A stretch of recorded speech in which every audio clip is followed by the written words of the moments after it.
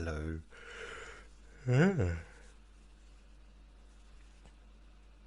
And welcome to Let Me Bore You to Sleep. My name is Jason Newland. Please only listen when you can safely close your eyes. Close your eyes. Close your eyes. Yes. So today is Wednesday, the 29th of July 2026. It is 6:49 a.m. I did actually do a recording yesterday, but it was a moany one. it was just me moaning. And after 20 minutes in, and 20 minutes of the dog over the fence barking continuously and having to keep stopping and starting, and I got more moanier and moanier. And I thought, initially I'll continue this another time. Maybe later on in the day when there's not so much barky.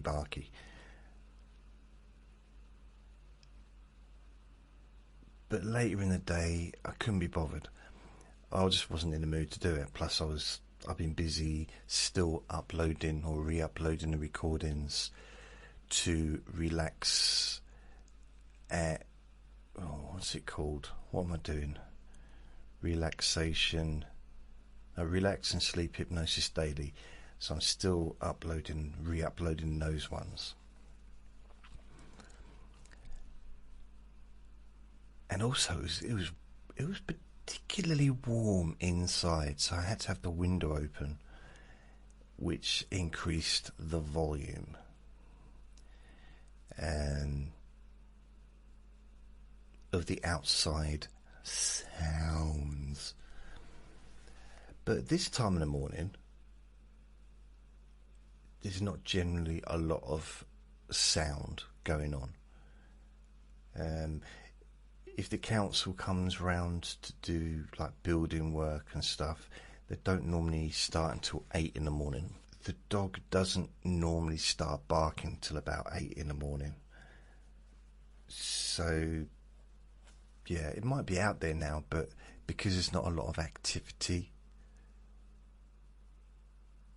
it might do a little bit of barking, but it doesn't do like full on. For some reason, which is nice. And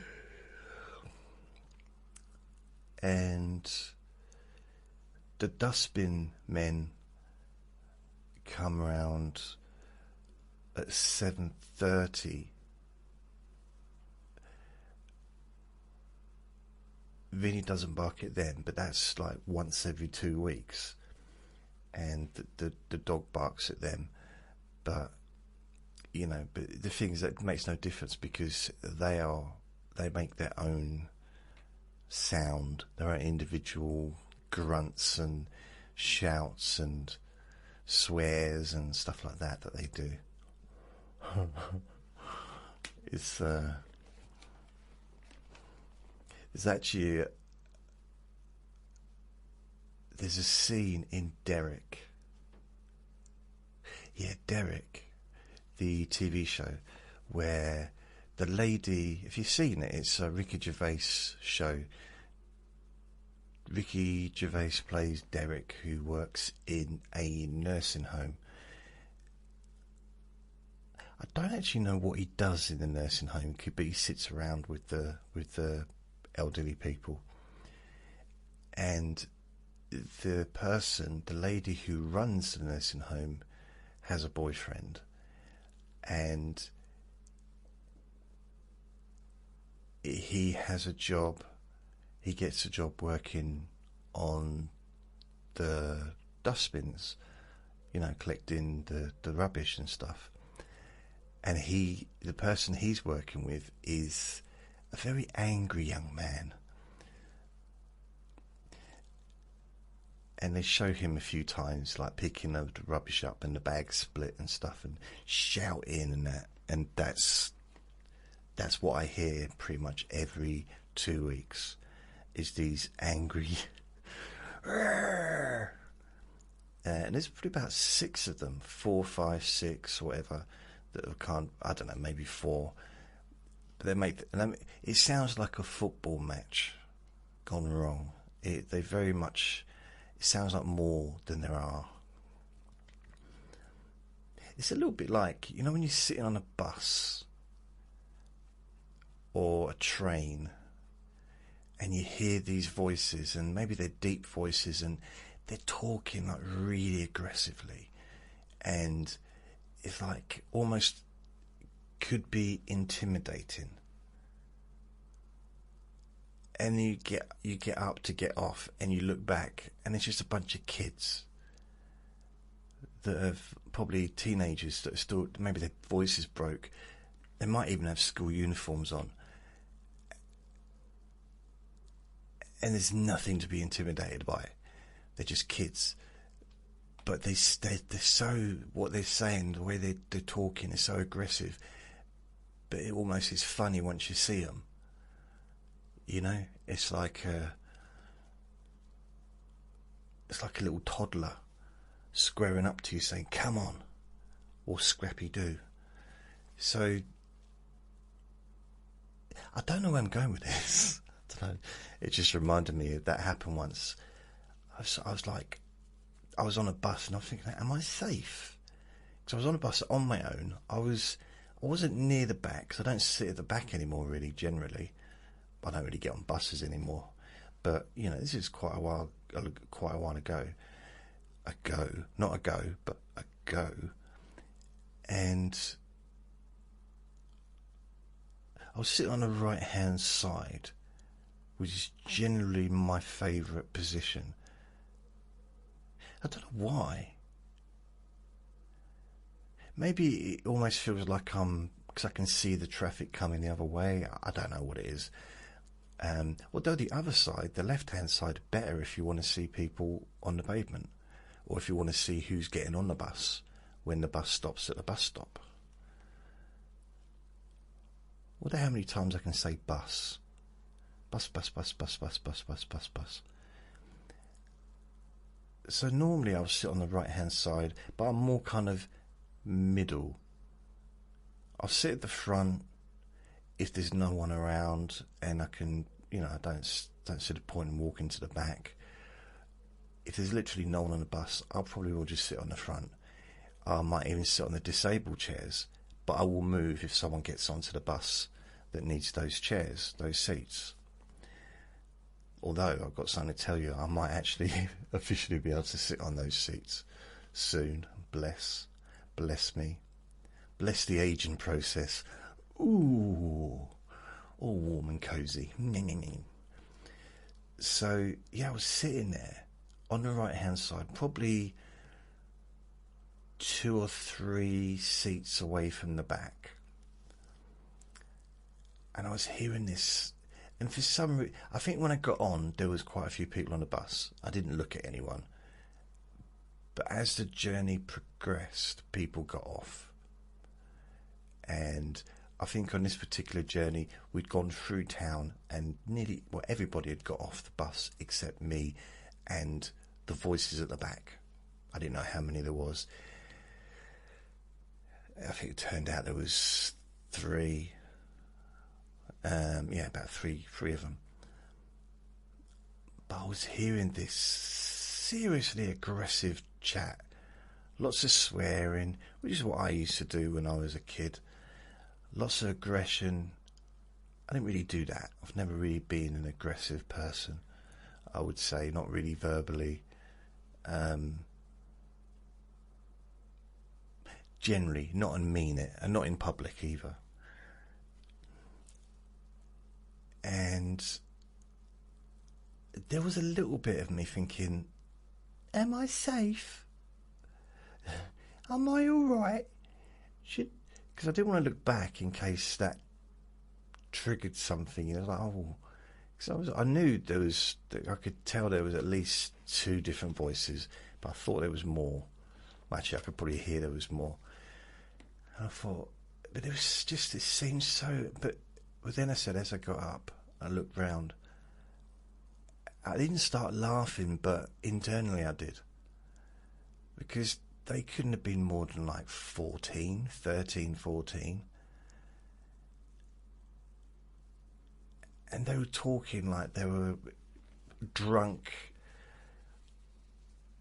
35, 40-year-olds in a pub, really bitter at life, kind of drinking like me 10 years ago. So before I moved here, before everything got better and more wonderful, so I don't know why I'm talking about that.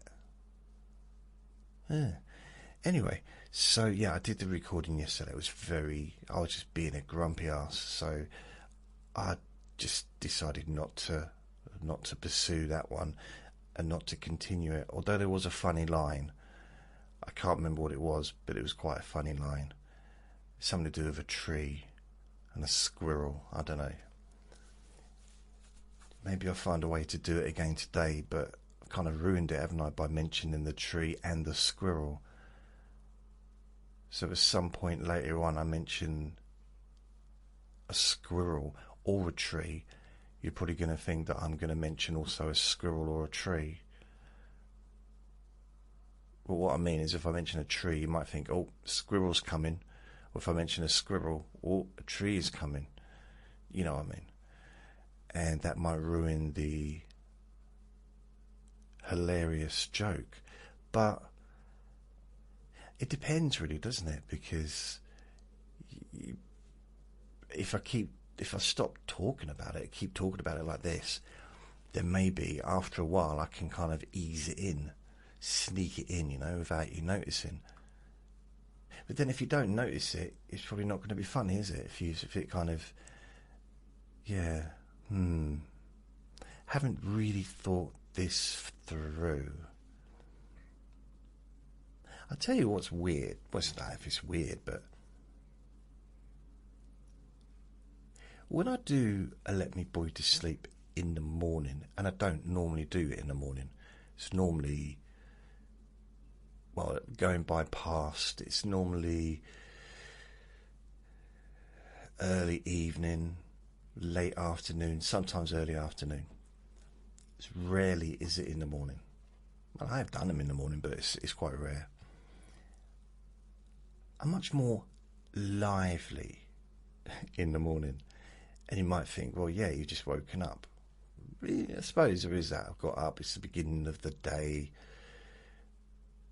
But I tend to have a quicker mind. Not that it's quick, but a just quick mind. As opposed to... Did I just say opposed? As opposed to a very slow one. Which reminds me, I got a message from...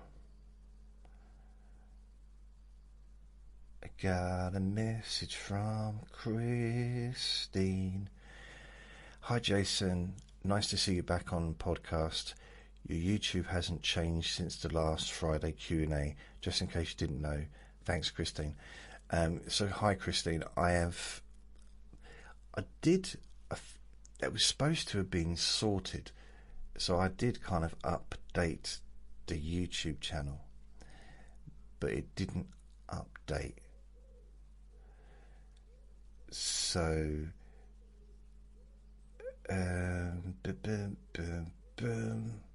let's have a look. Yeah, it didn't update itself, so what I've had to do... What's that going on? Really, I've had no views of the latest one. Fair enough. I converted the this is the last Let Me Bore You to Sleep one, which was a couple of days ago. I converted that into a video and I've uploaded it to YouTube.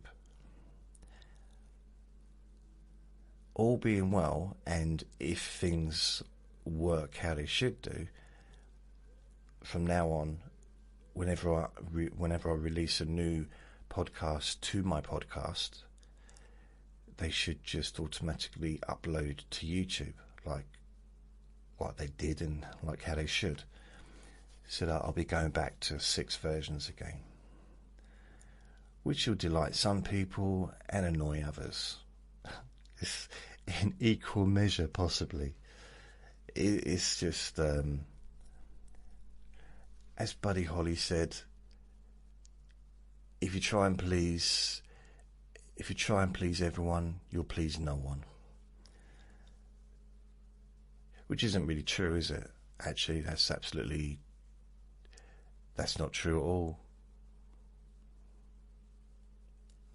Yeah, that's an untruth. It's one of those just generic quotes that actually people might take on and like, oh yeah, and just continuously pass it on, but has no meaning and is actually incorrect. It's a bit like that. Oh, if you when you tell kids, like, if you keep making that face, if the wind changes, your face will be like that forever, or something like that. Like this, that doesn't make any sense. What do you mean if the wind changes? But it's not even windy. If it changes, how does wind change?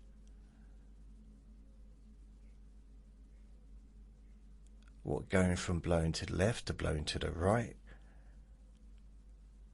I mean, what? I don't get it.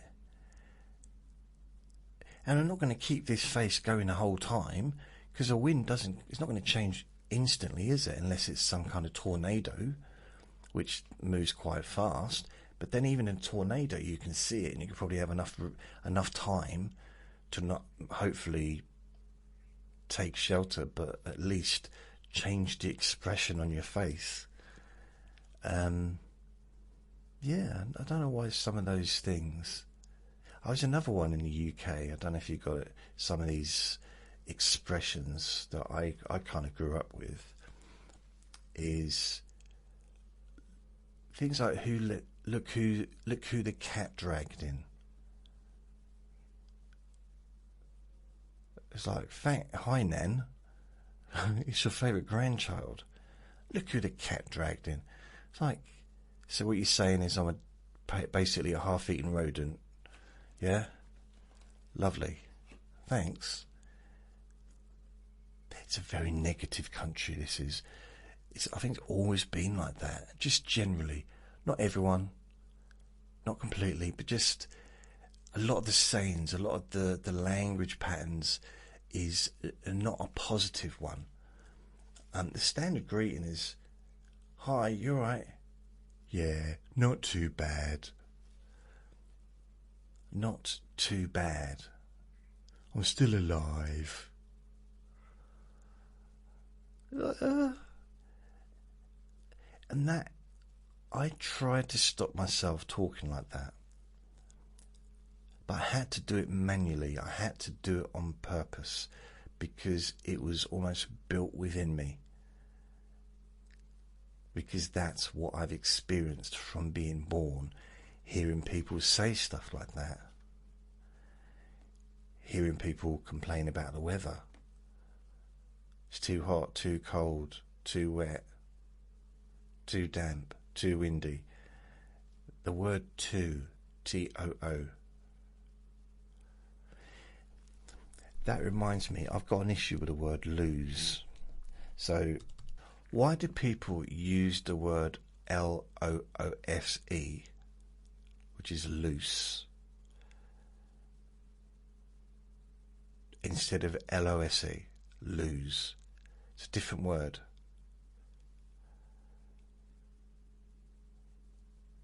loose as in not tight.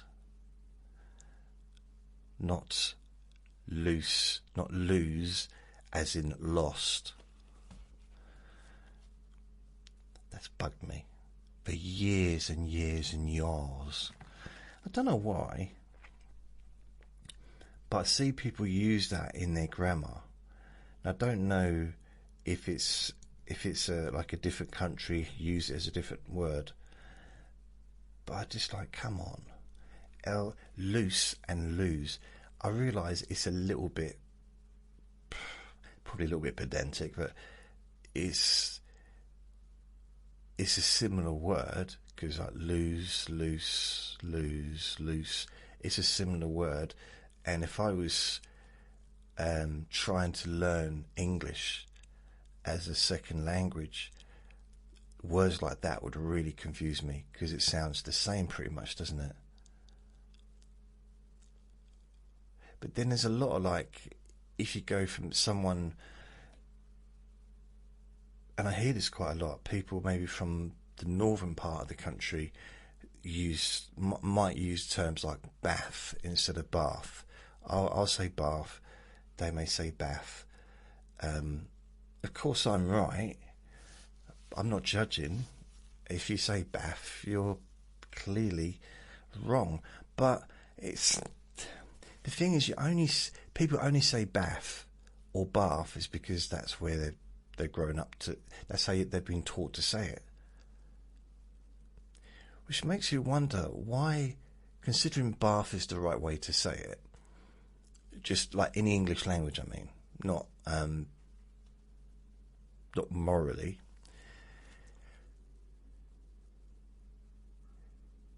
Wouldn't it make sense that everywhere the teachers speak the same?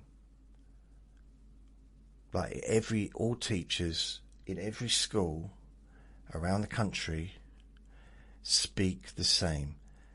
You know, let's just choose if it's bath or bath. I don't care. I'll say bath. I don't. It doesn't sound right to me, but that's because it does. It's wrong to my ears because it's not how I've ever said it. But let's just have because it's communication. It's miscommunication if we're all saying things differently. Because if you say can't and if you say can and can't, that's how we say it in this part of the world. In my country, can and can't. But in, let's say, other parts of the country, they might say can. They still say can, but then they say can't. Now, if you speak quickly, can and can't sounds the same word. I can walk up to, I can, what is it? I can't get up the hill. I can get up the hill. I can't get up the hill. I can get up the hill. I can get up the hill. I can't get up the hill. But if you say I can get up the hill and I can't get up the hill, it's much easier to decipher.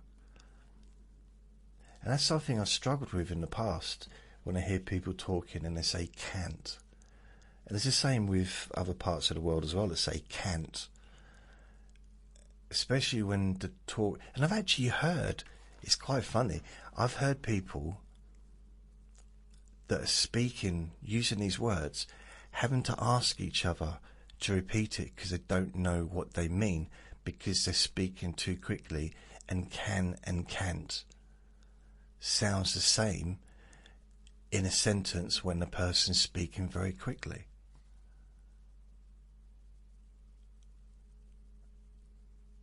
And also what I noticed is, you might notice this, do you ever notice when you ask someone to repeat what they said because you just couldn't catch it?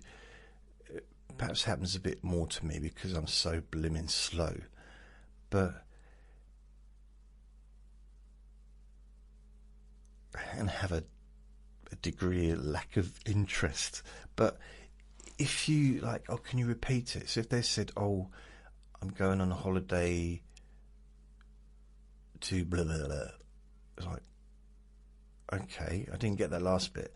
Can you repeat it? Guaranteed they will say, yeah, I was okay, so I'm going on holiday to blah, blah, blah.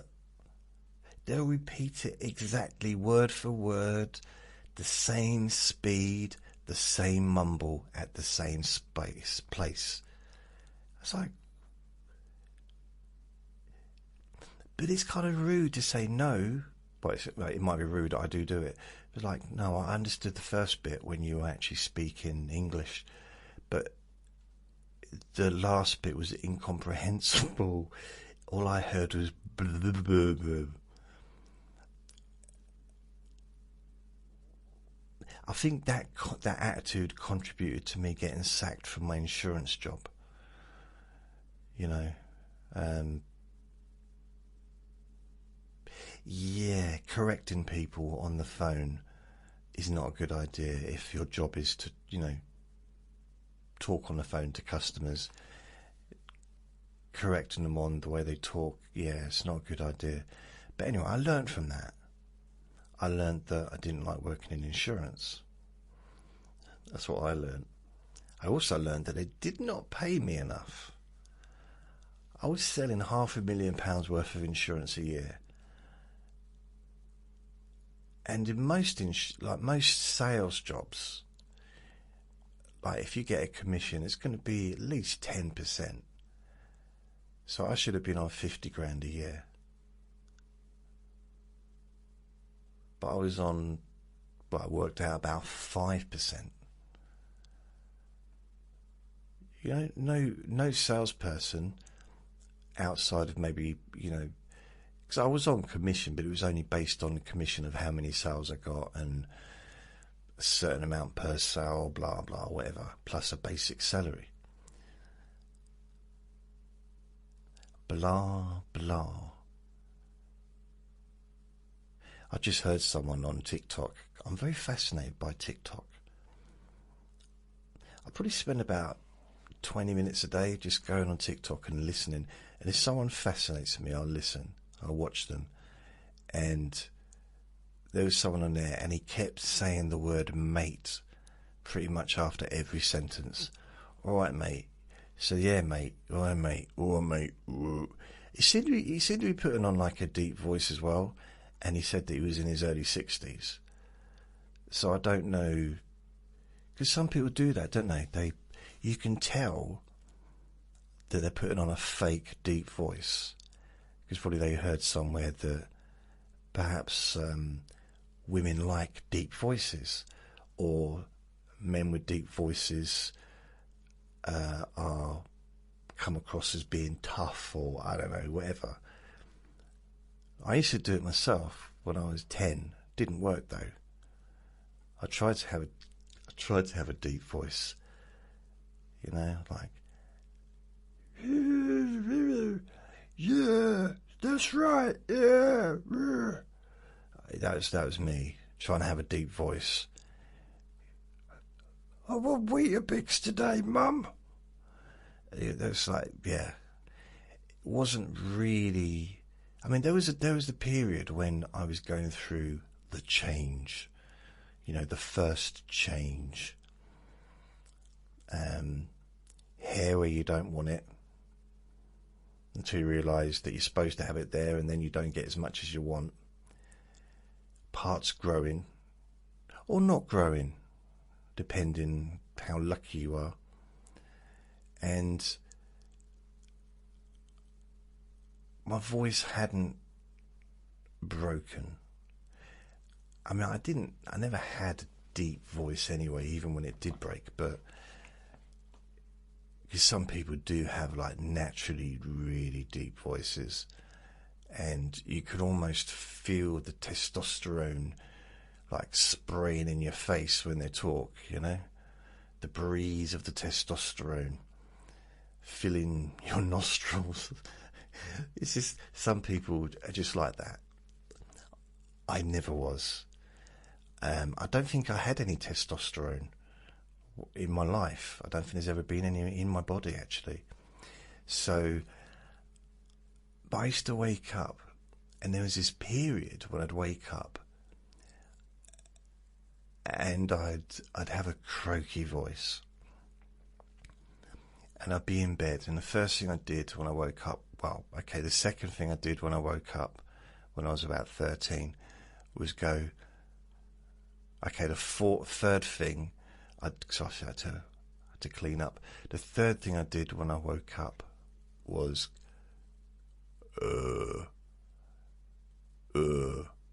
Adrian, because Rocky was on at the time.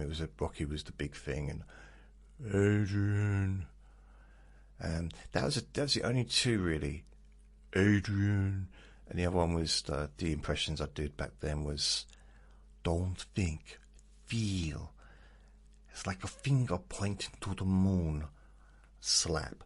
Don't concentrate on the finger, or you'll miss all that heavenly glory. That was Bruce Lee from Enter the Dragon. That was the other impression I did, which I think was better back then than it is now. I mean, I haven't watched the film for a long time. It's kind of one of those movies I can't really watch anymore. I've overwatched it.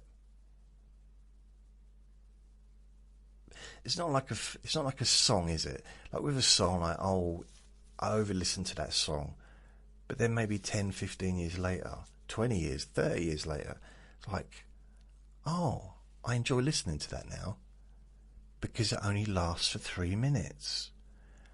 It's not like that other movie, is it? Like I'm going to spend an hour and a half rewatching a movie. No. Although I did watch Supergirl 2 days ago. Because I was in a grump, I didn't enjoy it. I was looking forward to it, and I realised as I was watching it that I probably wouldn't have enjoyed anything at that moment. That was always one of my worries about the old moods, is on my wedding day, I'm thinking about in the past, the idea of a wedding day now is kind of funny, but I was concerned that I'd wake up on my wedding day in a grump. Now, a grump is an underestimate. It's it's not the right word, but, it's a nice, gentle word to use. But in a grump, I'd wake up in a grump, and I would not be pleasant to be around, and I would not enjoy the day. And that's the weird thing about, for me, my experience of this, long before I was ever having a mood disorder, but long before I ever was diagnosed with bipolar or anything like that, I didn't know how I was going to be from one day to the next, or from how I was going to be in the afternoon compared to how I was in the morning, or how I was going to be before I went for a wee-wee mid-morning and when I got back from doing a wee-wee, or how I was going to be before having an interaction with a human and afterwards. See, I just didn't know how I was going to feel and how I was going to respond, because I was so changeable. And also because I was young, I think back in them days, now I'm talking about in my, blimey, all the way through school, and I've had this. I would say as long back as I remember in my life, I've had mood irregularities. See, I wouldn't use the word irregularities if I did this recording in the evening. Words like that seem to leave my vocabulary. When I wake up, my vocabulary is much more available for me. Why is that? Maybe it's the pain medication I take for my back. And then it's the medication I take for the bipolar. It sort of dumbs me down a bit, and it does make me tired. But when I wake up, my body's kind of, I've got that in my system, some of it, but not like full on. I don't know. Because I know sometimes I can wake up and just have loads of ideas, loads of like creative thoughts, and really feel chatty. Like today I'm feeling quite chatty, but then other days I don't, so yeah. But ever since, I hope you don't mind me talking about this, because I know some may say, well, it's not conducive to sleep, you're talking about, well, yeah, I get that, but I try and include my life into these podcasts, but at the same time, I try not to go too deep. Like, you know, emotionally, I can talk about bipolar without getting serious, you know, just because this is as much of my life, part of my life, as my eyes or breathing or eating, or, you know, this is part of me. For whatever reason, it's a big part of my life. And it's difficult to plan. It's difficult, although there was one time, right, I went out with my college friends when I was at university doing my degree in counselling. Ooh, I got a degree. Yeah. I was invited out with my friend, another friend, her husband, and her two friends who were both gay. They were like in a relationship, and that is that's important to the story. That's why I mentioned it. Okay. So we went out to this. You ever been to a place like a nightclub and a pub? It's not really. It was a nightclub, but it was like a nightclub early. It was open at 8, 9, and it was already a nightclub. But it was also a bar, but people were dancing. It was two levels. It was a really nice place. It was in Chelmsford. So I go into this place. I had no idea that I had the grump. I had the hump. I had a grumpy.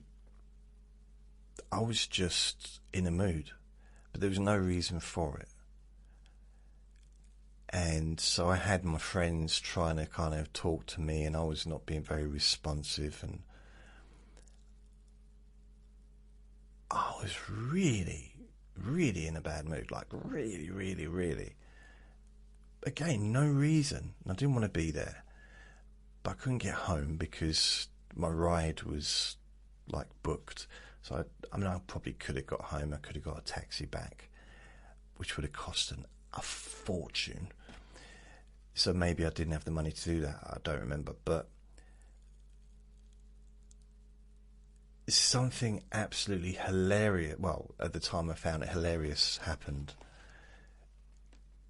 which kind of, it brought me out of it, because I was laughing so much at the absurdity. So basically, I'm talking to one of the lads, one of the because you've got the two gay men. One, I think it was his birthday, his 30th birthday, one of them, okay? And he came back from the dance floor. Well, actually, he got some drinks, so he had to walk through the dance floor. And he said, these two women, they keep chatting me up. And I don't know what to say. Like, his boyfriend was laughing. Apparently it happens a lot. And he went down to get some more drinks. I said, I'll come down with you. I'll get the rest of the drinks. I kind of wanted to get away from the people that were there, but also I thought it'd be funny to see what happens, you know, see what it was like. And he was right. There was these two ladies, and they were both seriously chatting him up. And he kept saying to them, I'm gay. And they would not let it go. And he was pointing to his boyfriend who was waving. You know, like, and they asked me, I said, yeah, it's his boy. They're engaged. I don't know if they were. I don't know if I said that. I don't even know if he did wave or not. But, you know, it's part of the story. It gives it a bit of juice. There was no hovercrafts involved. I'm not going to, like, add stuff just for the sake of it. But this was the scenario. But they would not take his being gay as a good enough excuse not to go home and have an adult adventure with them. Honestly. He kept telling them. Oh, and they were drunk, so they kept asking the same questions over and over again.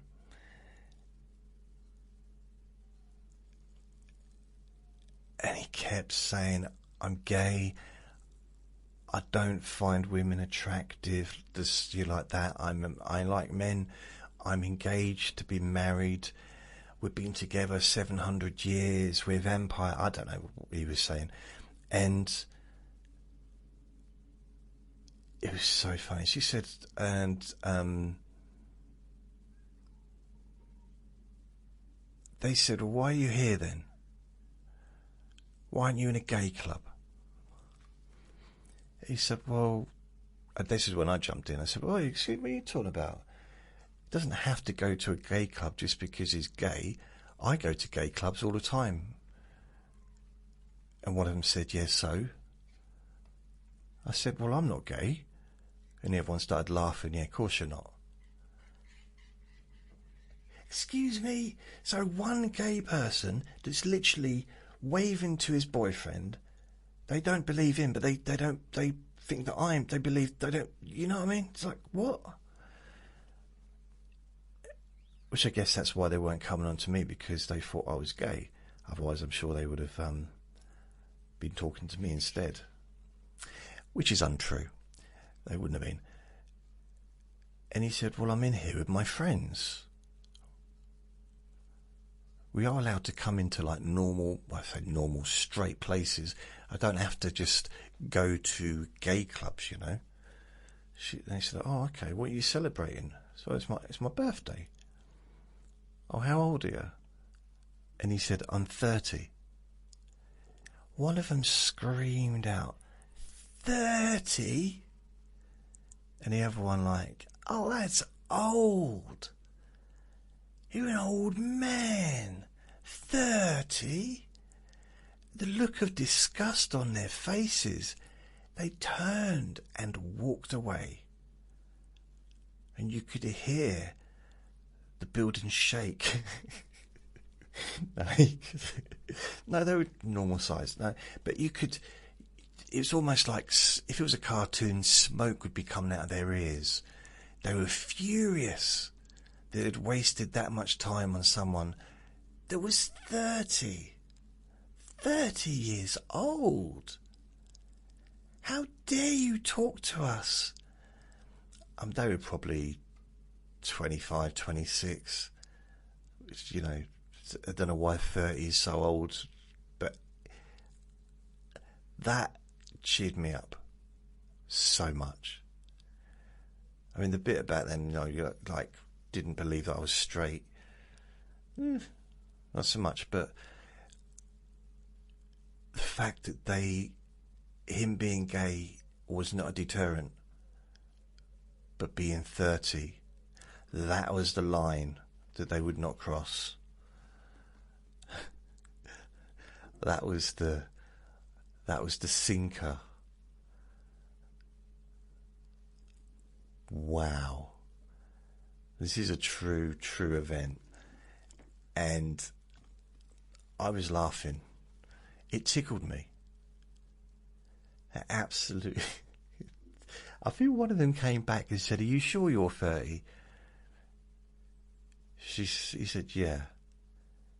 And she looked at me and growled and walked off. So I was like, why is it my fault? I said to him, why is she growling at me? He said, because you've got no pants on. I was like, okay. I said, it's been ages. I haven't said that for a while, have I? He said, no, you haven't. I said, well, I thought I might as well introduce it back into the podcast about me walking around in public without any pants. And he said, yeah, you might as well do. Might as well keep a little bit of, continuity, I think the right word is. I said, yeah. He said, by the way, are you now going to be continuing your podcast a bit more regularly? I said, yeah, that's the intention. He said, what on earth made you delete all that stuff and decide to just do 10 hours without any music? I said, look, what you don't realise is I got advice to do that. I actually went on and did some, research in how to build a podcast, because although the podcasts are growing slowly, they're growing, but it's like I just think I should be at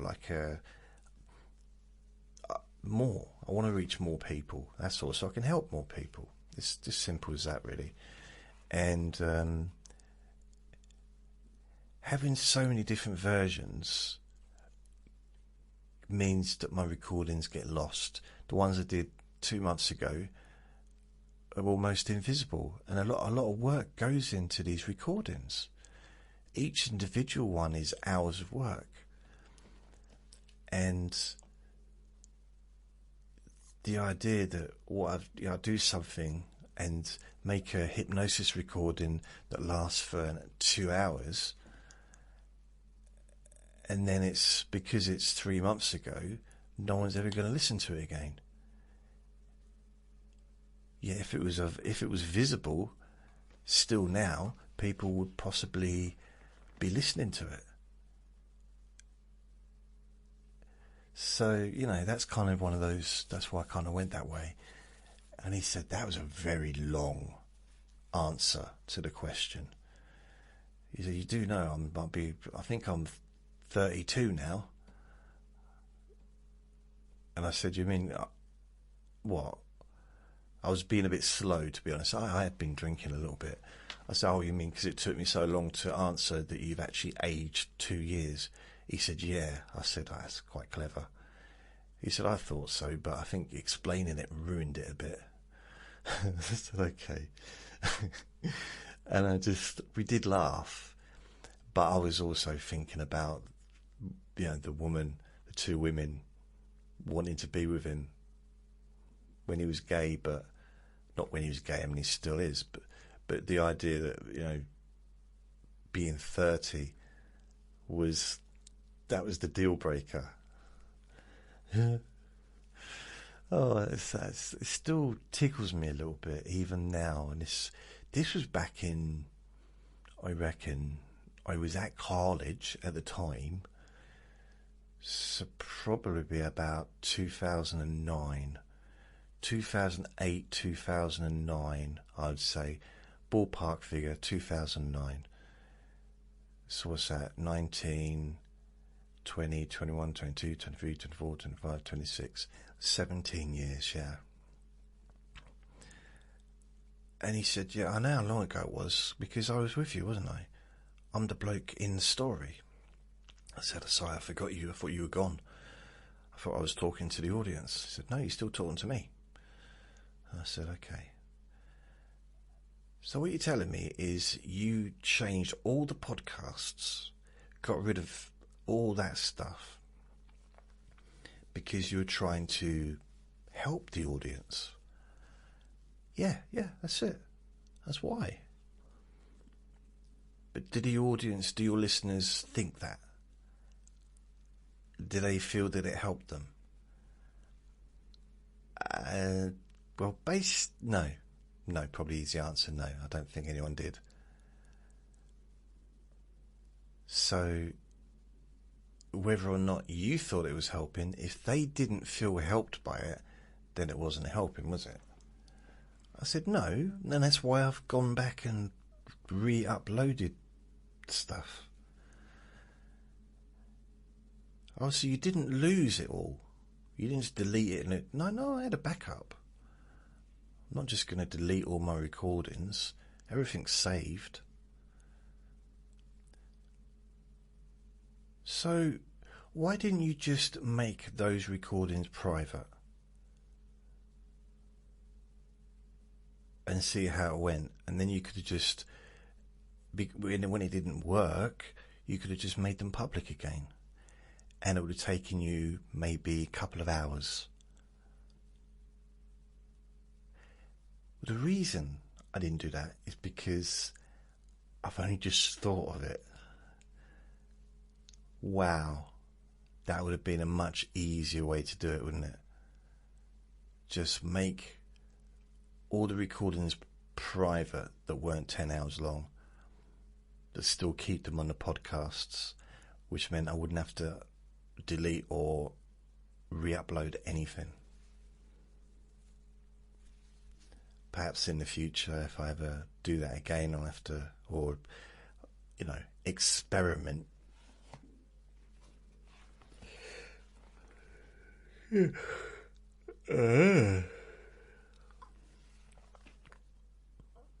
trying to think of some of the other old phrases. Let's have a look.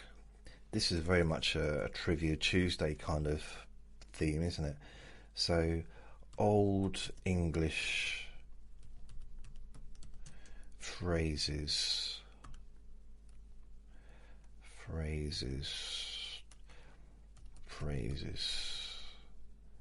Old English Francais. What? Old English phrases and sayings and... Right, yeah, that's it, and sayings. Right. Okay. When I said Old English, I didn't mean like medieval English. Although, look, some of these really are old. The oldest ones, like settle in truth is fate. Truth is the trickiest. Success comes through fairness, not force.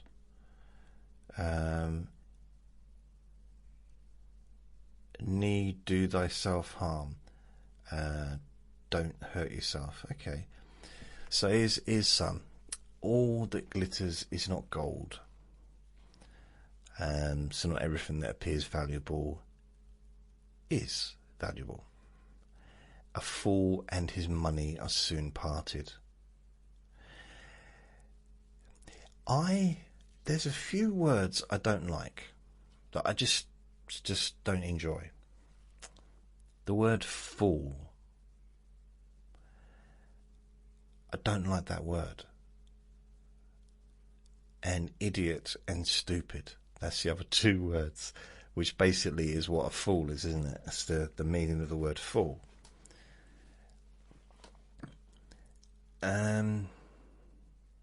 Don't like those. Maybe it's because I was called it too much when I was younger. I don't like them. Don't like those words. So, calling someone a fool.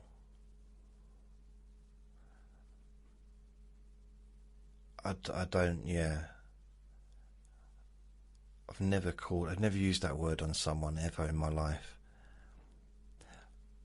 But I do understand the saying, and I've been in that situation, and I don't think it's... maybe we can change the word of fool. You could change it to a naive person, and their money are soon parted. A trusting person, and their money are soon parted. Both of those which I think would be called a fool by someone that's judging them, not realising that maybe they're just kind and trusting and believe that when someone asks for the money, or for money, asking instead that they need it for something really important when they didn't? How does it make the person that's given the money the fool?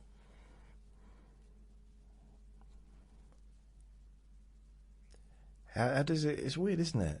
So you help someone out who doesn't need help because you believed them, because you're a caring person and you're a trusting person, and you believe that helping others is the best thing you can do in life, basically. The most important thing is helping others, because helping others helps you.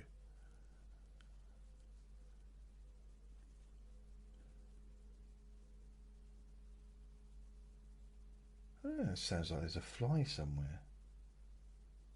Oh. And, oh, by the way, did I tell you that I got my radiators put in? Got my radiators put in last week, the new radiators. And next month, I'm potentially going to get a new kitchen. And I also spoke to the adult health place, and they're going to send an occupational therapist to come round and look at my bathroom, because I can't get in and out of the bath. It's not a bath issue, because I got a shower, but I can't get my leg over anymore. Oh dear. The opportunity. Because of my lower back on my left side, my left leg isn't as stable as my right leg. And I just can't get in and out of the bath safely. And also, painlessly.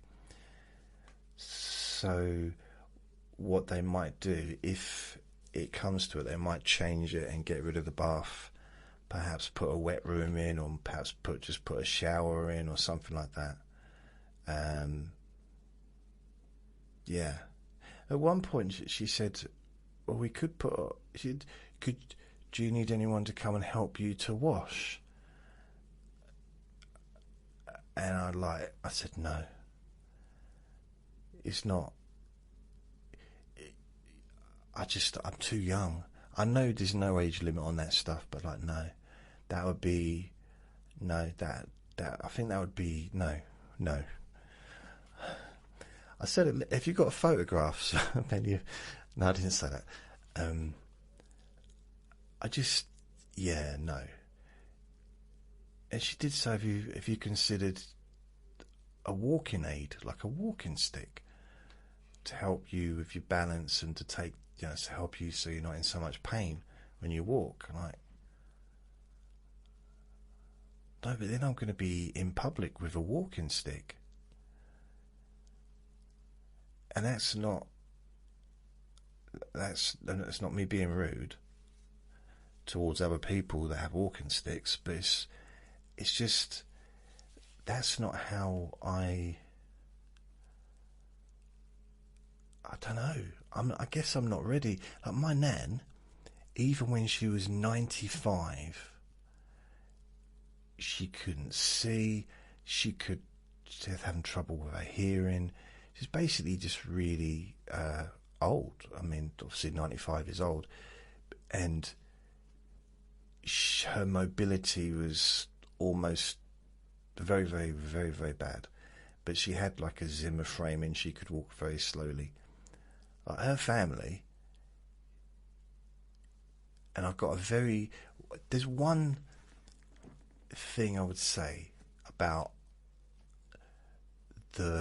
my granddad and my nan and granddad's side of the family, and that's the only side of my family that I know. I don't know my mum's side.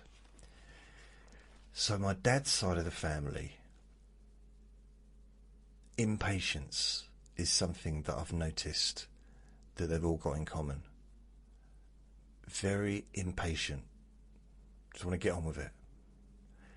And it's not that they're being rude or that they're trying to be nasty. They're just impatient. They want to get it done. And the idea of walking somewhere, like to a restaurant, and having to walk really, really slowly behind my nan did not appeal to them. And they got her a wheelchair, and she refused to get into the... She refused it. She said, I'm not going out in public in that thing. I'm not having you pushing me around.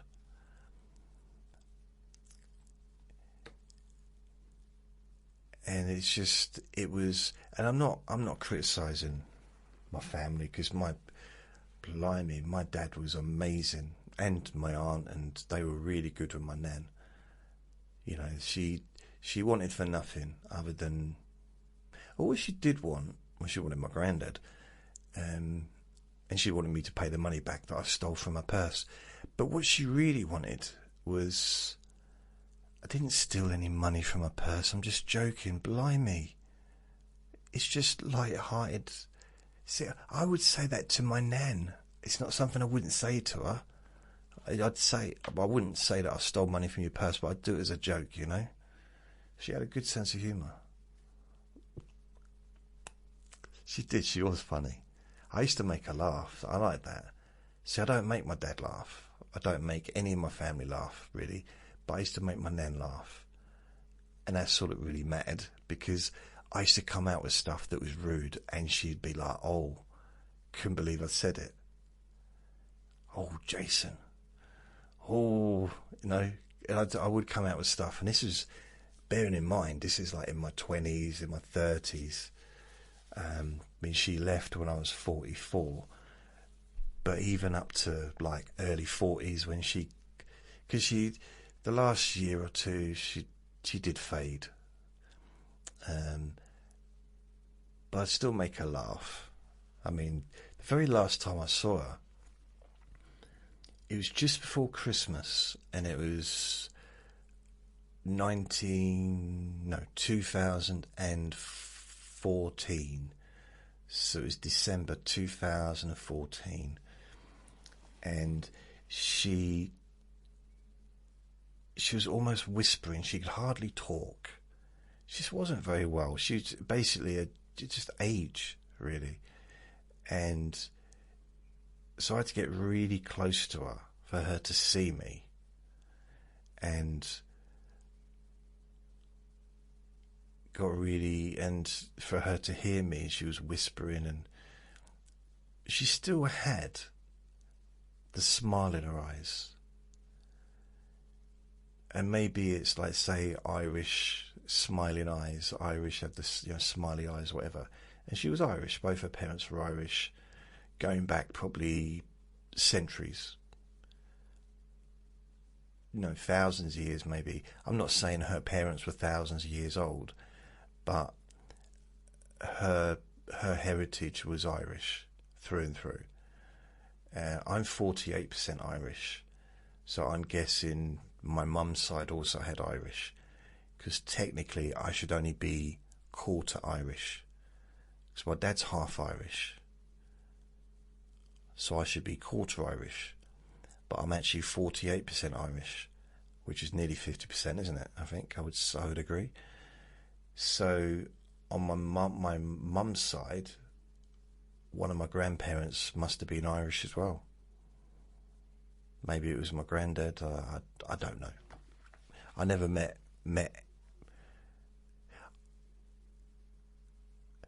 No, I mean I probably did meet them when I was very, very little, but I don't remember anybody.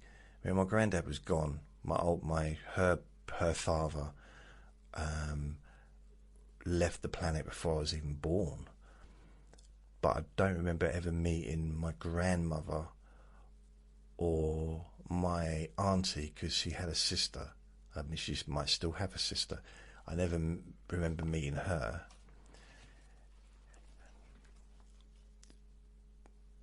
So I don't know. There must have been some Irish on their side. Otherwise, I wouldn't be 48%. I don't think that'd be. Yeah, that doesn't make sense otherwise.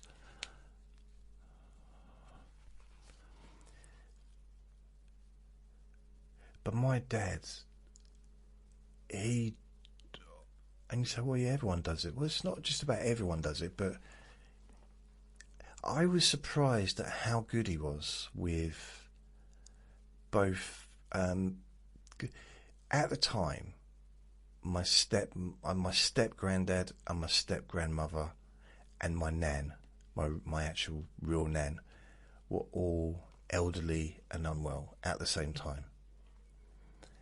And my dad and my stepmom pretty much had a full-time job looking after them. That's what they did. They went from one to the other. One was in a home, one was in a hospital, one was at home. So they were going from one place to another, and that was their job for years, for a good few years. And I don't know how they did it. I'm just like, I'm in awe, really, at how they, and how anyone, and I know there are millions of people out there doing this, are able to. That's why, you know, why can't you just finish a sentence? You knew how the sentence was going to end. That's why I do believe that everyone, pretty much everyone, has got a really nice side to them. And there's so much kindness out there. There's so much caring, because literally there are millions of people just in this country, millions upon millions of people that are caring for someone, that are like either physically hands-on caring for someone, or visiting someone in a home, in a hospital, a hospice, wherever, or at their home. There's teachers, there's care workers that are doing it as a job, nurses, doctors, millions of people. And also the emergency services, ambulances, doctors, and the police, the fire service, the air service, the water people, the boat lifeguard thing. So many people that are caring.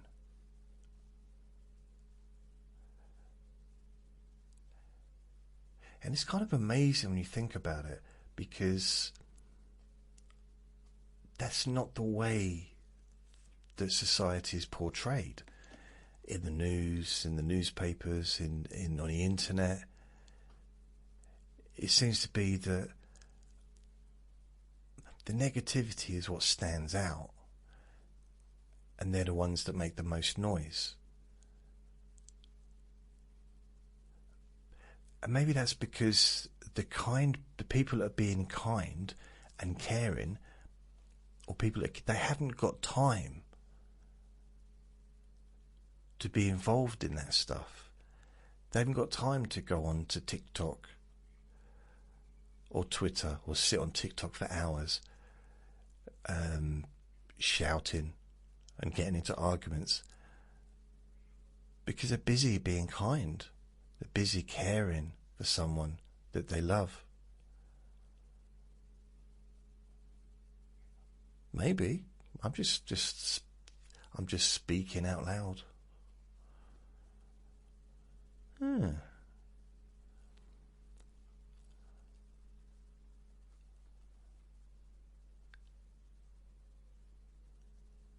so much kindness out there in the world. So much.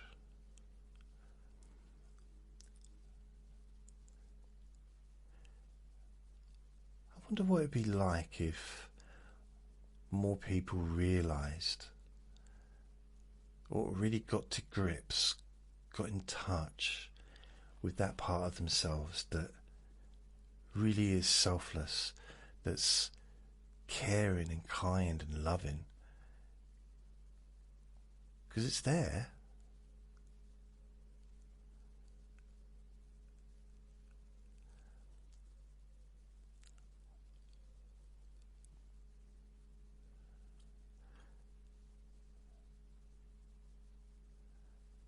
Yeah. I don't know why I started thinking about that, but it's the same thing. It's every one of us has made a difference, a positive difference to another person's life. Probably many people's lives, but everyone has made a difference to another person's life. Even if we don't even know about it, even if we don't even know the person. Sometimes it could be as simple as opening a door for someone who's coming into the garage, or just moving out of the way, or being friendly, or if they drop something, just like, hey, look, you dropped this. Something like that could be the difference between them getting to the last straw, as it were, to remind them of how kind people can be.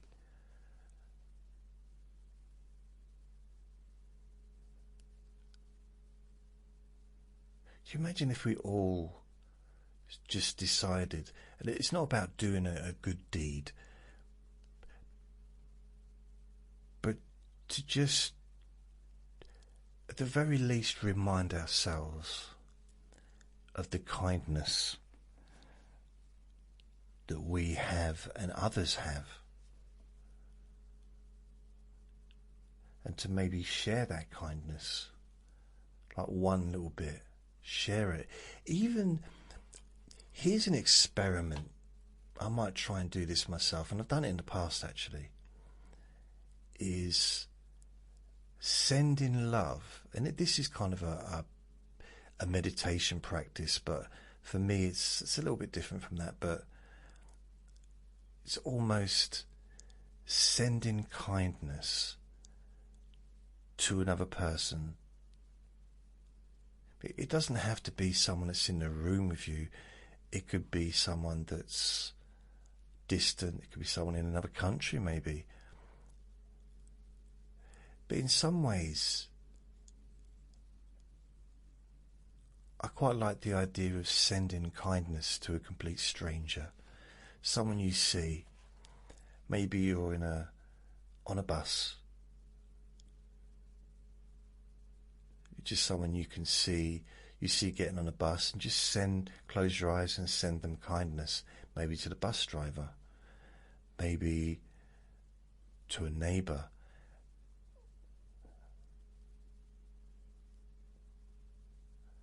It's quite powerful.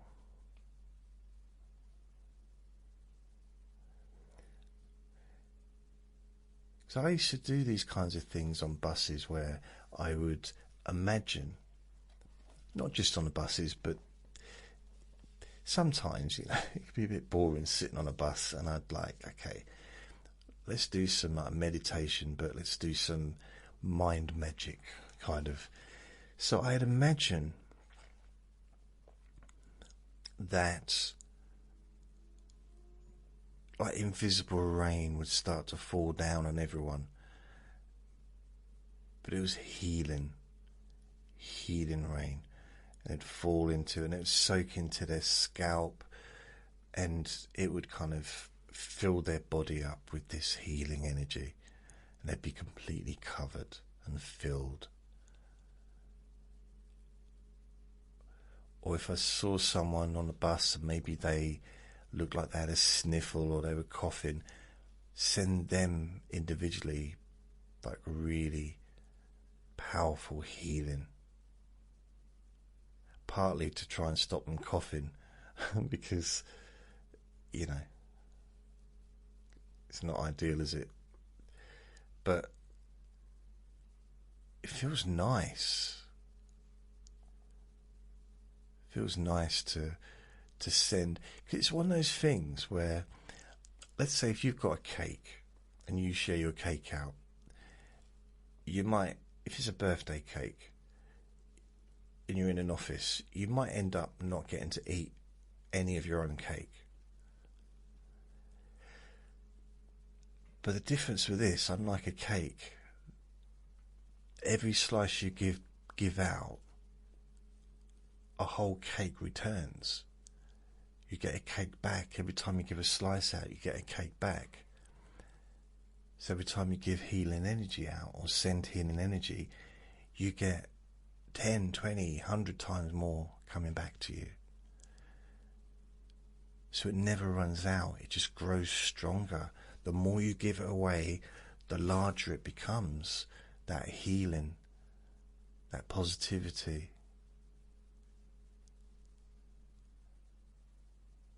The more you give away, it's like having a bank balance. The more money you give away, the more money, the higher your bank balance goes. But in positivity, in healing, in feeling good, feeling relaxed, accomplished,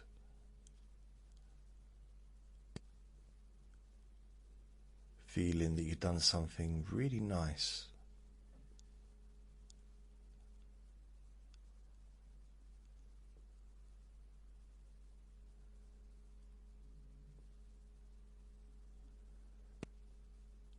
So when you send healing out to others, it comes back to you a lot stronger, which means that you can send out even more healing energy, stronger, more powerful, but then you also get even more comeback, which makes it stronger to the point where you can feel amazing.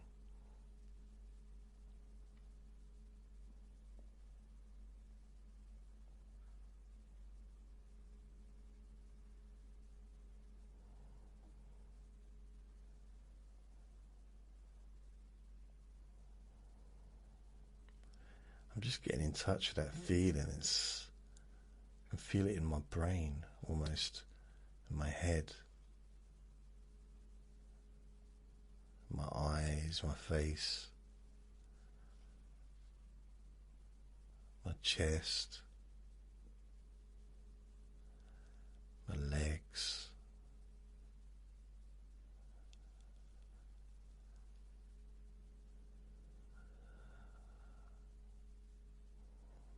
It's almost like that healing energy is being sent ahead of me. I just got the visualization of the healing actually entering my shoes, ready for when I put my shoes on, when I take Vinny out.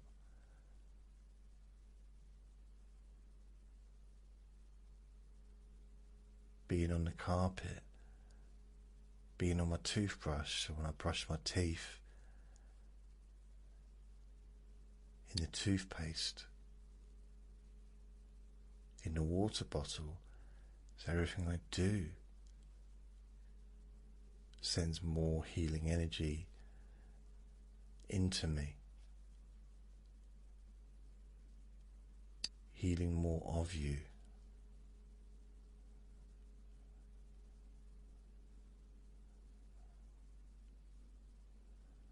Yeah, that sounds quite good. I like that. So I'm going to go, because it's now 8:08 in the morning. I need to take Mr. Vincent out for a WALK and get back and have something to eat at 9:10. I've got everything very regimented today. 9:10, that's when Frasier's on. So I'm going to have some breakfast when Frasier's on and a cup of tea. And between now and then, I'm going to take him out, then come back and try and do some editing on this podcast and upload it. So thank you for listening. Remember to be kind to yourself, because you do deserve to be happy. And be gentle with yourself. You deserve to feel safe. Lots of love. Bye.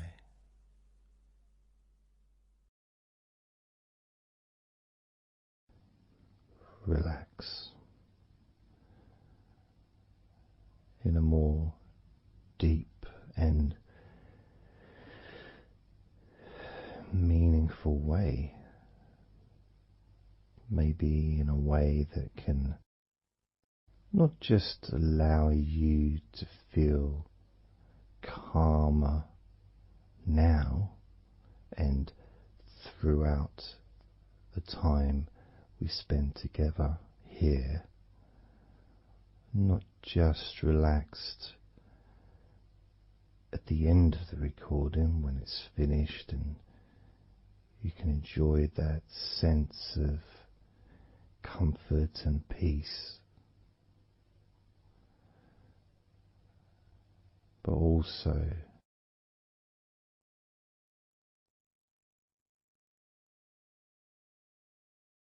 I think it would be nice to have those feelings of relaxation continue for longer after the recording is ended, so that you can still benefit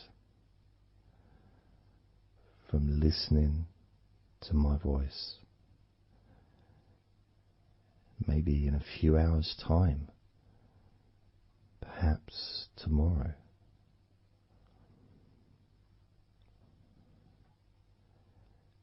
And then by listening regularly, especially if you find, like some people do, and myself as well, sometimes I find one particular recording that really resonates with me, and I just listen to it over and over again, like every morning, every evening.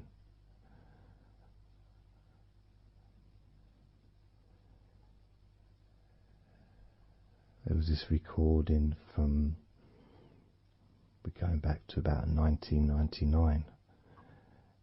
It wasn't hypnosis, but it was a guided visualization, so it kind of was hypnosis really.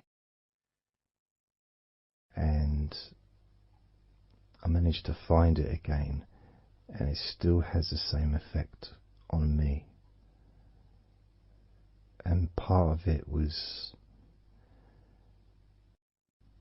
the person's voice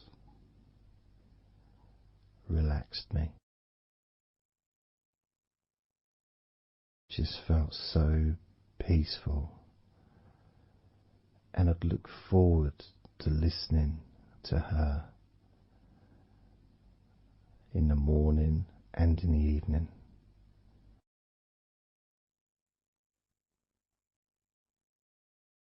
And I knew before even pressing the play button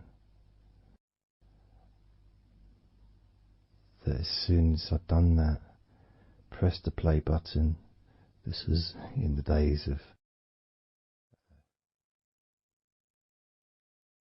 CD players, press the play button. In fact, it might have even been a tape recorder. I'd lie down on the bed, and then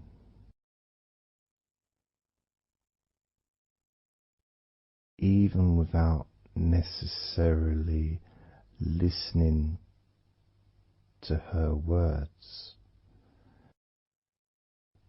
because I had them memorized really, it was as if my body knew exactly what to do. And the muscles just almost went into automatic relaxation.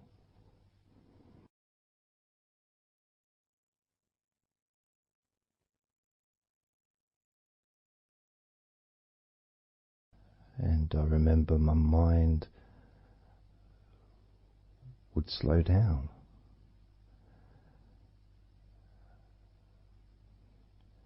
Now, I was listening to this recording in the early days of learning hypnosis, and long before I ever made any videos or audio recordings myself, because I didn't start doing that till 2006.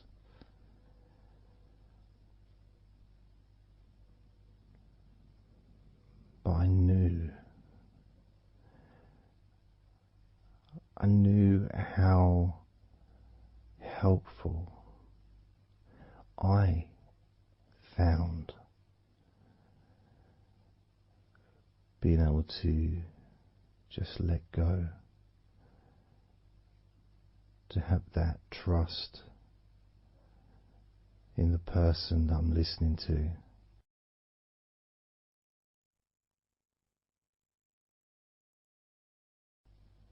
Knowing that it's going to be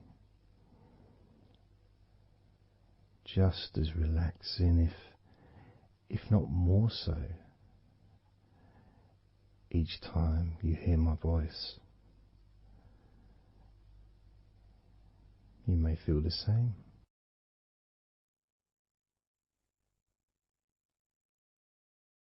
Some people have been listening to me for over a decade.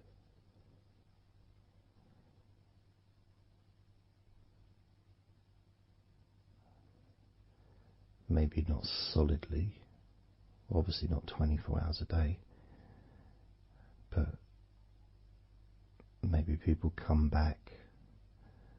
Some people maybe listen every day.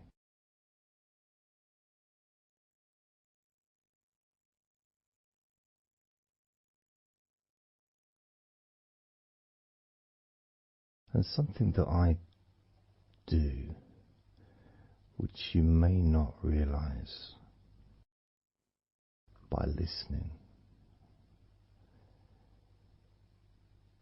is when I record these recordings, now for example, I also am affected by the words that I say.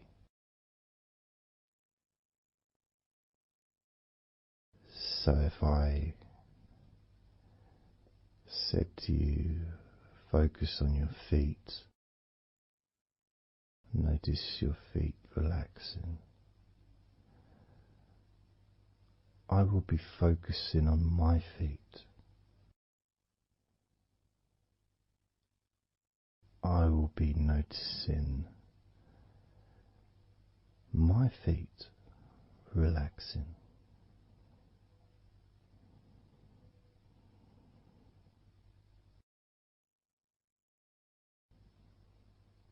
If I said focus on your hands, and maybe notice the difference between each hand.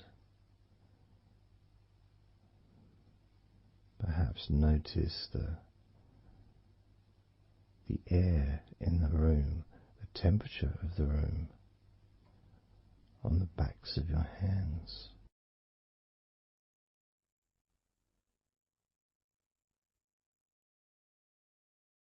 You may start to notice what almost feels like a very light breeze, even though there may not be any type of breeze at all where you are right now.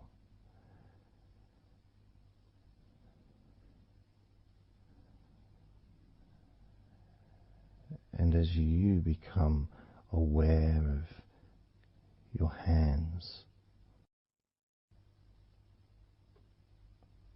I'm also aware of how relaxed my hands are feeling now.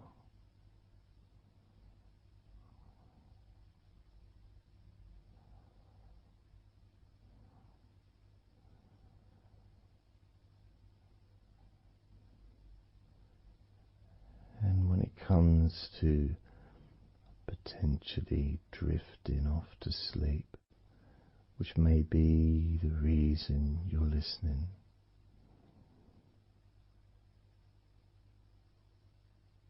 I also feel drowsy when I make these recordings. I also notice my mind drifting.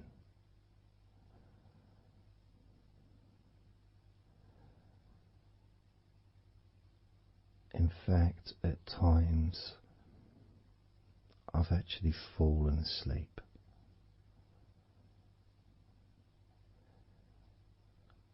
without even noticing. And then I carry on talking.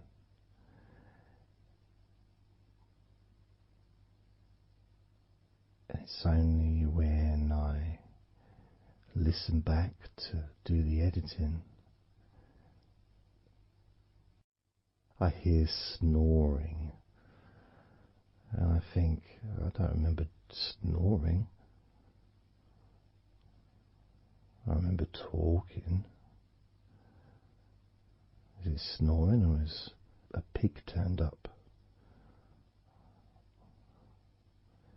That's what I sound like when I snore.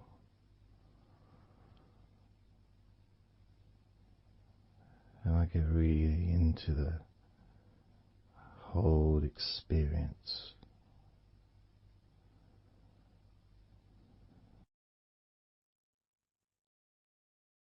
I don't know how you feel.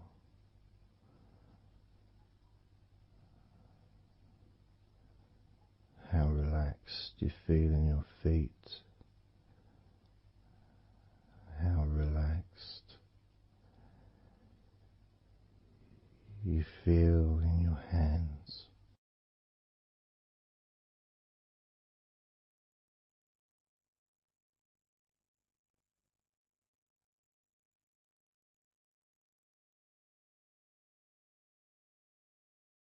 I have noticed more and more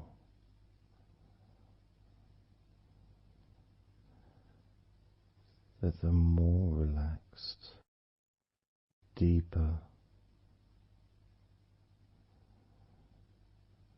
level of comfort you feel, the easier your breathing becomes.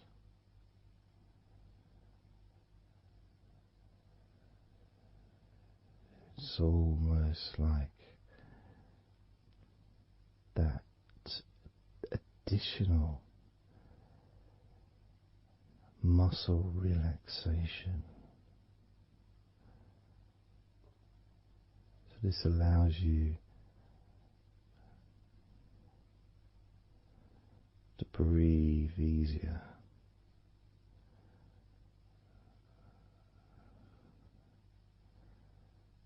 Without necessarily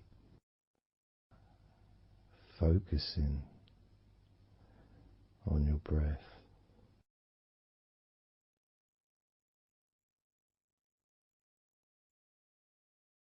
However, being able to notice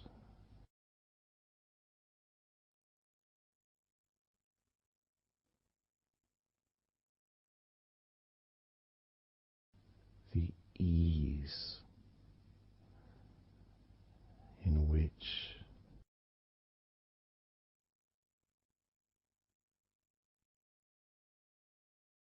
you breathe so naturally.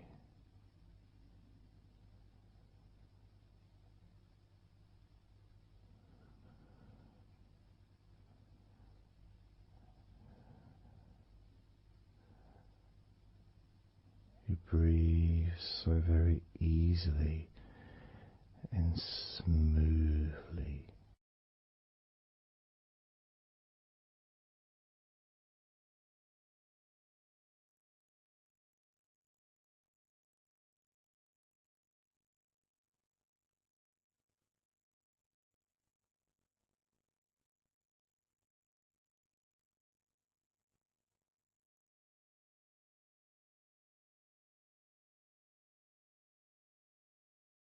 Whenever I imagine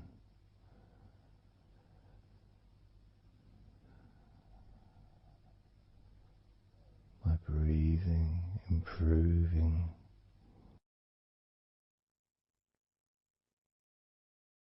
when I've got my eyes closed,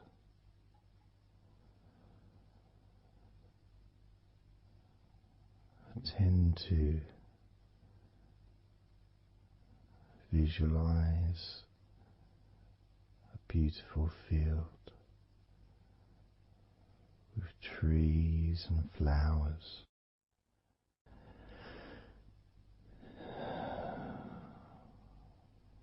producing all that life-giving oxygen.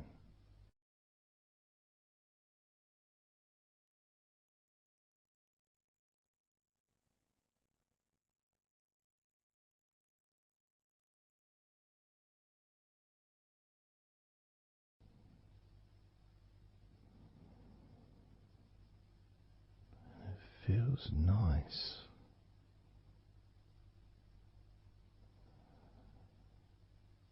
to, if nothing else, just taking some time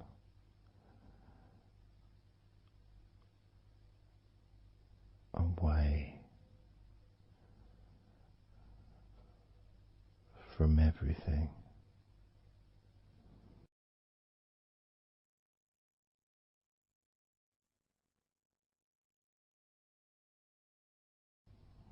Enjoying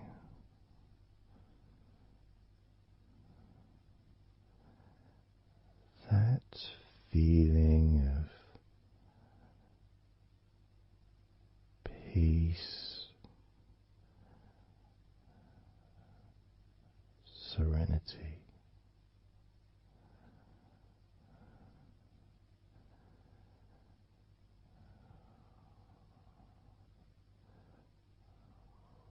with a joyful heart.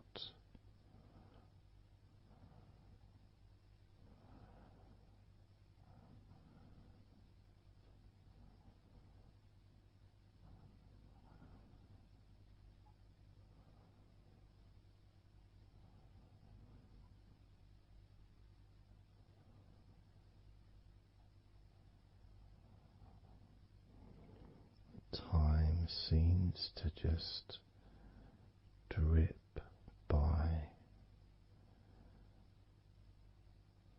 so very slowly.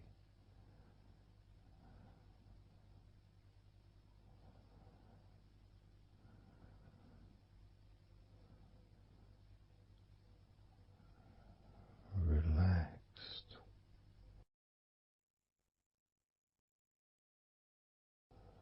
so deeply peaceful,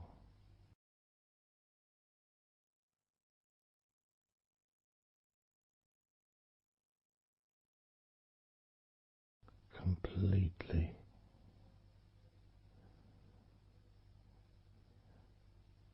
unattached to any thoughts whatsoever in this moment.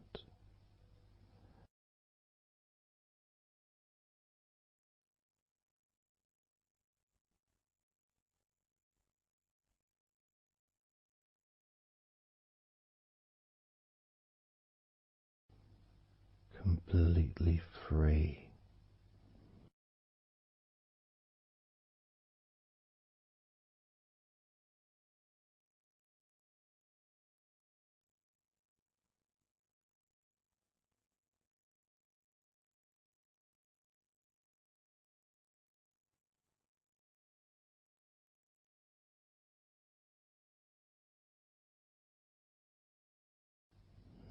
noticing that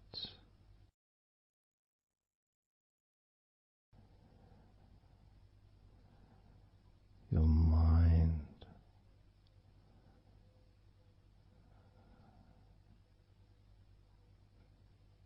has slowed down,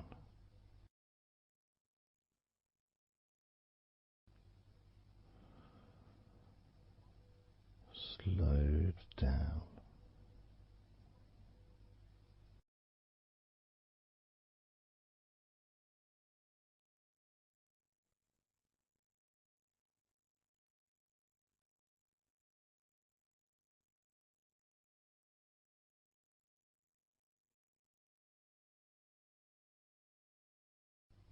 Because nothing really requires your attention.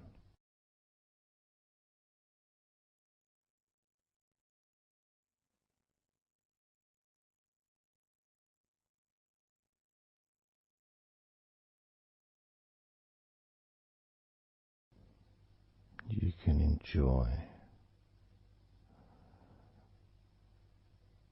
the physical sensations of allowing the stress to drip out of your body.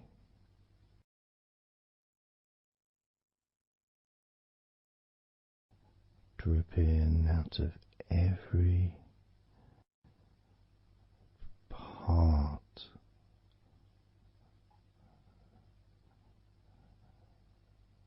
of your body.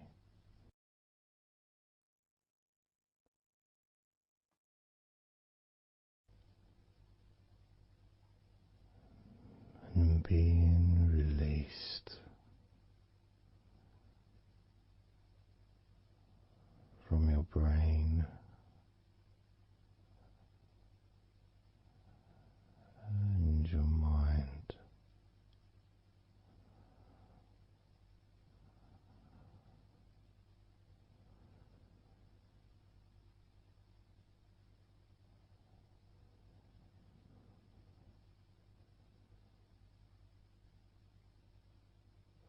Slowly but surely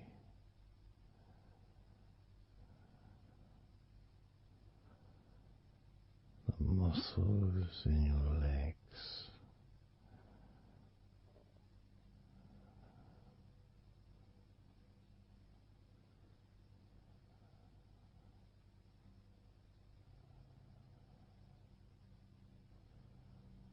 relax, relax,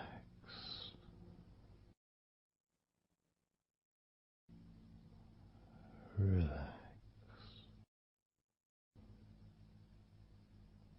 so very deeply.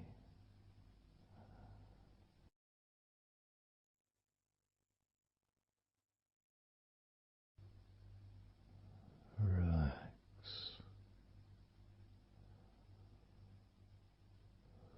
so deeply.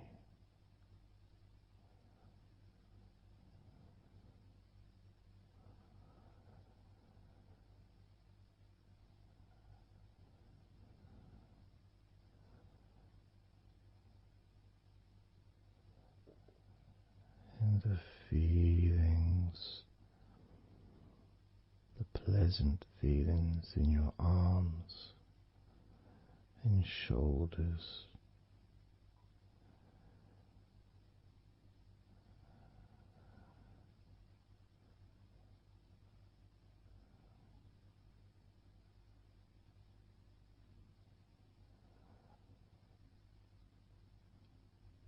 deepening each part of your body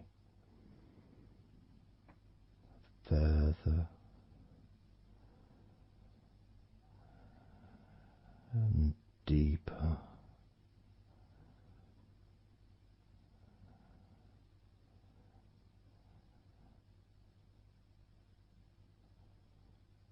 and deeper.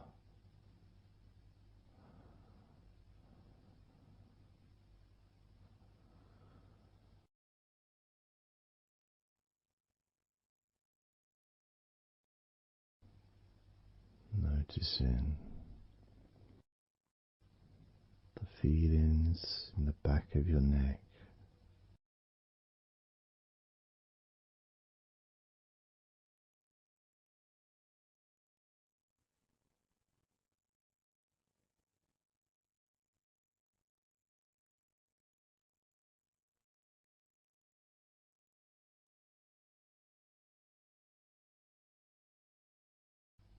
The feelings in your wrists,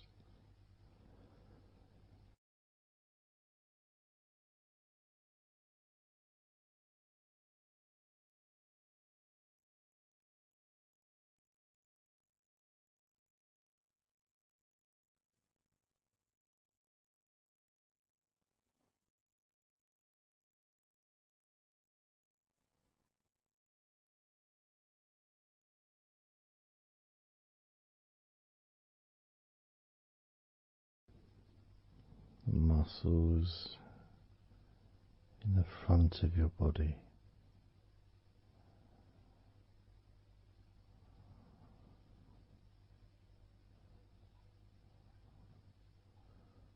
Are also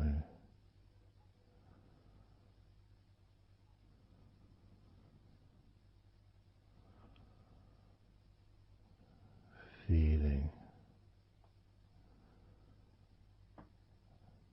peaceful,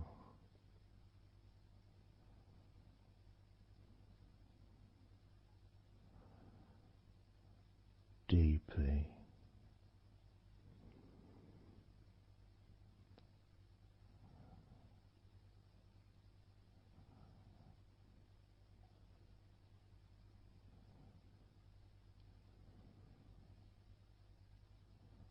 there's a sense of peace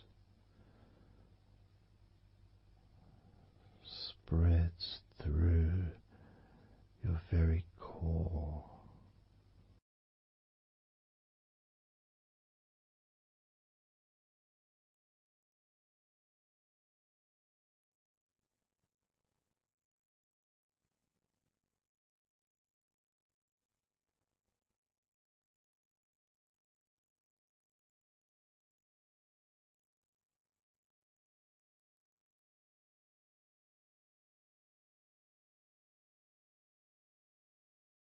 Even when you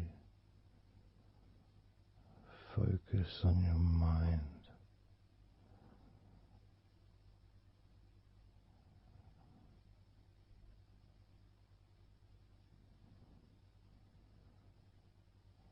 your mind becomes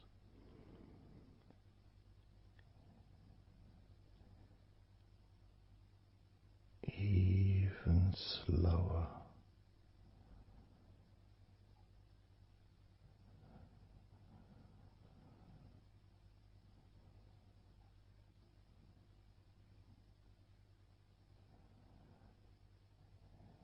Even deeper.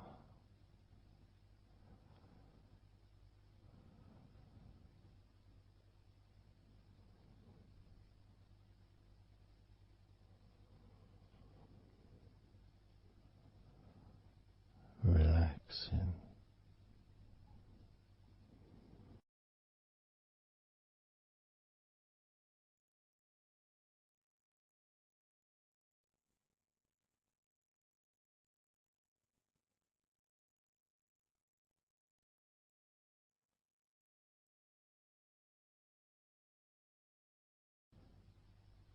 So very slow.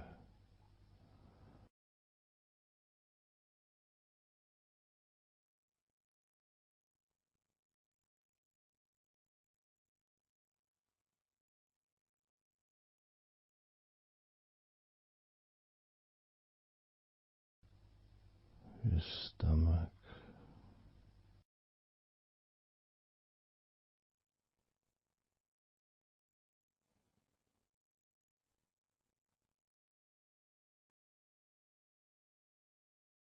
peaceful in your stomach.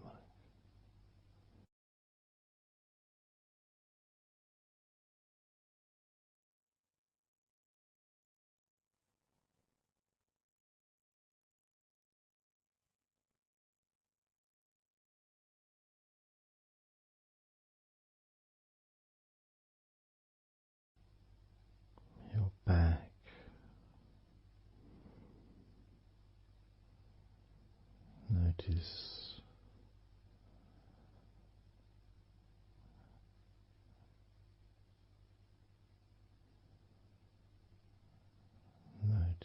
how relaxed you now feel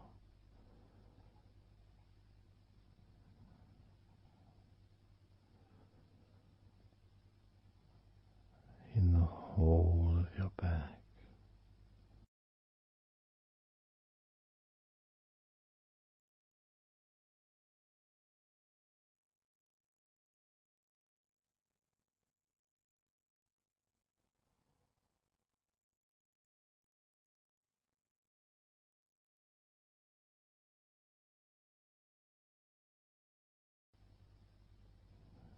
Your spine,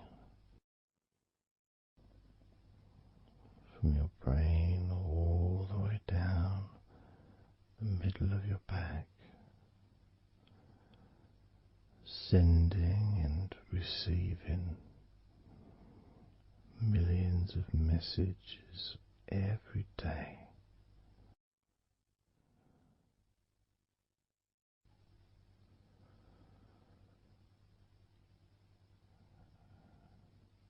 Deep comfort increasing.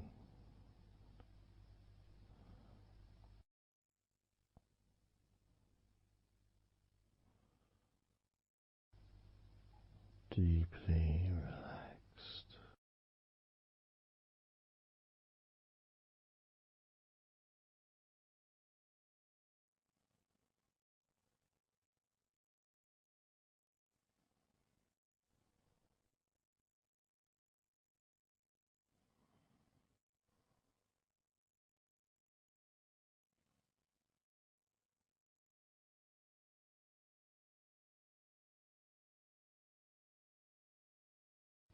Your knees,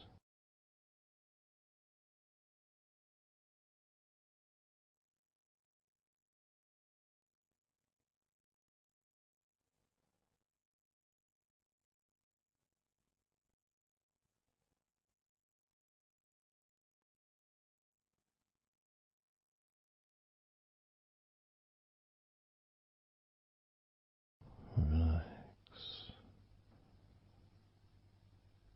spreading those signals down your spinal cord into every part of your body.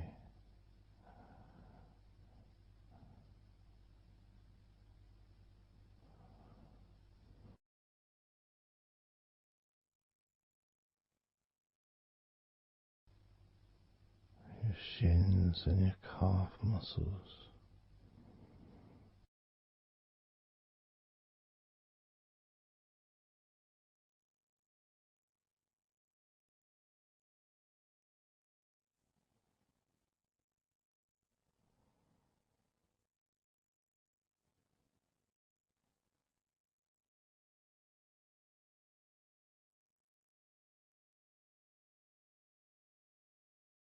your elbows,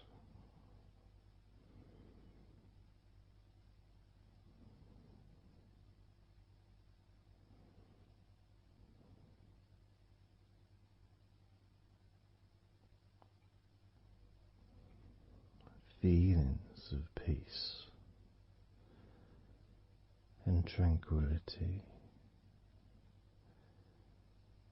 spreading through your body, tips of your toes to your eyes, your fingers all the way to your lower back.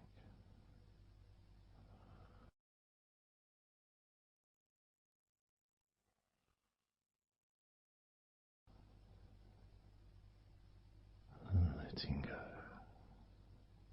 really letting go.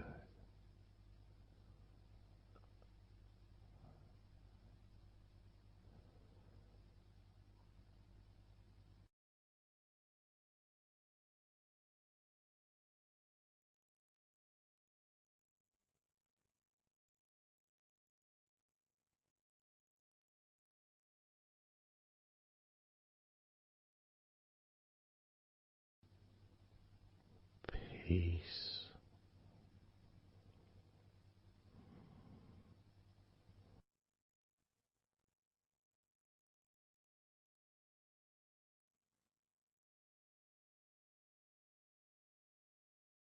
Drifting,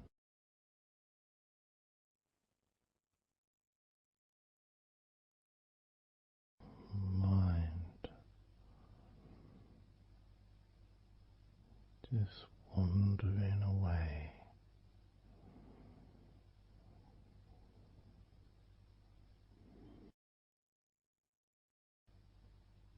happy to let go, let go, completely let go.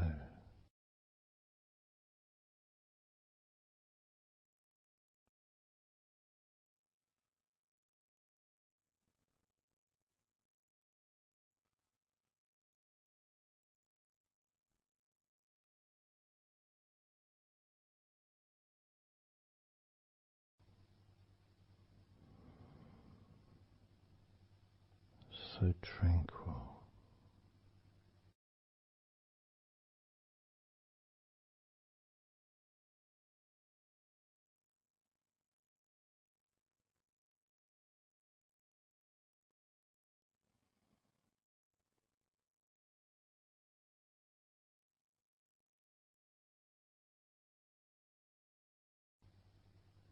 Your whole body enjoying a sense of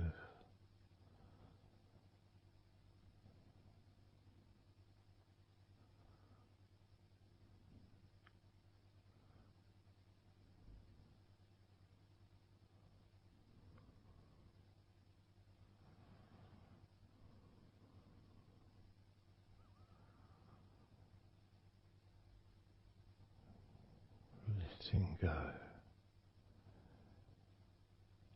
even more.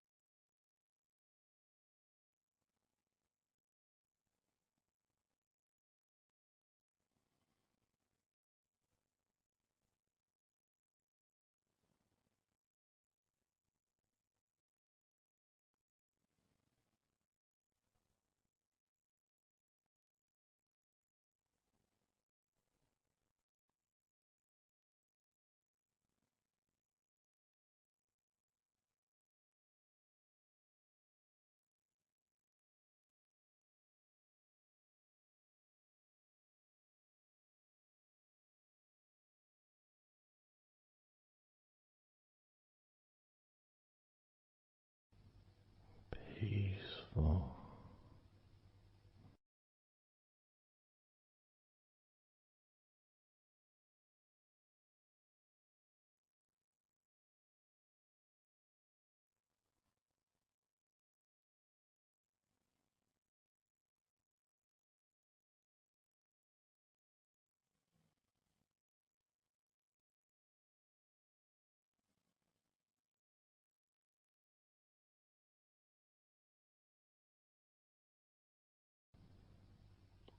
enjoying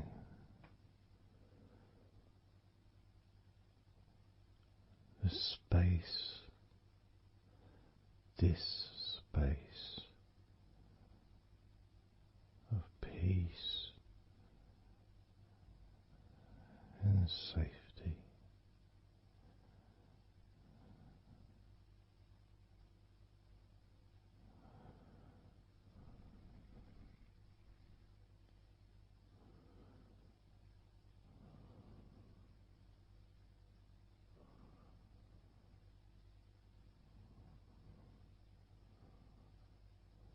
So very, very relaxed.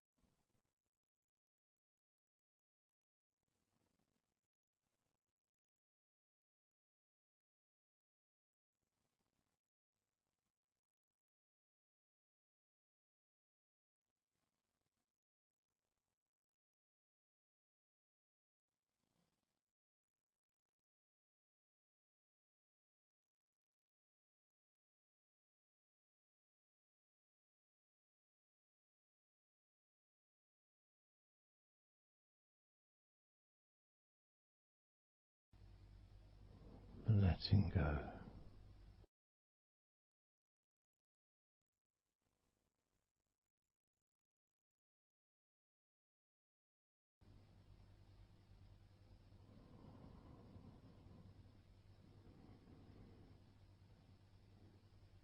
Maybe we can just focus on the different parts of your body, just to notice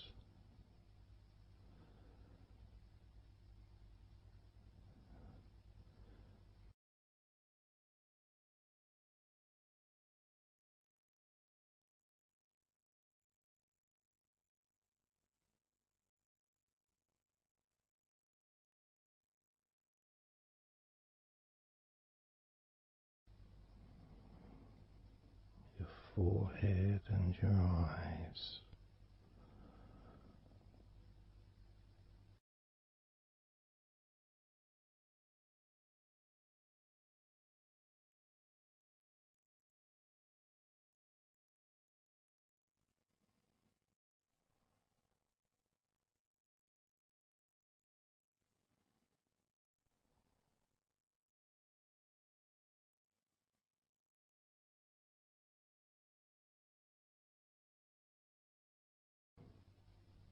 Your jaw,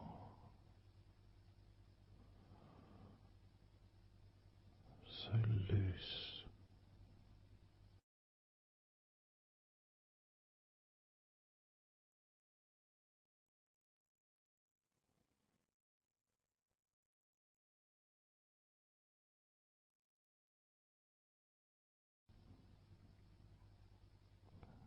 Noticing a sense of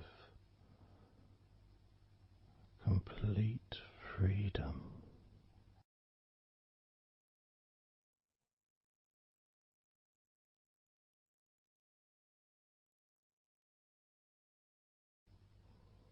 Absolute freedom.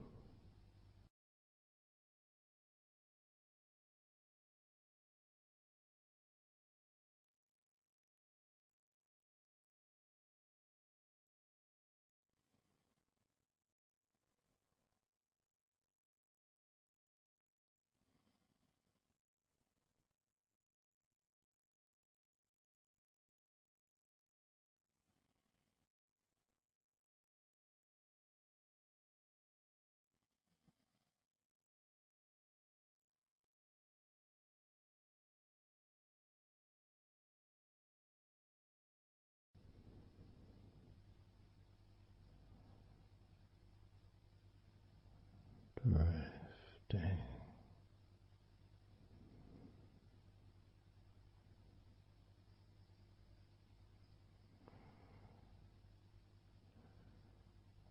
Drifting.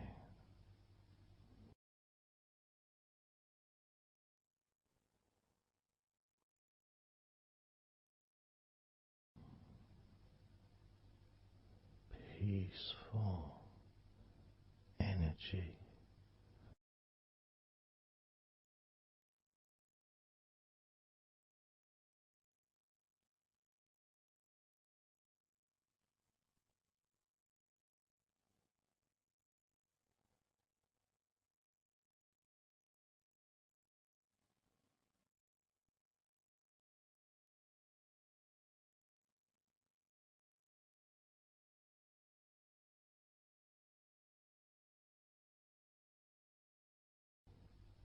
Peace to breathe. So much easier.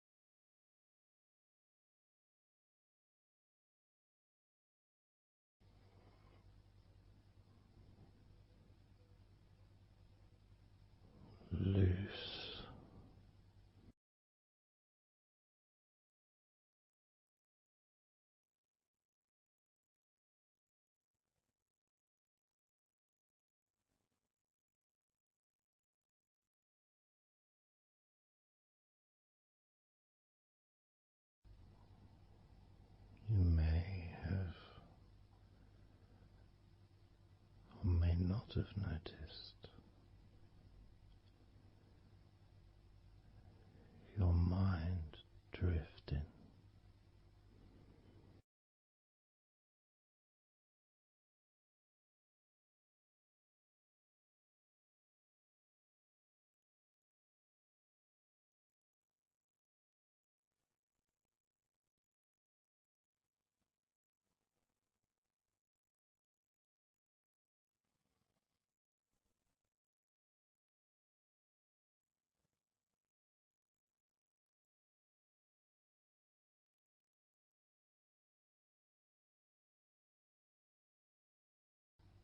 Peaceful.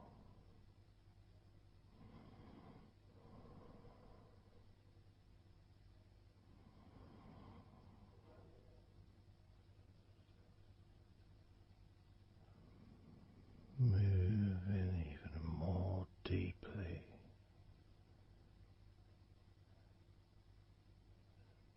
in the direction of total blissful peace. Blissful peace.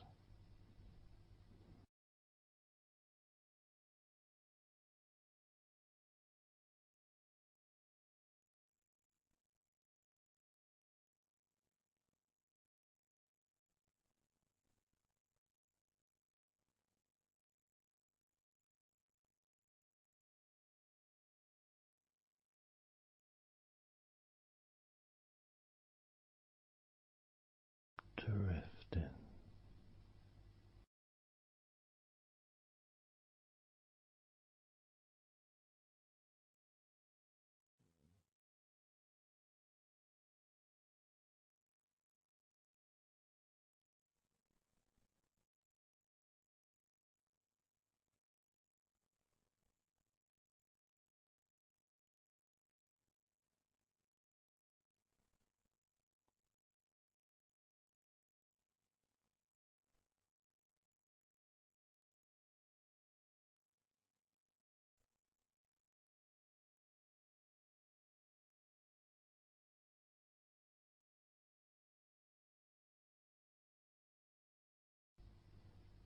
Total peace.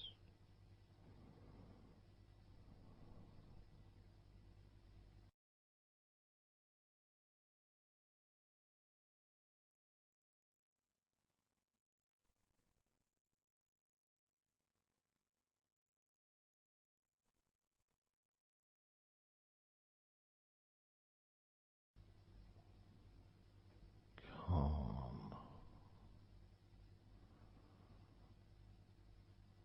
So calm.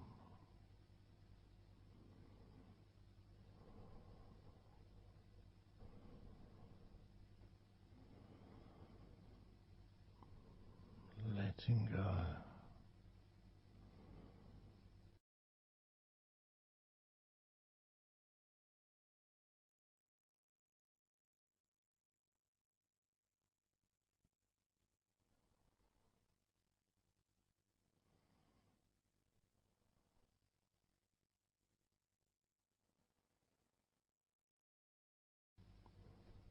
Peace of mind.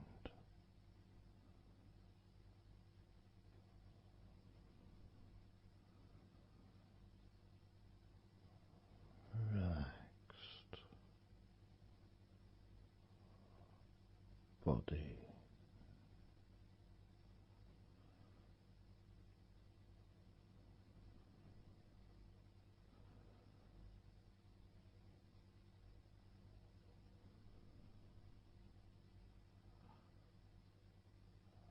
So relaxed.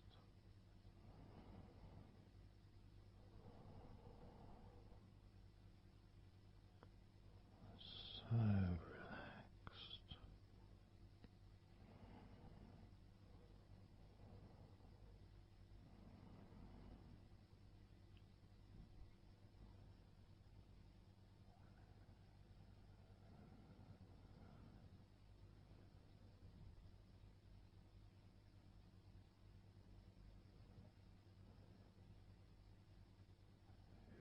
body feels almost invisible.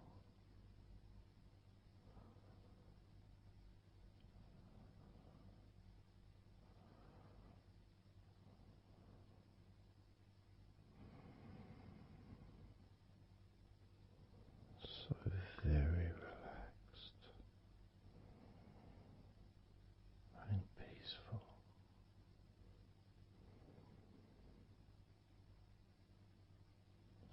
So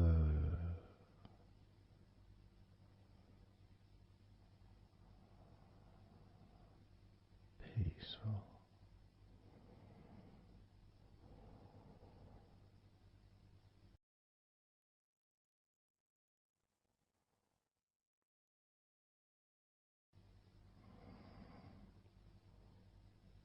Relax.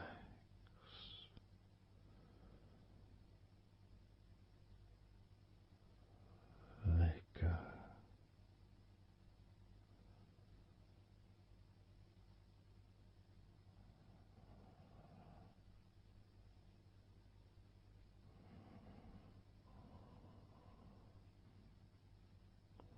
So peaceful.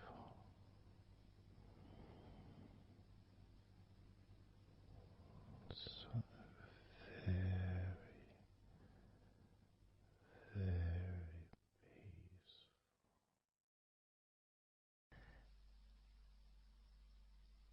And you could start to notice that you are feeling more relaxed.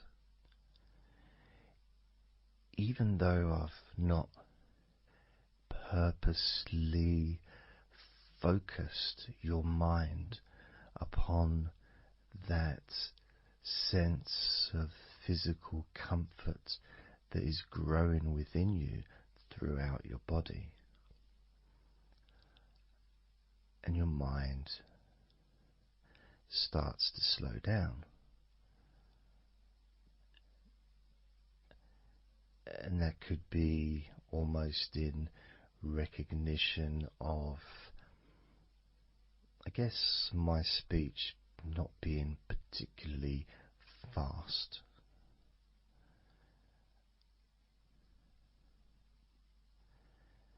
And things just generally feel calmer just by listening to my voice. You give yourself an opportunity to take a break from the day, take a break from your life as it is, and to give yourself a rest, giving yourself permission to take some time off and to allow your body to relax and allow your mind to slow down, which in turn releases the tension, any stresses that you had in your body.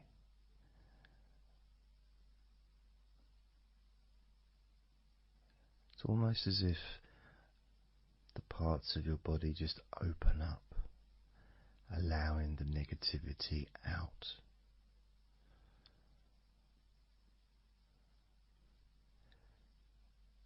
And at the same time, replacing that negativity with positive, healing energy, which then fills your body up, and your mind too also starts to appreciate those feelings of increasing confidence and an almost uplifting feeling, a positive healing, an energy that spreads through your body like a wave comfort. And all this comes from just allowing yourself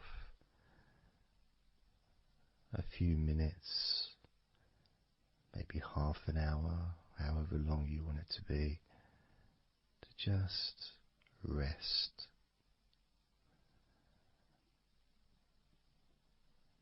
And allow your mind and your body to almost reset itself to the settings of comfort and relaxation, calmness, which allows more room for feelings of pleasure and happiness to move around your body and into your mind, almost as if your mind and your body are sinking together, almost mirroring each other with that growing positivity and calmness. And it feels nice. It really does feel nice to know that you are the one that has allowed yourself to feel more comfort and to experience more of this deep relaxation spreading throughout your body.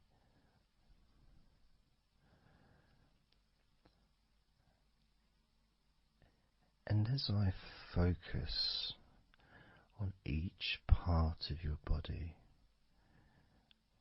you can notice that that part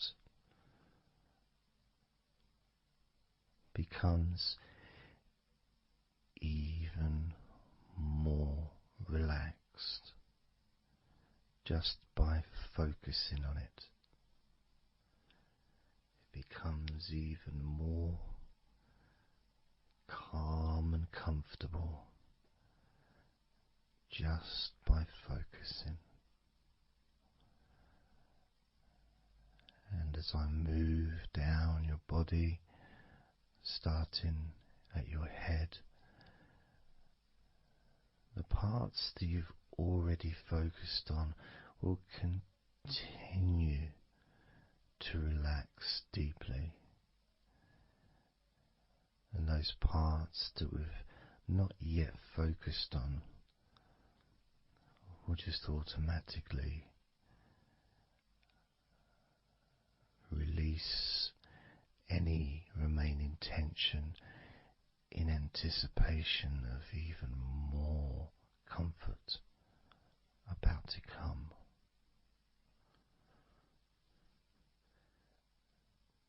Now, I'm going to start by focusing on your forehead. Just being aware of the feelings of your forehead. And any background sounds, like Mr. Herbert the pigeon, can just allow you to feel even more relaxed. It just means you're in the moment. This isn't a sterile environment. This is the world. I live in the countryside, so there's lots of nature sounds around.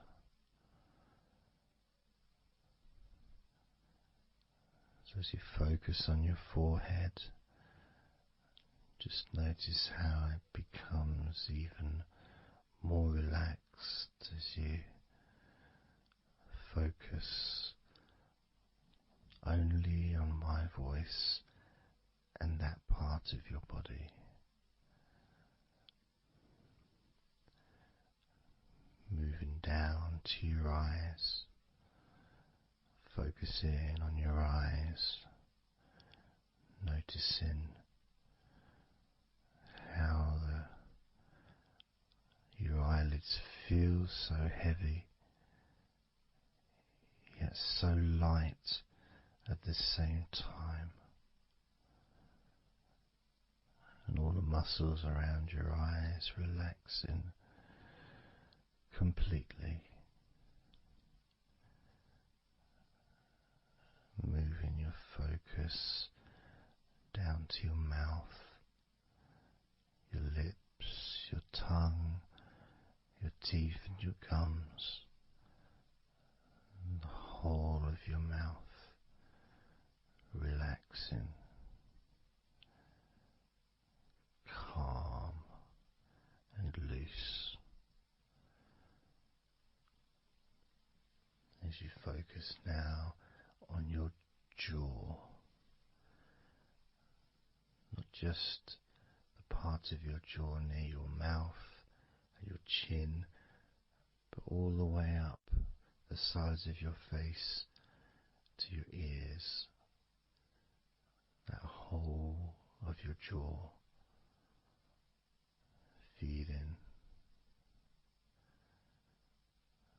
more relaxed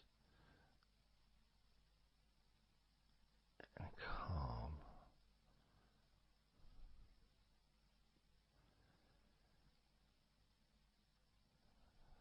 Focusing on your neck, the front of your neck and your throat, relaxing and loose and calm. The sides of your neck, the right and left side of your neck, relaxed and loose and calm.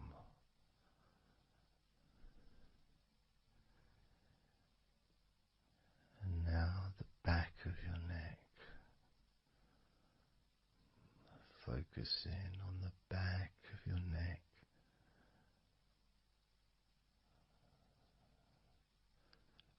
letting go of any tension that may have been there before, and enjoying that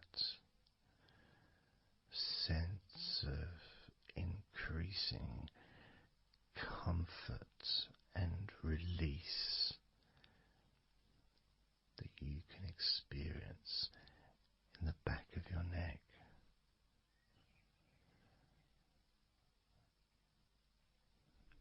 Moving down your back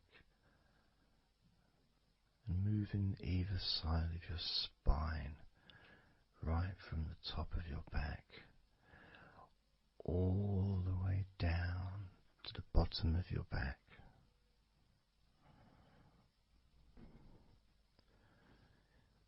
Down to your lower back.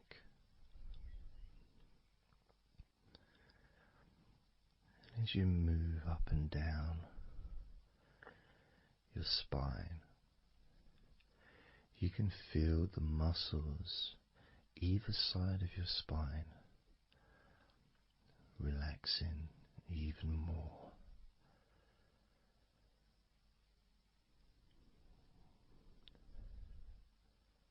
And as those muscles relax, that sense of comfort starts to spread outwards from your spine into both sides of your back,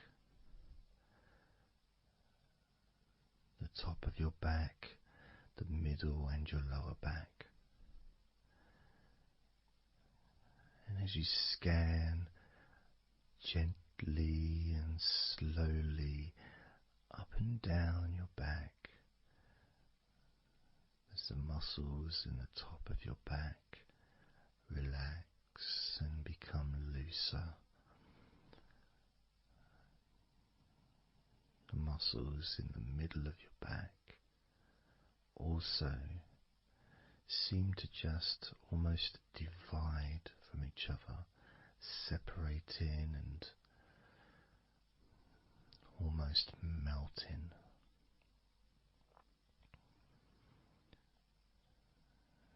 And in your lower back, there seems to be an extra special feeling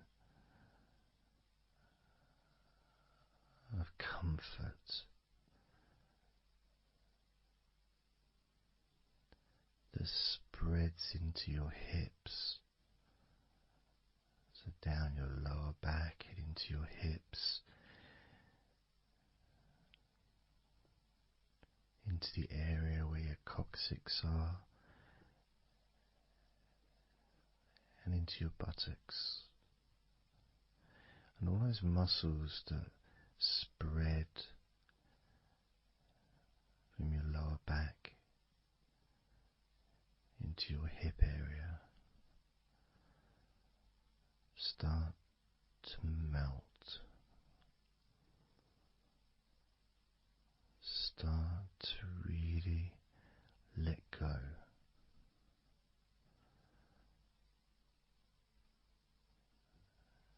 And even though we're about to focus on your shoulders, your back and your spine will continue to let go. Continue to relax so calmly. As you focus on your shoulders, you may notice that they're already feeling really loose. They're already feeling calm.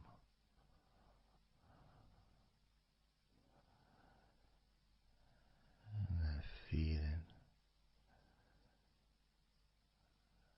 of those muscles that move from your neck into your shoulders.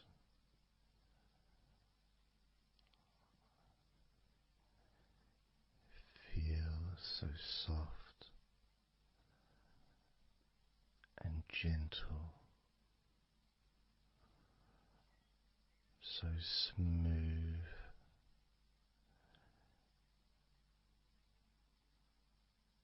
and calm.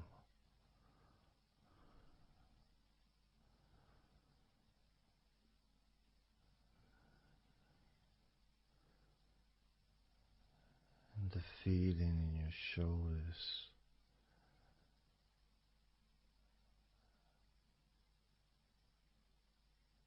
seems to spread deep into your shoulders. That sense of relaxation, not just traveling deeply into your muscles, but also relaxing the bones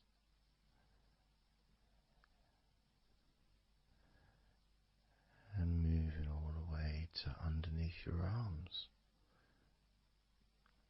relaxing that whole area between the tops of your shoulders and underneath your arms, healing.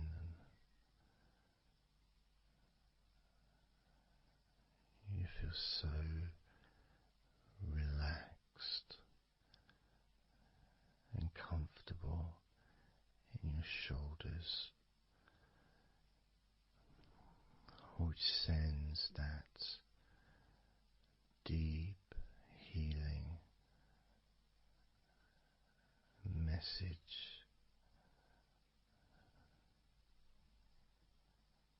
into your arms.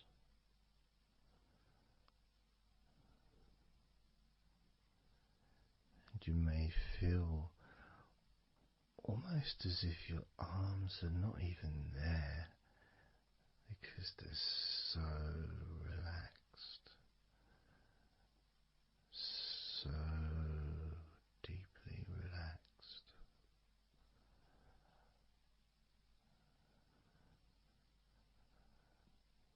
So calm.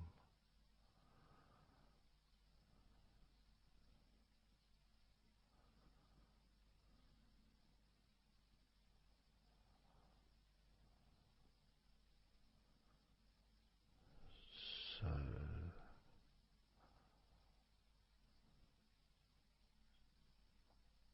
loose.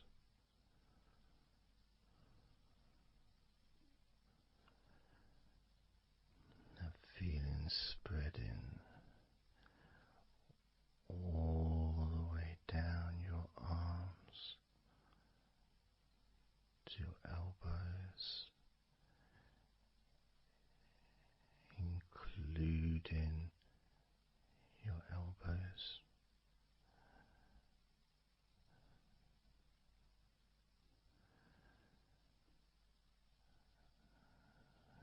Circumference spreads all the way into your wrists, your forearms and your wrists,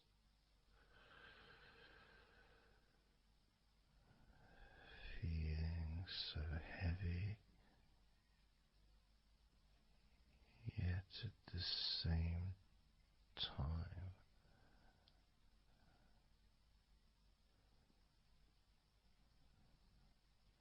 so light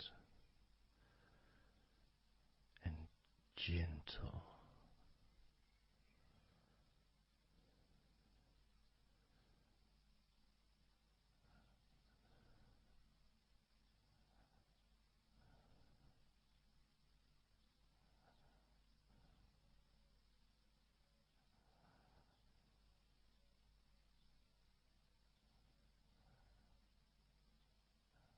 Focusing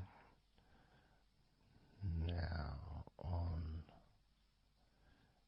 your hands.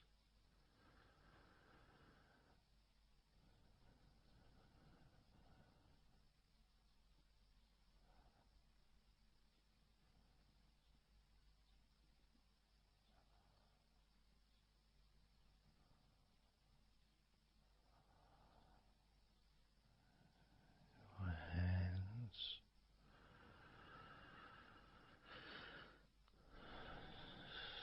so peaceful in your hands.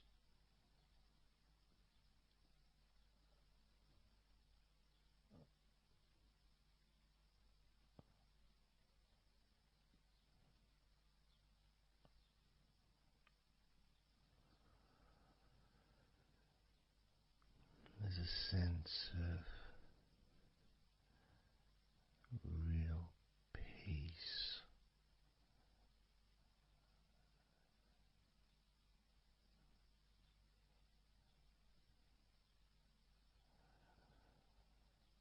that just seems to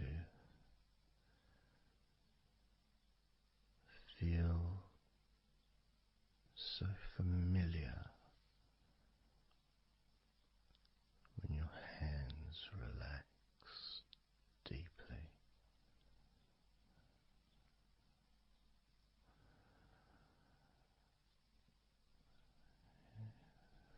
Feels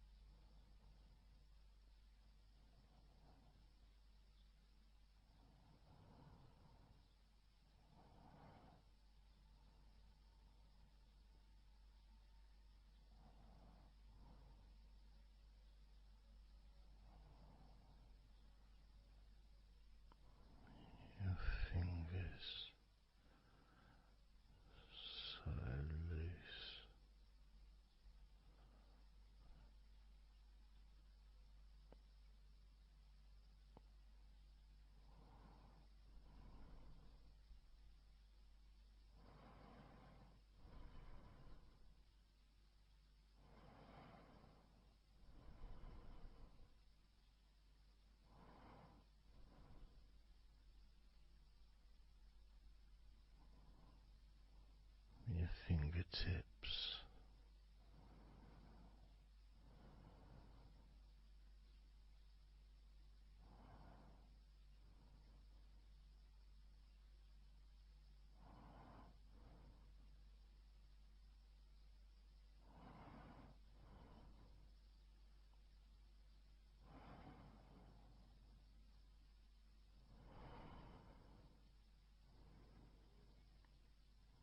Moving your attention to the front of your body,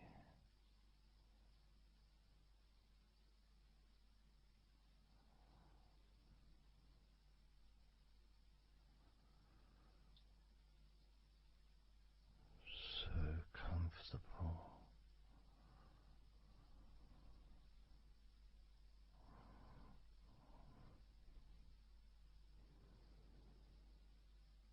Moving your focus to your legs,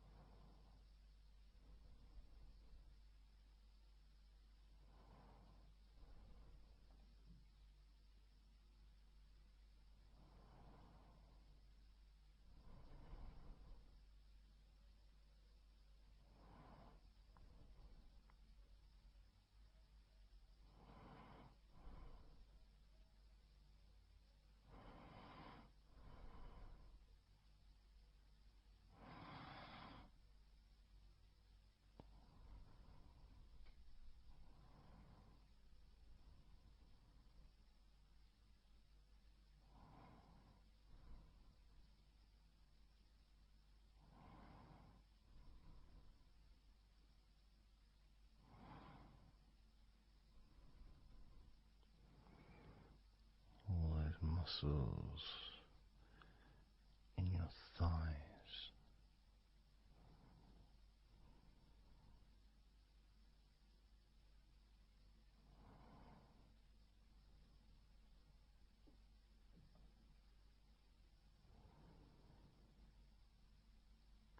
your knees,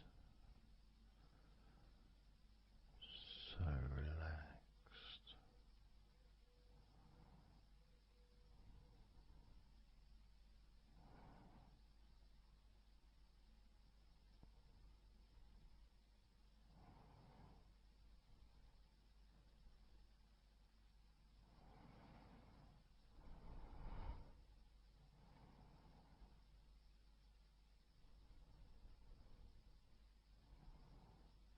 Your calf muscles and your shins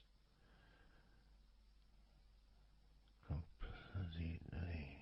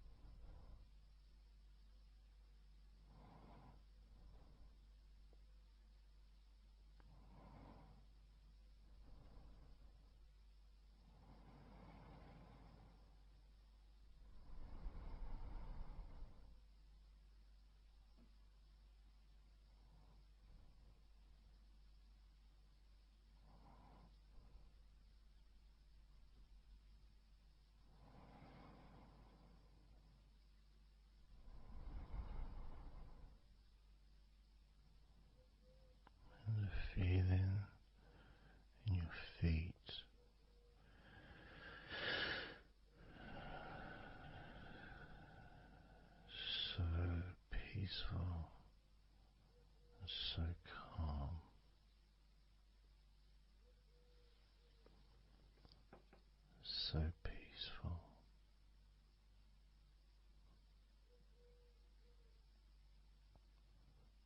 so calm.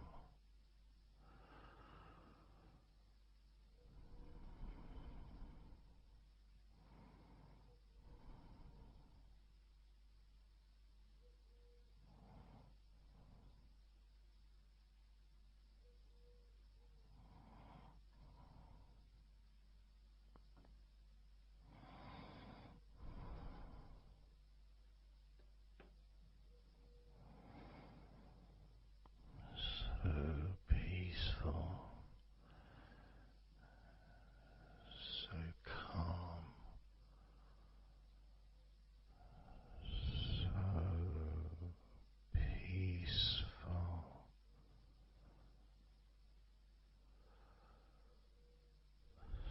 so relaxing,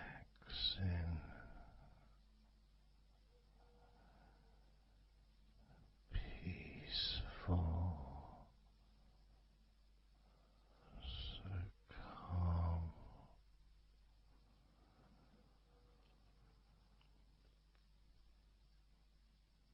Allowing that deep relaxation to spread to your chest and your stomach. So relaxed.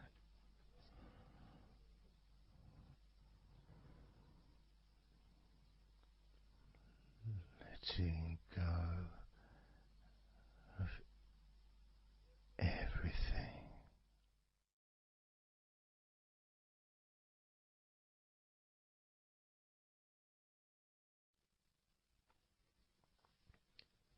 So I'm going to start counting down now from 20 down to 1.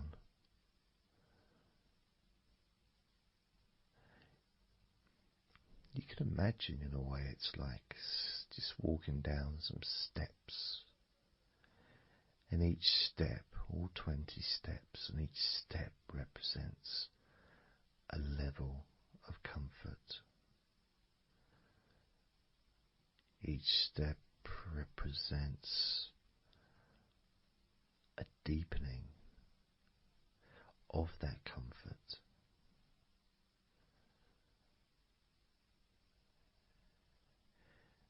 And the further you walk down those steps, the deeper and more relaxed you feel.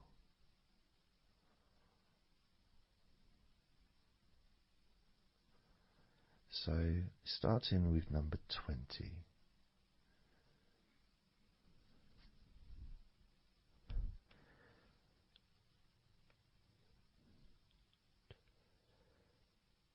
Twenty.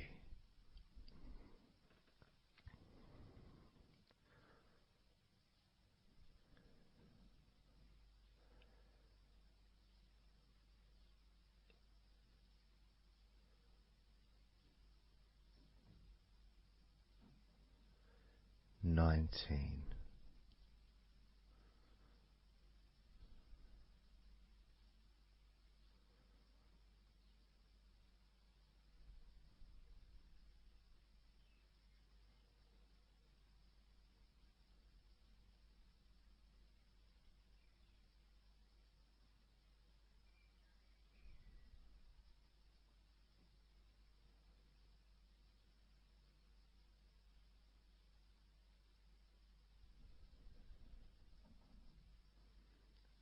18.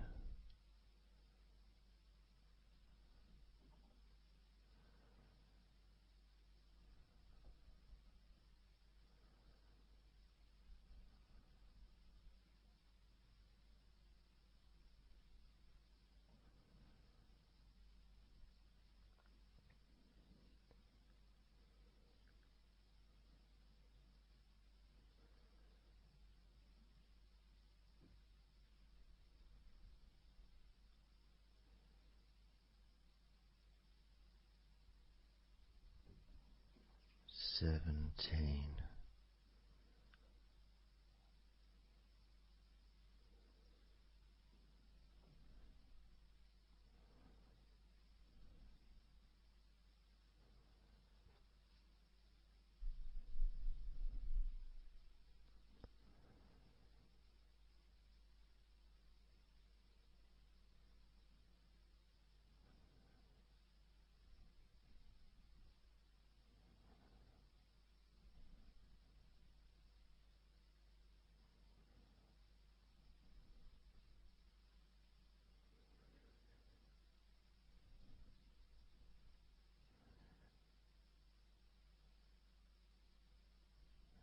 16.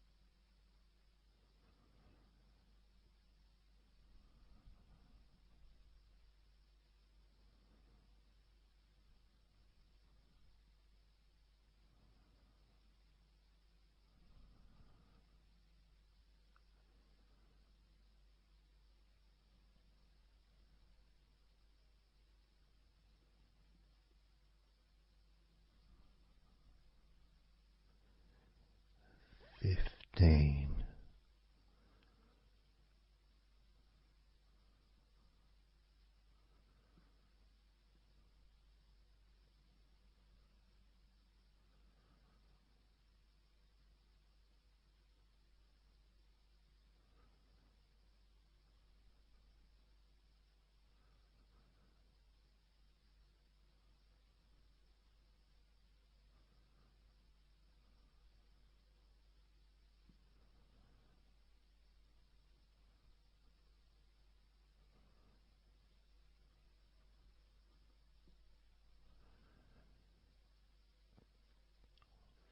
14.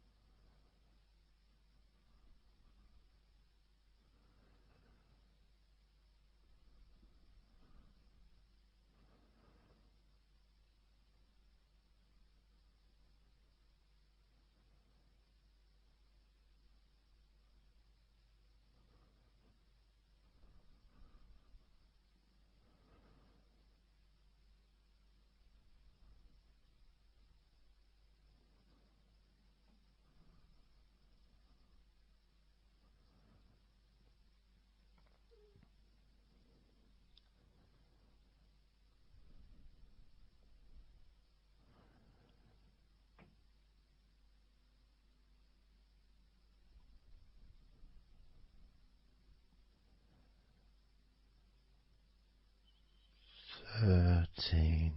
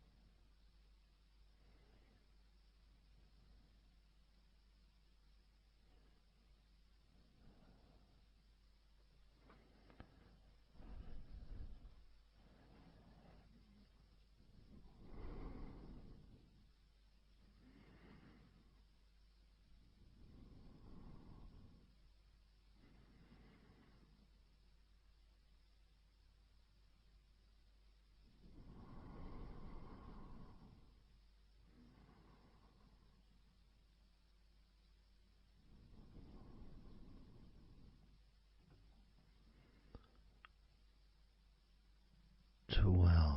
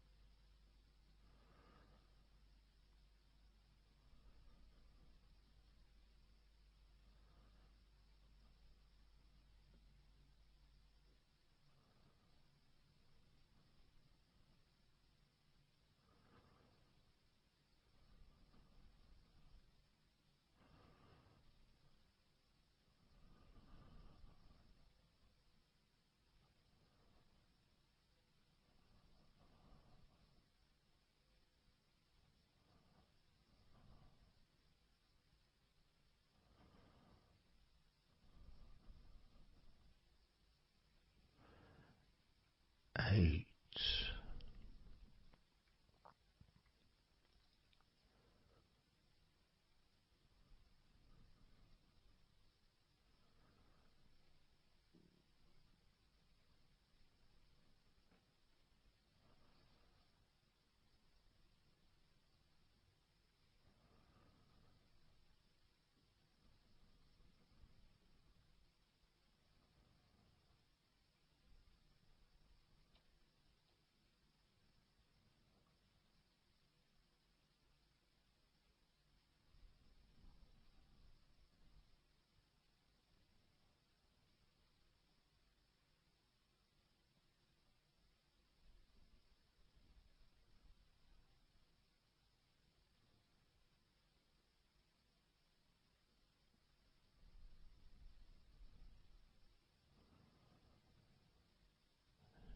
Seven,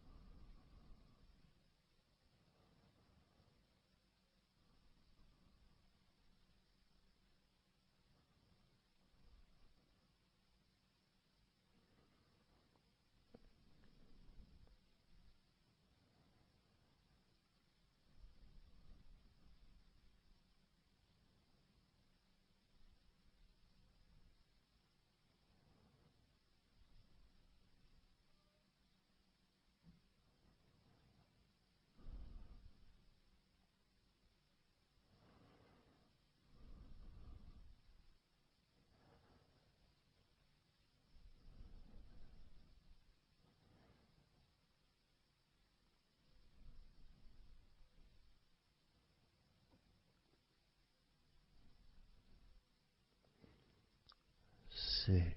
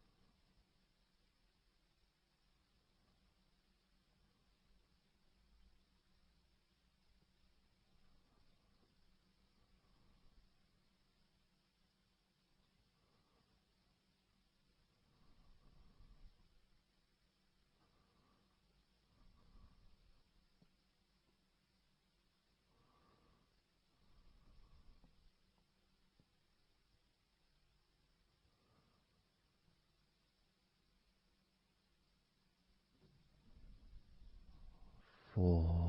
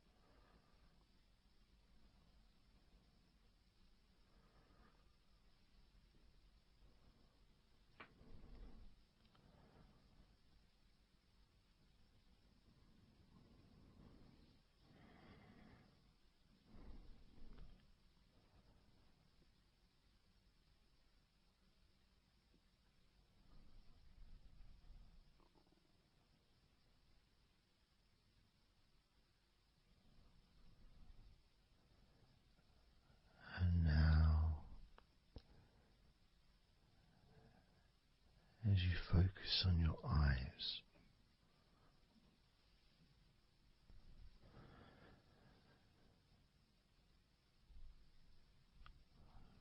we're going to count down from 10 down to 1.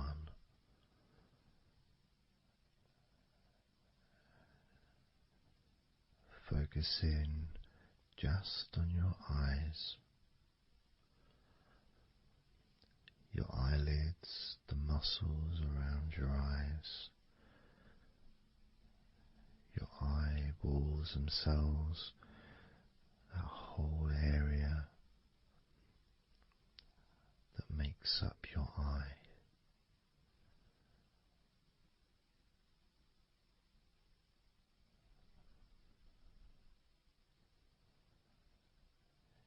And as we count down from 10 down to 1,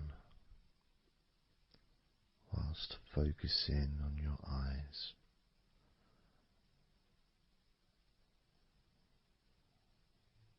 you will become twice as relaxed with each number counting down.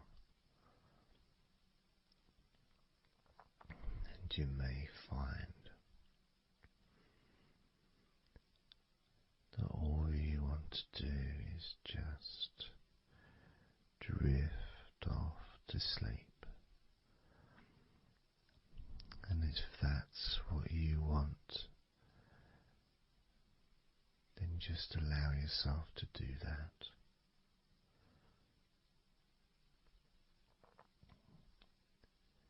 Now, focusing on your eyes, I'm going to begin counting down from 10 down to 1 right now.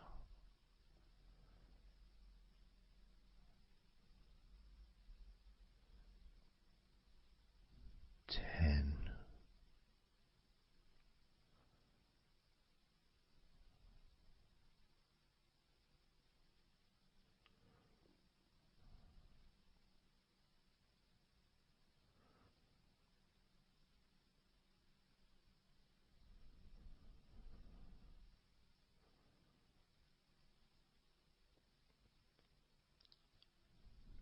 9.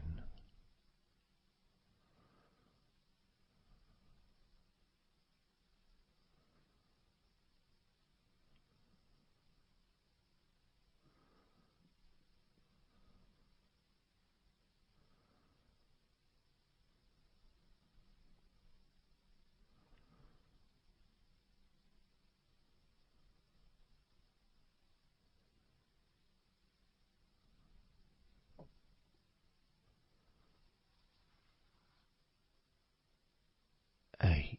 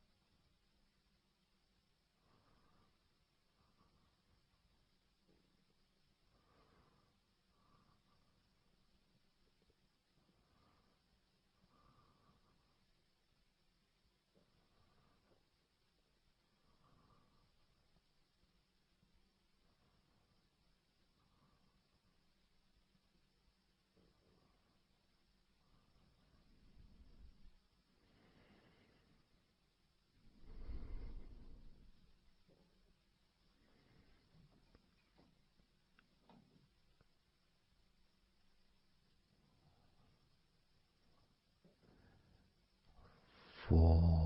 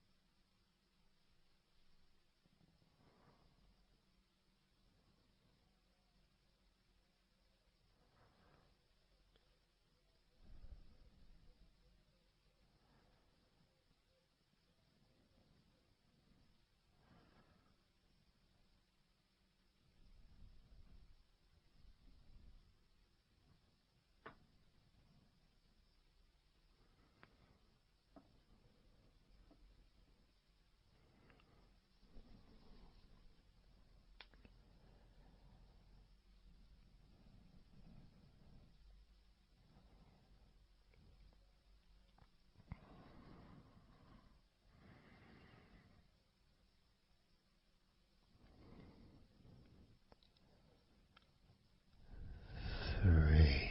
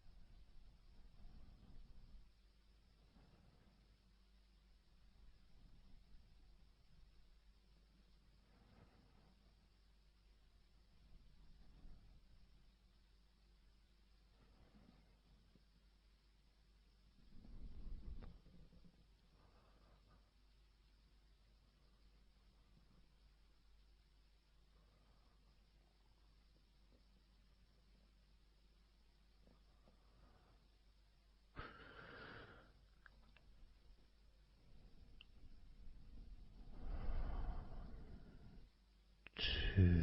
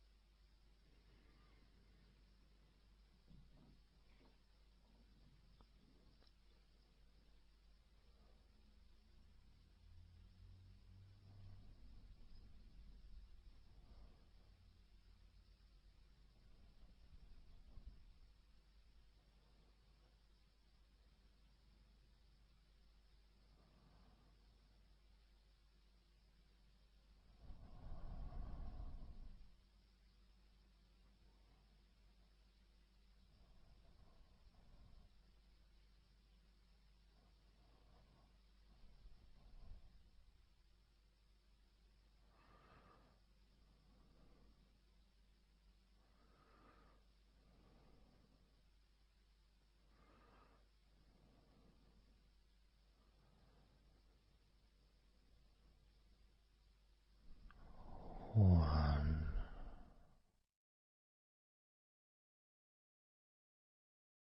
So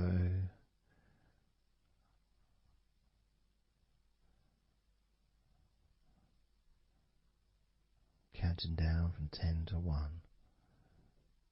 10, 9, 8, 7, 6, 5,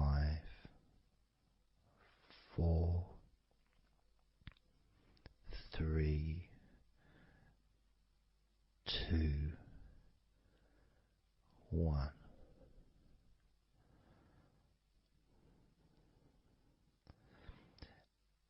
And maybe that was a bit too quick in order to relax. Maybe it's a bit too fast for you to notice the calming of your body. Maybe even a little bit of pressure there, like you're counting down from 10 to 1, what do you expect me to do, man? You expect me just to go all floppy just because you're counting down?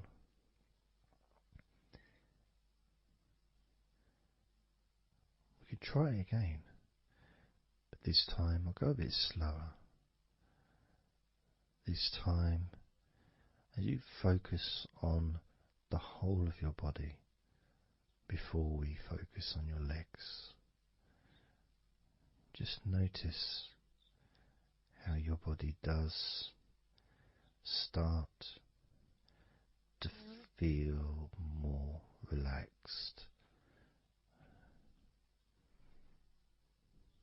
with every number that I count down. 10.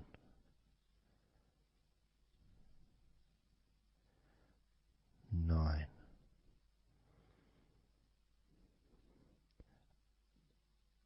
8.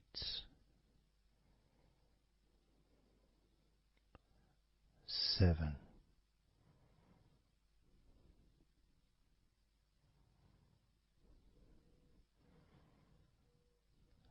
6.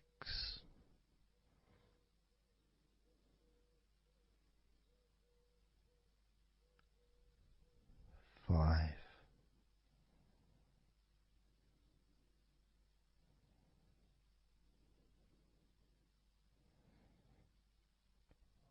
4.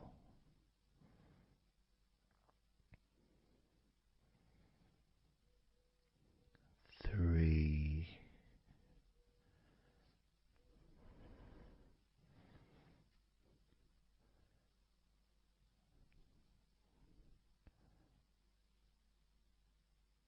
2.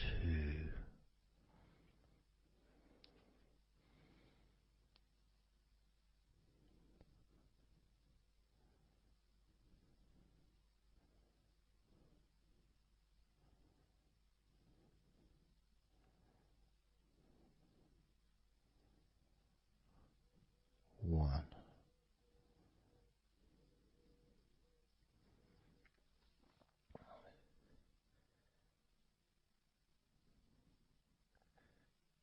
And just notice how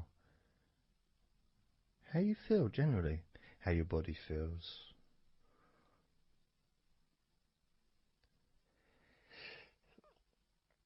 It's not necessarily even about counting down from 10 to 1. It's that space that you have, that space between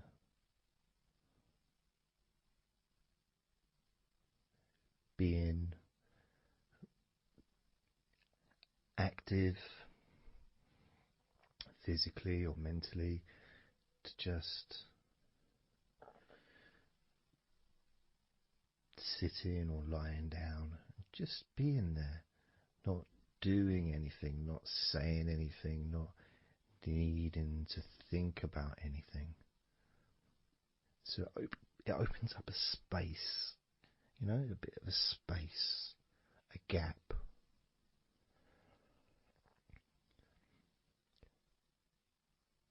And the more I count down from 10 to 1, the bigger that gap becomes. So there's that gap of calmness, of comfort, relaxation.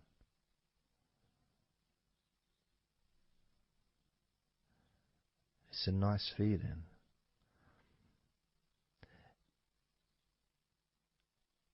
And it moves those stresses or discomforts physically or emotionally, moves them away.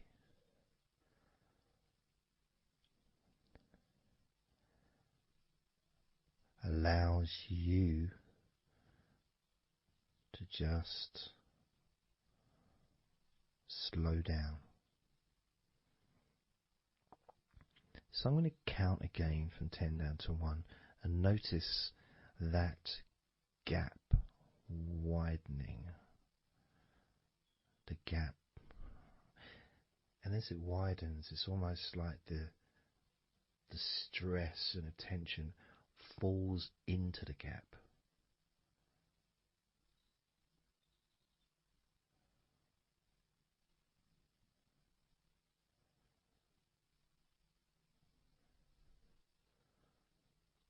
And gives you that distance, that space. Now, 10, 9,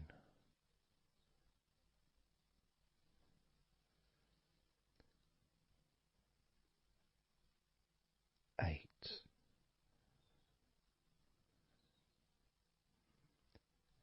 7,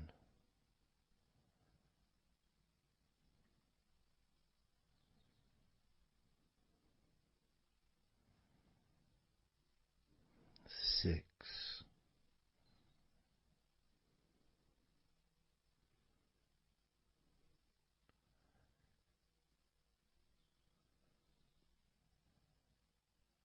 5,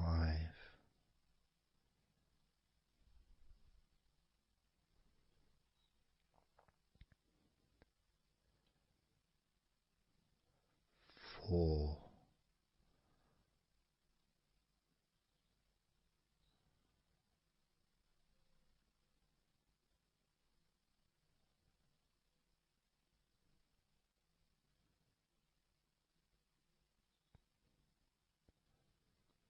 3,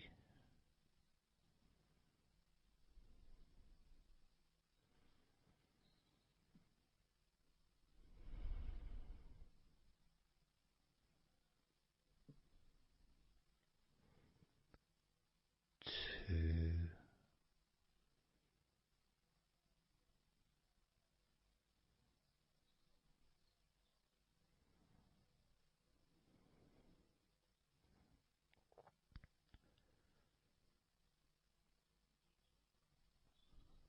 1.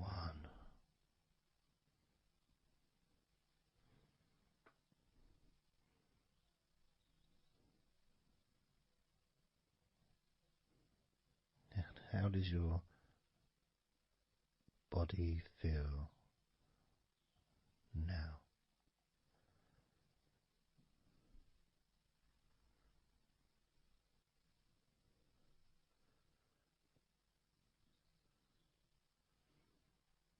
Can you notice that you're feeling calmer?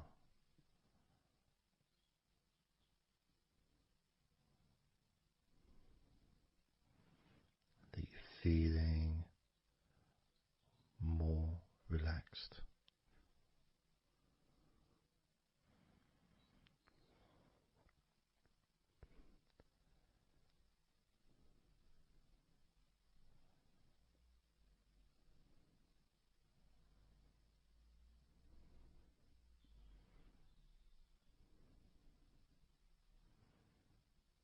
As we now focus on your legs, just your legs.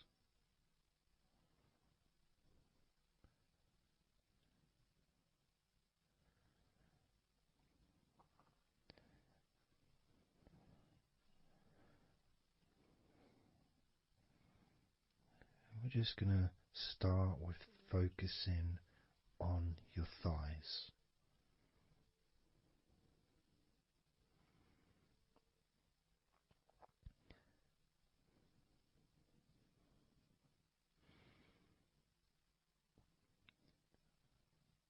Of course, it's not the most exciting thing to be doing because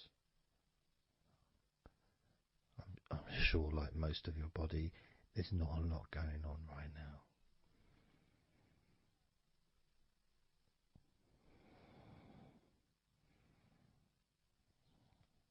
Just focusing on the whole of your thighs, the tops of your thighs, the sides of your thighs, the bottoms of your thighs, your outer thighs and your inner thighs. Basically, the whole of your thigh that leads into your hip. goes down to your knee joint.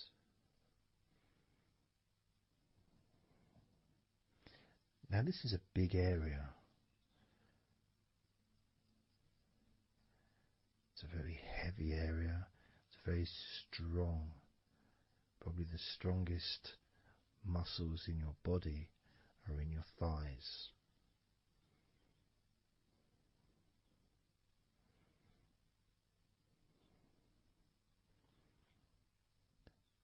But I don't think we perhaps give enough attention to our thighs.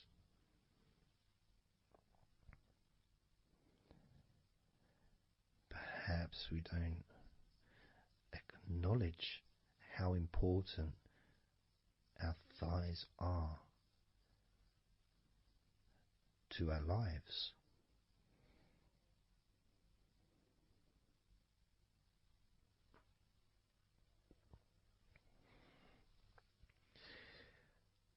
How much they actually do for us all through our lives.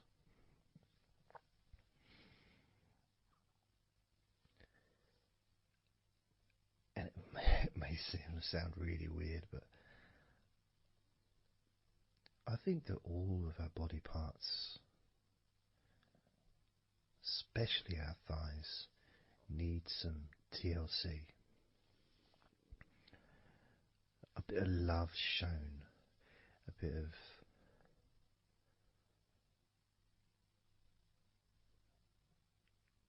acknowledgement, a thank you, gratitude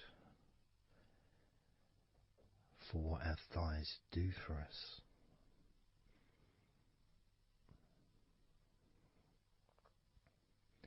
And I know this may sound a bit strange.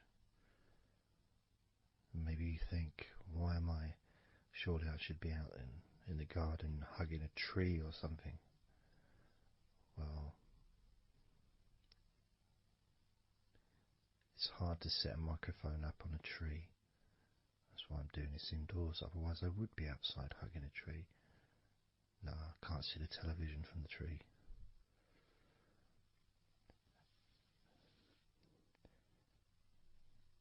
If you move down to your knees, again, such an important part. And I think we don't necessarily, I'll speak for myself here, I don't necessarily appreciate all that my knees do for me until I have a problem with my knee. So occasionally if I have maybe I bash it or it's aching for some reason, it's then that I realise how much it does. You know, the benefit of being able to use my legs without any kind of physical discomfort is a beautiful thing that's possibly not appreciated until it's temporarily removed, you know, that comfort. But as you focus on your knees, regardless of how your knees feel, you can add that sense of gratitude and love to your knees for all that they do for you.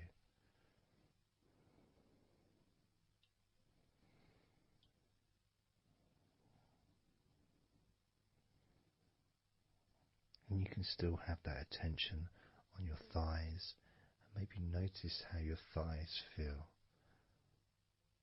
Maybe you've noticed that they are relaxing more deeply.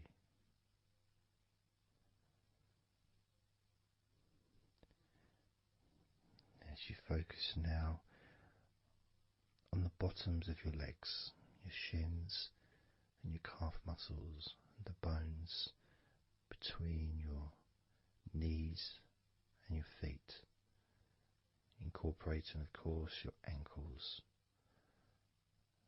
So important.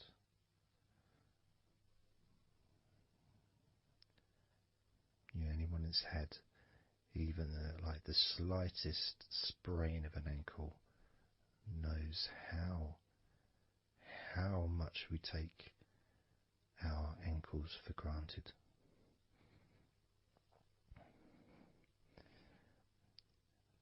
And it's kind of strange in a way when you think that, logically our wrists are a lot thinner than the rest of our arms, which is okay. Can't see any problem with that because we're just picking stuff up. But our ankles are so much thinner than the rest of our legs.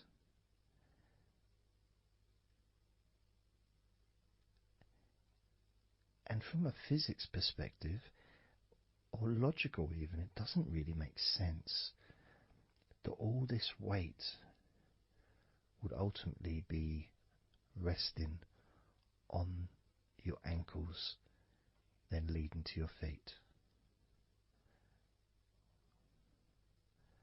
That thin area, thin bone, yet it does so much great work. Supports us, supports our body for a lifetime. Helps us to balance, helps you to get around and be mobile.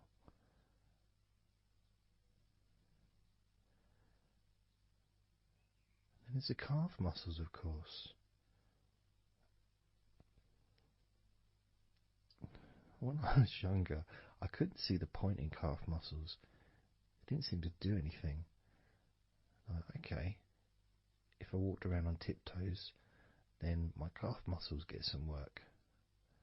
But of course that's not true. The calf muscles are being used whenever we use our legs.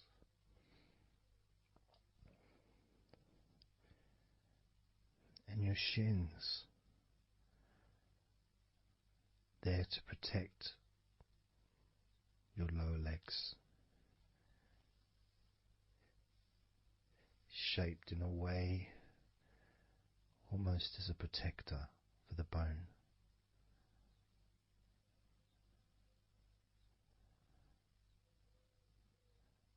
Leading, of course, to your ankles and your feet. But we're not going to focus on your feet, we're just going to focus on the legs.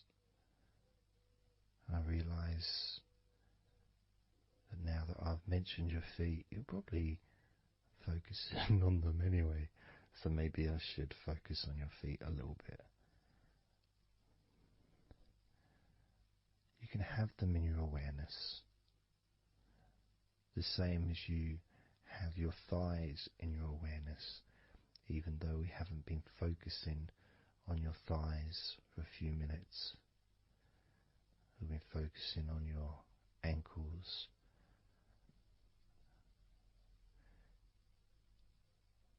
there's still that sensation of comfort in your thighs. And there's that movement of energy, because the thighs hold lots of different sensations. Of course, there's the muscles, the big, strong muscles that we have in our thighs.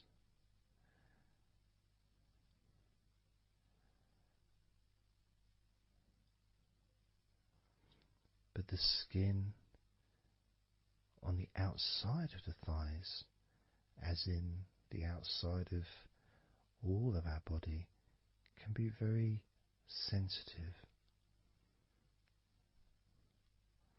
sensitive to the touch, sensitive to temperature.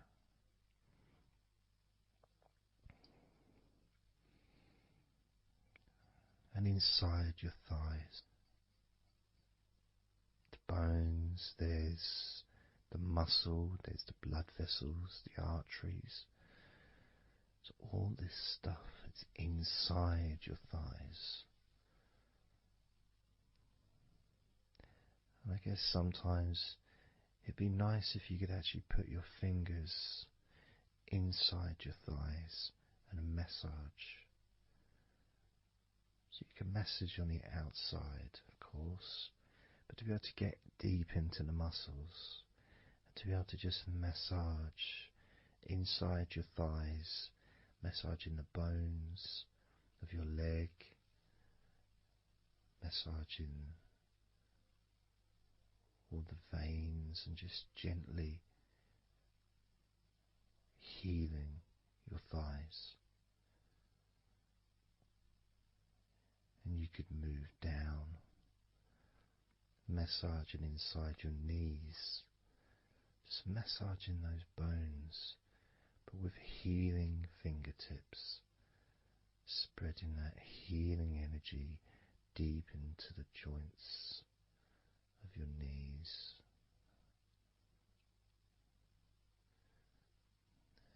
Of course, there's the back of your knee, you know, the inside crease where your knee is.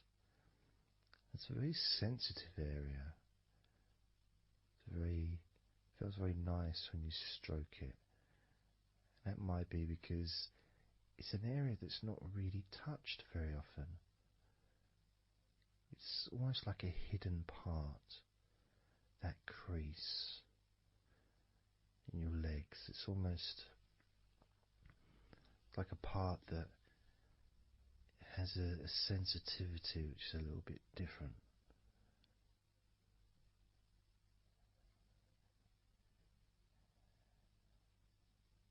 Of course, it's protected by your legs.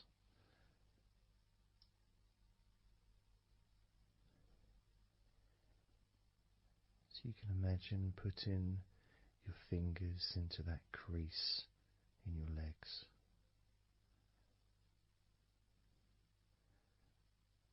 That fold in between your legs, you can just massage with your fingertips. Imagine your fingertips going inside, massaging the muscle tissue. You can of course feel the bones of your knees healing through your fingertips.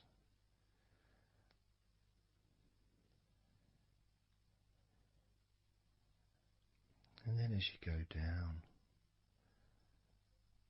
to your calf muscles, now that's a part I'd like to be able to really put my fingertips deep inside my calf muscles, massaging every single tissue of that muscle, healing every part.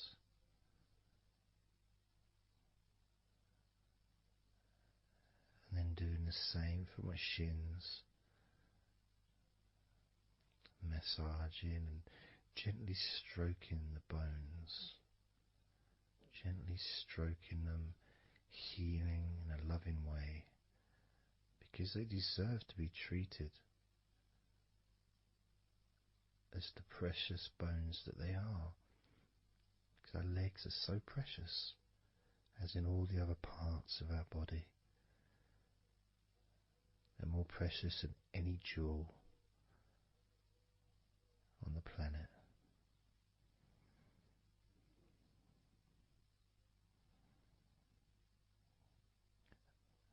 And when you start to think about your legs in this way,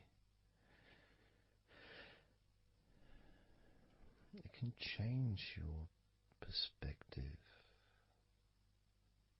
It might sound a bit silly to start with, The idea of having love for your legs, showing appreciation for your thighs, wanting to be able to put your hands in your thighs and massage the muscles and the bones, and to get your fingers deep in there, releasing all tension, just to show how much you care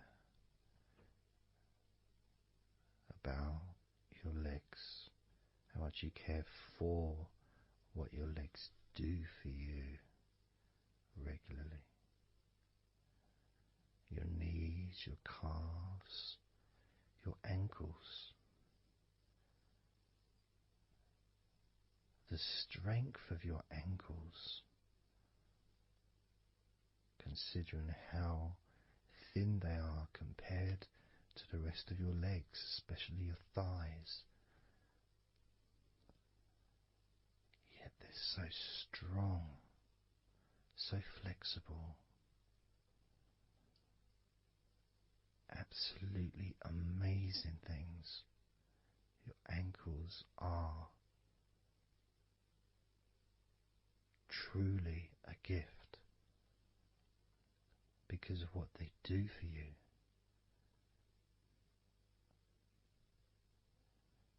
Supporting all that weight, regardless of what weight you are, even if you're only 8 stone,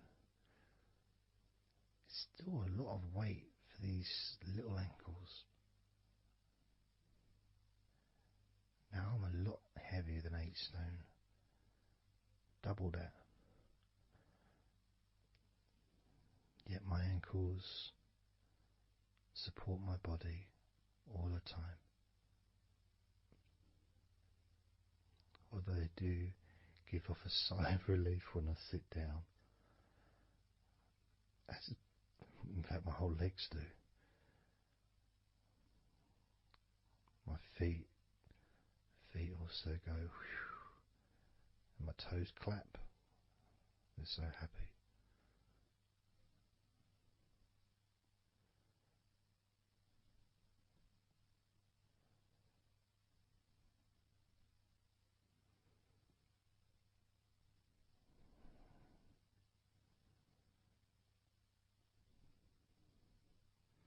Your legs really are amazing. And I know that talking about your legs is probably possibly among the most boring things you've ever heard anyone say, possibly.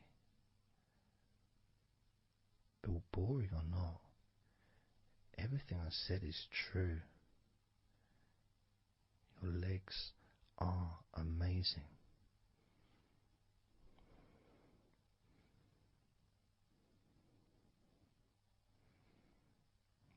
Your legs deserve not just respect,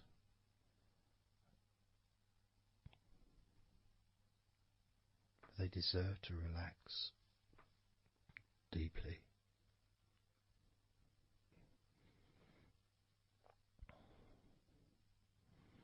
They deserve to take some time out of the day to just let go completely.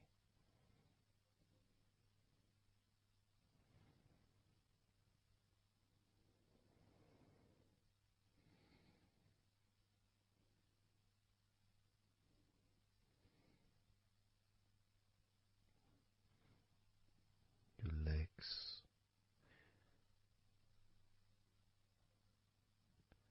really can relax.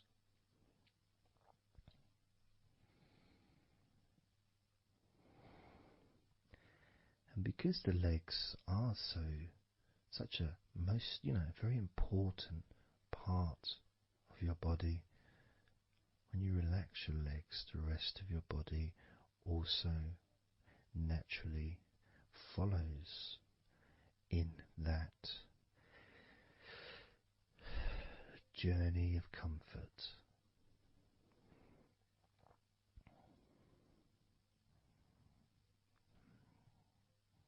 I can feel it in my hips. My hips feel really loose. And also my lower back as well. My lower back really feels stretched, even though I'm just sitting in a chair and there's no stretching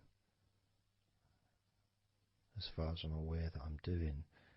But it's almost as if the muscles are just relaxed so much that there is a natural stretch as the tension has reduced a lot.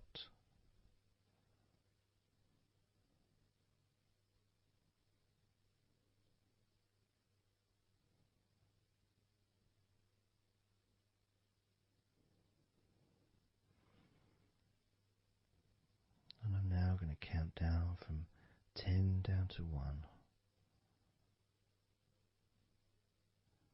And you can continue to feel wonderfully relaxed. 10, 9, 8, 7, 6, 5,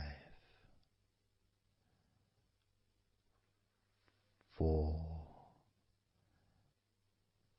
3, 2, 1.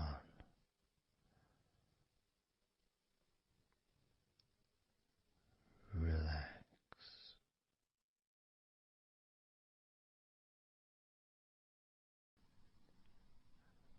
So I'm just going to count down from 5 down to 1. And as I count down, if you just focus on the numbers, just the numbers, counting down, and notice how you feel in this moment as you hear the numbers counting down, knowing that those numbers counting down represent you feeling calmer, not just in your body but also relaxing your mind. And just notice how you feel. There's nothing to do, there's nothing to say, there's nothing to think about. Starting with number 5.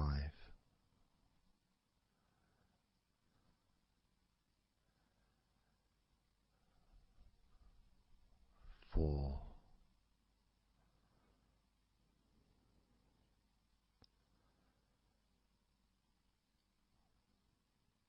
3.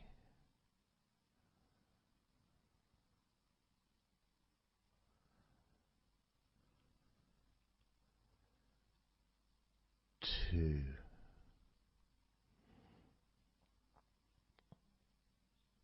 1.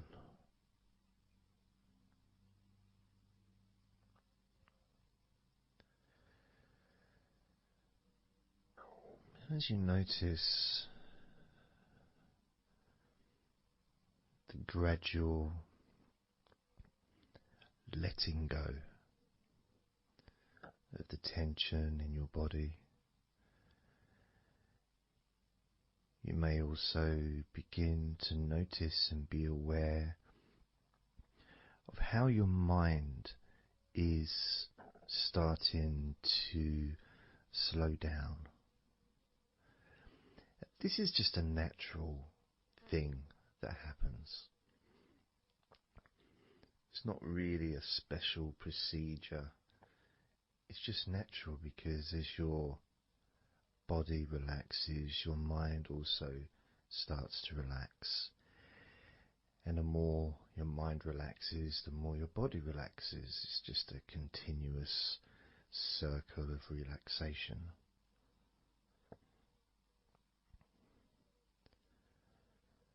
And there's that calmness that comes from relative quietness. You know, even if there's background sounds, either your side or mine, it's still going to be quite calm. You know, you haven't got the television on, there's no music in the background unless you're listening to the recording with music, of course. You're very likely not going to be sitting in a room with other people. Of course you might be, but generally it's more ideal if you can do this on your own. So no distractions.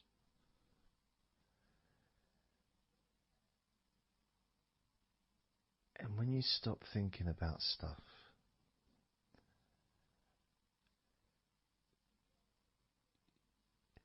relaxation automatically rises. A sense of comfort starts to grow. And without trying to build it up into something fantastical or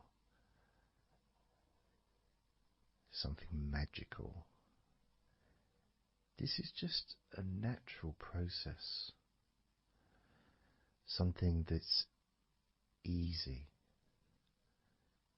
to accomplish.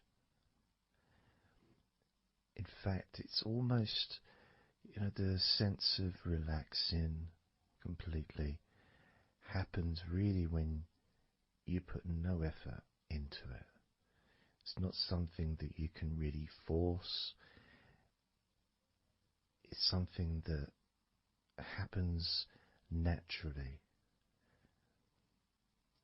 And part of the process of this recording and others is simply to allow you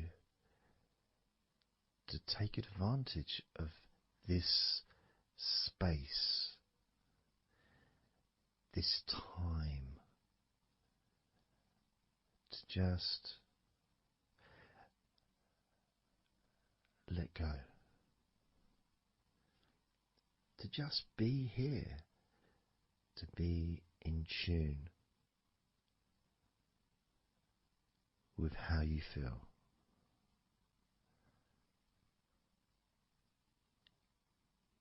Yet with the intention of wanting to relax deeply. And maybe even to fall asleep, depending on what it is that you wish for yourself in this moment.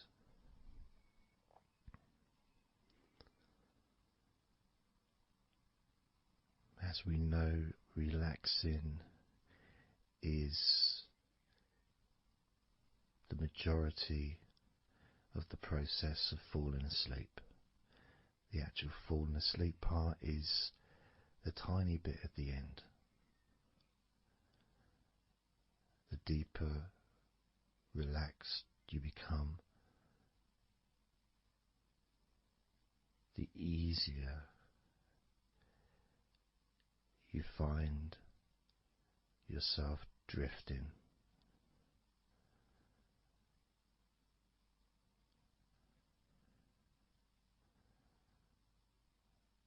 But you can also, if you choose, stay focused on my voice and really enjoy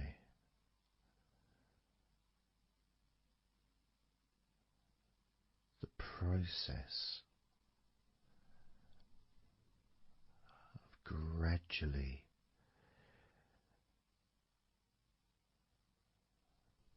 relaxing muscle in your body effortlessly,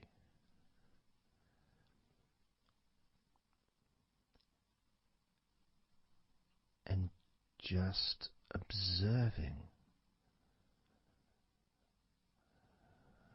the sensation of letting go.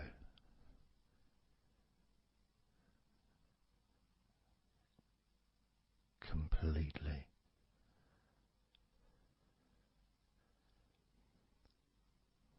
This time I'm going to count from 6 down to 1. And you can notice your mind calming down more with each number that you hear me say. Naturally feeling calm and slow and peaceful.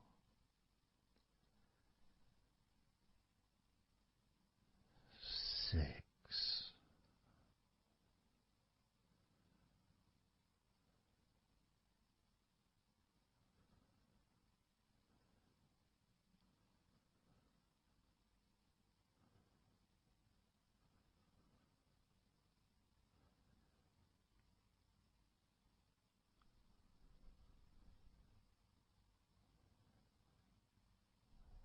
5.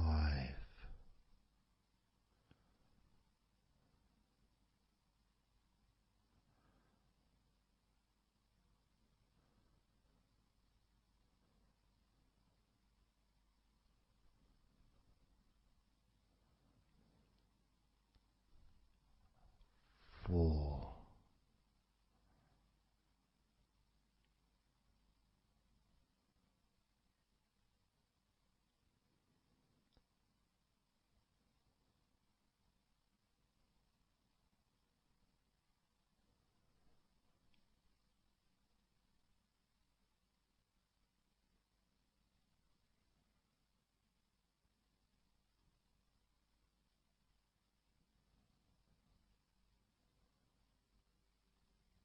3.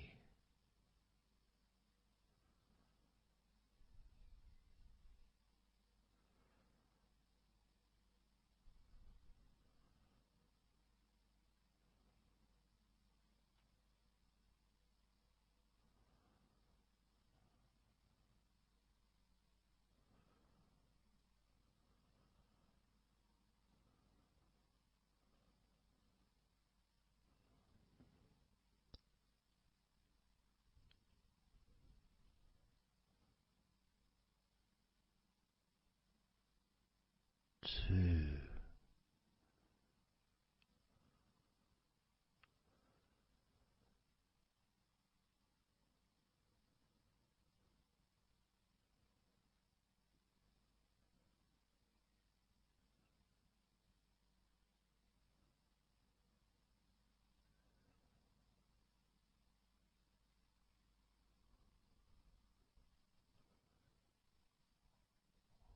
1.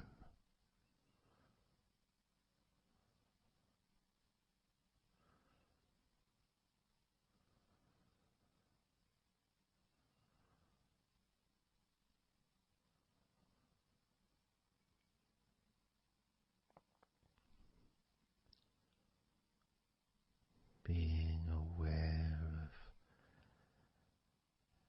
how your mind has slowed right down, sinking deeply into relaxation.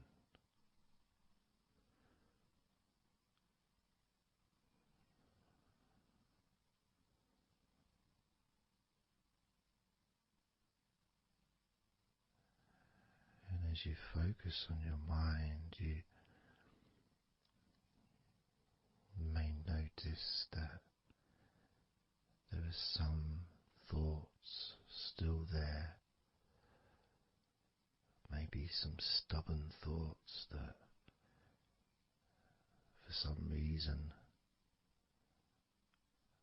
perhaps need your attention.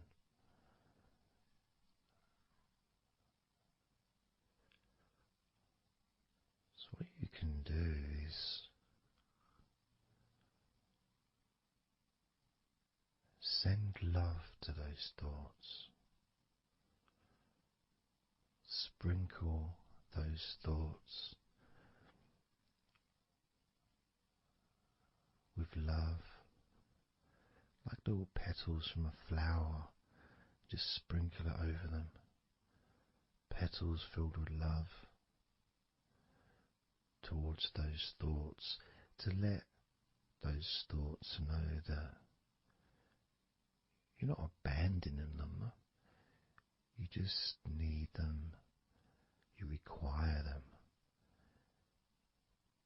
to just calm down, slow down, quiet down for now.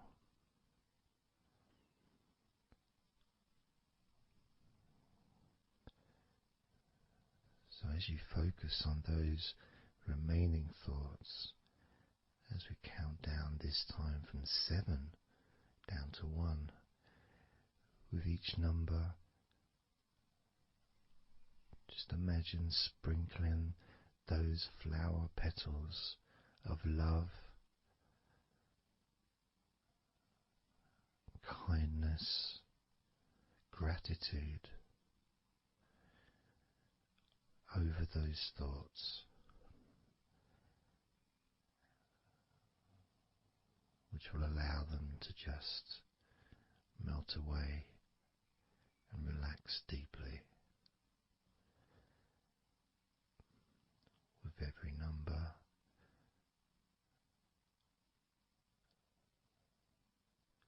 those thoughts will become more and more relaxed.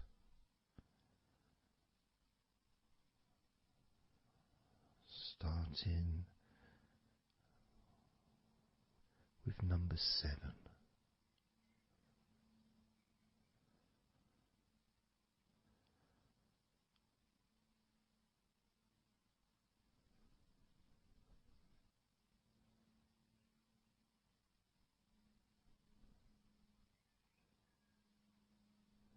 6. 5.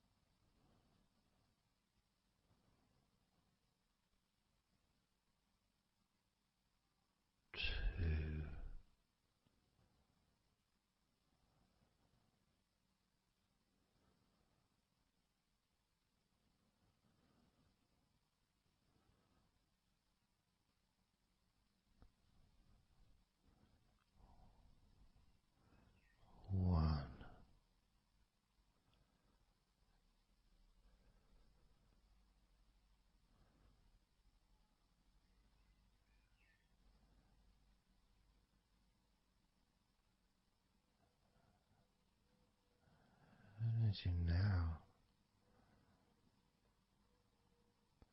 notice how relaxed you're feeling in your body,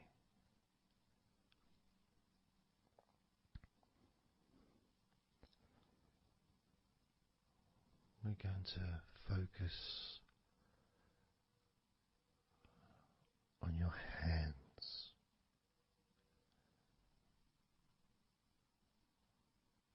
Because the more relaxed your hands are, the more relaxed your body and mind are.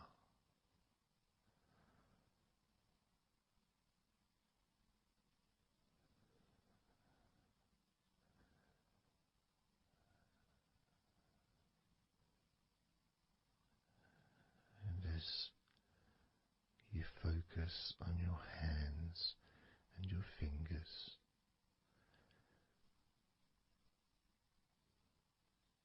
there's nothing needed to be done.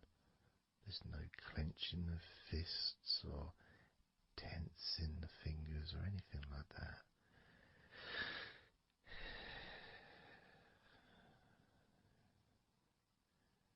It's just noticing and focusing on your hands.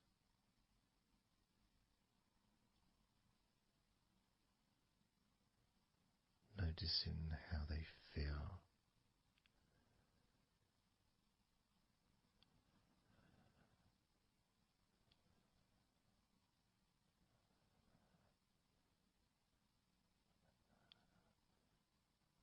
Because the more relaxed your hands feel, the calmer your mind feels, and the more comfort you feel throughout your body.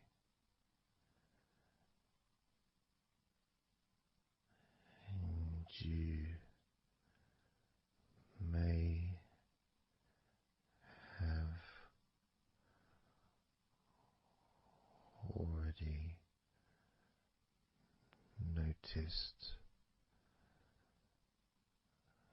that your mind is starting to drift.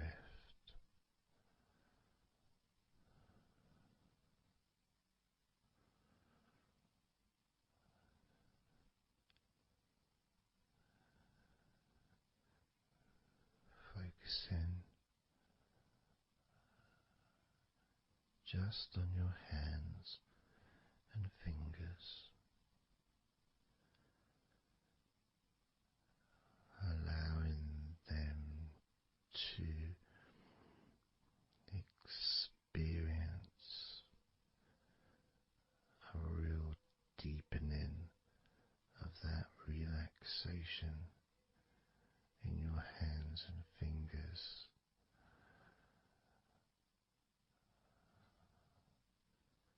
More and more relaxed with each number.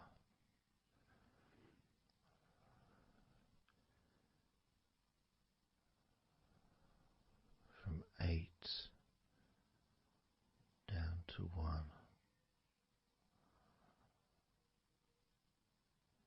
You can almost feel that healing and relaxing energy spreading into your hands and fingers, becoming even more relaxing with each number you hear going down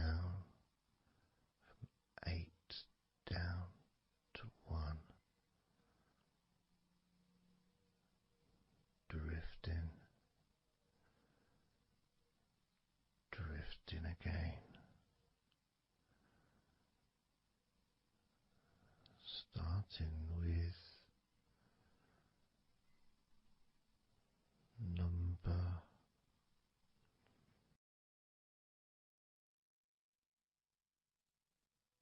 8.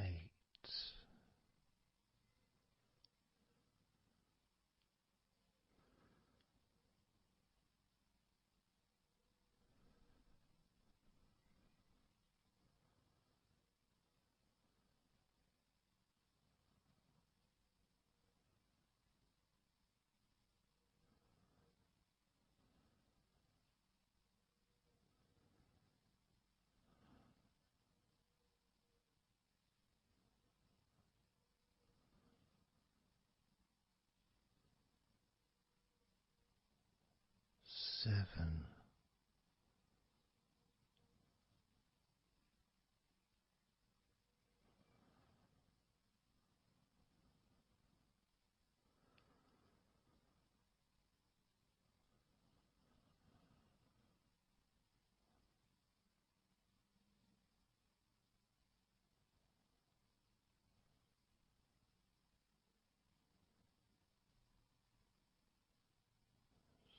6.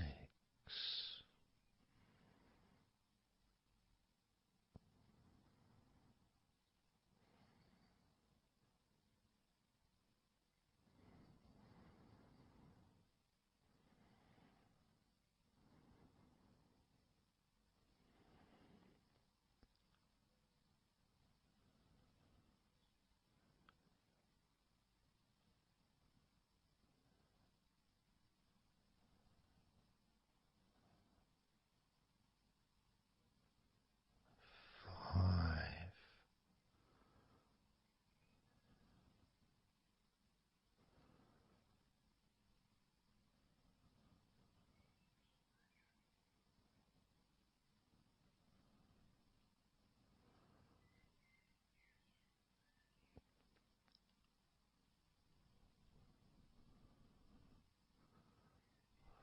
4.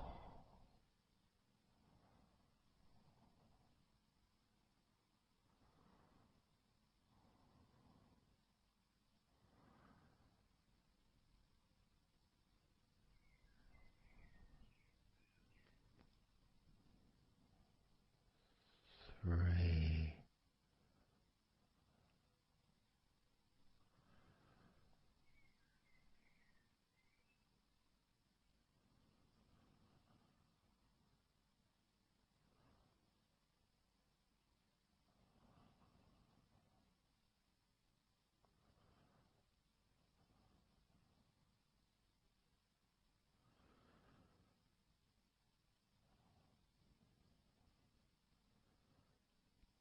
2. 1.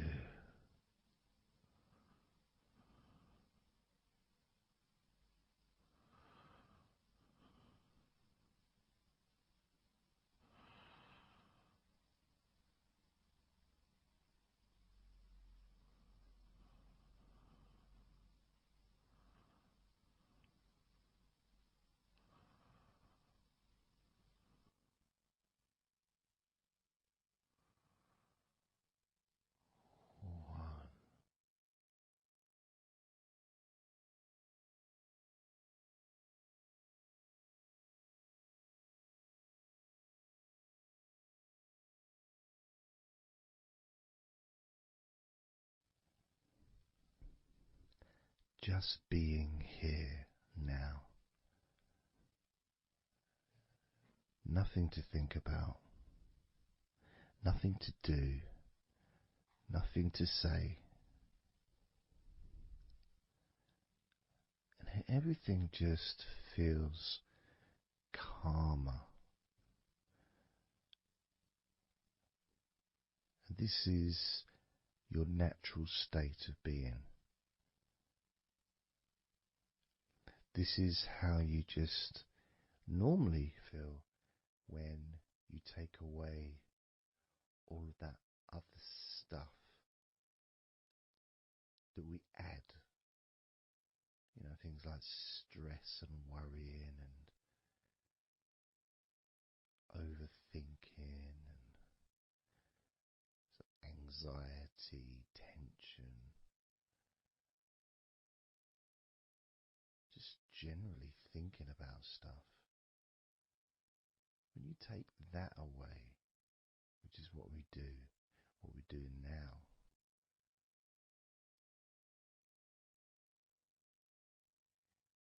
you're left with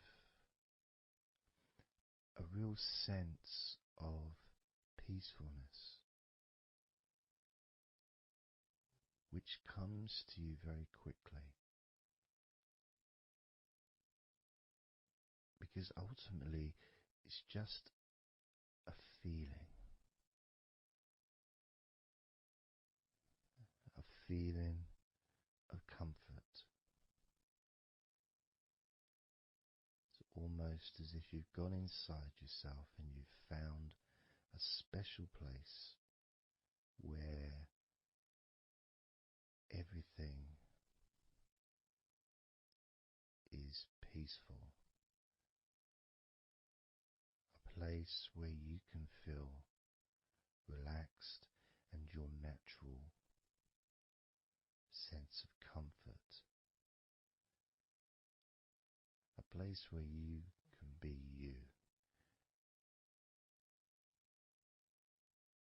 Where you can accept yourself for who you are. A place where you're not trying to please anybody else, ever. A place where you can actually not just love yourself, but in some ways, more importantly, you can like yourself. Appreciate who you are.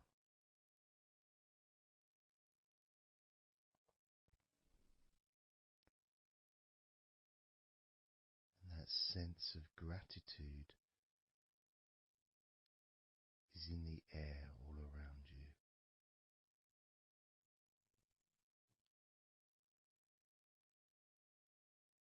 And that's also a place where you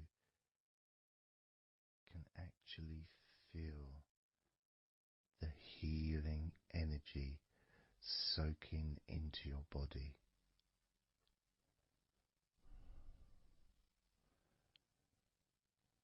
Healing energy soaking into your body. And that healing energy spreads through your veins, traveling to each and every single part of your body.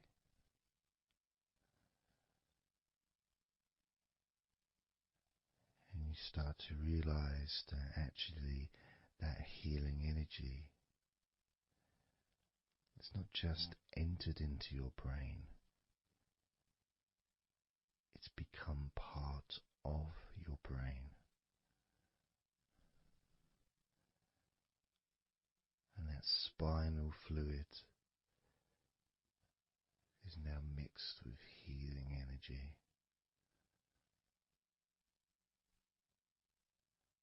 Not just allowing you to feel so much more relaxed and healthy in this moment, but also you start to realize that actually what's happening now with that healing, relaxing energy spreading through your body is actually changing your life. It's actually changing the way you're going to feel, not just now, but tomorrow and the next day, as your health improves. Not just your physical health, but your mental health. Things that used to bother you in the past for some reason no longer have the effect that they used to, because something has changed deep within you. Maybe things that used to cause you to feel anger no longer have that power to control you the way they seemed to be able to before. As you realize that you're the one who decides what affects you. You're the one who decides to feel relaxed and calm when you choose to enjoy noticing these natural developments of healing continuing to grow and improve your life day by day.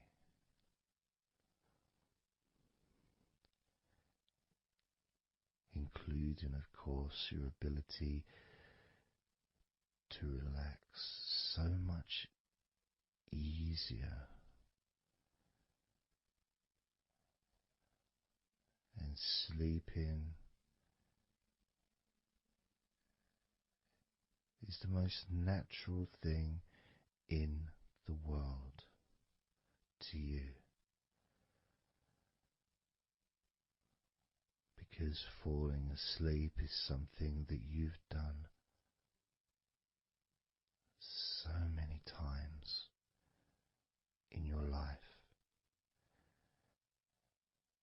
and you know that you were born, as we all were, with the ability to fall asleep naturally.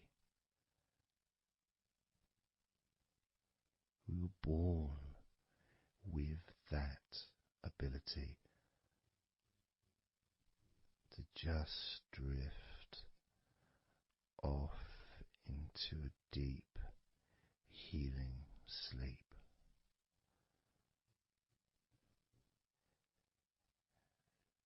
Even when we're kids, sometimes we'll fall asleep when we don't even want to. We try to stay awake.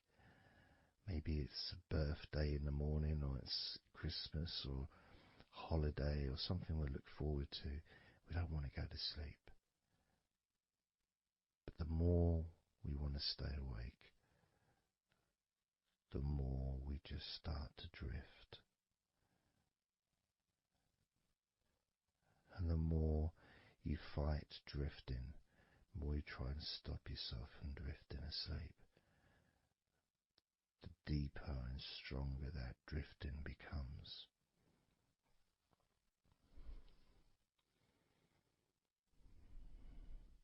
Because we're born not just with the need to relax deeply and to naturally fall asleep,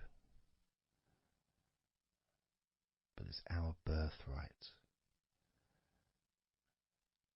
It's part of our DNA.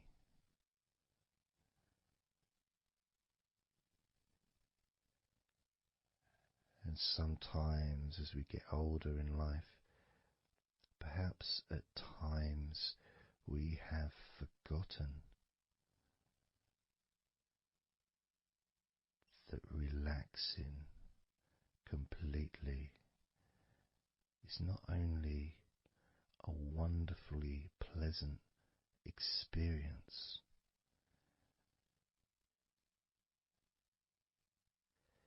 it's also really easy.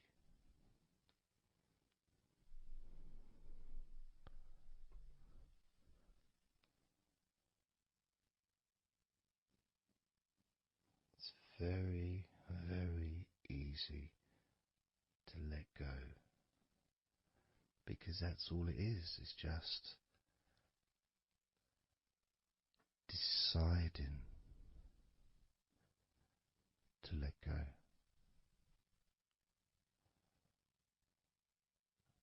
And when you press the play button on my recordings, you have given permission for my voice to relax you. When you press that play button, you have given me permission for my words to affect you in a positive, only a positive way, opening up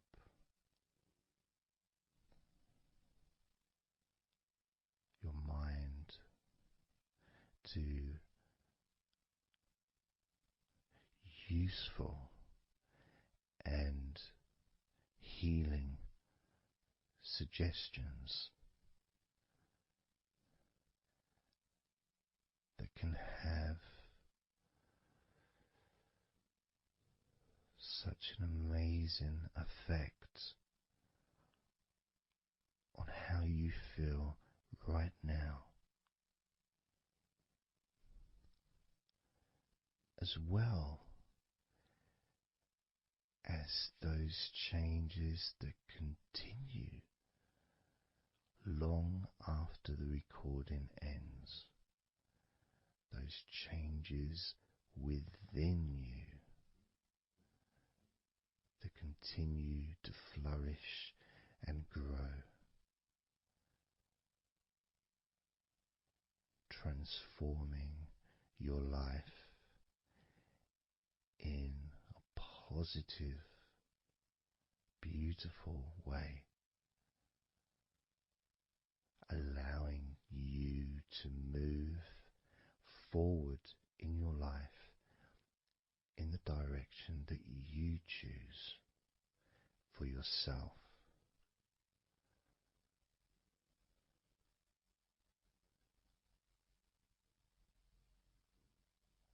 And this feeling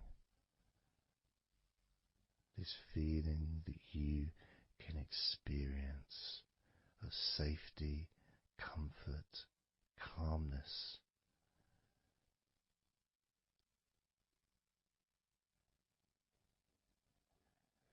just feels so nice.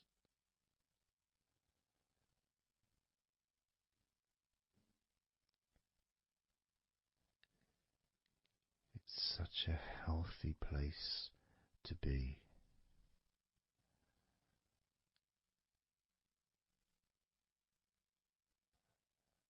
And that positivity grows within you.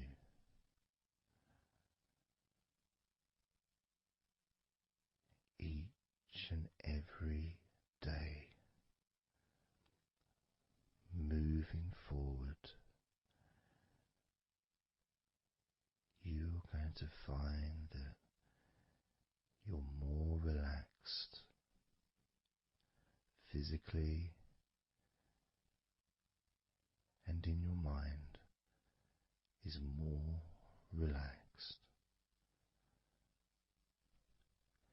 And it's not that you're thinking slower, it's just that your mind will be less clogged up with unnecessary negativity. Because from now on, your mind rejects negativity. From now on, you're going to start noticing when negativity arises, and you can just say stop. Stop. And that negativity turn around and leave you alone.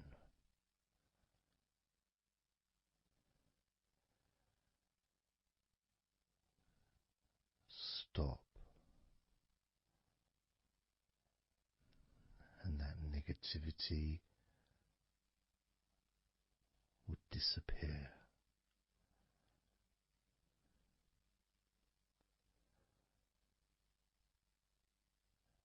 And as you notice that you feel way more relaxed than you probably expected,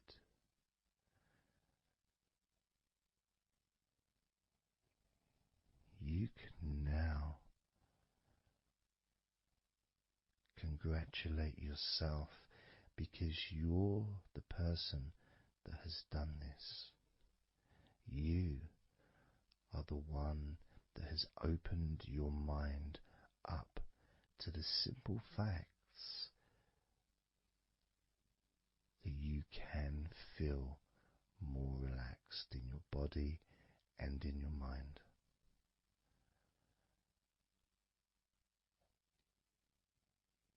You've opened your mind up to the birthright of being able to just fall asleep easily when you choose.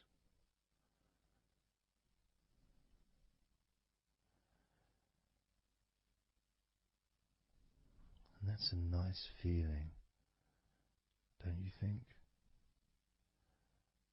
It feels nice, doesn't it? To feel calm, with all that healing energy spreading through your body and your mind.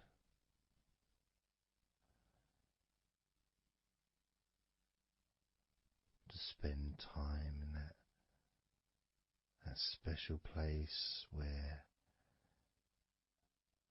negativity can no longer enter.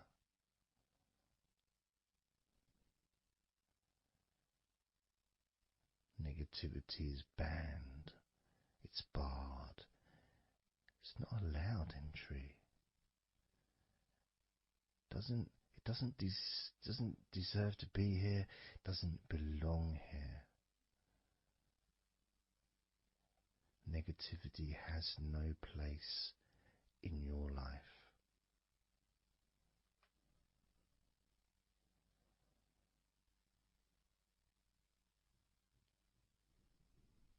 Which makes room for more comfort, more healing, more relaxation, more peace.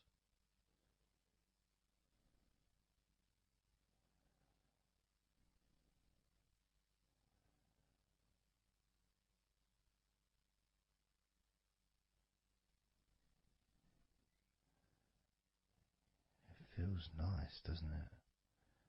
To just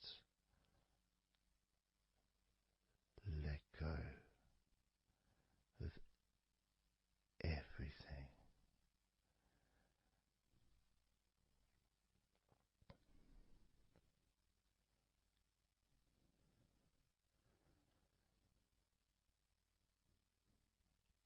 And I'm going to count down now from 20 down to 1. You can continue to relax. If you choose, you can drift to sleep. With every number you hear me say, you can feel twice as relaxed. Or if you choose, you can feel twice as sleepy.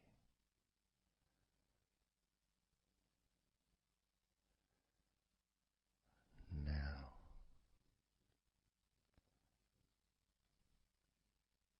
20.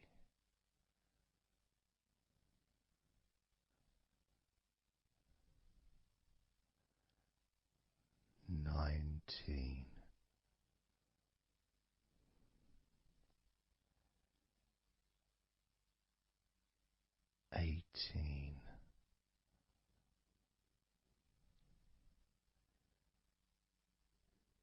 17,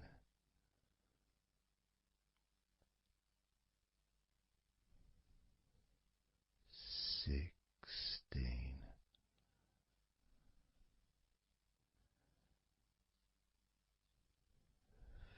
15,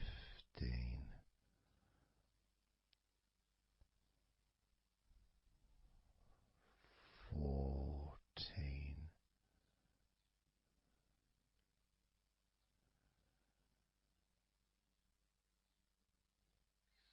13,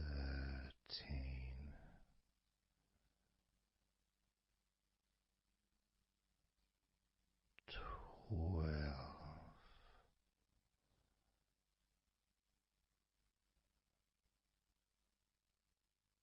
11,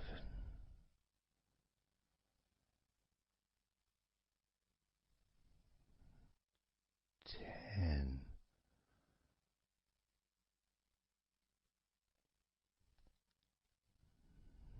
9,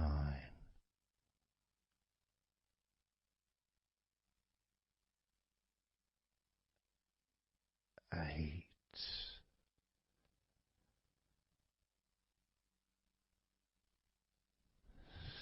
7,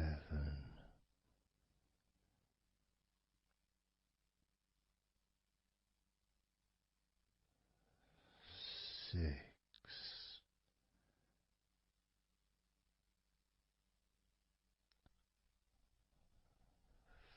5,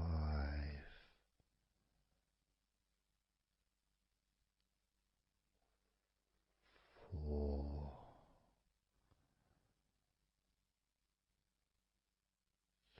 3,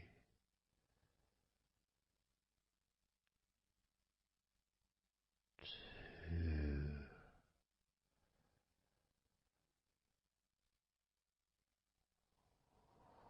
1.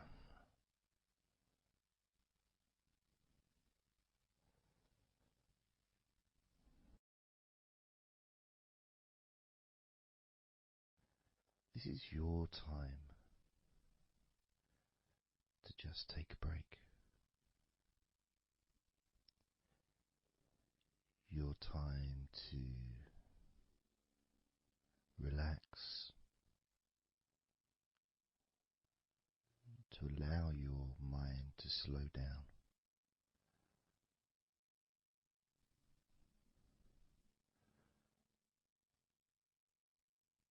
To give yourself permission to take a break from everything. And you're the only person that can make that decision. You're the only person that can actually tell your mind to just relax.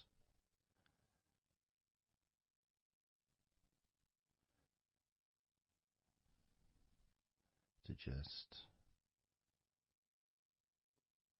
take some time off.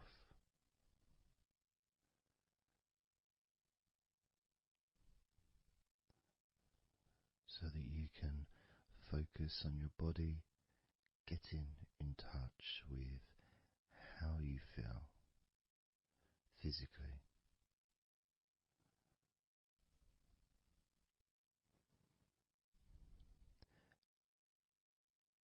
And in the process of this body scan, where you focus on different parts of your body,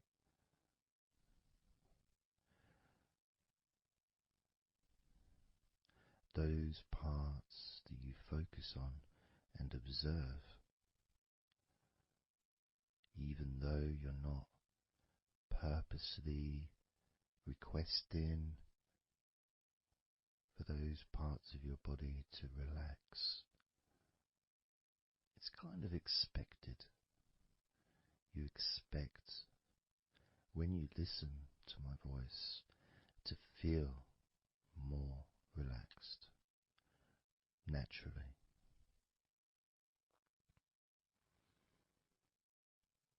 Because when you're listening to me, your attention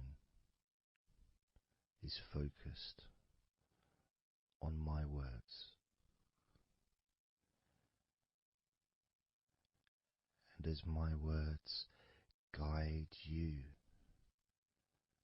to focus on those parts of your body, your focus increases.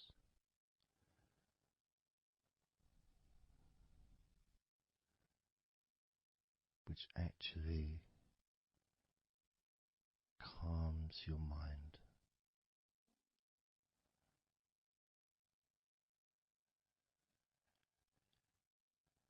And when your mind calms down,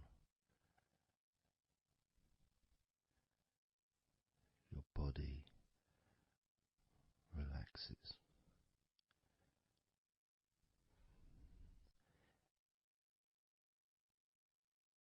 And when your body calms down,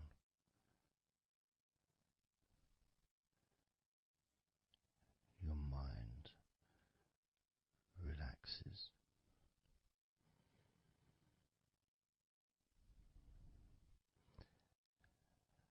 And even though we've not really started to focus on your body, you can already feel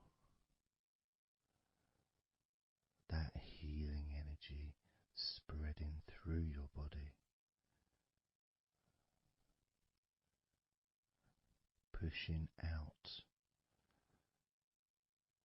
stress and tension,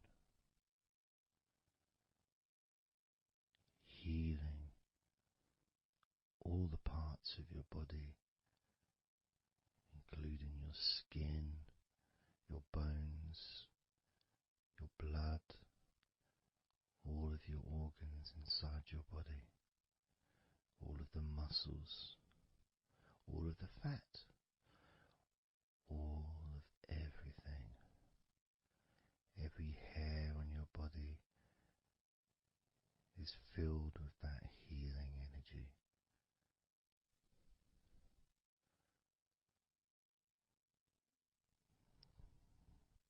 And when your brain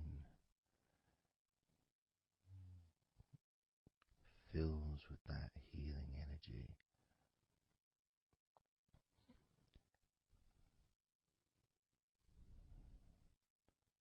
the feeling of comfort and relaxation increases.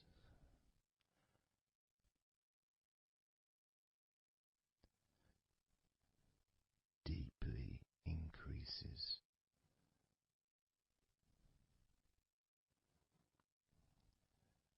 In a way that your mind starts to feel perhaps a bit drowsy, because it's not needed, and it may start to drift.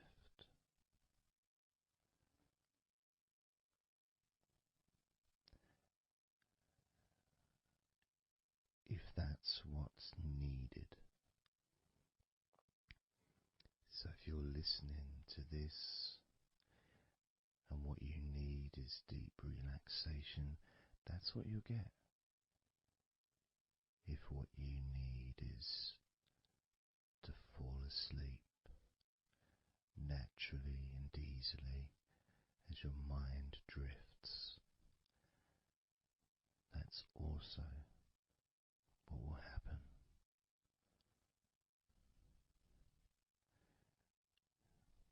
because by pressing that play button on the podcast and listening to me, you give permission for your body and your mind. In fact, you give the command to your body and your mind to relax deeply and to drift off to sleep if that's what you want or need.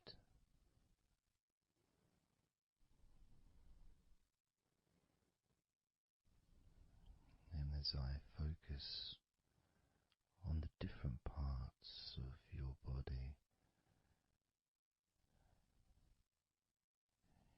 you may start to just drift,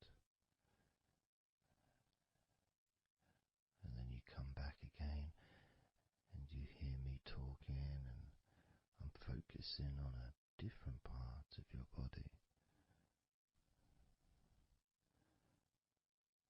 And you may find yourself drifting, but you don't realize you're drifting until you stop drifting and you're alert again to my voice, focusing on a different part of your body starts to relax even deeper, because that drifting is basically you already in the sleep zone.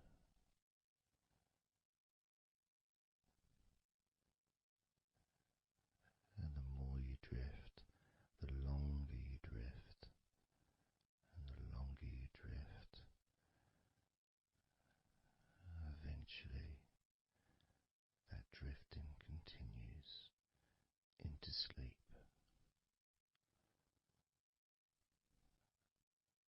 And that's the last you remember until you wake up in your own time, when you experience the right amount of sleep for you. Because when you do, and if you do fall asleep, it's extremely pleasant, so relaxing, so deep, healing sleep.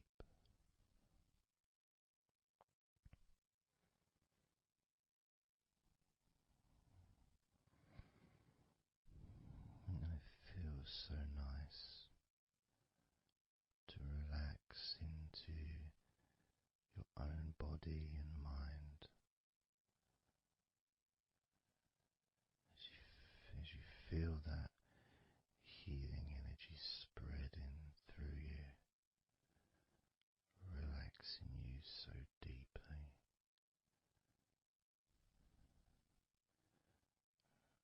relaxing you so deeply.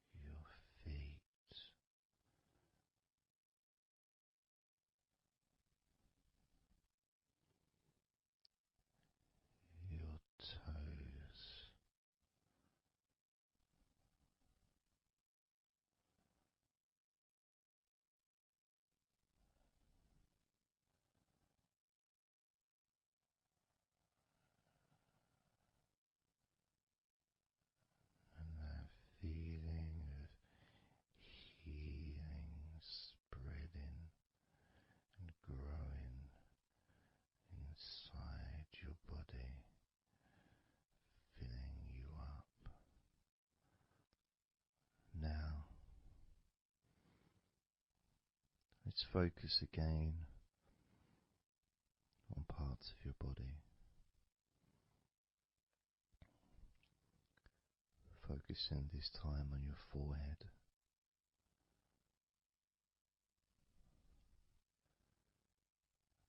Now on your mouth, your lips, your tongue, the whole of your mouth.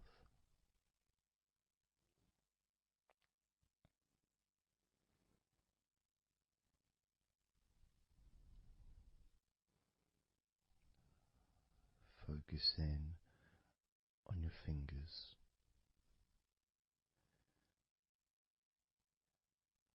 Maybe you could move your fingers a little bit so you can focus on each one individually.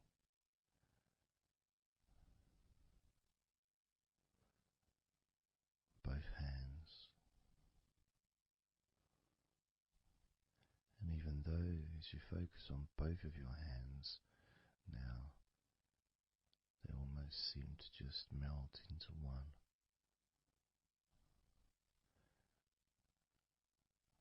Where does your right hand start and your left hand end? It's almost as if it just mix together.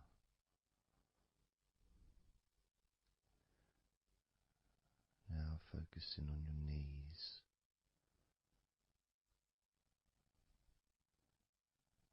Just noticing how your knees feel.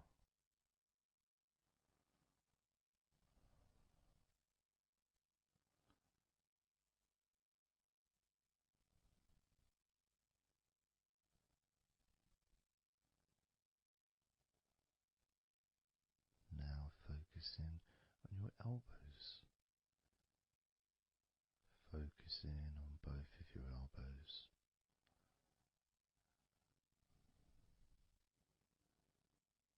Just observing the feeling of your elbows.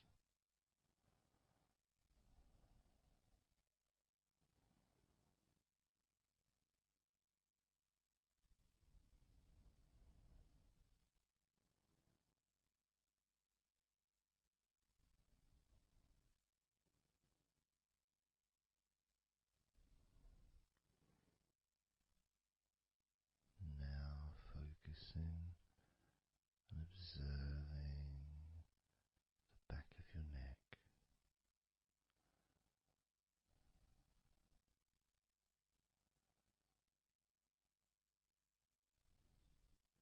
Feeling that energy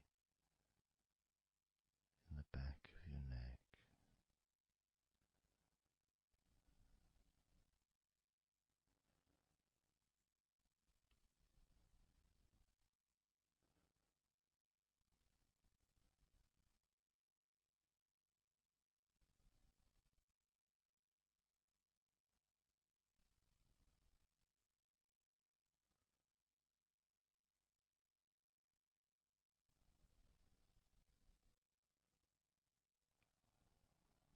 Observing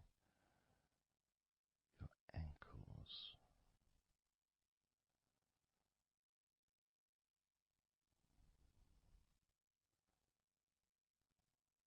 Being aware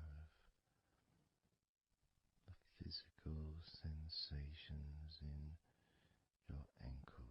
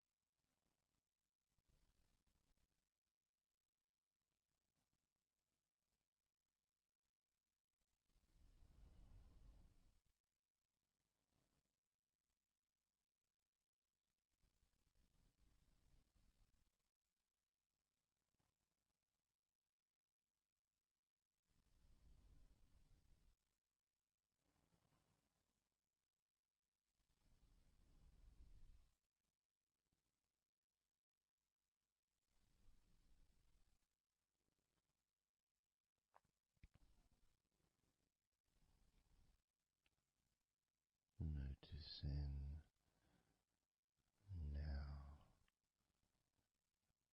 your toes on both of your feet.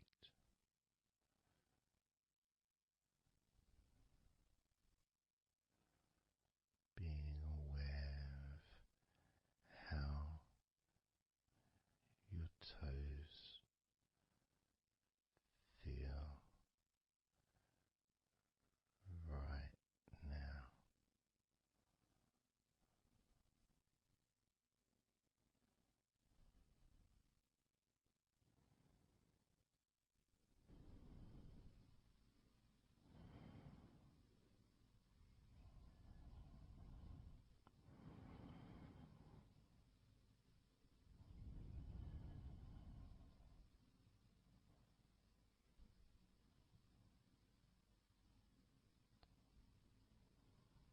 Noticing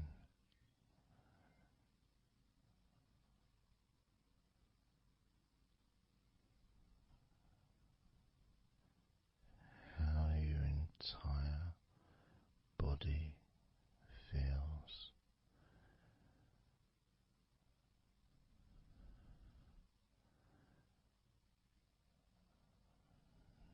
Noticing how your mind feels now.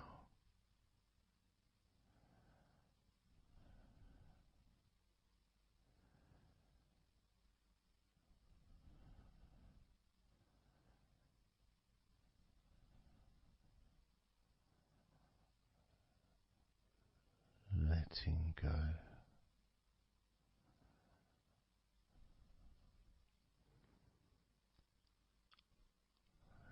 Letting go.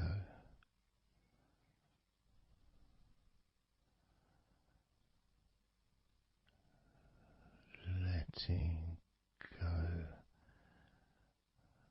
of everything.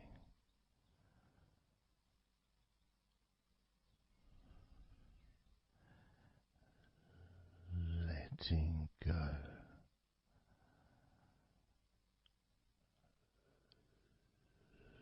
Letting go.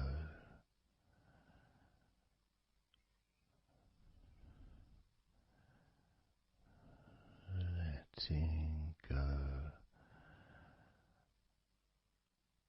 of everything.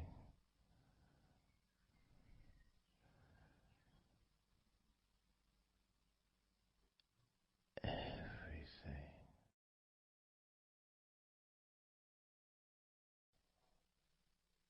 I'm going to start now, and I'd like you just first of all just to see yourself lying down on that massage table, lying on your front, your head is supported, your arms are supported, and you feel comfortable, and breathing is really easy, and you feel confident in how you look as well. So there's none of that issue of body problems or shyness, because I'm a professional, and this is a therapy session, so none of that stuff matters whatsoever. This is about you. This is about how you feel and how you can enjoy that sense of comfort and relaxation that comes from letting go and allowing my hands and my fingers to relax you by massaging your body.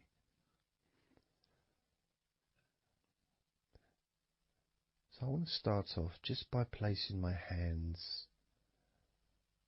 on the back of your head, just gently, just so you can feel what my hands feel like really on you. So you can maybe feel the warmth of my hands on the back of your head. And I'll move my hands to the side of your head. Not pressing, but just holding them there very gently. Maybe over your ears and a little bit on your face.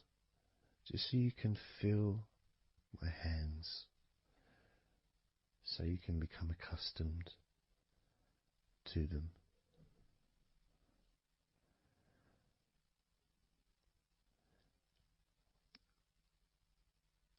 And now put my hands on the back of your head again and gently let them slide down onto the back of your neck.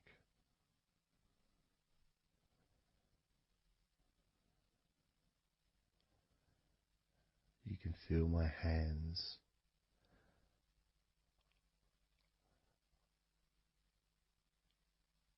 gently stroking the back of your neck to start with.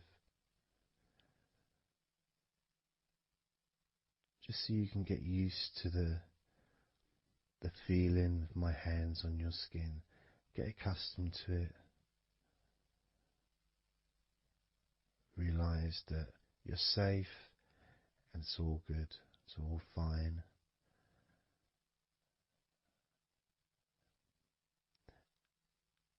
And I'm going to start gently massaging the muscles in the back of your neck.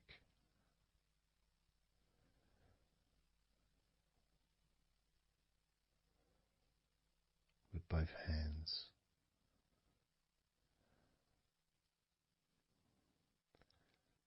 Now this is a very trusting situation really, because our necks are so fragile, and to have someone have their hands around your neck in that way can sometimes be problematic for people, which is why massages are quite good, because it allows you to relax and to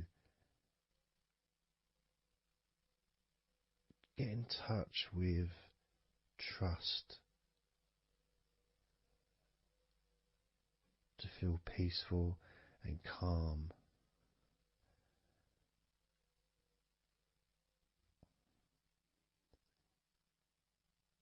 There's a massage the sides of your neck gently, moving from the bottom of your neck, which would be sort of near where your shoulders start, I guess, all the way up to your jaw, your ears kind of area, that side of your neck. Of course, is a lot longer than the front of your neck.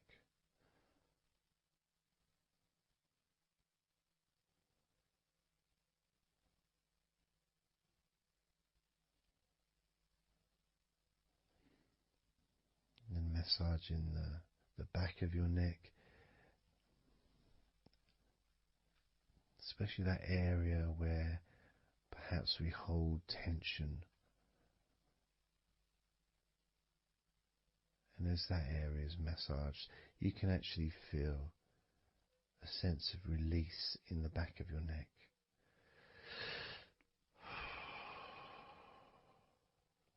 And maybe you can breathe it out as well. Notice how it feels. Notice how you feel.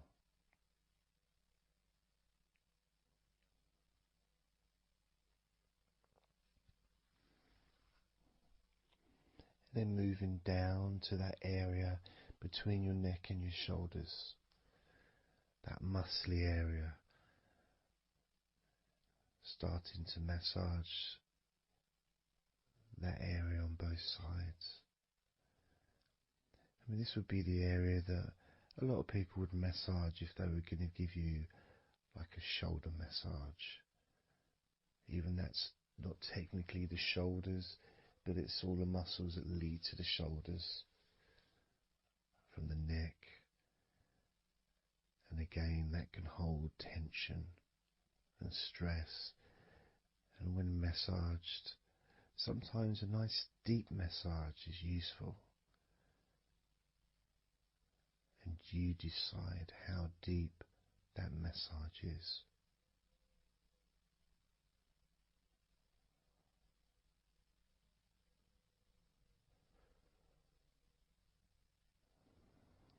And just allow my knuckles just to dig in to get to those muscles and to really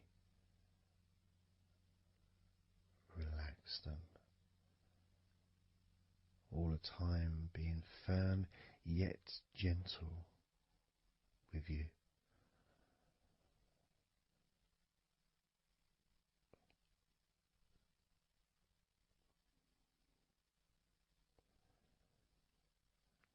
And just stroking down that area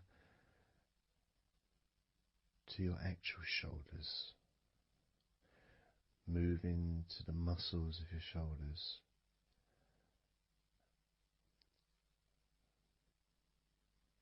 And maybe initially just pulling up the shoulders a little bit off the table, just to give you a little bit of a stretch, but very gently.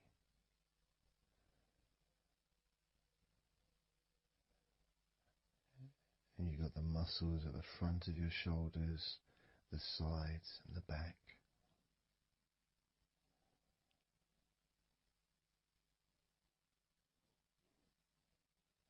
Again, this is a part that can really take quite a bit of pressure, quite a bit of needing, if you wish, to really release the tension, to really get into those muscles, and you can let your fingers in there and it can feel really nice. Sometimes just being stroked gently or being massaged quite strongly can all be beneficial to the relaxation of the muscles in your shoulders.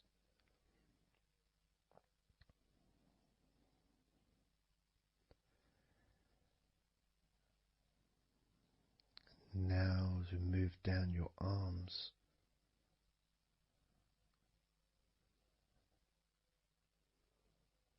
we'll do one arm at a time, starting with your right arm.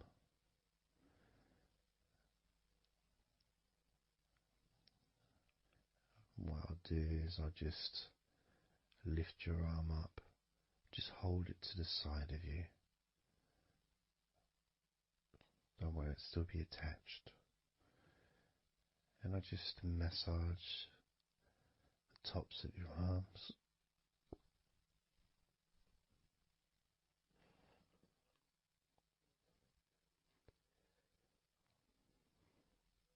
All the way down to your forearms, into your wrists.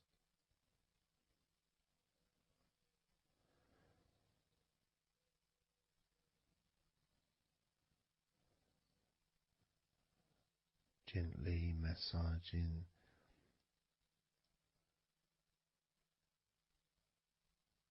that part, the softer part, which is the under part of the arm, which leads to the crease in your elbow, the inside. It's much more sensitive skin.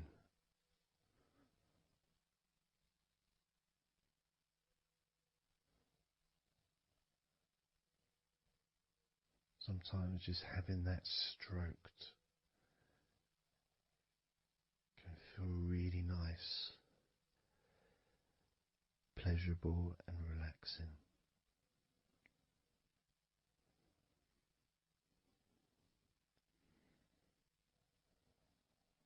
Now moving down to your right hand.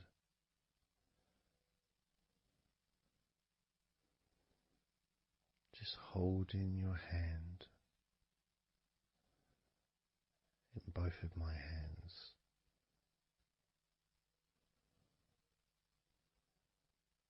Just pressing gently on the back of your hand and stretching your fingers ever so lightly. At the same time, pressing down and massaging each finger.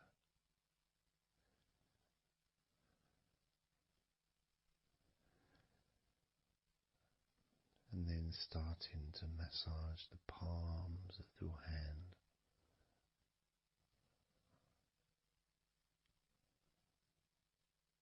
Just turning the hand gently, stretching it gently.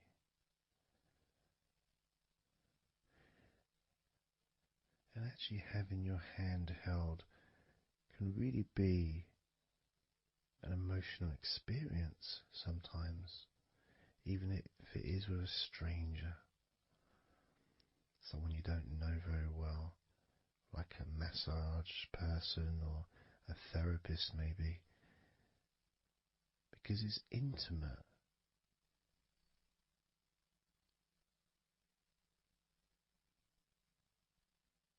And it can feel nice and you can feel safe.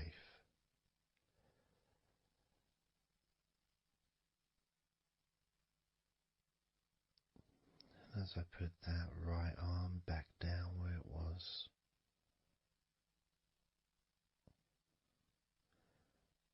we're going to do the same with your left arm. Exactly the same. Massaging the muscles in your arm all the way down to your wrist. Stroking the inside of your arm.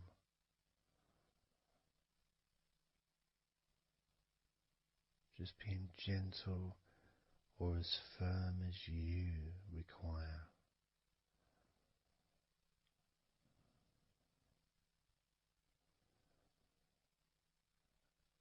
And then massaging your left hand.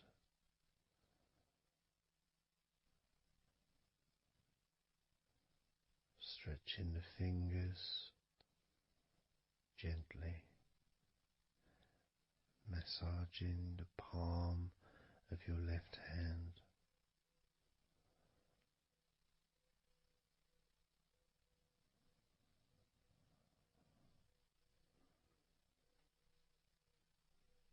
You can feel so relaxing.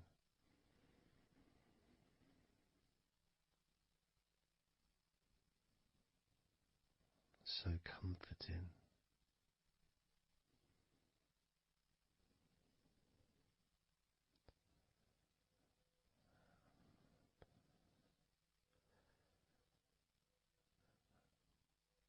Now just rest your left arm back down.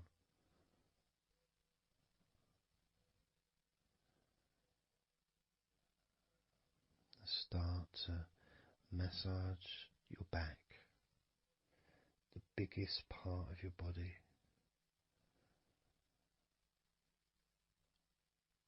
Starting at the top,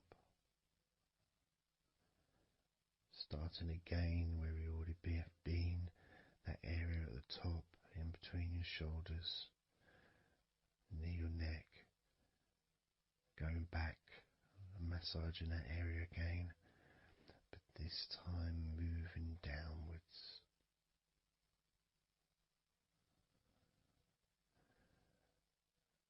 Making a downward stroke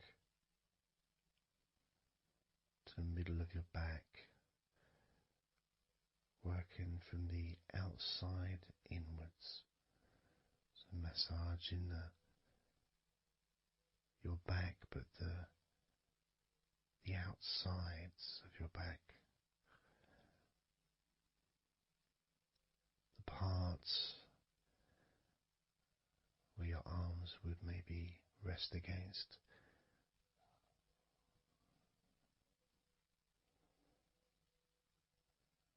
Almost almost the part that connects your front to your back.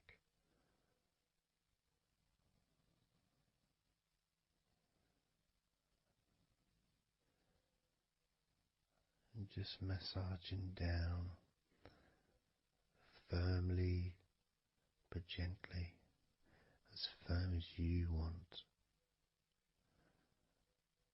moving down and then moving across a little bit and moving all the way down again, being very gentle yet firm as you choose.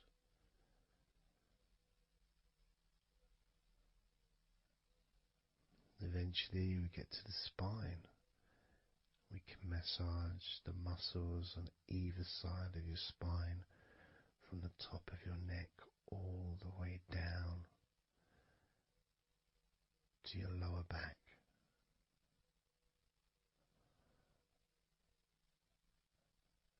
We can do that a few times. Sometimes people would use the knuckle or the two fingers and just go either side of the spine and almost just push down and go all the way down to the bottom of the spine, each time releasing tension and opening up the body, stretching your body so that you feel more relaxed, but at the same time rejuvenated.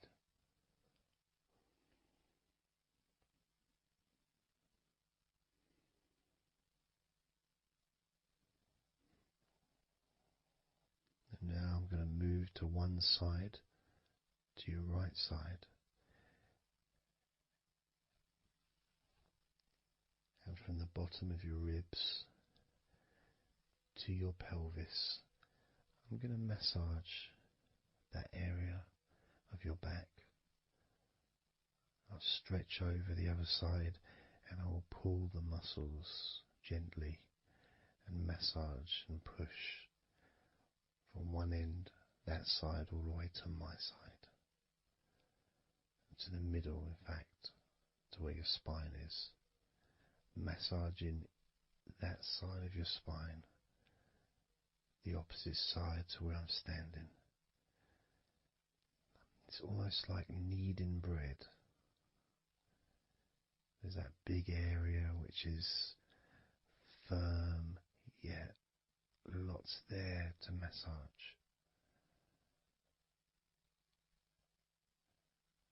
Potentially one of the most important places to actually have a massage, because you really feel it. You really feel the release and the pleasure of having your lower back massaged. It releases so much from your body that's not useful, starting a healing process which will continue long after this recording is over.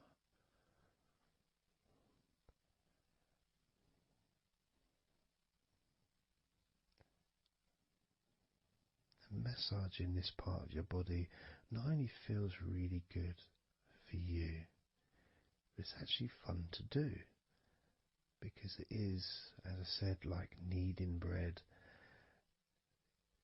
It's a part that you can really get a hold of and really massage deeply, if that's your choice.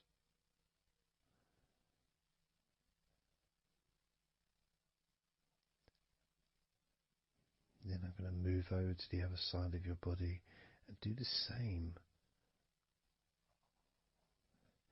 with the opposite part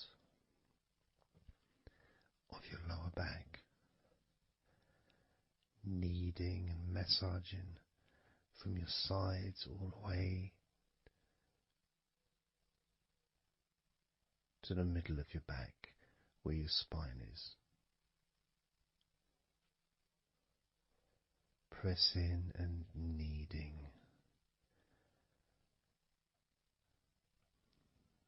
firm and gentle at the same time. It feels so releasing. This mixture of pleasure, comfort, release, calmness, relaxation, all mixed together.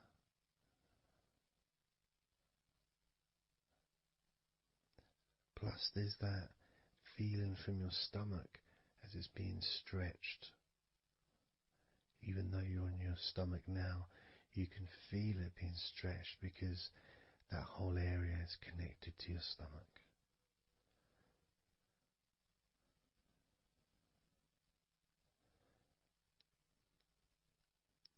Now we're going to move further up to your top of your body, and I'm going to do the same. This time starting with your upper back, put my hands forward over and massaging that area up to your spine, from the side of your body up to your spine. So some of that massage area, the muscle tissue, or whatever, fatty tissue even, will be possibly from your chest. Because it's all connected, the chest and the back connect together. I'm going to be massaging and just pulling some of that skin from your side up and massaging that area of your upper back all the way to your spine. And then I'll move down a bit and I'll continue with the middle of your back, doing exactly the same thing. As gentle or as deep as you choose.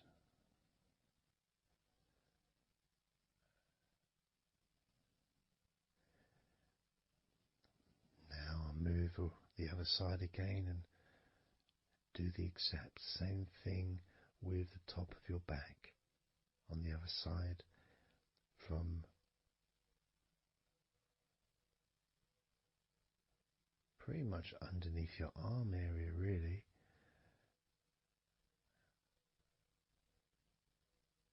to your spine.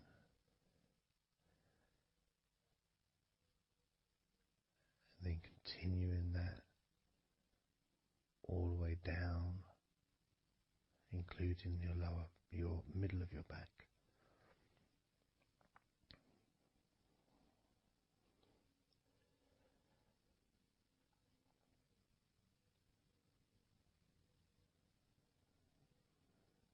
Now I'm gonna go to your thighs, the backs of your thighs, and the sides of your thighs. Starting with your right leg, massaging the back and the sides of your thighs, gently and firmly. There's a lot of muscles there. It's an area that can be very tense at times and maybe needs a little bit more pressure than the rest of the body. But that's up to you. You can gently stroke the back of your legs where, opposite your knee joint or underneath your knee joint. It's a very sensitive, gentle area.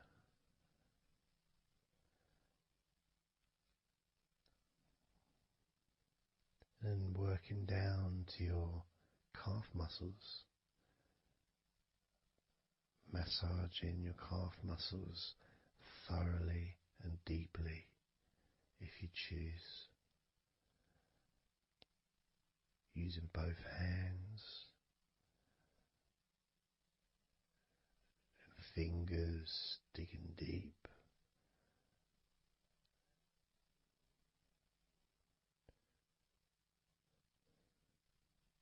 to your ankles and the back of your ankles, just gently massaging that area.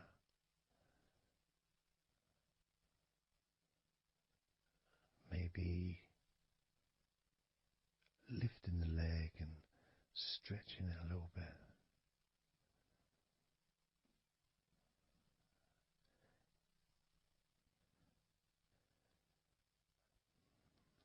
Moving to the right foot.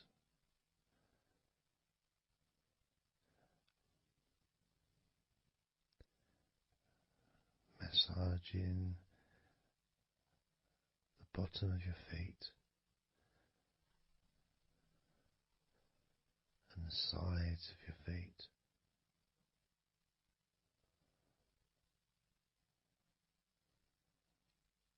Gently but firm enough so they don't tickle.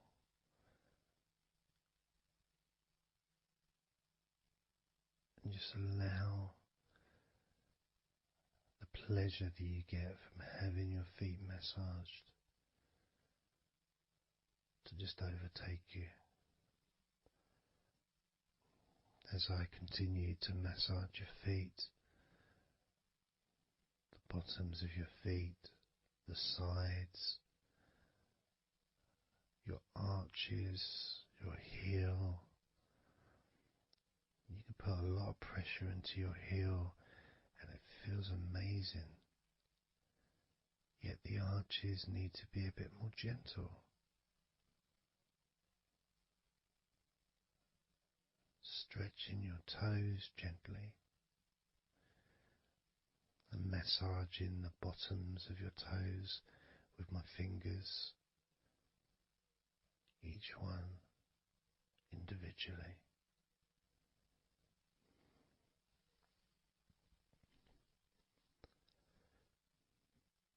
And moving over to the left leg to do exactly the same thing. Starting at the top of the thighs, working the back of the thighs and the sides, massaging deeply and gently that whole area, working all the way down.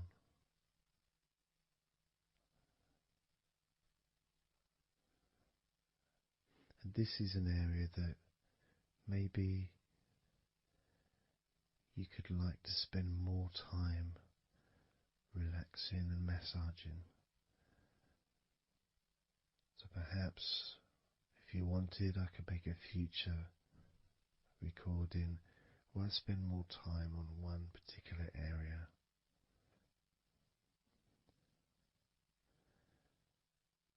As you move down to your calf muscles,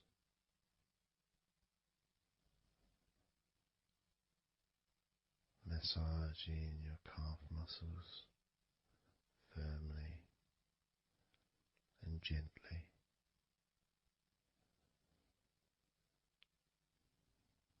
Moving down your ankle and to your feet, massaging the backs of your feet, the bottoms of your feet, stretching your toes and massaging each toe individually. And that feeling of pleasure and release that you experience when you're having your feet massaged feels really good.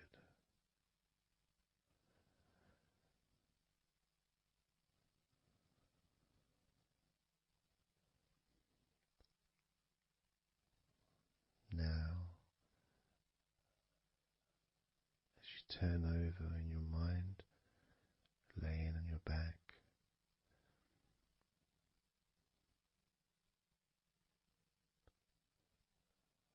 I'm just going to start again at your neck area.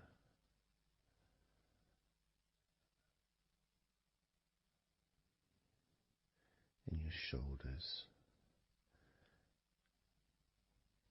just to get back in touch with that area.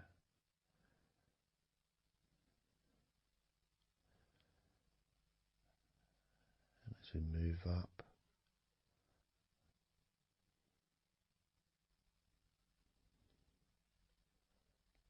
I can clean my hands, make them all fresh, because now I'm going to massage your face gently. Starting off with your forehead,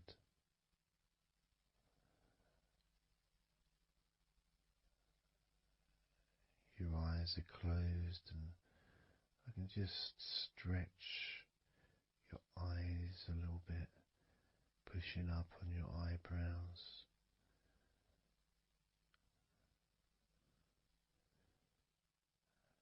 Just massaging around your scalp.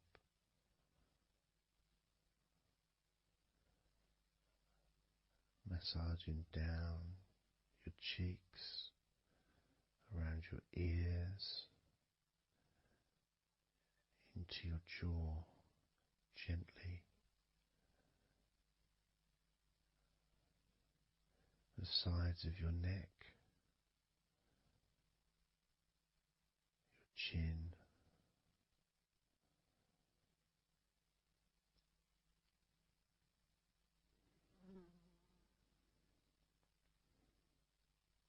then just moving down from your neck down to your chest, starting by massaging the very top of your chest, where the collarbone is, either side of the collarbone.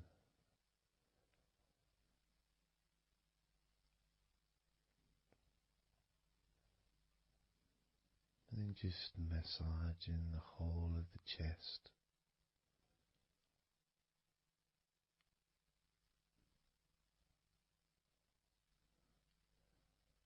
Moving the chest around.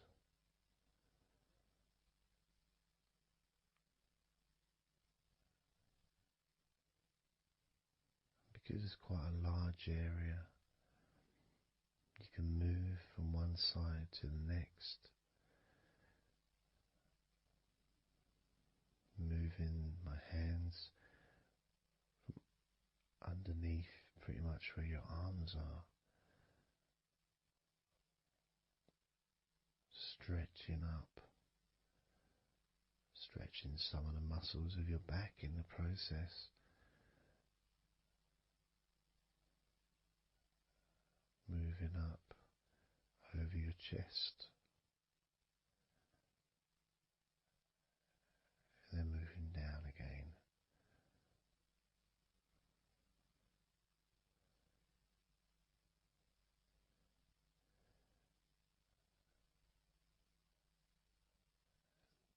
And then allowing my hands to just massage gently and slide down towards your stomach, starting in the middle of your chest. And then gradually my hands moving apart and massaging and sliding at the same time, moving down to just below your rib cage.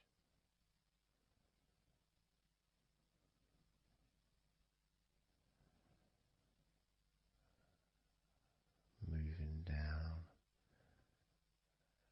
then massaging up again,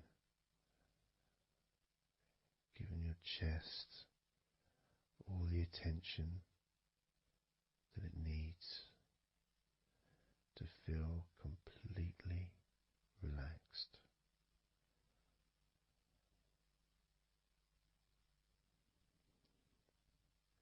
Remembering that I'm also going to be focusing on your sides as well, an area that really doesn't get much attention,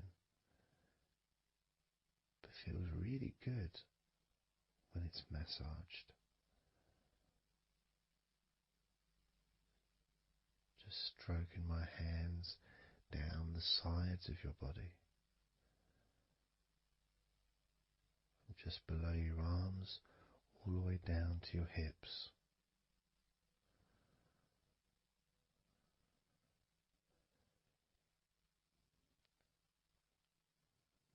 Now moving to your stomach area. I'm going to stand one side of you like I did when I did your lower back.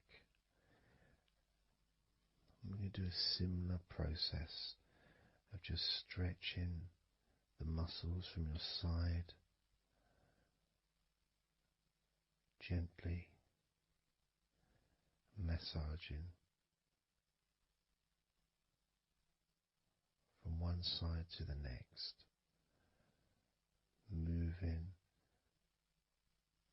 that whole area from below your ribs all the way down to below your belly button.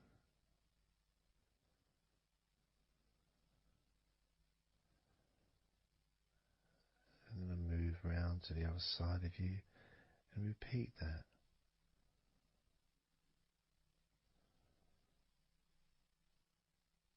Process of relaxing deeply,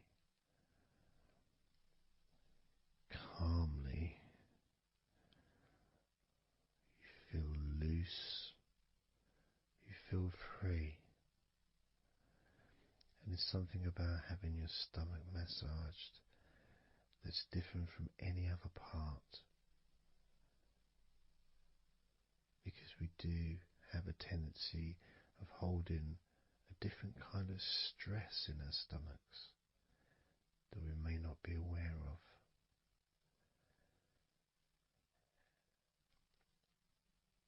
As I now massage your stomach, the front of your stomach, making circles around your belly button,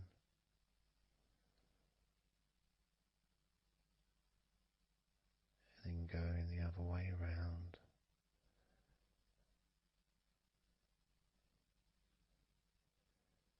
There's a gentleness and a freedom that comes from feeling how you're feeling.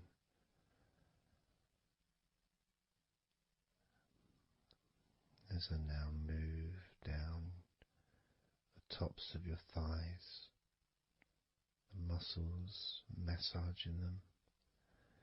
And I can do this with 2 legs at the same time, pressing down, massaging deeply those muscles in your thighs, the front of your thighs.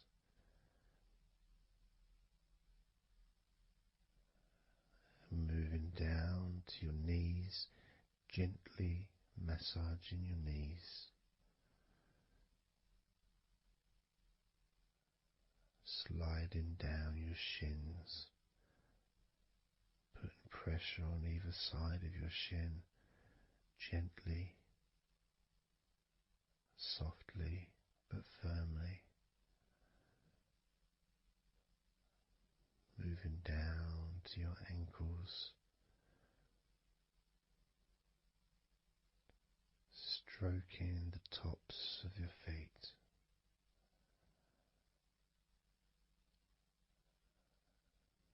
And then with each foot in each hand, just gently massaging the whole of the foot. The top, the bottom, your heel, your ankle, your toes. Massaging every part of your feet. It feels so good just to let go and enjoy the process.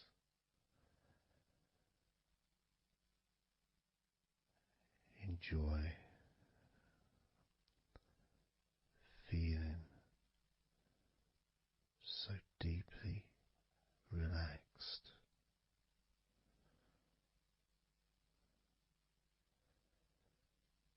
So much comfort and so many feelings that come just from touching your skin.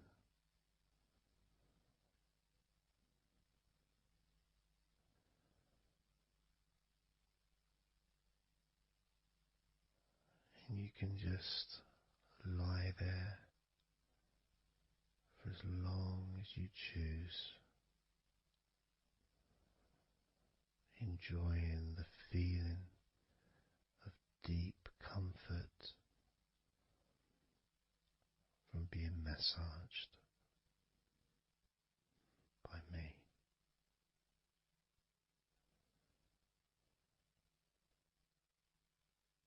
Enjoy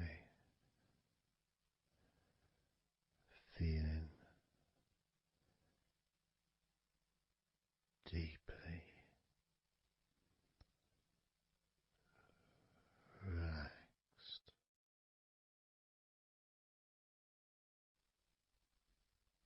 And all we're going to do is blow out some candles in your mind.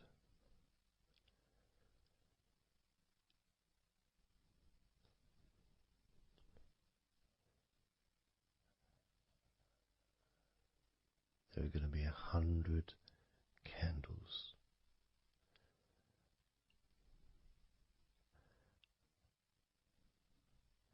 And you're going to blow each one out individually, one by one,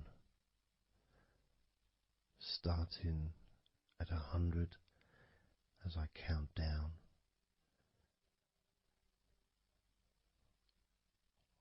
all the way down to 1. And each time I say a number,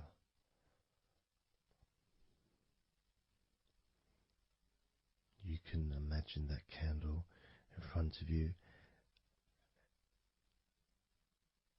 and I'd like you to actually physically gently blow that candle out.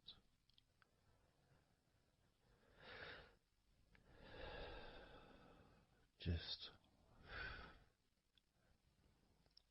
so it's not a big blow, it's just a gentle, and that candle will extinguish. And then I'll say the next number as we move down, and you can just blow that one out as well.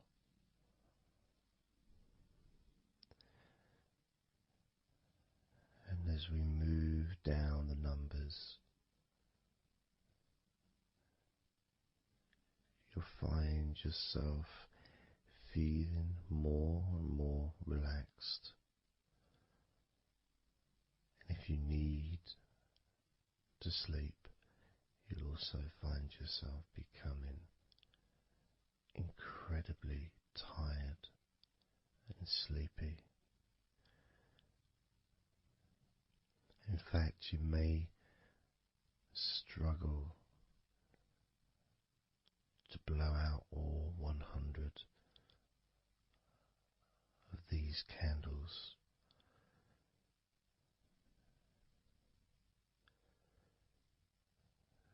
As you feel more and more deeply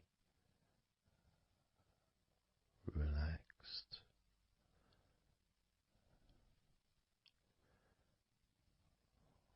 more and more deeply tired, and the further you go down, the more your mind starts to drift.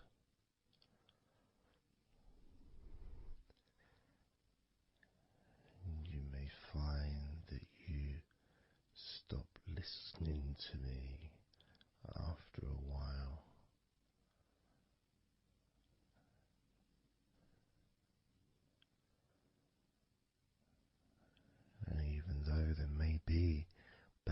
sounds where you are. You'll be aware of those sounds at the moment.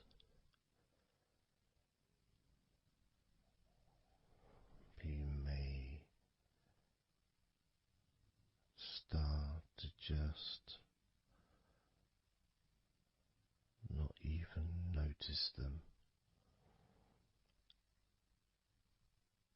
at all because they're unimportant.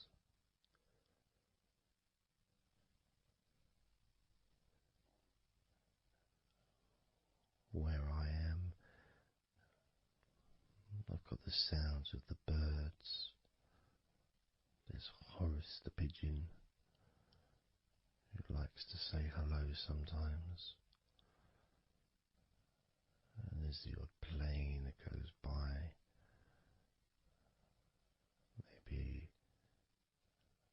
traffic and trains in the distance.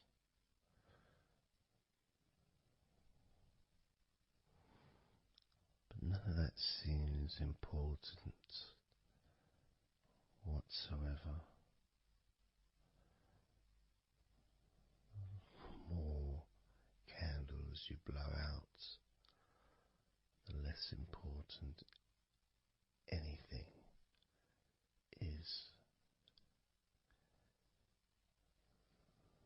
The more candles you blow out, the further you seem to move away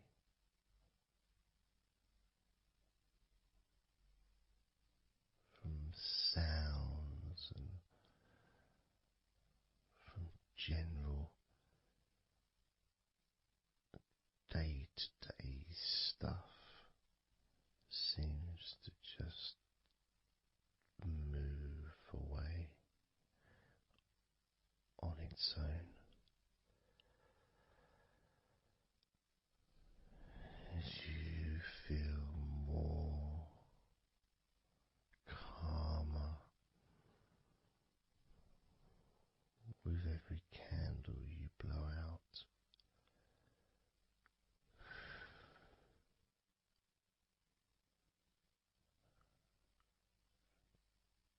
Guiding you to the next number that you hear me say.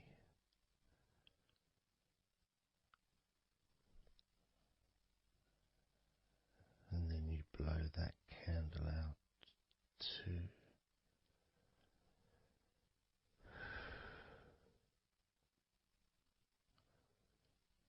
So easy. So simple.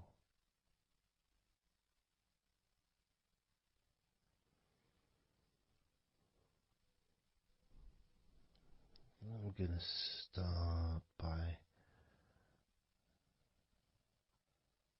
introducing the first candle,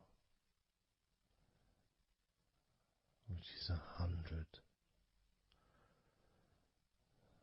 The first candle, which is 100. When you blow that candle out,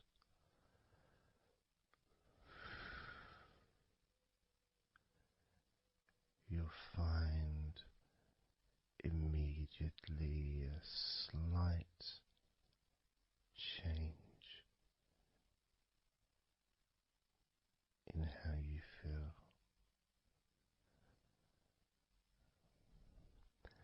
as well as a real sense of positivity growing within you.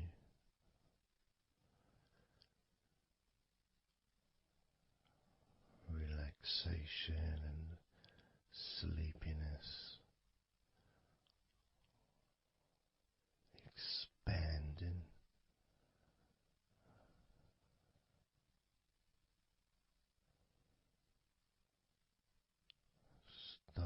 with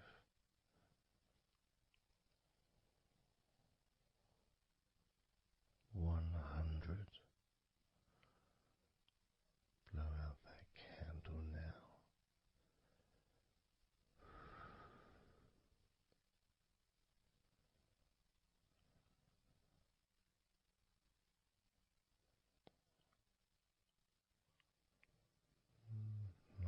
99.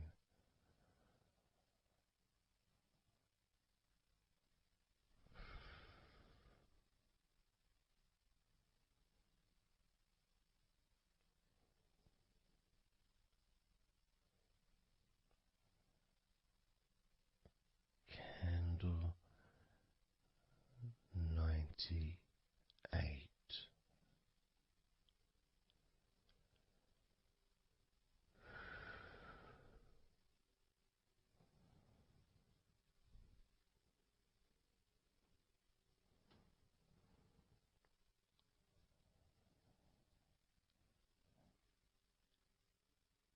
Candle 97.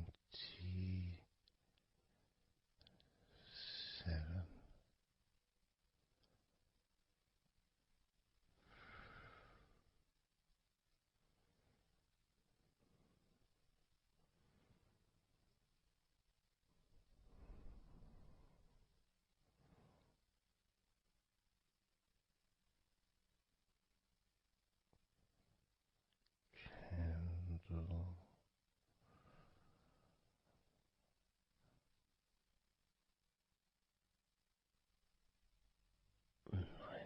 96.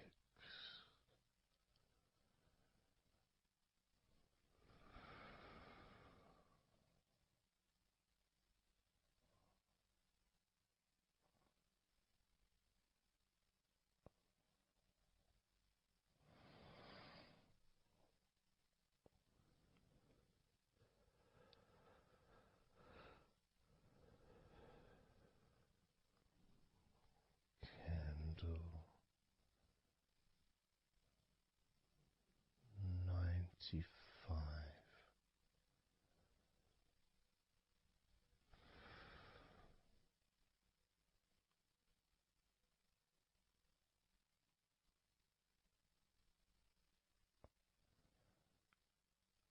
Candle 94.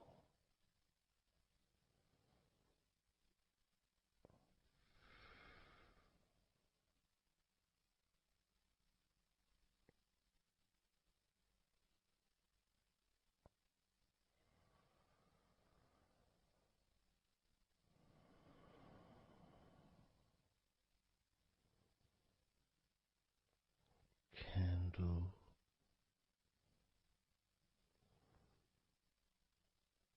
93.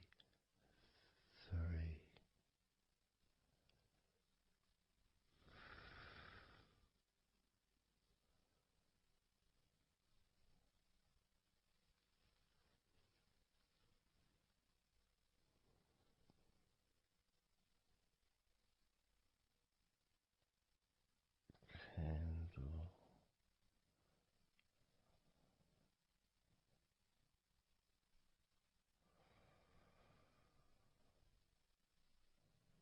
92.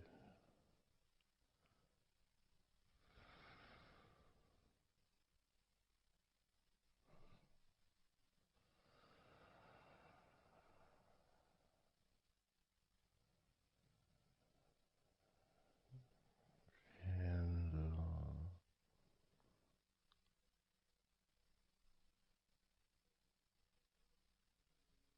91.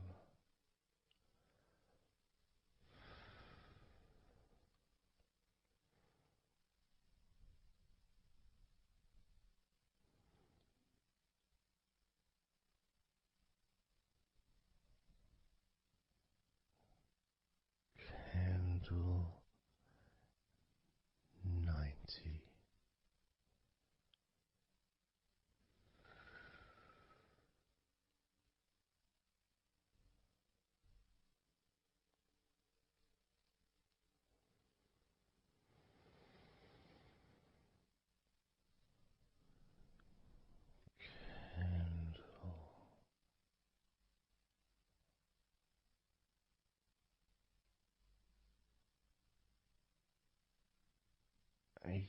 89.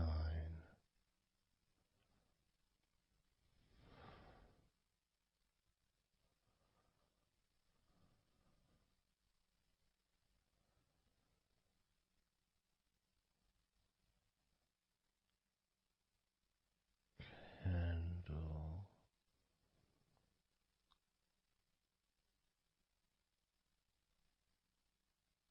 88.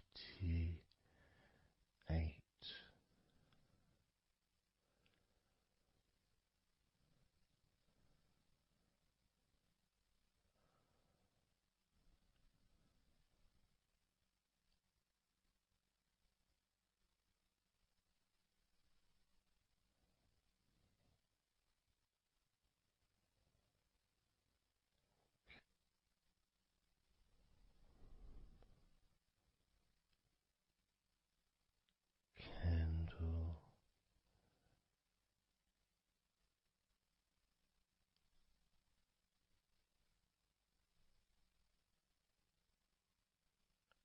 87.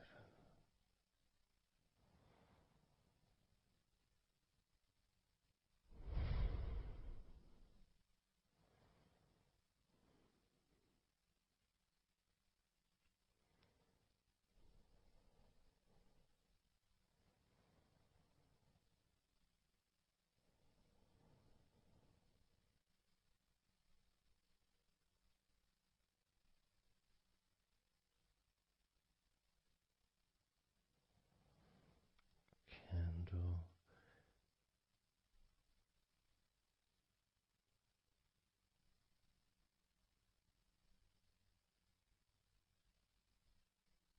86.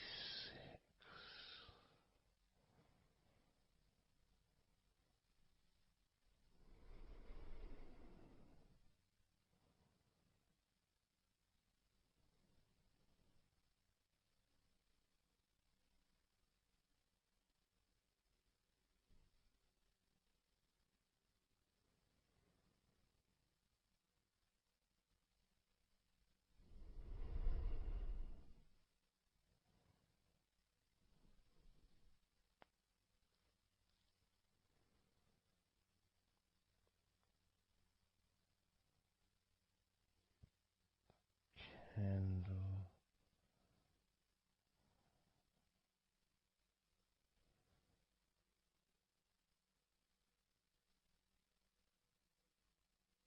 85.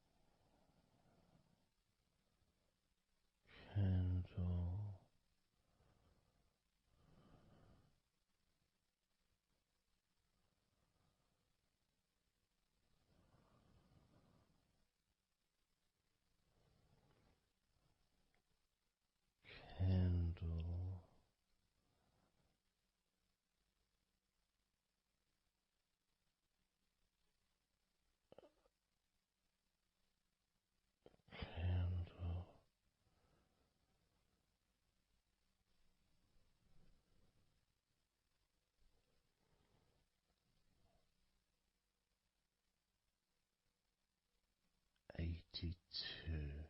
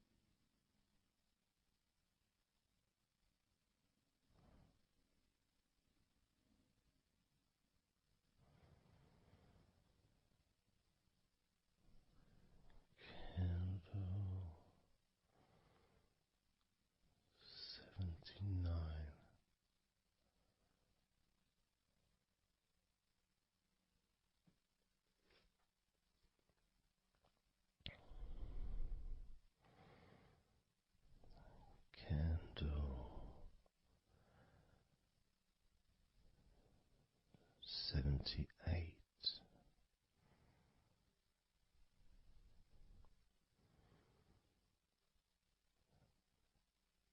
Candle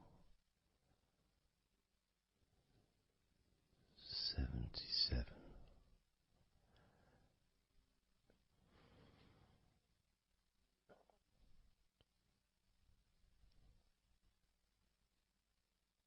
Candle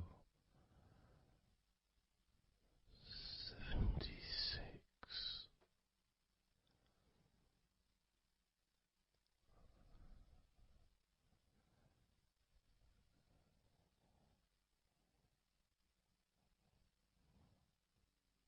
Candle 75.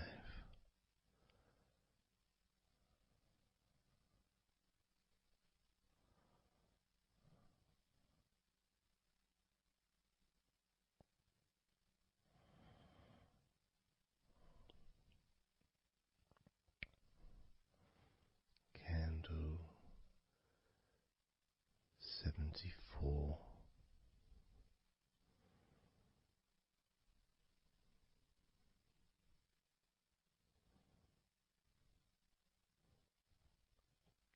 Candle 73.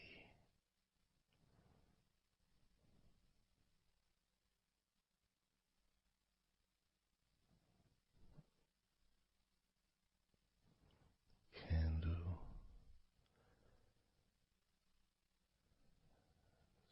72.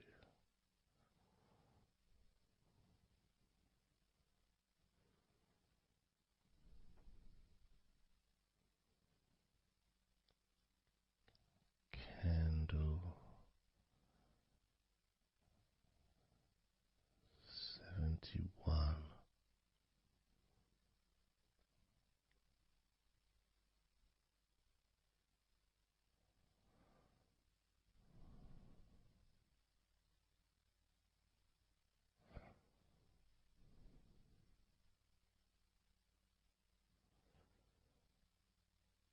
Candle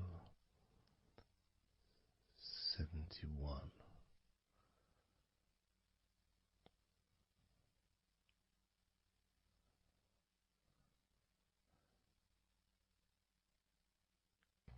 Candle 70.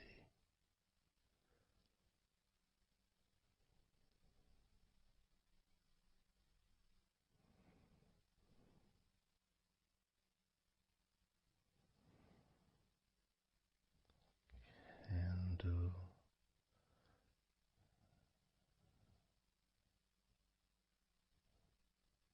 69.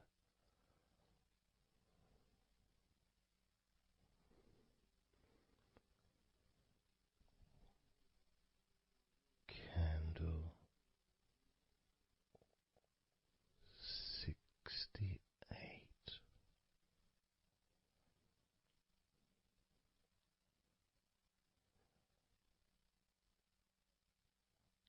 Candle 67.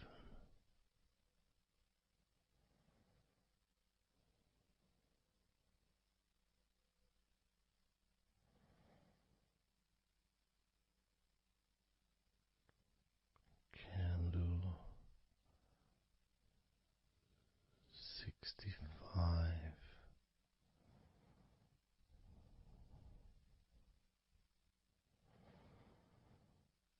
Candle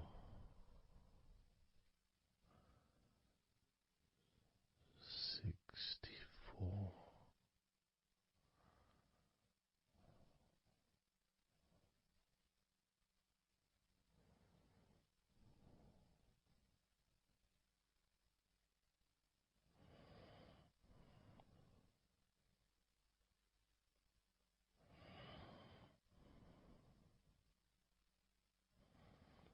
Candle 64.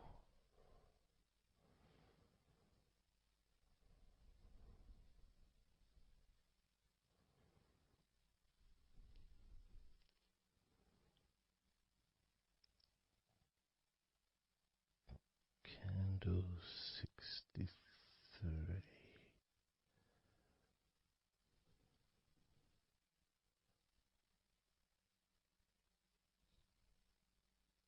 Candle 62.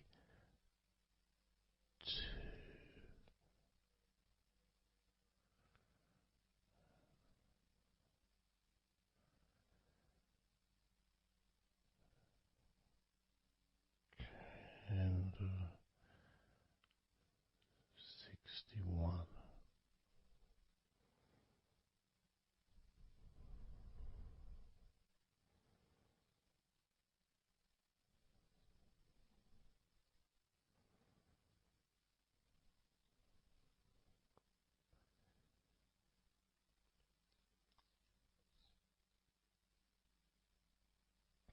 Candle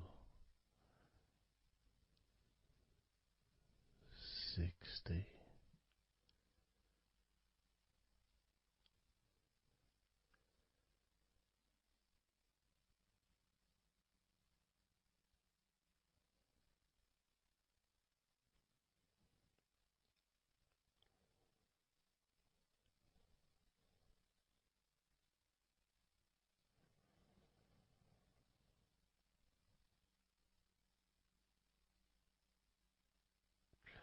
Candle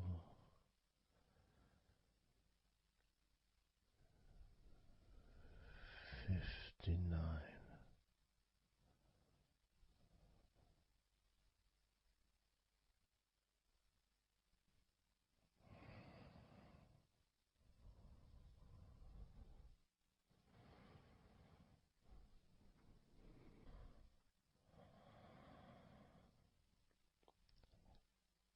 Candle 58.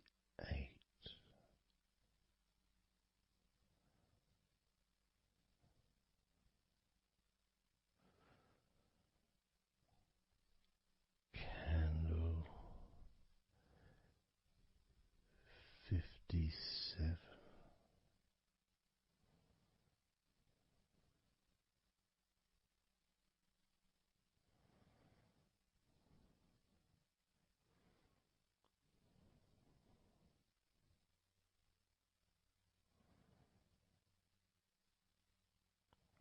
Candle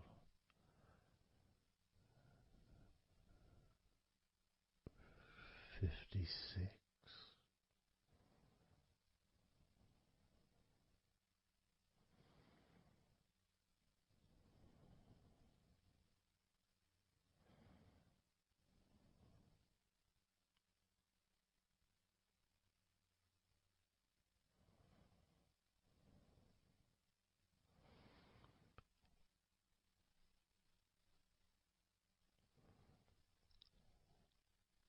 Candle 55.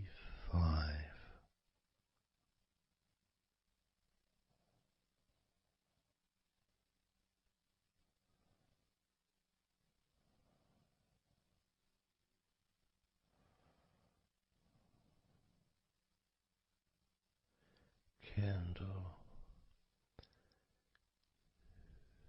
54.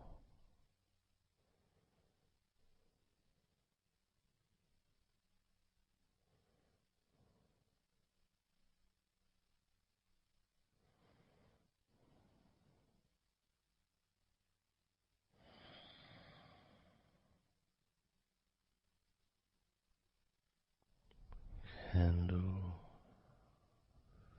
53.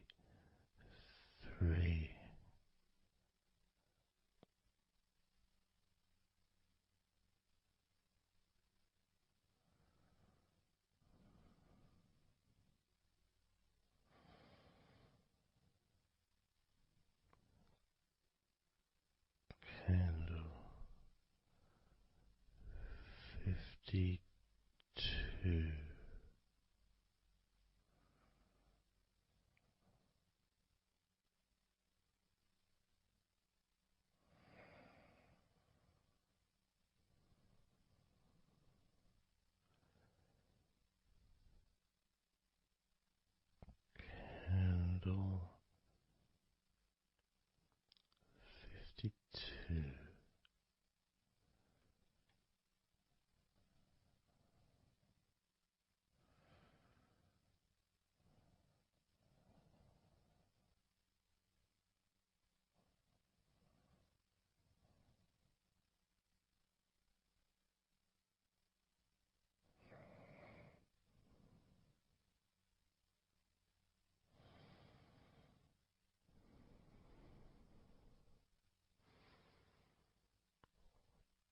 Candle 52.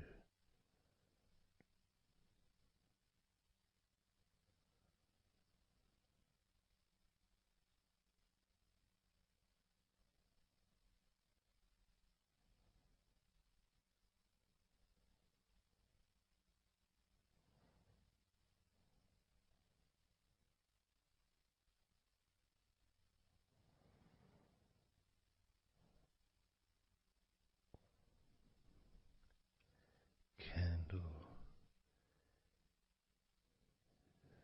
51.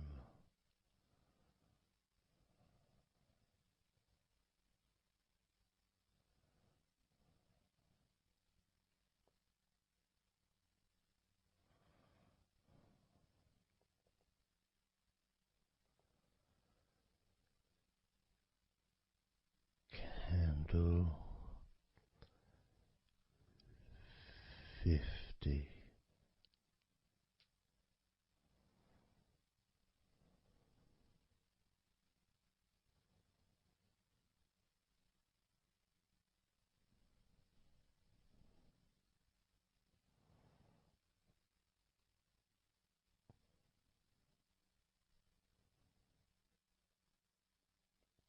Candle 49.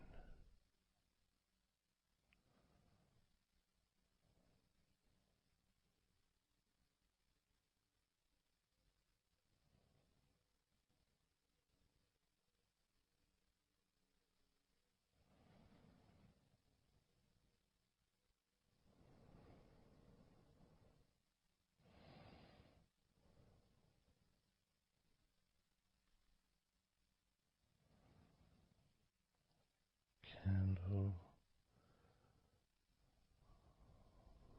48.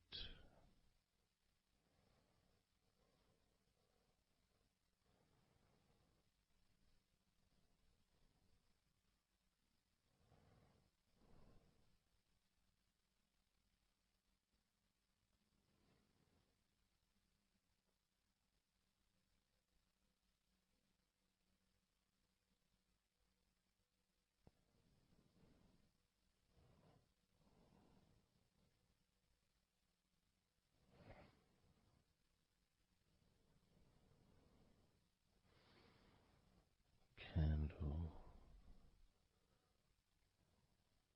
47.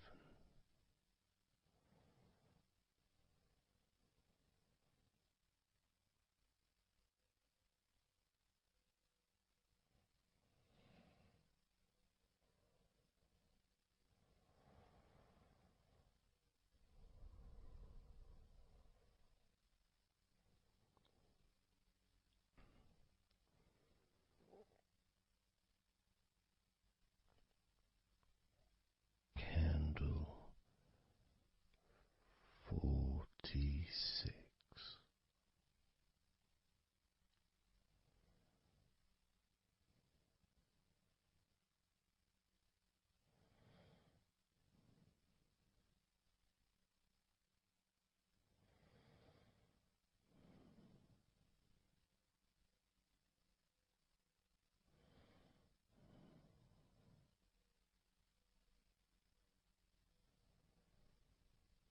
Candle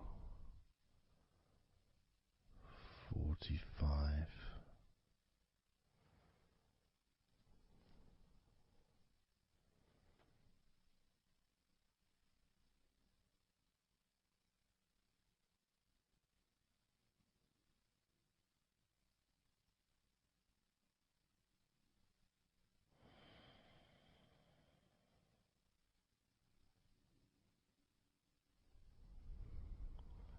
Candle 42.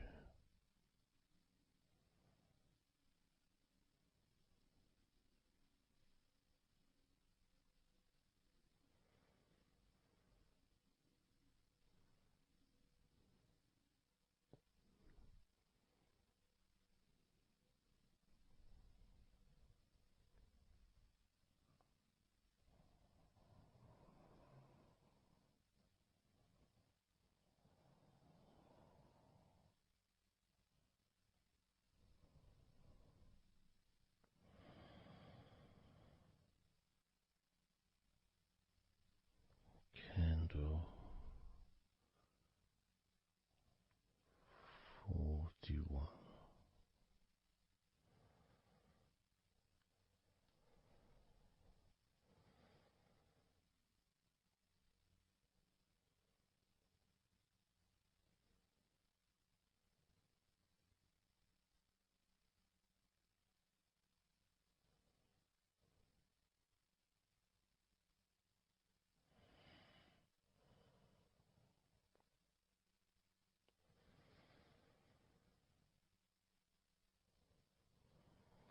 Candle 40.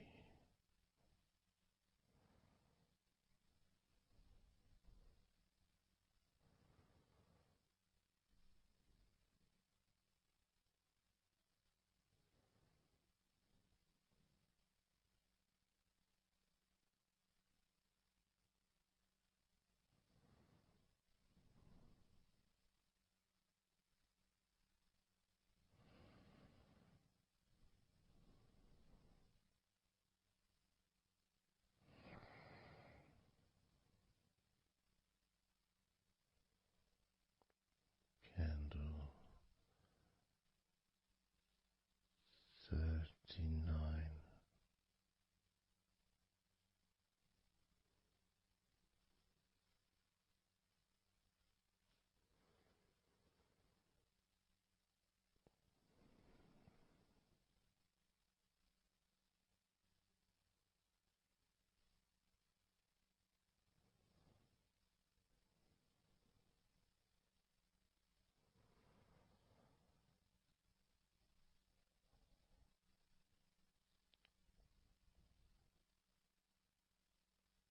Candle 38.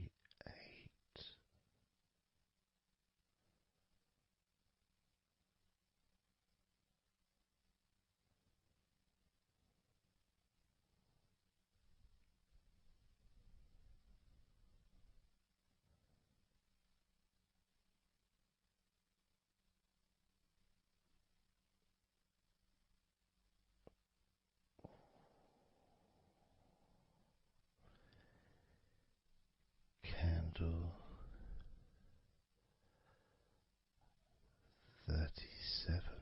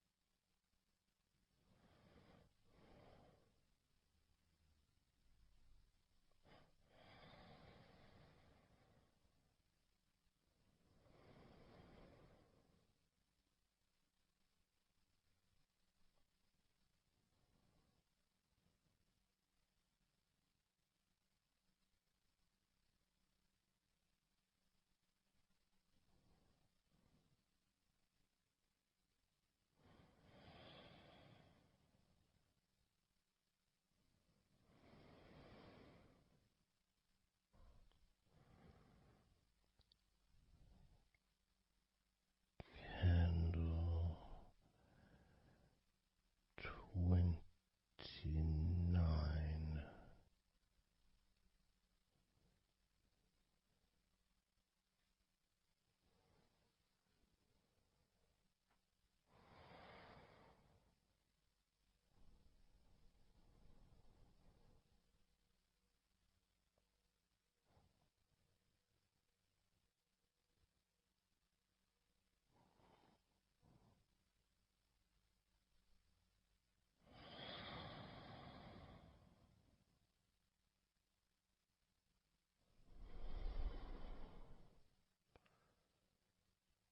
Candle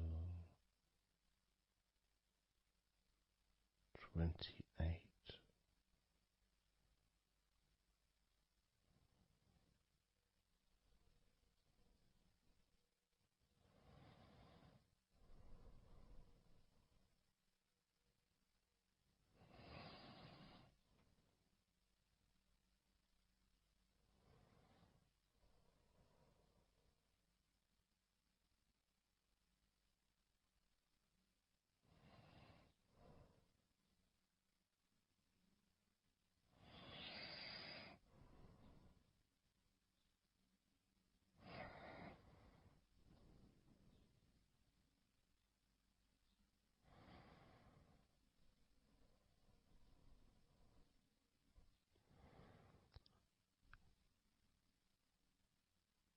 Candle 27.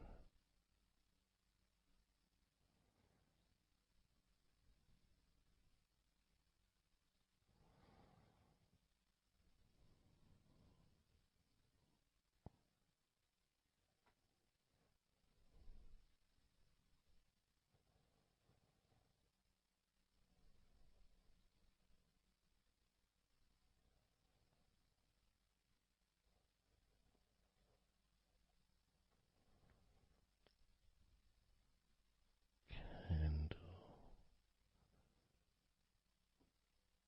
26.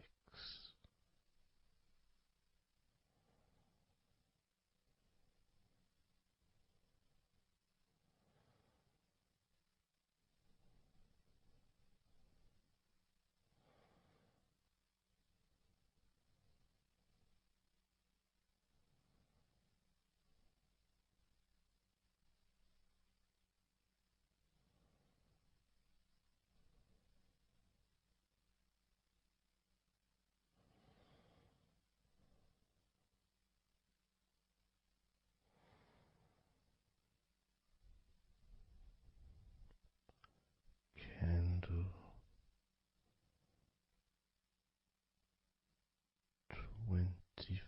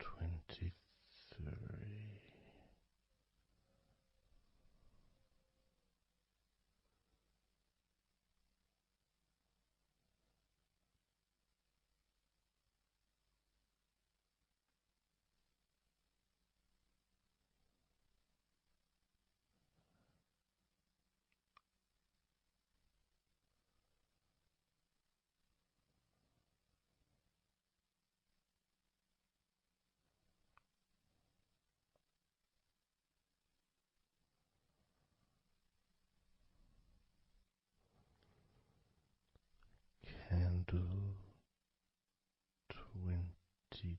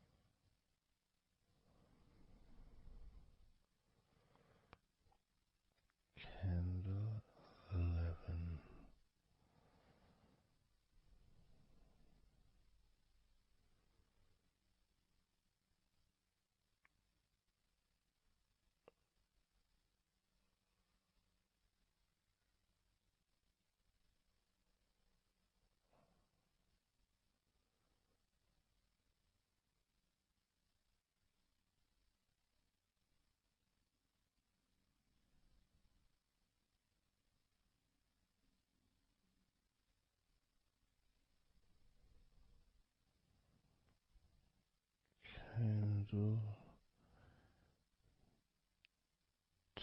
10.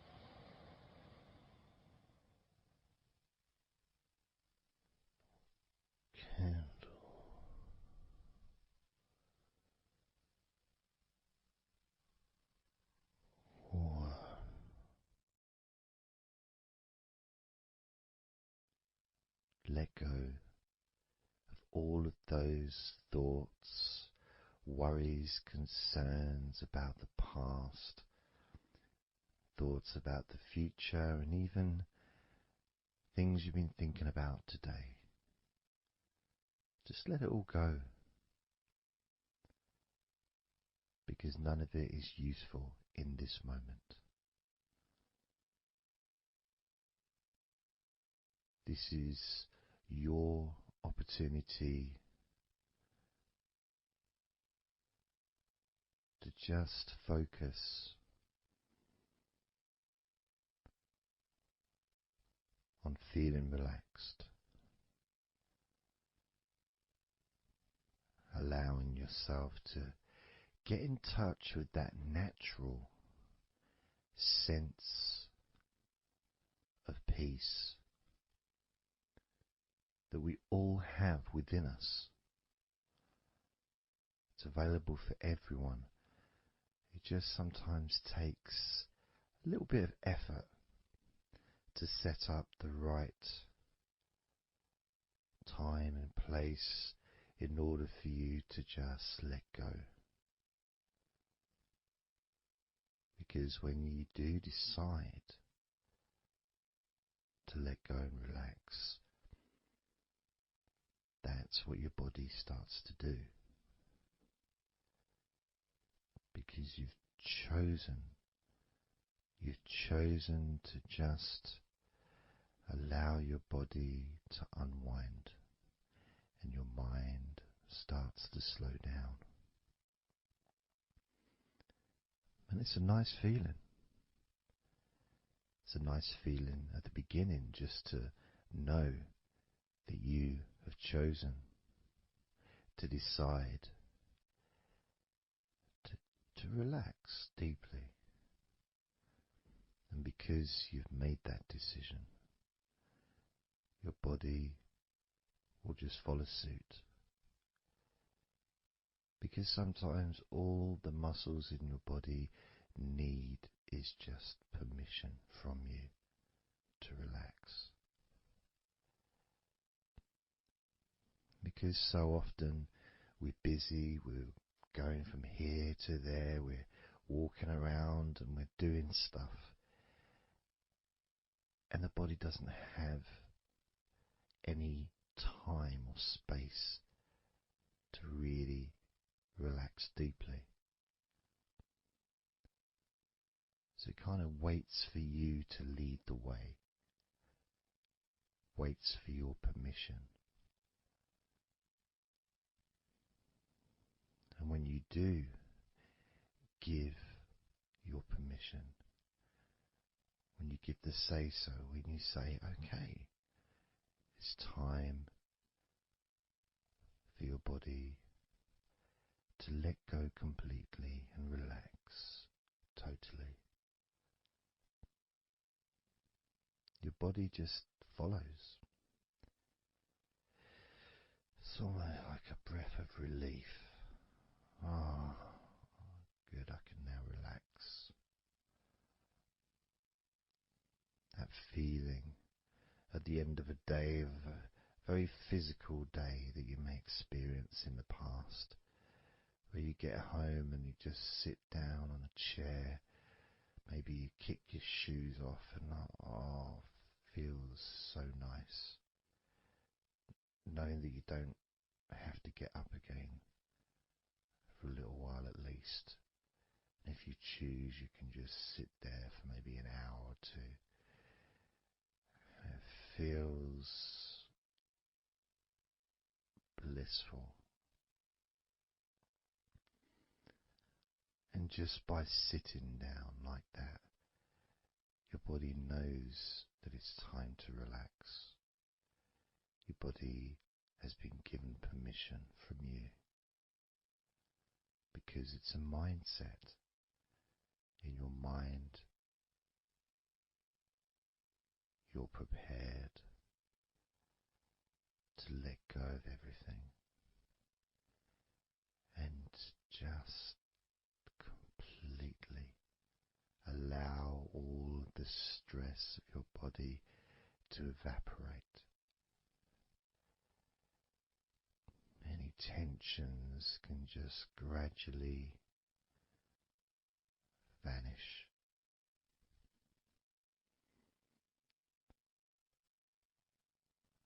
It's almost like magic, really.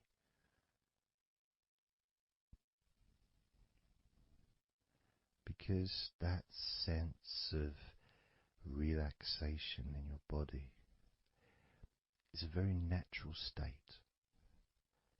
It's not something unusual. It may feel unusual when you first start to relax if you haven't really spent a lot of time focusing and giving yourself this space to let go completely and relax. It may seem almost alien, but it isn't. It's actually the most natural thing in the world to let go completely, to relax totally. The most natural thing in the world to allow yourself to feel really calm in your mind. And it is almost like a literal unwinding. It's like you press a button and all the tension just releases.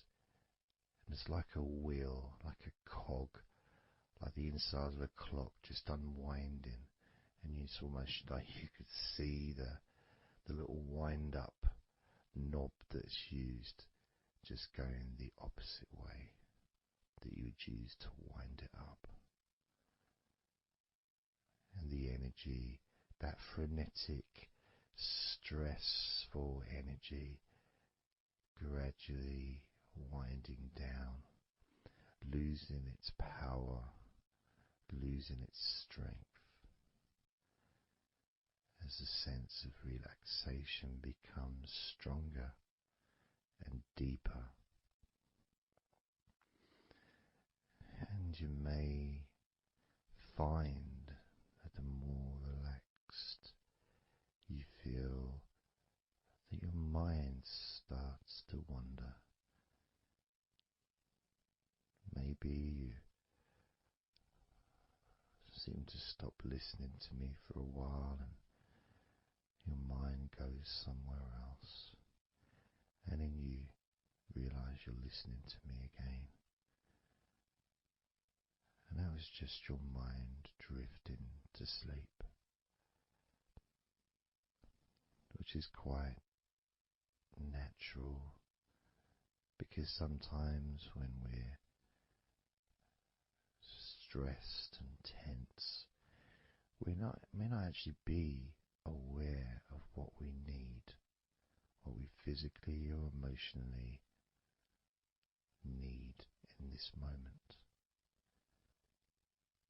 But when you allow your body and mind to relax completely, and you let go of all thoughts, concerns, worries, ideas, all letting them go, allowing them to drop onto the floor,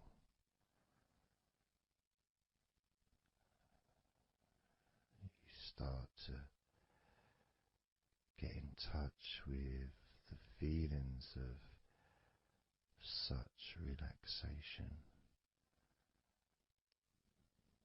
It feels so nice to be in touch with the calmness of the different body parts as they become looser and looser. Even your breathing seems easier and more natural, effortless, as that cool air enters through your mouth or nose into your lungs, breathing in comfort and relaxation, and then just breathing out any excess remaining tension or stress from every part of your body and mind. As you start to focus on your mind, maybe you notice that things have come to a standstill, or maybe just much, much slower than before, because your mind is not really needed when listening to my voice, which allows your mind to relax just as deeply as your body. And that synchronicity between the relaxation of your body and relaxation of your mind lets you know that feeling completely calm, loose and relaxed really is a great healing experience for you, and has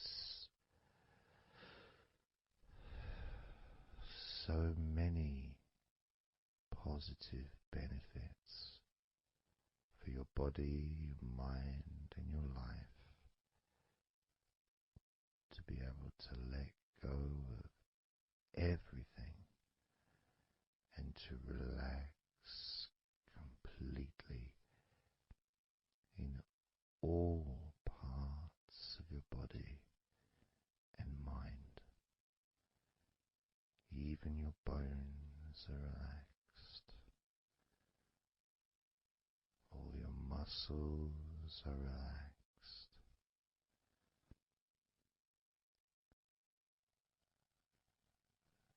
Even the skin that covers your body is relaxed. Every hair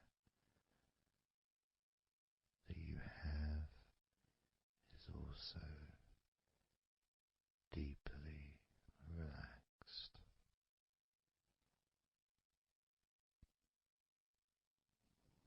And your brain really starts to feel the benefit of this healing relaxation.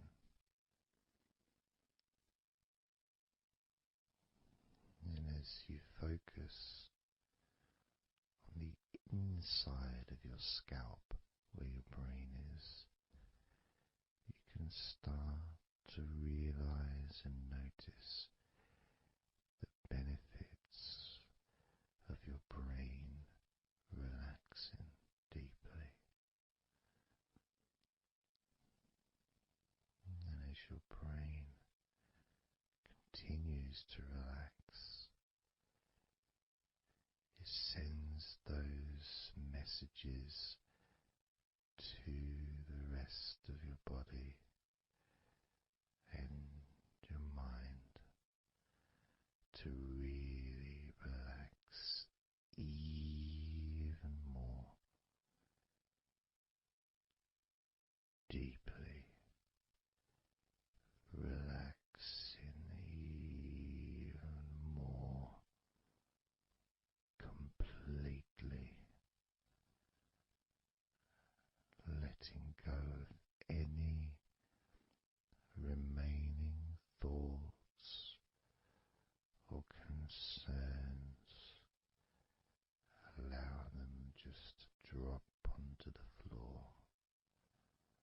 because they're no longer necessary in this moment, this moment of deep relaxation and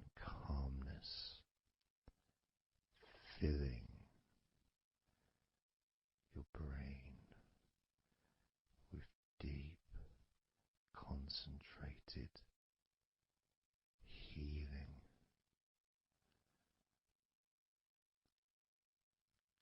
calming,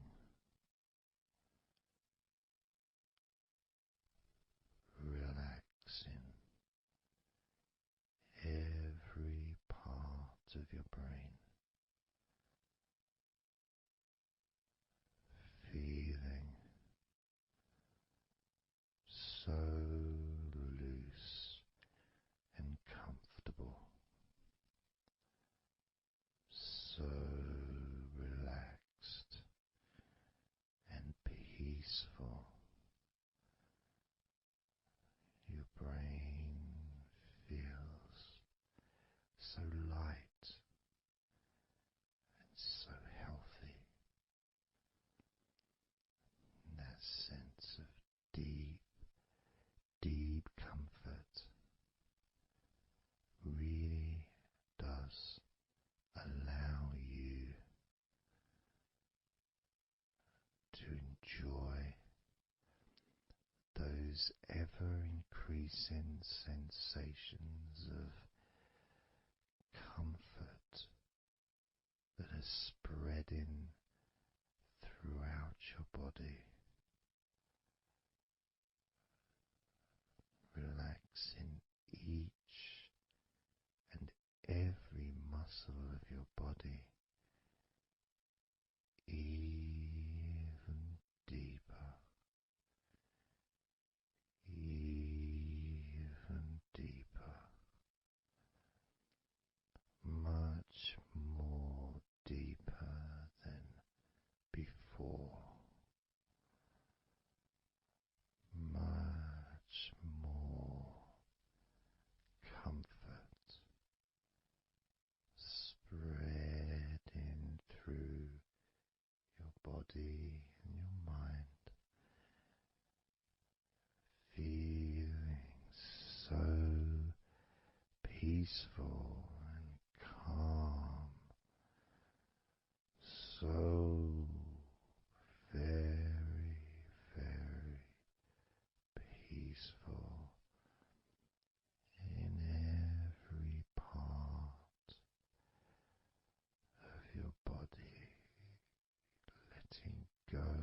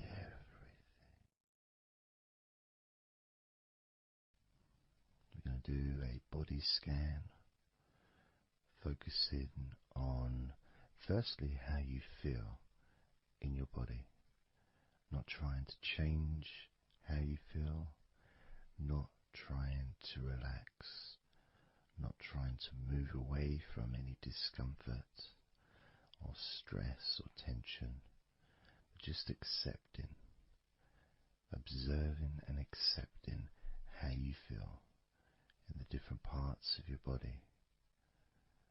Just allowing yourself to be exactly as you are, to notice, to get in touch with how you actually feel in this moment.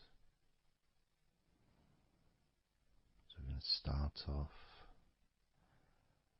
by focusing on your hands. Just be aware of your hands.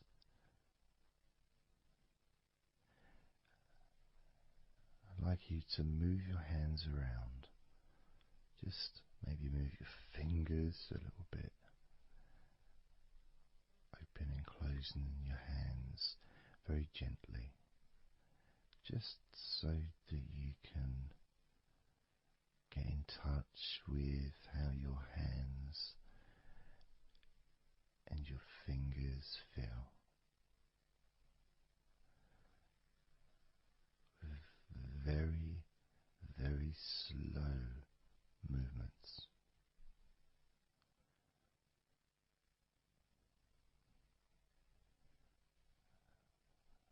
Focusing now on your feet.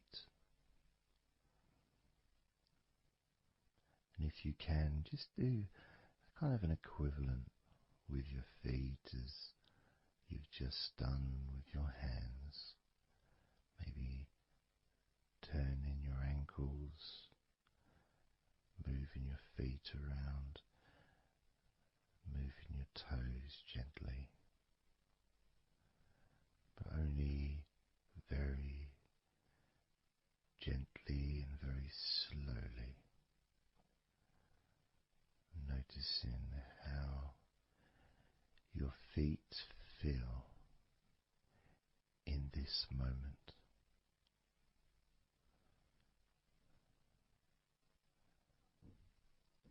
Focusing now on your eyes.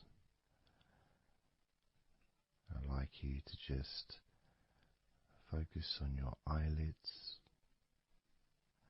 Maybe you can open and close your eyes a couple of times to really get in touch with how you feel when you do close your eyes. The muscle changes in your eyes when you do close them. Maybe raising your eyebrows, which stretches the tops of your eyes. Perhaps squinting your eyes, scrunching up your eyes, just so you can really get in touch with all aspects of how your eyes feel right now.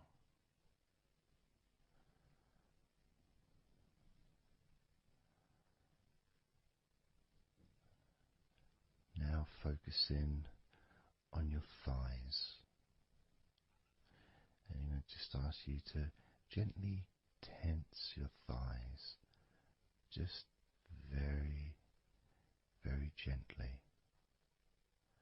just enough so you can become more attuned to the physical sensation of your upper legs, the front of your thighs and the backs of your thighs.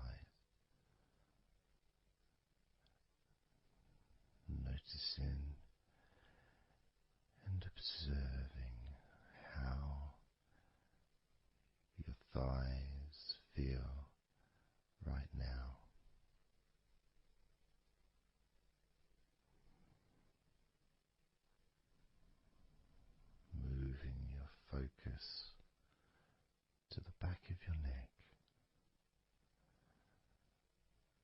just noticing the back of your neck, the muscles, and of course they lead to the side of your neck.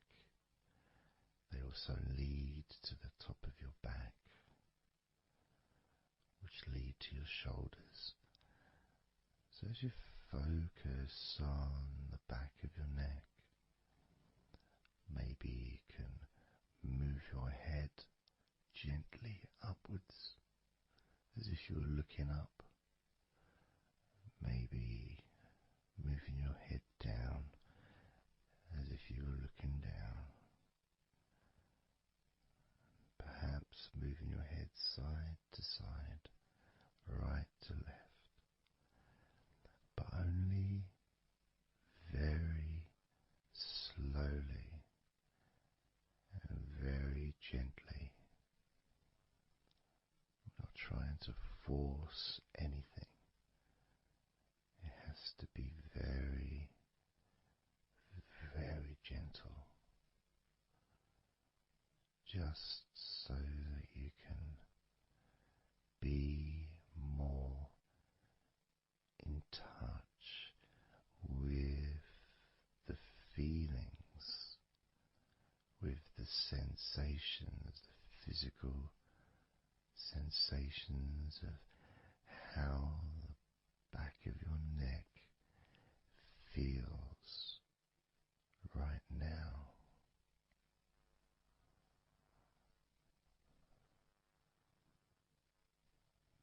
As we now focus on the tops of your arms, the parts where your biceps and your triceps are, between your elbow and your shoulders. As you focus on those parts, the tops of your arms, you may like to just tense them, but very, very gently and slowly, so you're not straining or putting any pressure whatsoever on your arms. It's just so that you can gain more of a sense of how your upper arms are feeling in this moment. And just noticing as you gently, very gently and slowly tighten the muscles and then let go. Notice how the tops of your arms feel right now.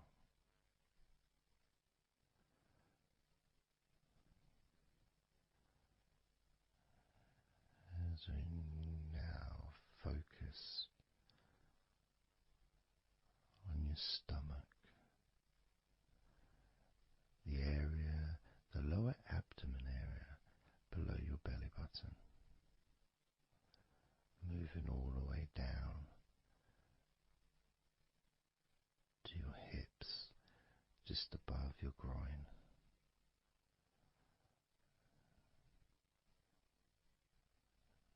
Maybe you're able to tense these muscles in that area very, very gently and slowly.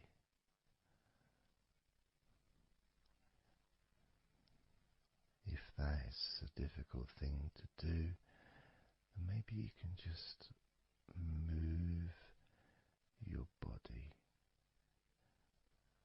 pushing your stomach up, maybe moving a little bit to the side, using your hips, just so that you can get more in tune with how your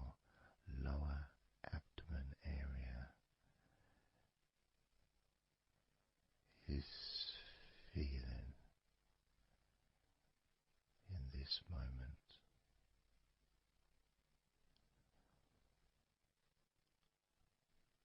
Just noticing the physical sensations of your lower abdomen.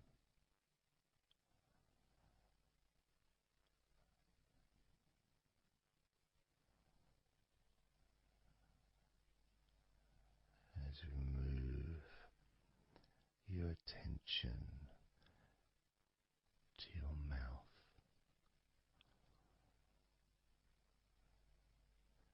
noticing your lips and inside your mouth, your teeth, your gums, your tongue.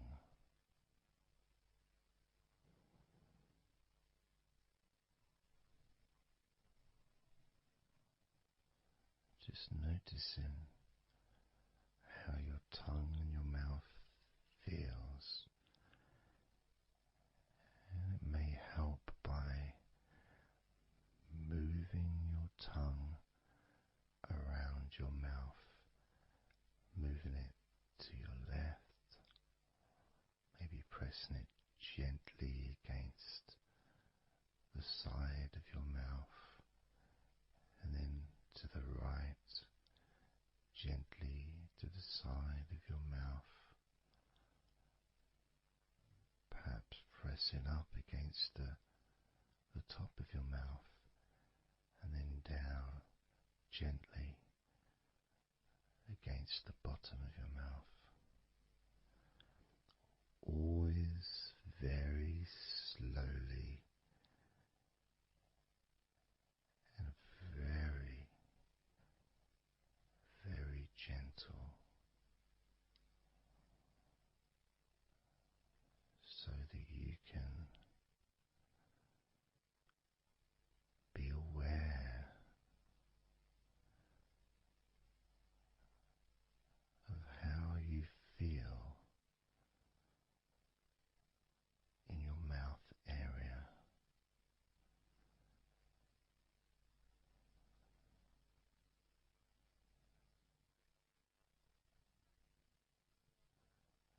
Now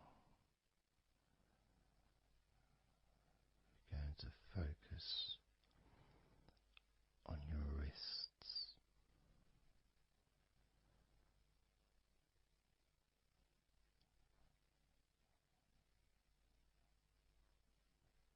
And I'm going to ask you to maybe just rotate your wrists by moving your hands in a circular motion very gently and slowly, just so that you can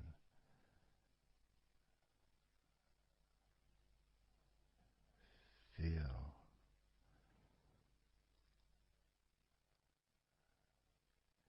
the sensations that you are currently experiencing in your wrists. Perhaps moving your hands up and down, again very, very gently, and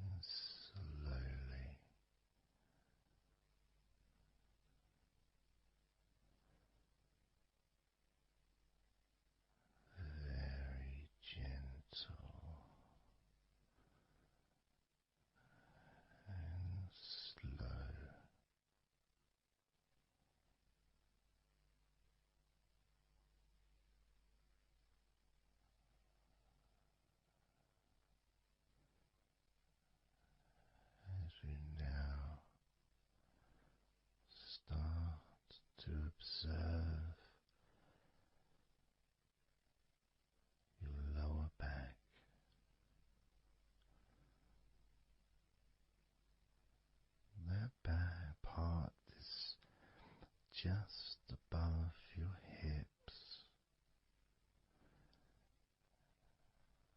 where your coccyx are,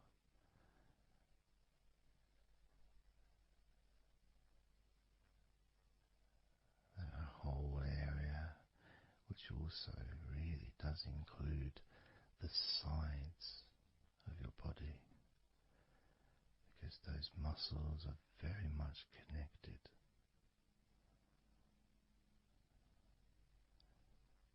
As those muscles also move into your hip area, connecting to your buttocks, the sides of your hips,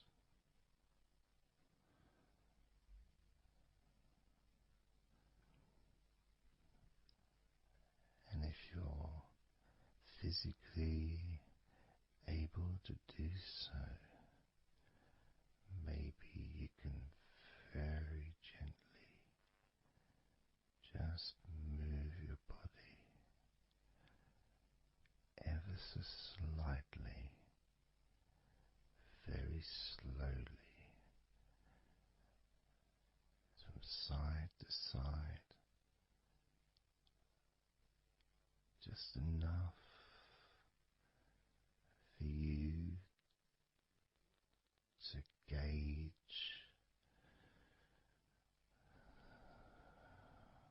how you feel in your lower back.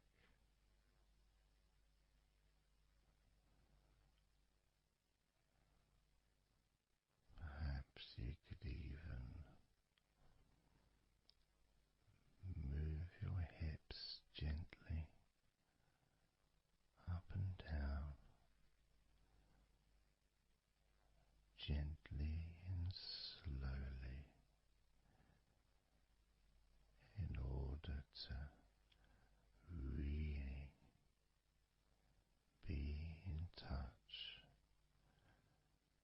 with the physical sensations of your lower back.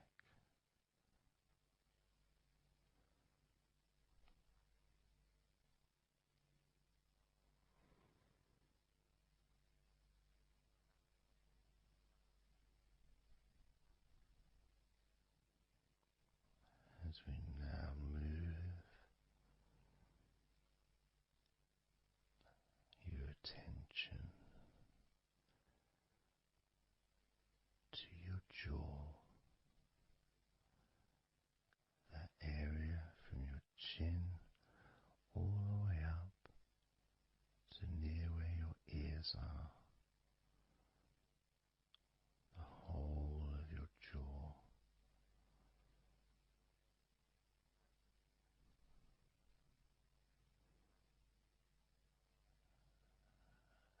And you can just, if it's okay to do so, gently open your mouth, not wide, no stretching, just very gently and slowly opening your mouth and closing your mouth very gently and slowly.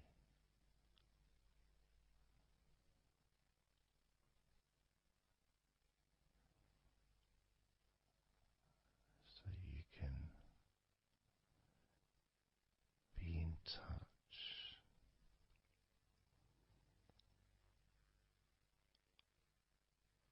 with how your jaw feels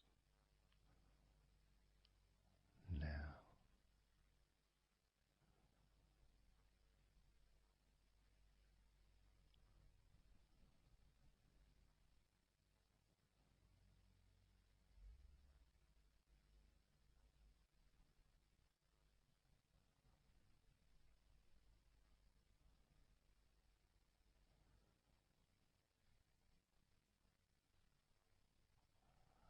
Noticing now your chest area,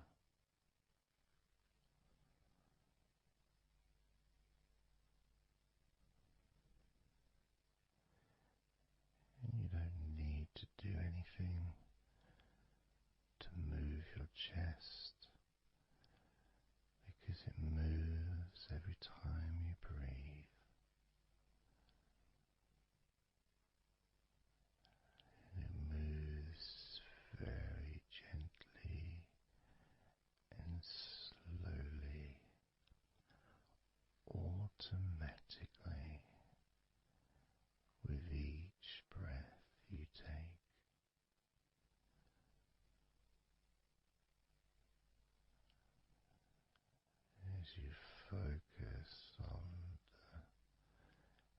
how your chest feels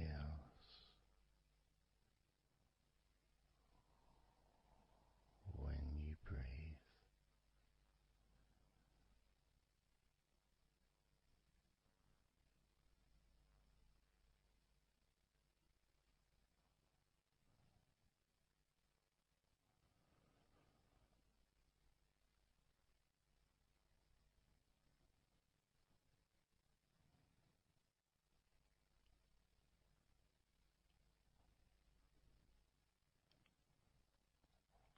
Moving your focus to your forearms and your elbows.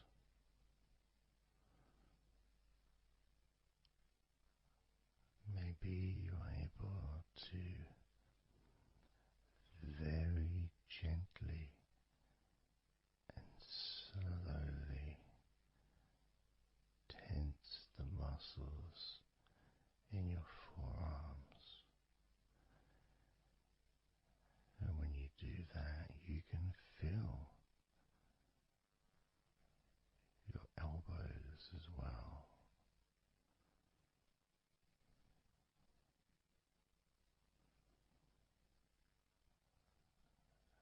Very gently and slowly.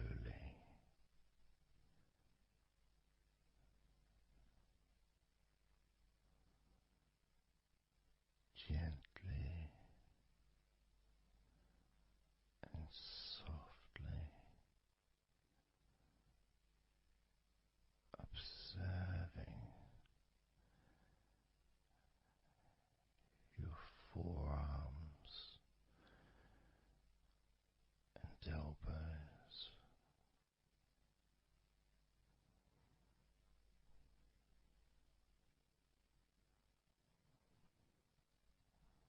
Now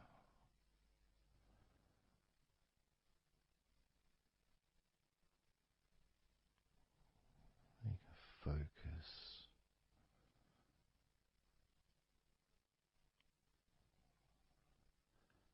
on the rest of your back, your upper back, and the middle of your back.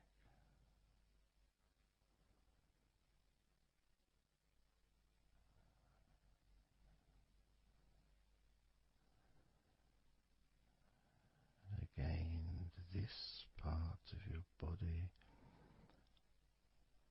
moves also every time you breathe. You may not notice that usually,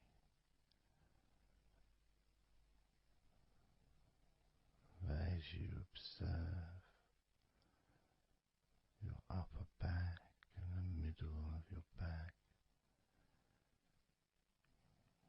you can really feel that gentle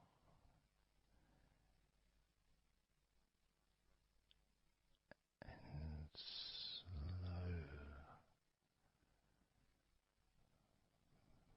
movement.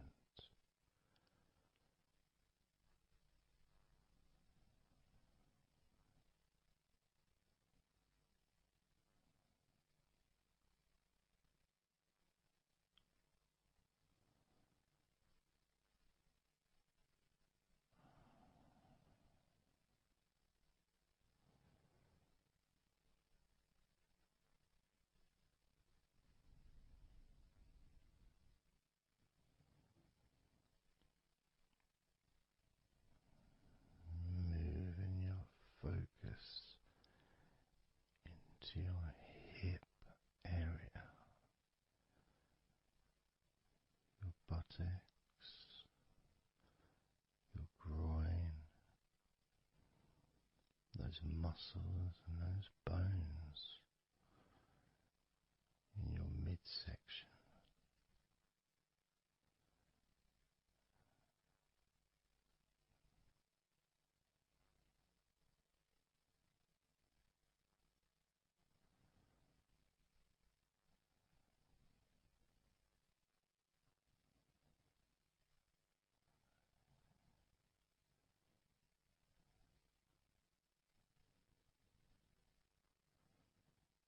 Just noticing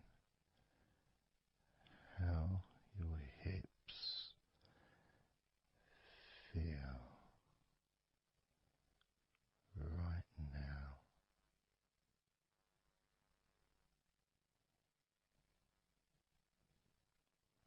You can very, very gently move your hips,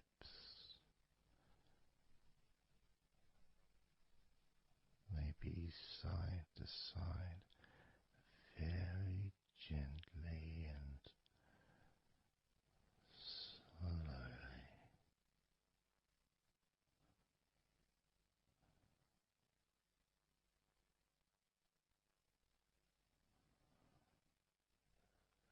Very, very gently,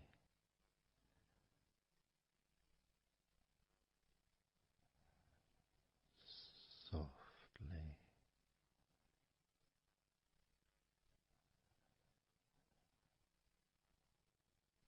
and slowly.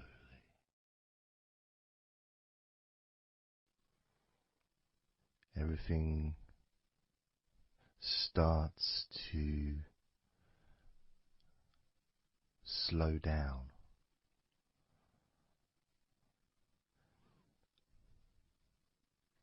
including the thoughts in your mind and your mind itself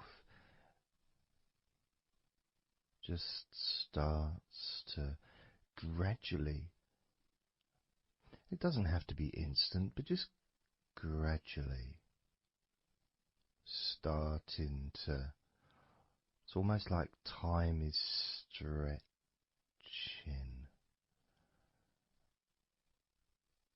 It's a slower pace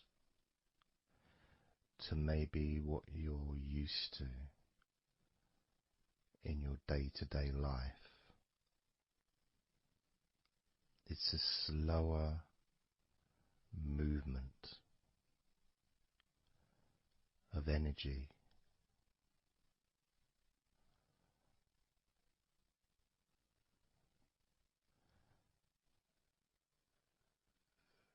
Very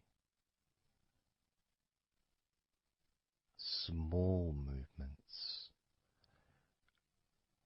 which make up the larger movements, which is always the case. You know, when you move your hand, it might seem like it's one movement, but it's lots of minute different muscles moving in accordance with each other, and what happens in this space that we're sharing is we move from that big movement into those smaller movements.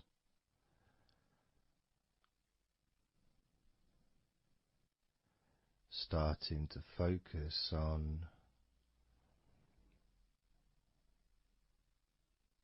how your body feels, but not just as a whole, not just, oh, I'm feeling this way, I'm feeling stressed or tense, or I'm feeling relaxed and calm, I'm feeling this way, I'm feeling that way. Starting to notice that your body begins to present to you small feelings around your body.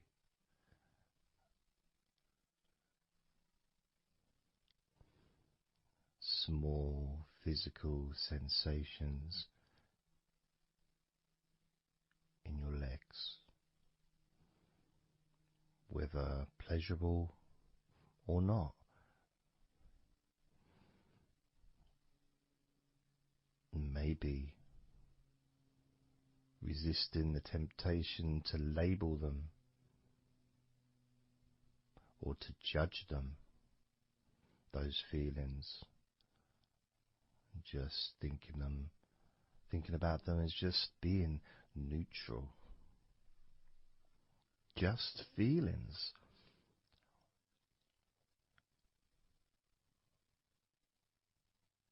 Not being particularly concerned, but just noticing what your body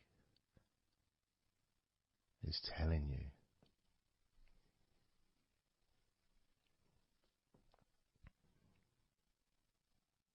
The feelings in your arms.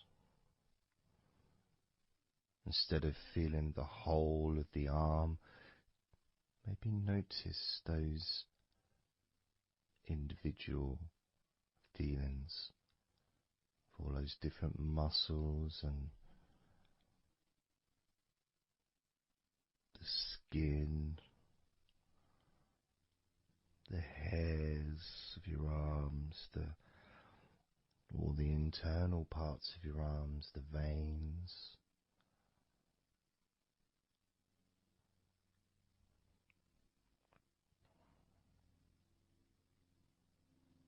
The bones, just being aware of maybe your elbow on your right arm has a certain feeling, maybe your left wrist also has its own individual physical sensation.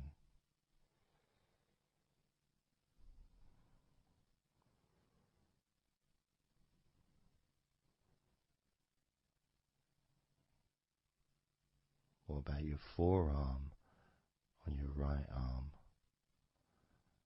Your right forearm.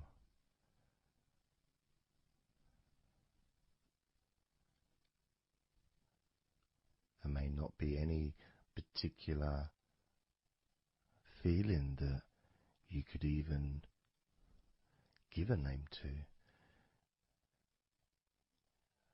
May not feel like anything other than just a feeling.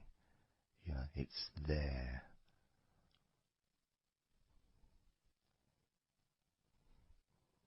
The feelings in your shoulders. Perhaps your shoulders, when you think about them, they're kind of almost like they're the same, you know, the same feeling. Almost like both of your shoulders are just one thing. But of course they're not.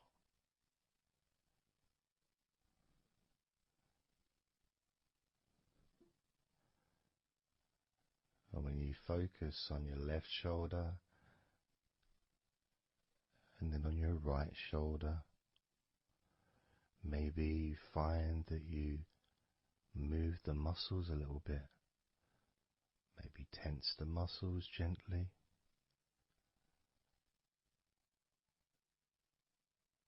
Noticing the difference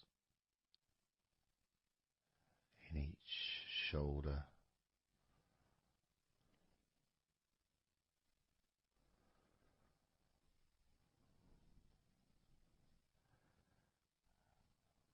Your lower back.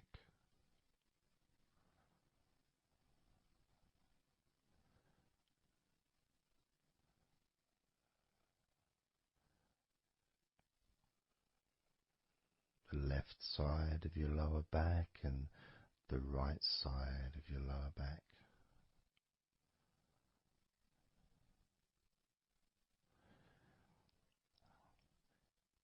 course, that connection to your buttocks and to your hips.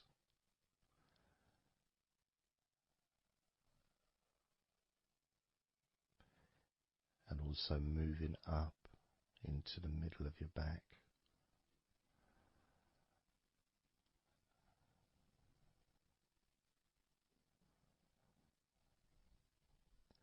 And sometimes, like right now actually, when I focus on that part, when I focused on my buttocks, and then I focused on the middle of my back, it almost felt like the muscles in my lower back were being stretched very gently,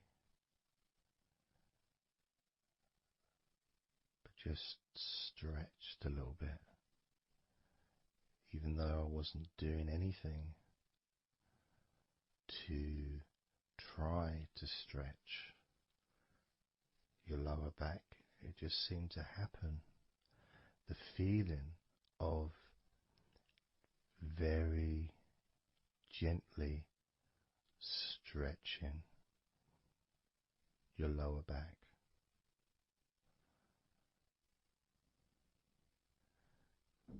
Comes along, that feeling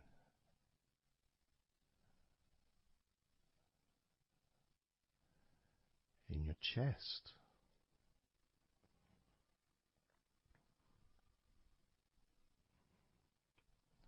Just noticing what sensations you are experiencing in your chest right now.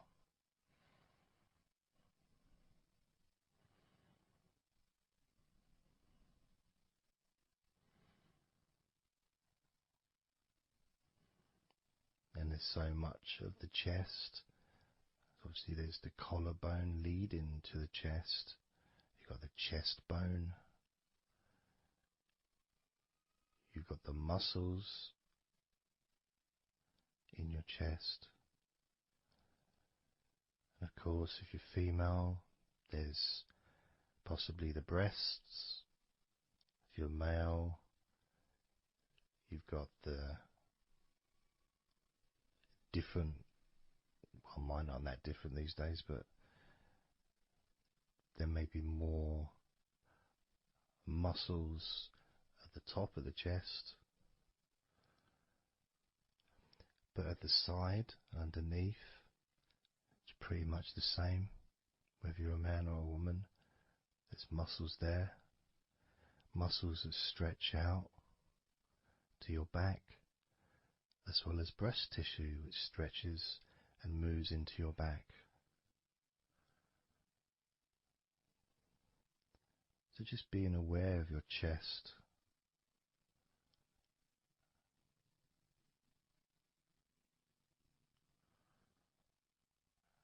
being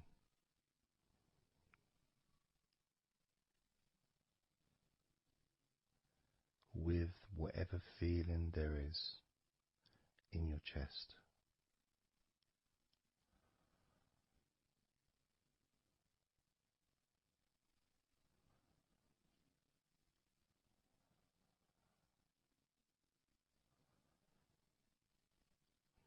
And when I notice that I focus on my chest, I feel it in my back, my upper back. I mean, I guess the obvious reason would be because, I breathe in,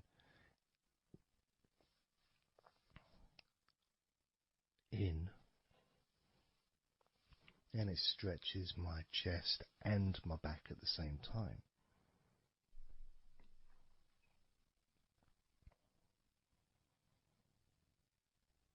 Yeah, it feels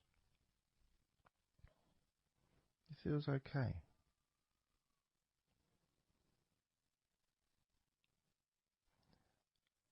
Doesn't feel.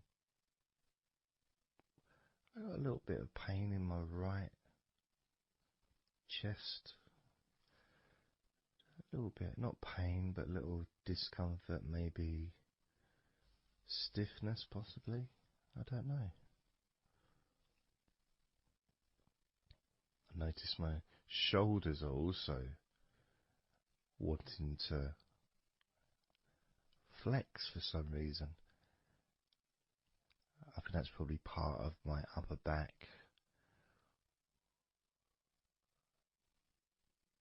That connection between my shoulders and my upper back. Because I can move my shoulders and stretch the muscles in my back. Moving the shoulders backwards or up, which then moves I think it's the scapulars in your back.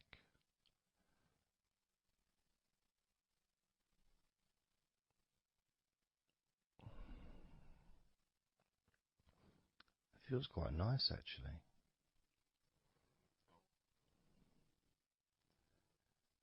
The good thing about this is you can, if you want to, you can just flex or stimulate the various muscles in your body gently in order to get more of a sense of how they feel.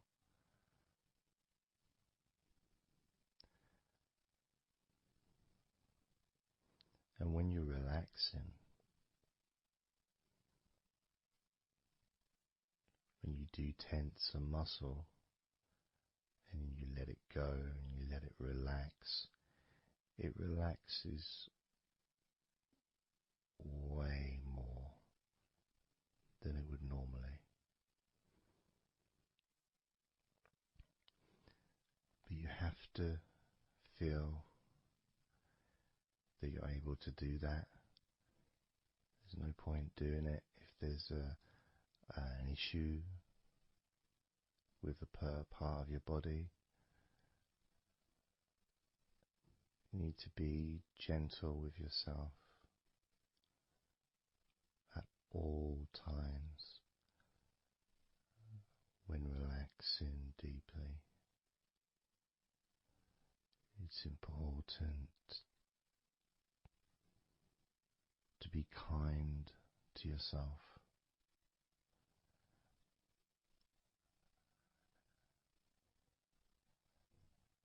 As you notice your mind,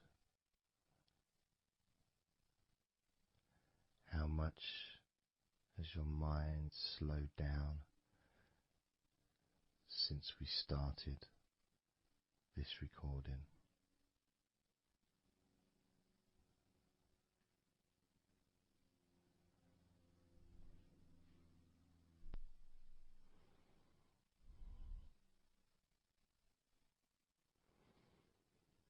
How calm and peaceful is your mind right now?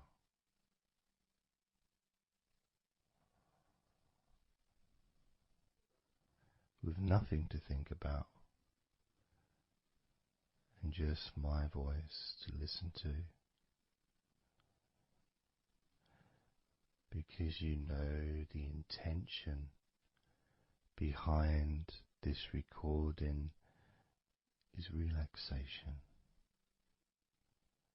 At the very least, for you to feel more relaxed at the end of the recording than you did at the beginning.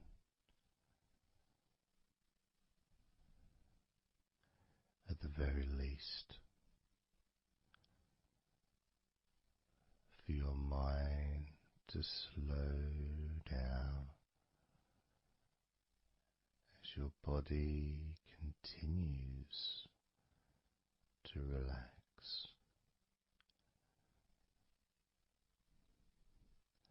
Because that's what you want to happen. That's what you expect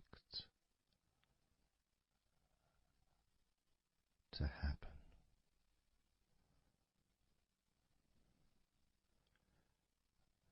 For relaxation Feel your body.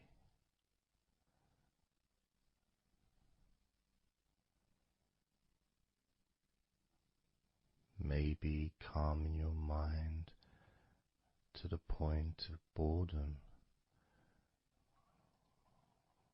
when you start maybe to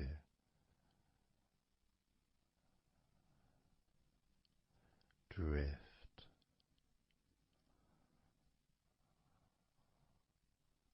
away.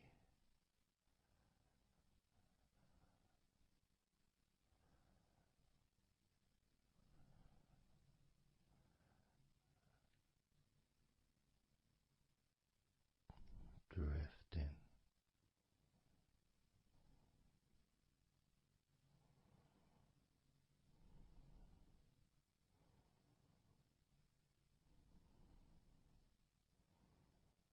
It's almost as if you're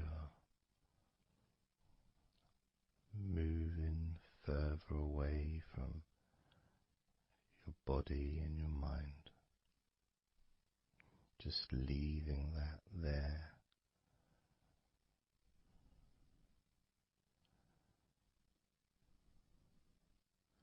Kind of like in an escape pod in a spaceship and movie, a space movie, you know, when they get into that little pod and it sends them far away from the spaceship.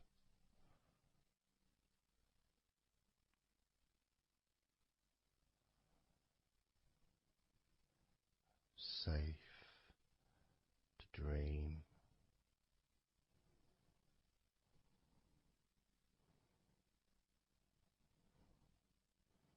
And continue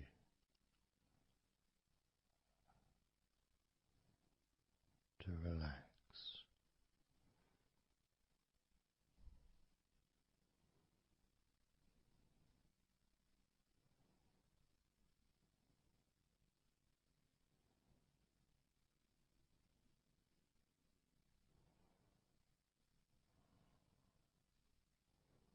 Drifting.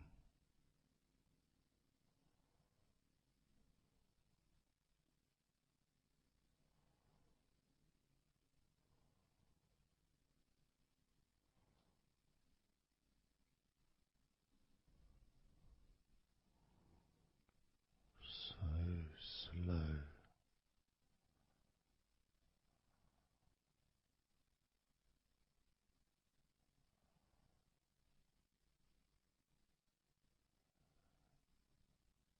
And peaceful.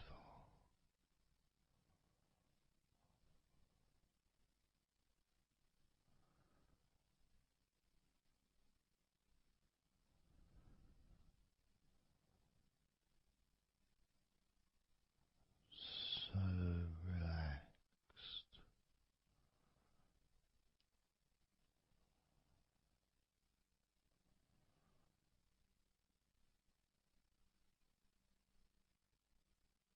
And peaceful.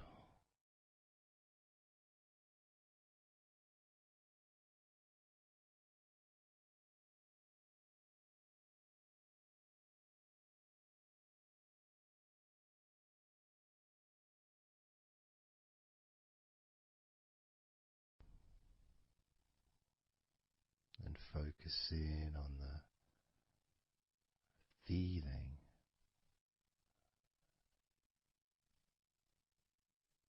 of those individual parts of your body that are relaxing one by one.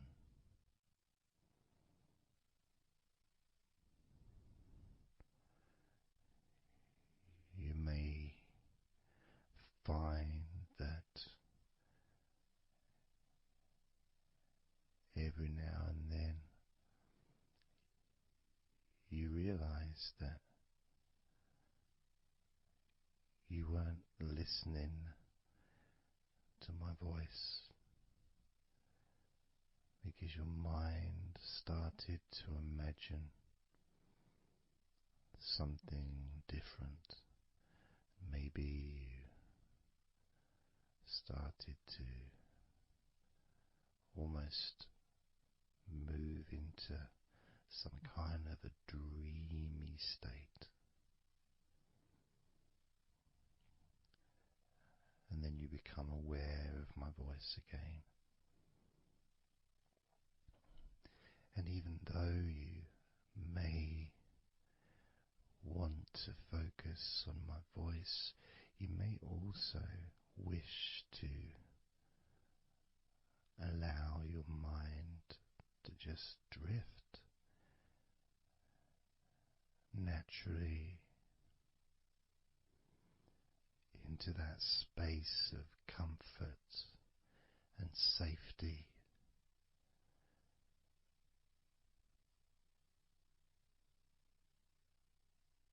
As you feel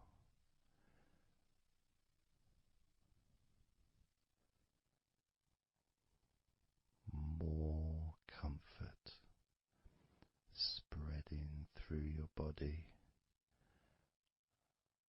like a warm blanket, covering you gently, keeping your body at just the perfect temperature.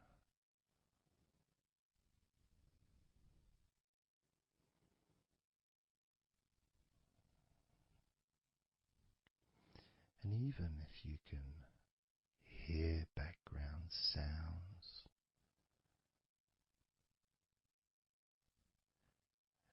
they just don't seem to matter anymore.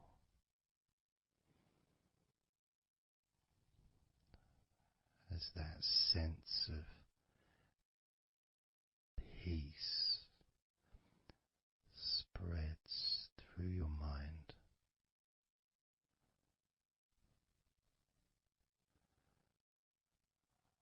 like a gentle breeze, yet strong enough to blow away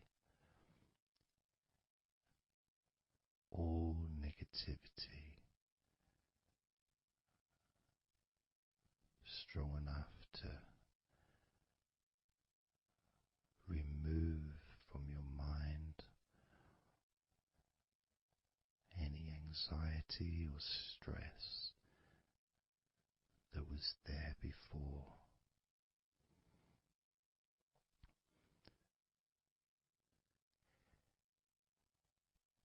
And blow away any other thoughts or feelings that just don't fit with the sense of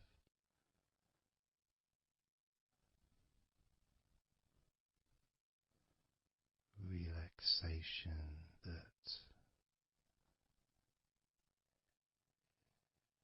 is filling your body and your mind.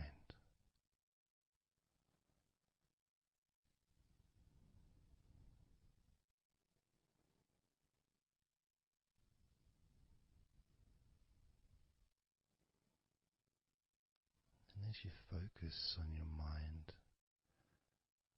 I'm going to count down from 10 down to 1, and with each number you hear, your mind will become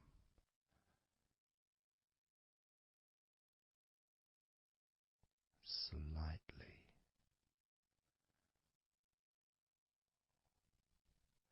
more relaxed, just slightly. So from 10 down to 9, just a slight movement. From 9 down to 8, just another small change in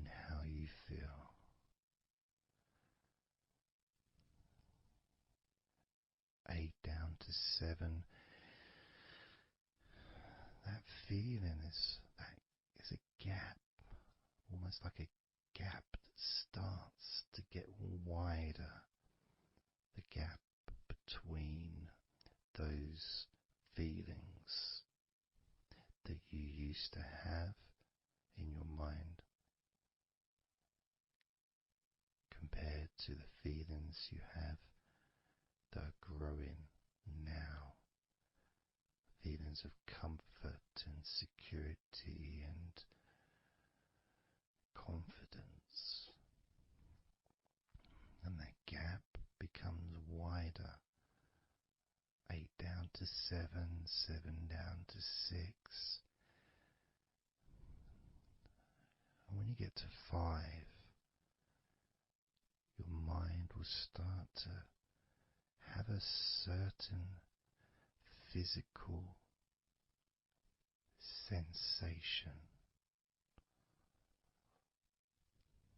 almost like there's a magnet outside of your head sucking the tension and the stress and any remaining feelings that you don't want, sucking them out through your skull.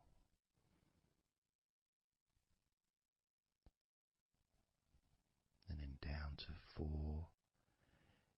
you can start to really experience that sense of not just emptiness but space, a place full of fresh air, a place where you can stretch. It's almost as if as you go down to 4 and 3, your mind is expanding with this sense of peace and tranquility growing as it moves down to 2. When you get to 1, your mind just feels exactly how you want to feel. It's almost a perfect feeling.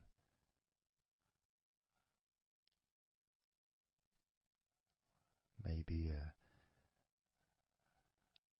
sensation that you'd like to keep. A place that's safe where nothing can affect you at all.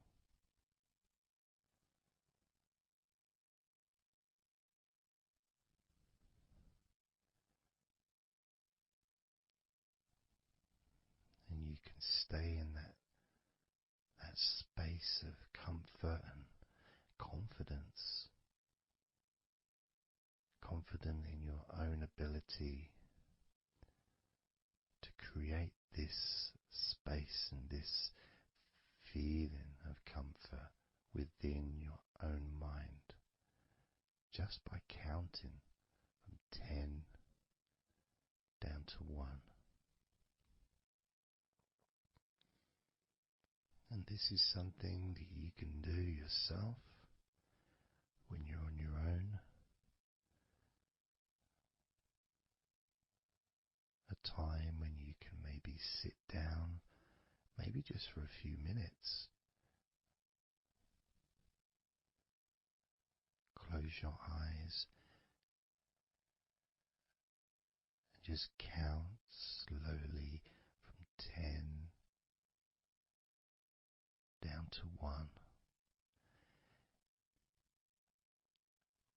And re-experience these feelings in your mind.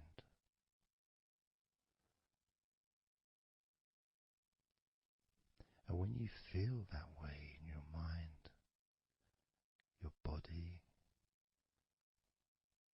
copies your mind.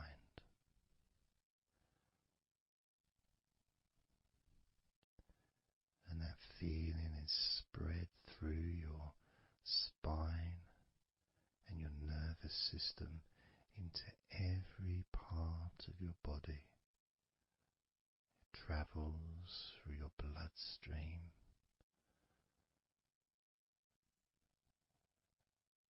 healing and relaxing every particle of your existence.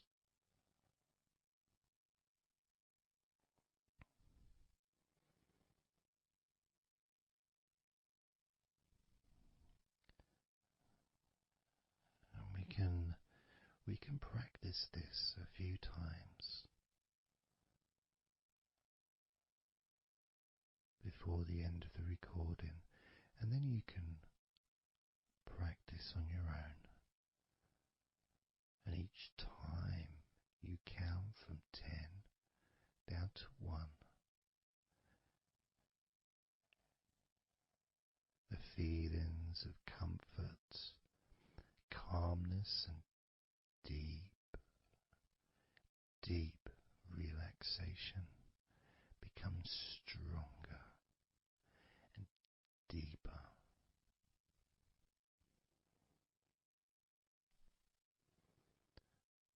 Filling your mind and your brain with these positive chemicals that spread throughout your body, relaxing you so quickly, relaxing your whole body and mind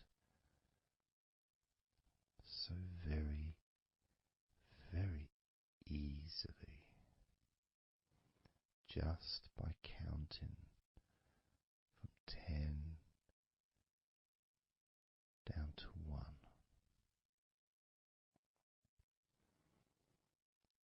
So we're going to do it now. I'm going to count from 10 down to 1, and I'd like you to repeat the number after me. So when I say 10, you can just repeat to yourself 10.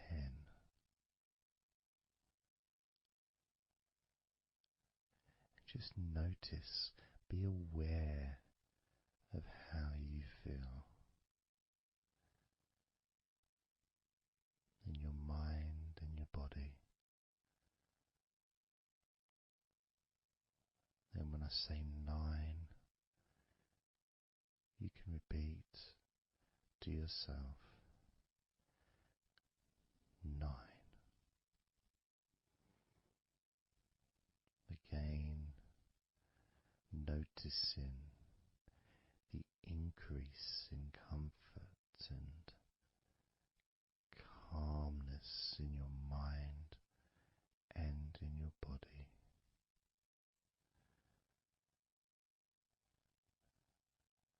The same when I say 8, when I say 7, 6, when I say 5, 4, when I say 3, 2, and lastly when I say 1, you can repeat that number.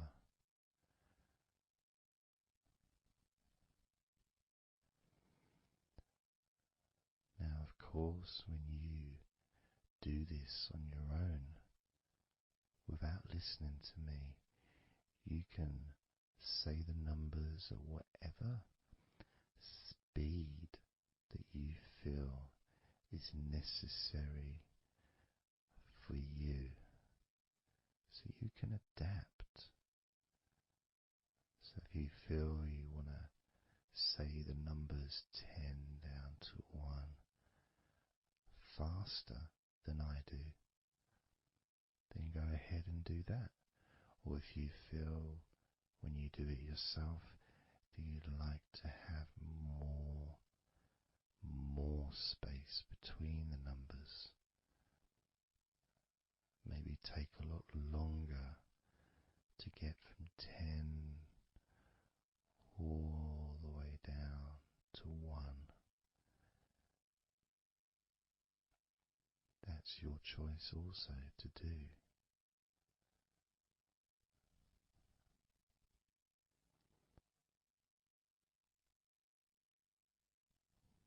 So I'm going to count from 10 down to 1.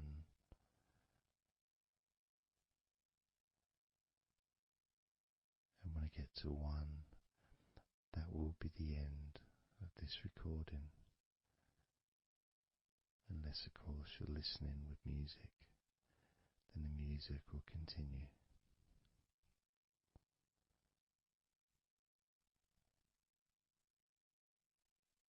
10.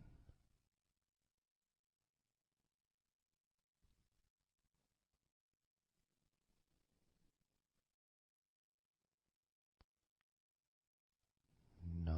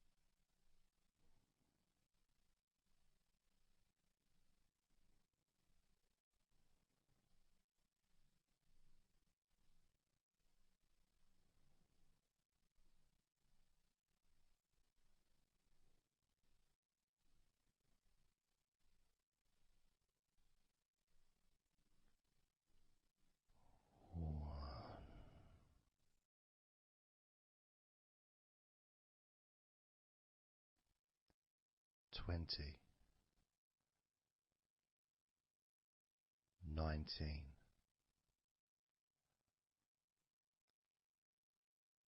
18,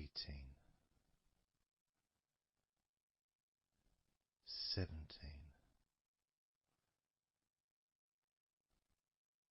16, 15, 14, 13, 12, 11, 10,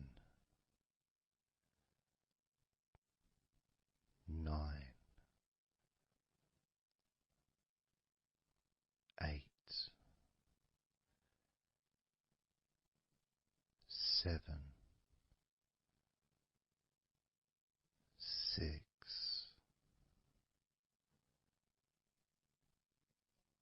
5,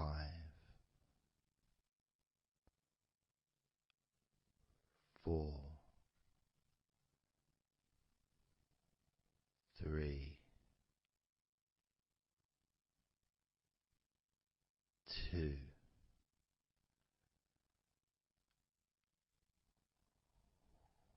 1.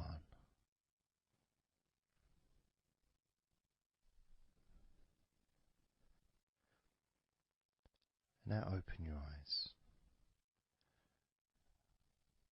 noticing how you physically feel, having counted down from 20 to 1, allowing stress and tension to leave through your fingertips and your toes. And as you focus on your fingertips, maybe they feel a little bit tingly, which is, I suppose, quite understanding considering the tension has been exiting your body through your fingertips.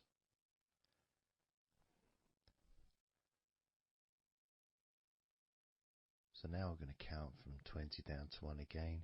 This time you're going to feel relief of tension and stress, any anxiety that you may have, leaving through your stomach.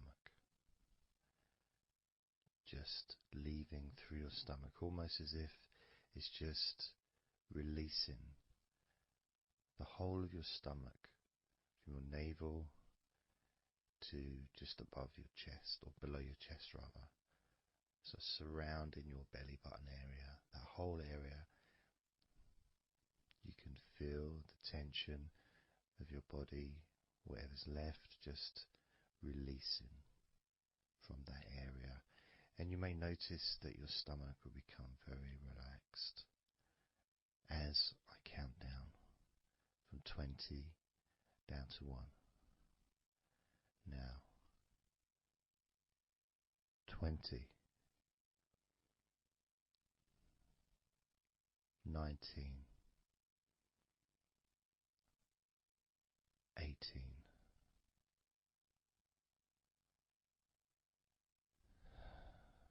17, 16, 15, 14, 13, 12, 11,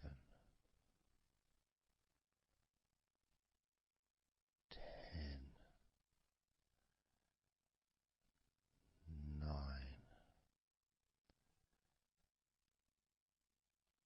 8,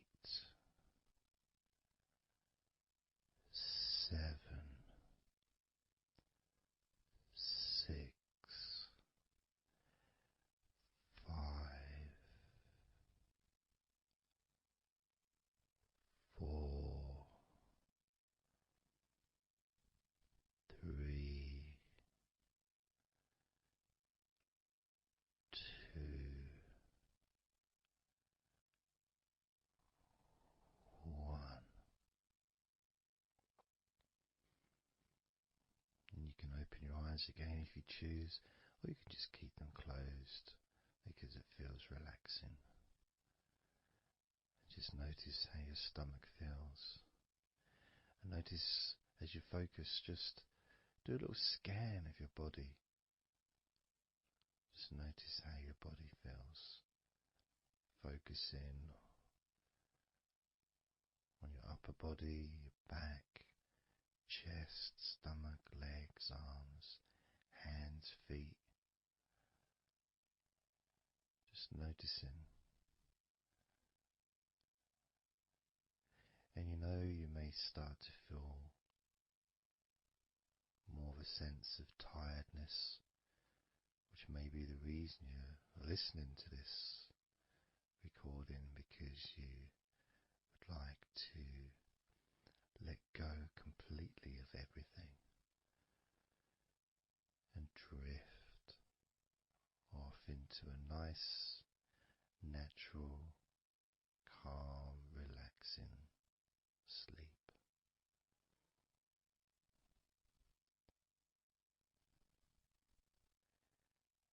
So now we're going to focus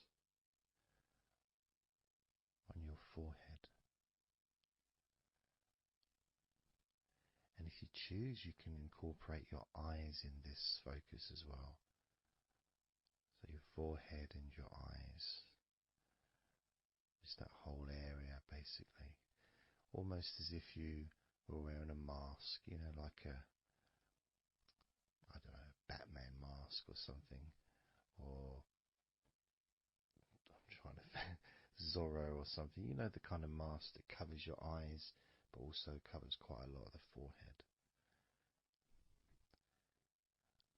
And focusing on that area, because that's the area that we're now going to release tension and stress from your mind, from your brain and from your mind, and any tension that you may have remaining in your face, in your neck, in your jaw, in your eyes, your forehead, or your scalp.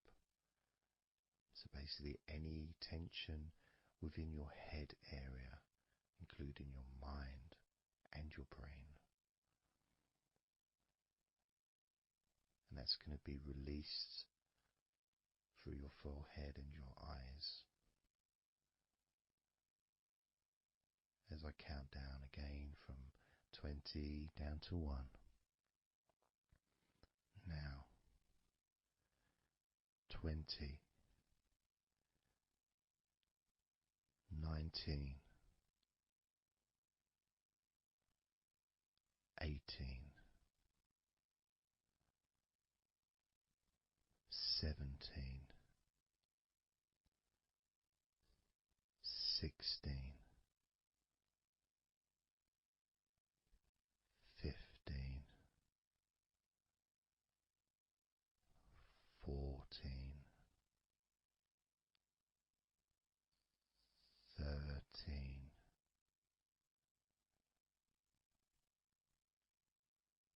12, 11,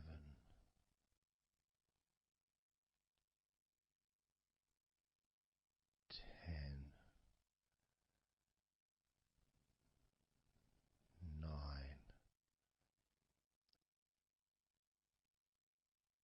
8, 7, 6, 5,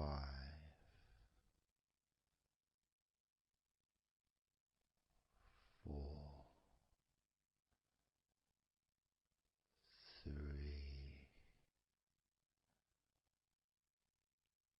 2, 1.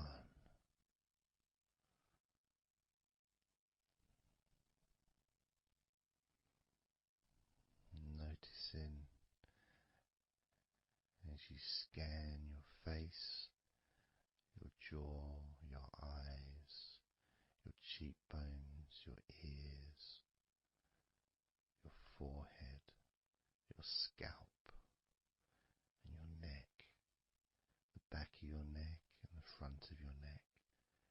sides of your neck and your throat.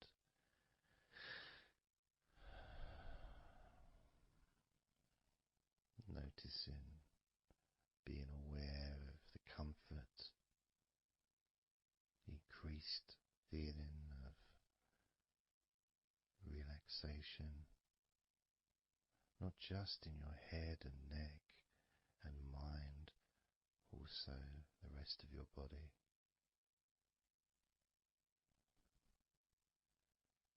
Just notice how loose and calm you feel, and how easily it is to just let go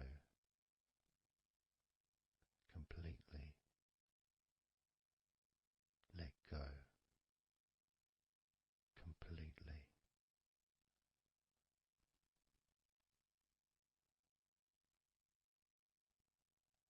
How easily.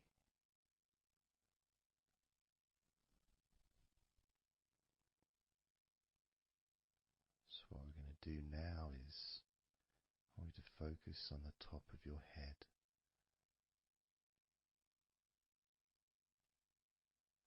And we're going to allow every last piece of tension or stress that might be lingering or hiding in your body or mind or head to just be sucked out at the top of your head and released into the air, almost sucked out into the clouds. Imagine a big cloud above your head, almost like a whirlpool, and it's just going to suck that tension out of the top of your head and just take it away for good.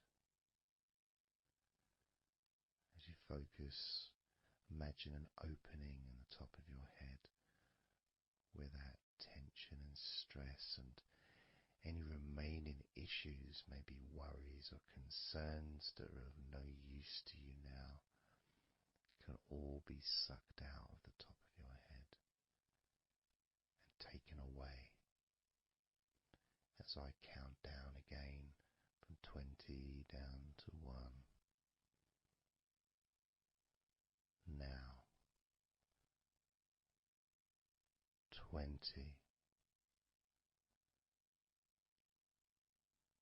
19,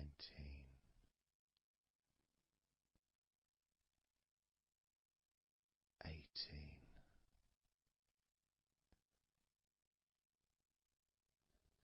17, 16,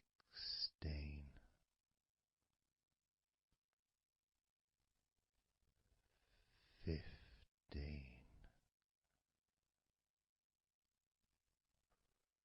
14,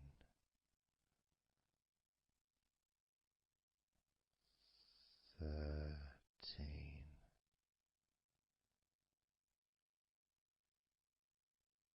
12,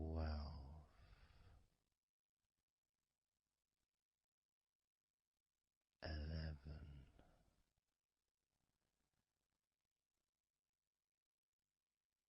10,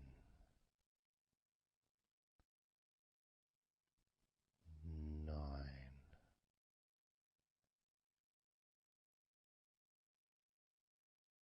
8,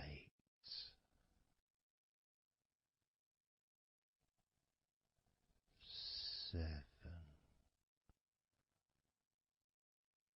6, 5,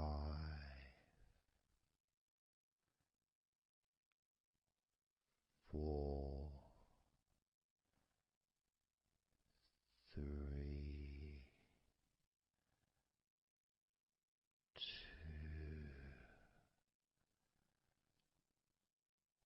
1.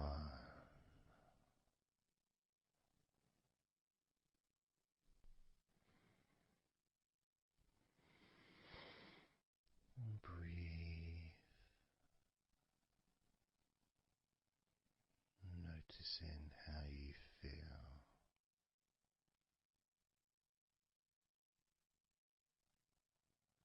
How relaxed and calm you physically and mentally feel right now.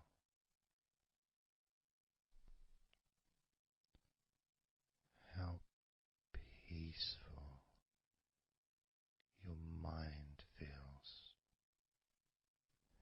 It feels so nice to just let go,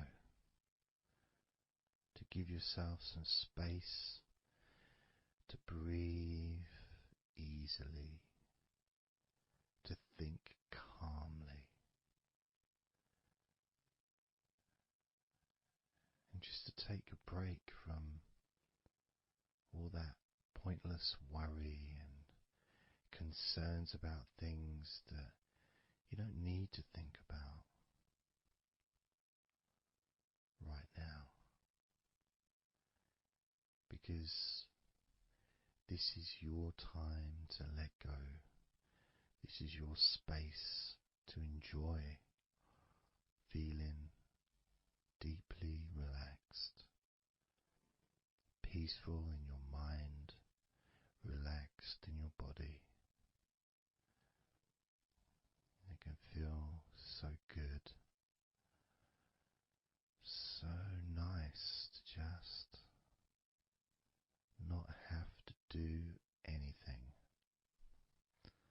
to be able to really enjoy that serenity that comes with letting go completely, that peacefulness that comes with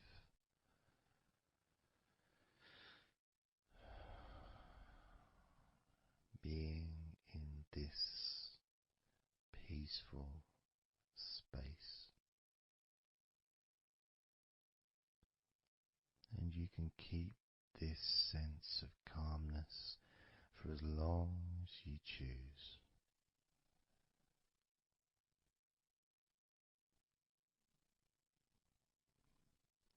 If you choose to drift off into a deep, healing, natural sleep, then you can do that. It's completely up to you. And you can keep this feeling of calmness physically and in your mind for as long as you choose to feel completely relaxed.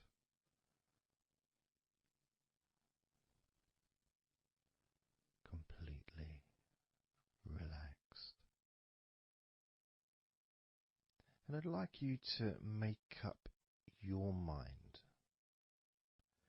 that you're going to relax.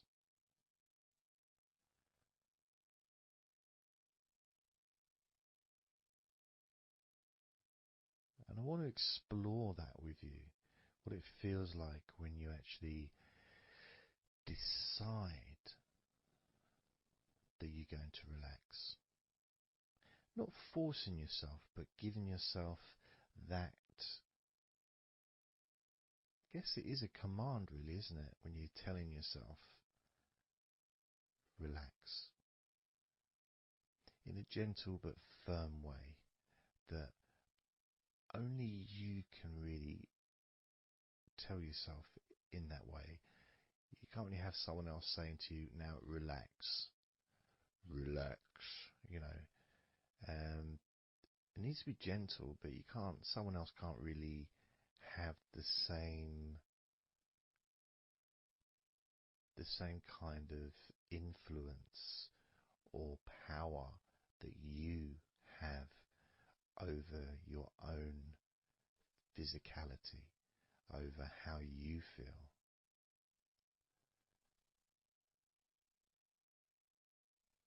Because when you say it to yourself, it means more. It's personal, and your brain and your unconscious mind and your body listens to what you say. So, for example, we'll test it out. We'll do a little test, a few little tests along the way, and you can get more of an idea of the force, the positive force that you can have in creating a sense of comfort and relaxation in your body and your mind quite quickly, just by you telling yourself to relax. So I'm going to start by, let's focus on your hands.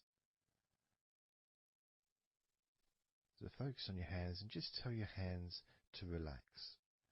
So just say relax as you focus on your hands. You could say, my hands are relaxed, or I want my hands to relax. But I think if you actually do it directly, by focusing and imagining that your hands can hear what you're saying, like they've got little ears, which is a bit weird. So talking to your hands and just say, relax.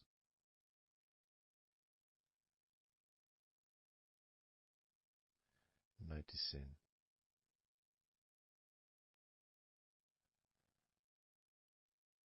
how your hands start to relax.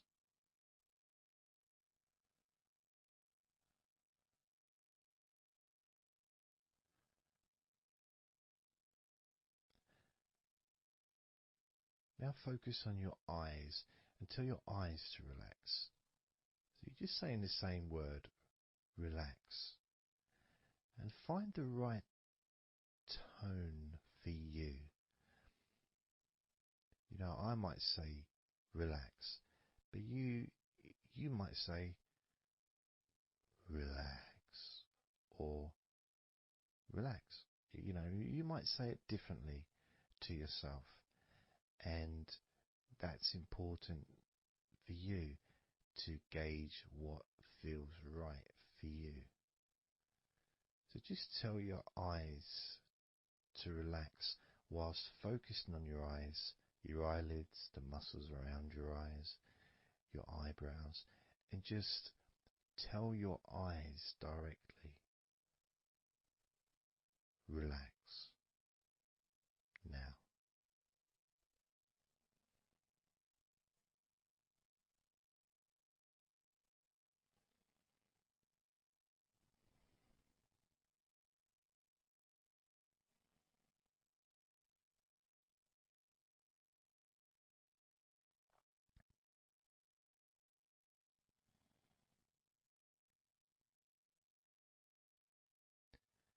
Now I just did that myself, and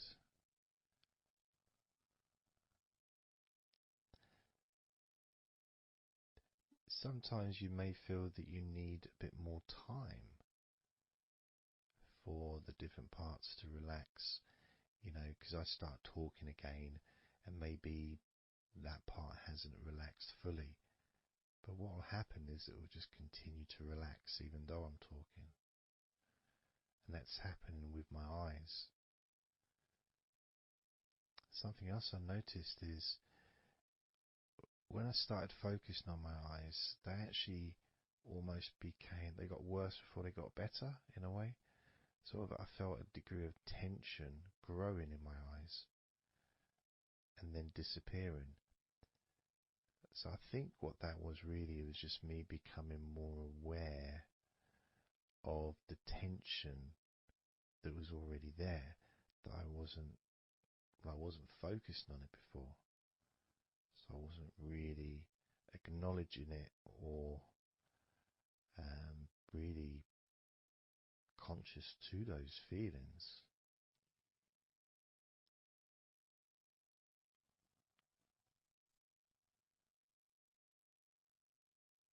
Yeah, my eyes are still continuing to relax, as well as my hands actually. My hands have got a certain kind of energy, like not buzzing, but I can kind of feel a degree of energy in my hands. Maybe that's where the tension's been released. Maybe that's causing that.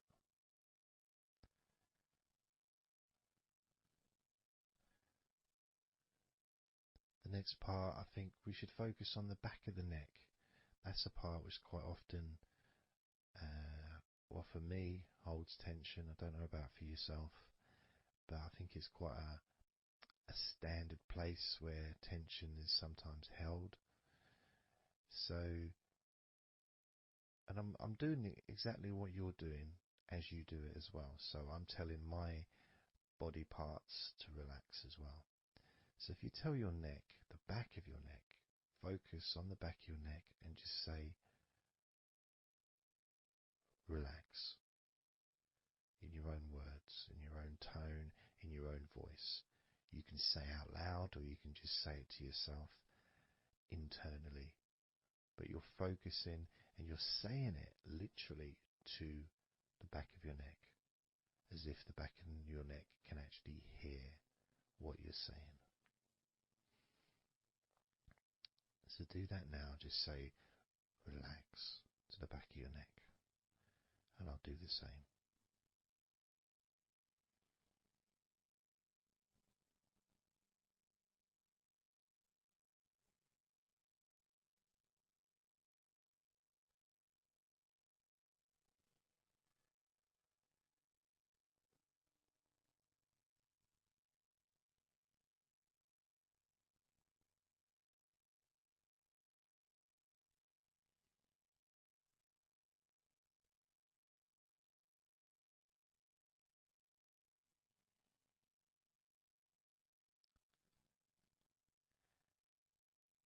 Now what I noticed, and you may have had a similar thing, is even though I was focusing on the back of my neck,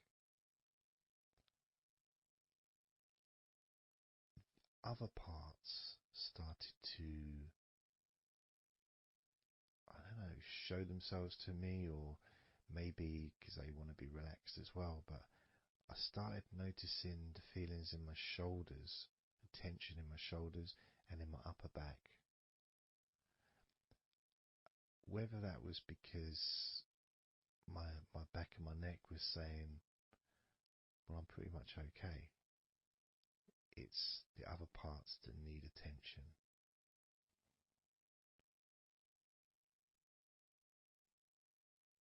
But my back of my neck is still relaxing. But I just became more aware of other parts that needed attention. Now this might happen, and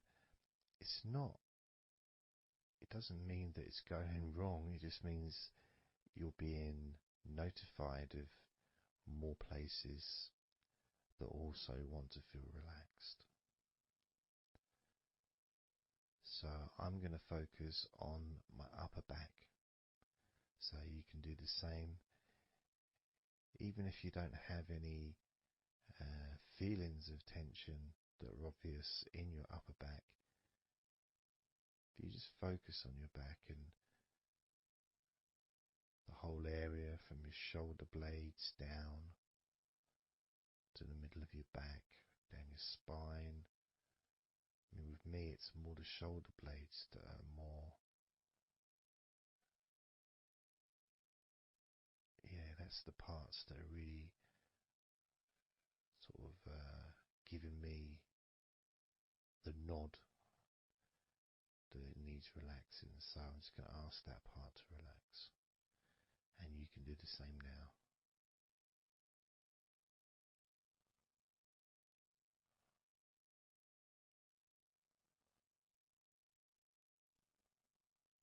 Relax your upper back.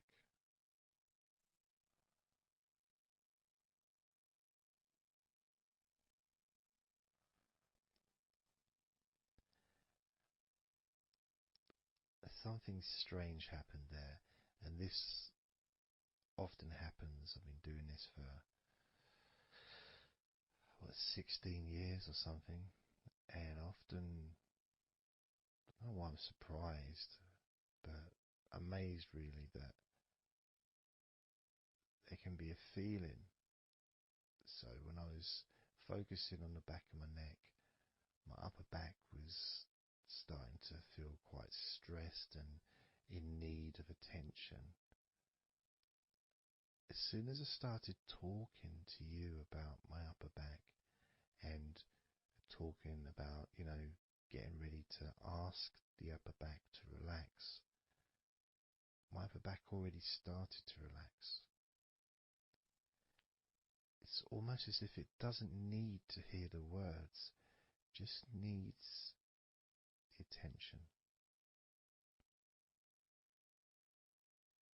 Just needs to be noticed.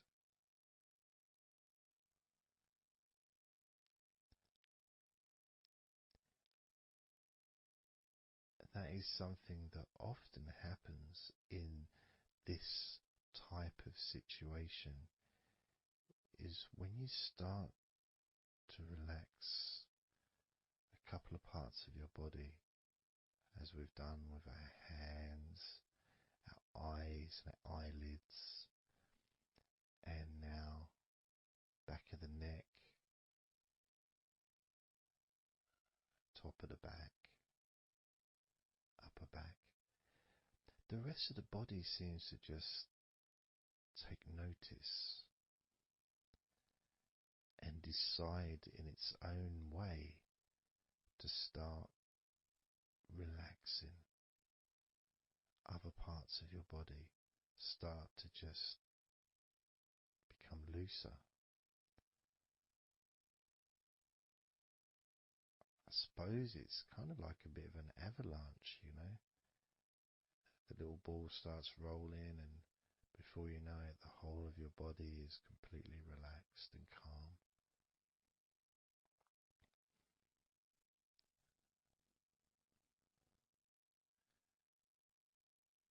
And if you focus on your face,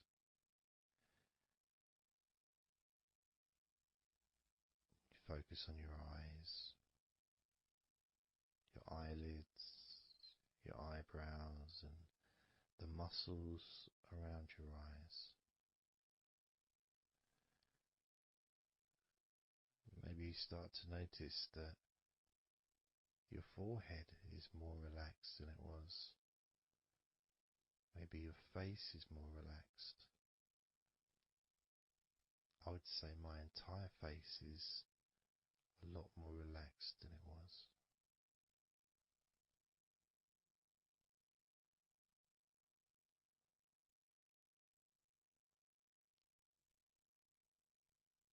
So we're going to focus now on your shoulders.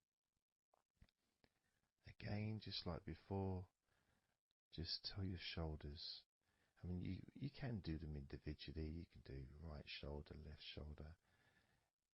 I just generally do both at the same time. And just tell your shoulders as you focus on them in your mind. Focus on how they feel. Maybe you can see them in your mind's eye. And just tell your shoulders to relax.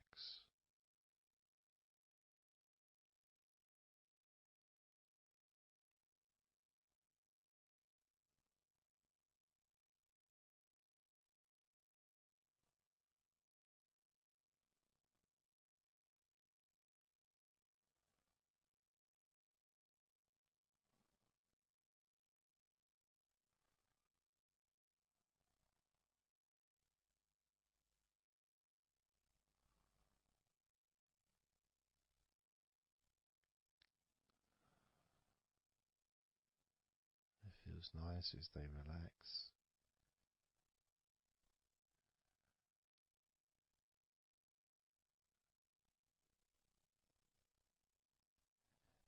But I do notice, probably especially with my back, is the connection between the different parts. The back, the shoulders, the neck.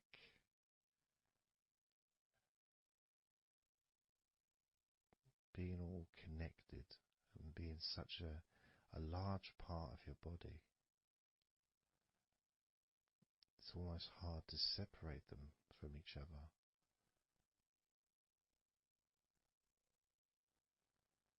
And my lower back has started to relax on its own.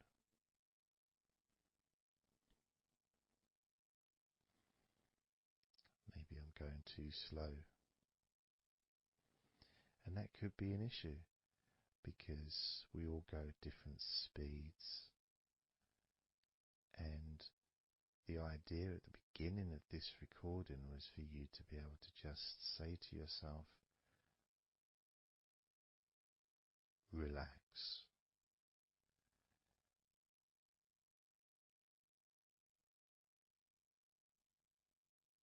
Without focusing on any particular part of your body. Because when you know that telling your hands to relax, and your hands relax, you tell your eyelids and your eyes, the muscles around your eyes and your eyebrows to relax, and they relax.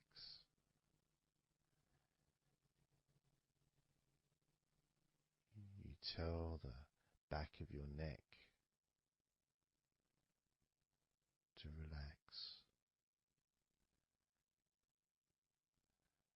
and it relaxes.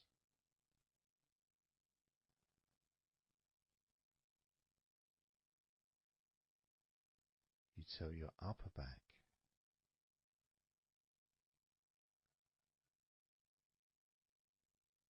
to relax,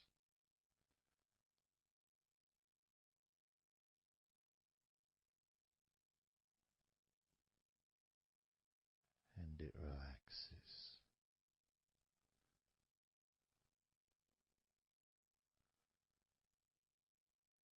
You tell your shoulders to relax,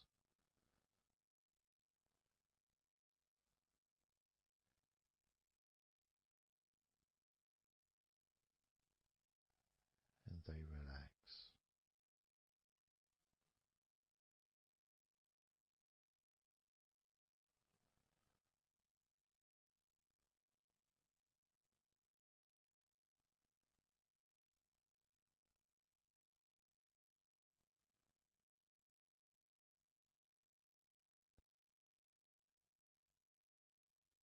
And when you told your hands to relax, they relaxed, and they continued to relax.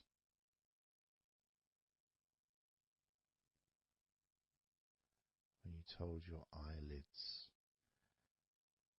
the muscles around your eyes, your eyebrows to relax, they relaxed and continue to relax.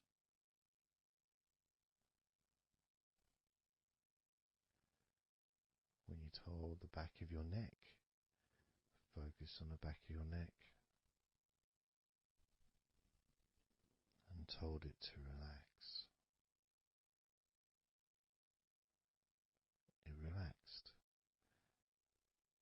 and continued to relax.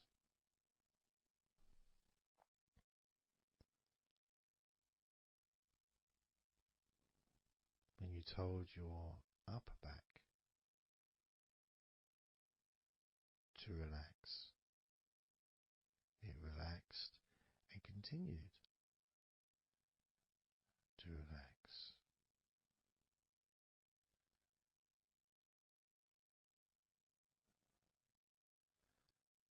As with your shoulders, you told your shoulders to relax, and your shoulders relaxed and continued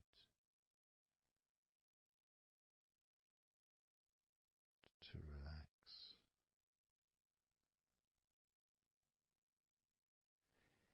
And it's not just that, it's that the rest of your body has also been listening, and that relaxation has been spreading.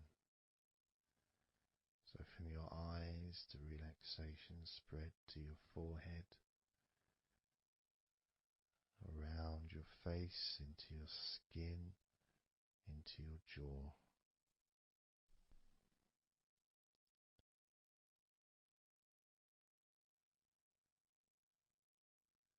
Into the front and sides of your neck, all the way down your chest and stomach.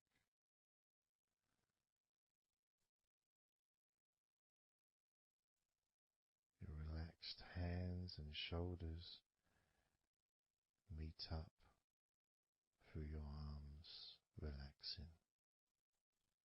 Your forearms, your upper arms, your elbows, your wrists. Letting go.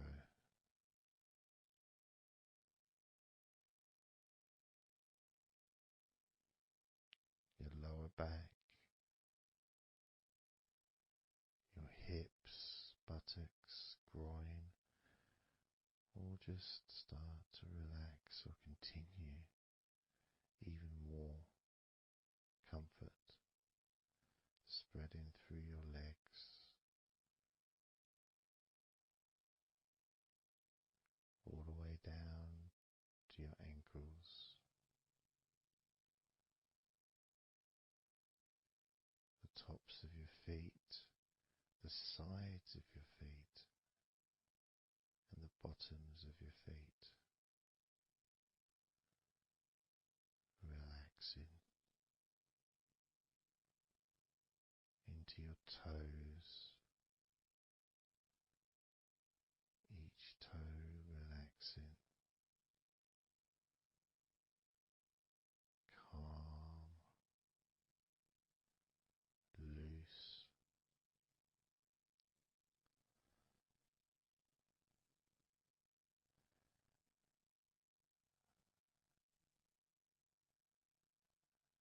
And as your body relaxes more, your mind becomes slower,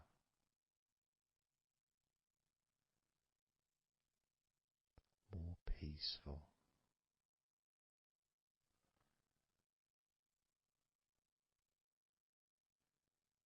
to the point where if you choose to fall asleep,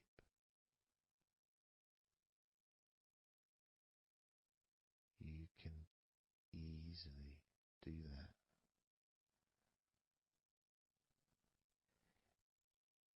Easily drift away, because there's nothing going on in your mind. Your brain is peaceful.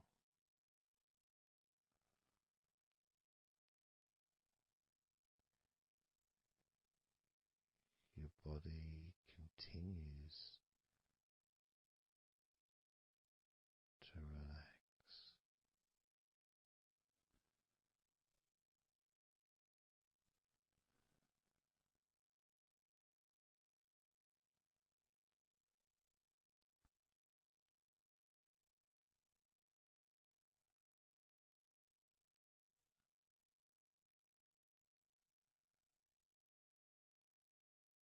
And with that connection between your body relaxing and the word that you say to yourself, relax,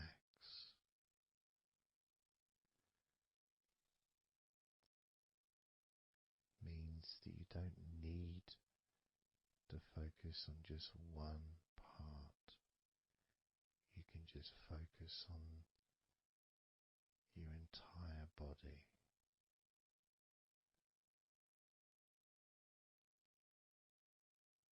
Saying the powerful word,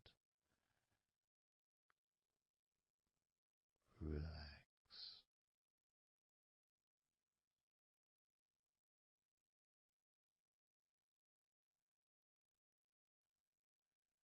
observe those familiar sensations of comfort spreading throughout your body,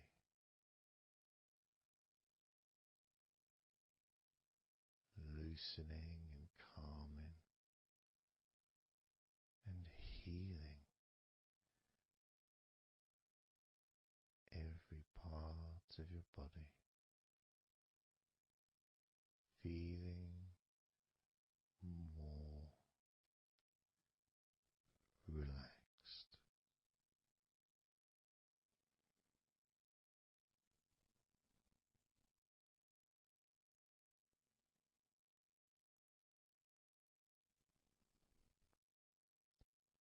So that all you need to do from now on is just tell yourself, relax, and observe,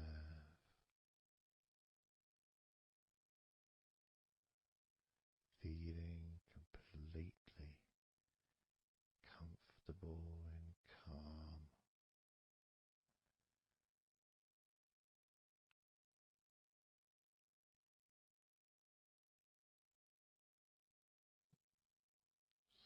So relaxed. Starting now with number 20.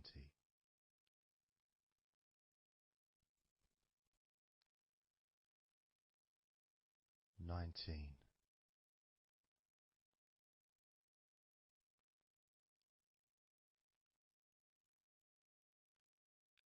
18.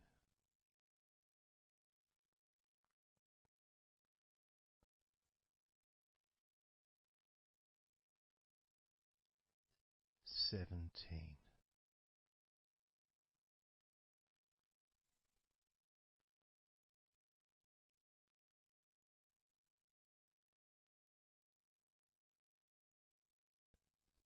16.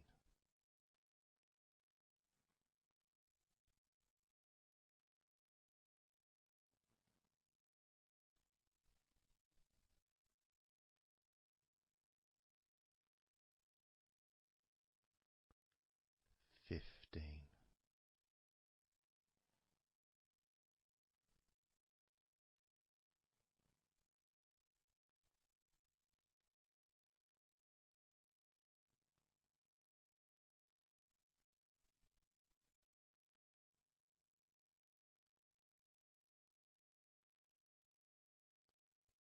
14.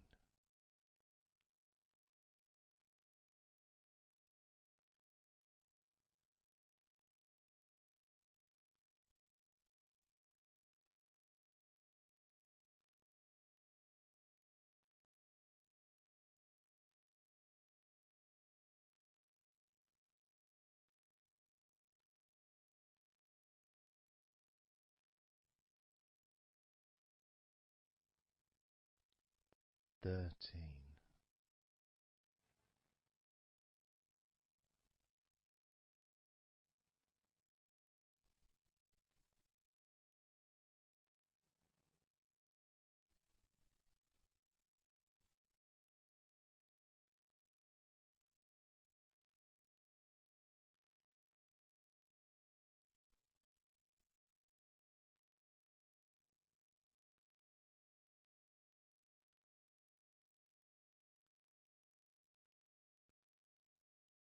Twelve.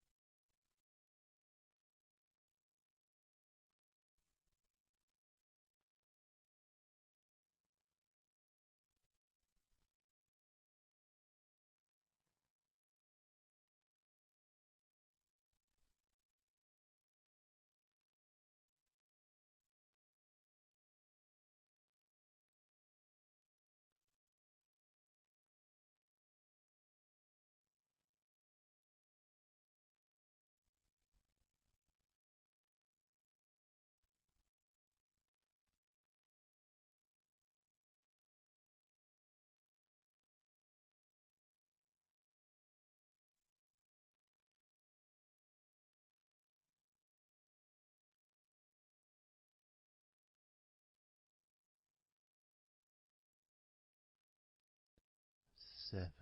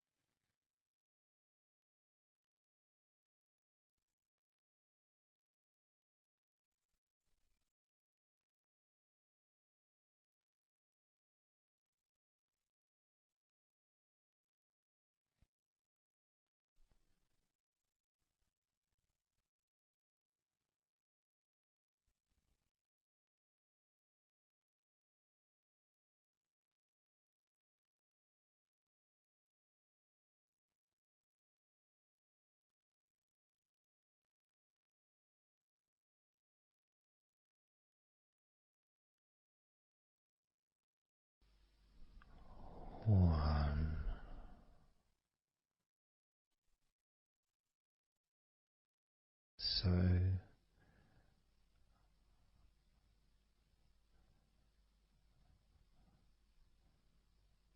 counting down from 10 to 1.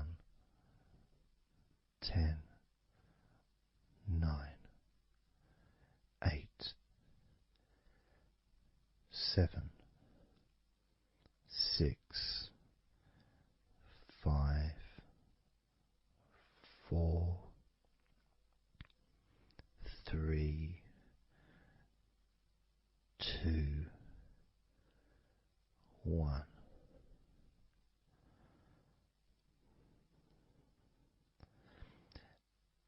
And maybe that was a bit too quick in order to relax. Maybe it's a bit too fast for you to notice the calming of your body. Maybe even a little bit of pressure there, like you're counting down from 10 to 1. What do you expect me to do, man? You expect me just to go all floppy just because you're counting down? 2. We could try again, but this time I'll go a bit slower. This time, as you focus on the whole of your body before we focus on your legs, just notice how your body does start to feel more relaxed with every number that I count down. 10,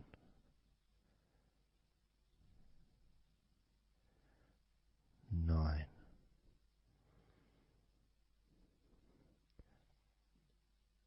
8,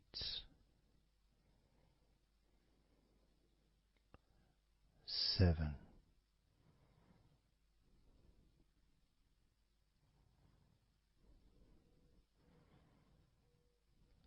6,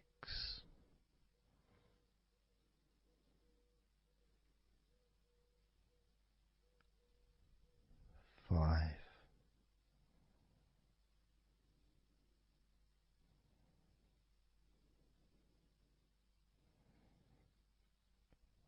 4,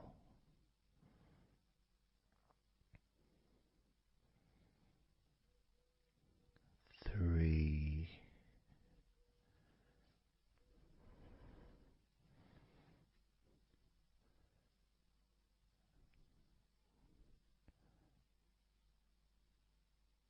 2,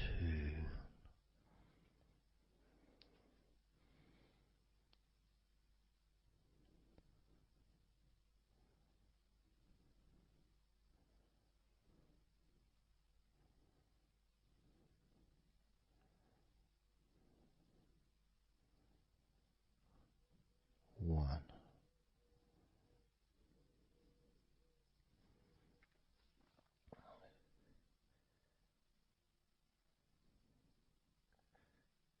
And just notice how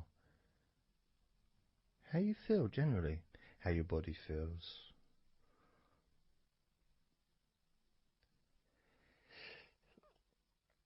It's not necessarily even about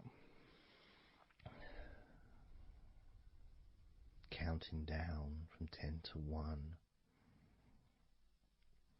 It's that space that you have, that your body, space between the muscles, being active physically or mentally, to just sitting or lying down, just being there, not doing anything, not saying anything, not needing to think about anything. So it opens up a space, a bit of a space, a gap. Each number. And every time you hear that word. And the more I count down from 10 to 1, the bigger that gap becomes. So there's that gap of calmness, of comfort, relaxation.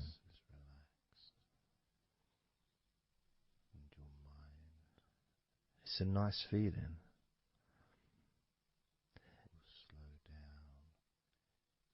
And it moves those stresses or discomforts physically or emotionally, moves them away.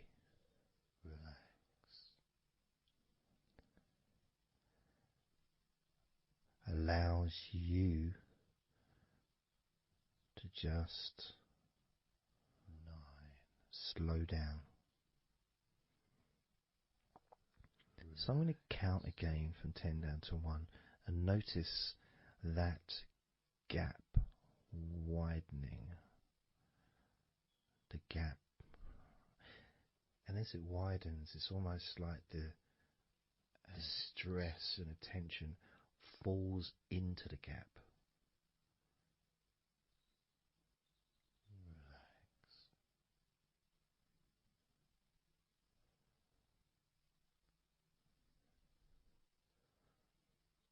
And gives you that distance, that space.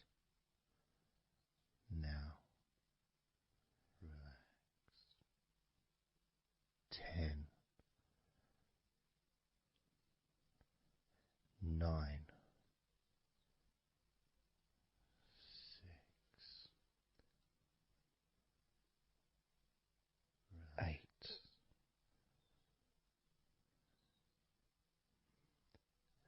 7,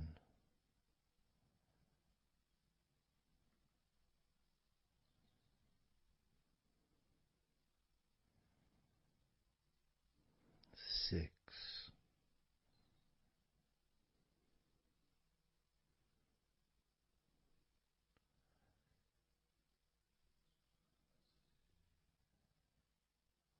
5,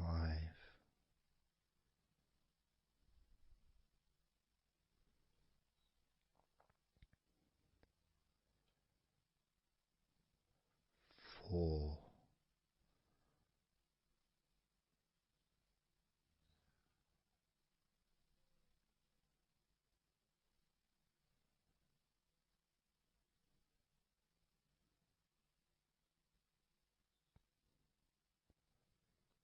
3,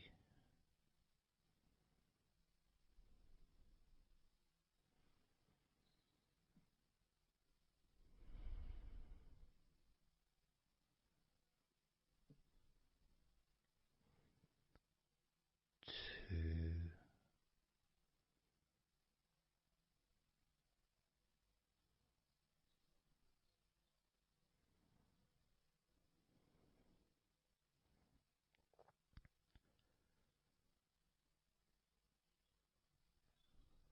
1.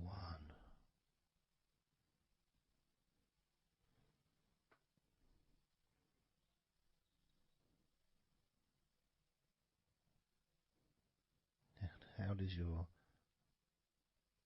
body feel now?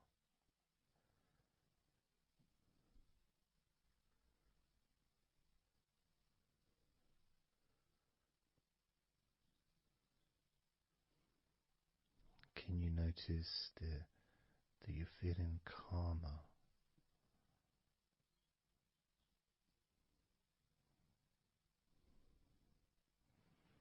That you're feeling more relaxed?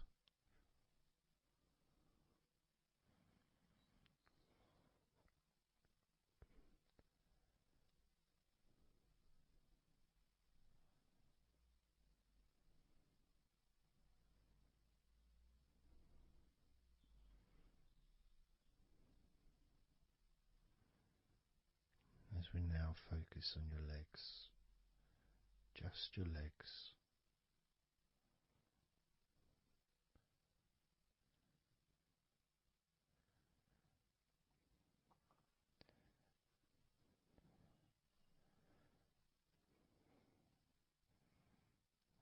We're just going to start with focusing on your thighs.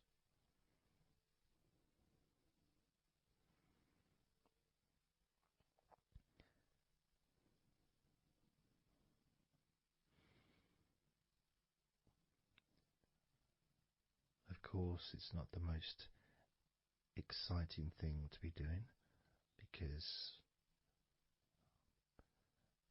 I'm sure, like most of your body, there's not a lot going on right now.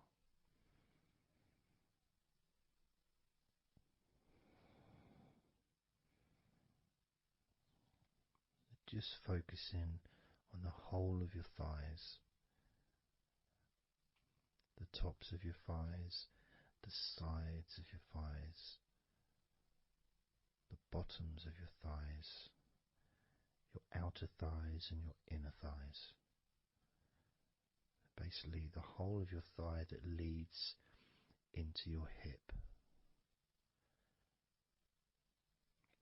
and then goes down to your knee joint.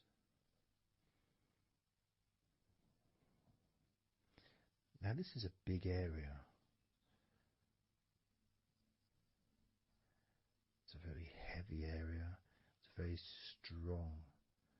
Probably the strongest muscles in your body are in your thighs.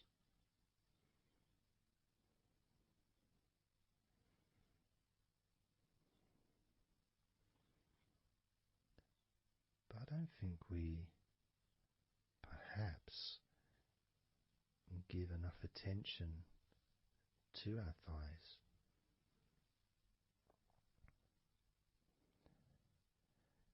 Perhaps we don't acknowledge how important our thighs are to our lives.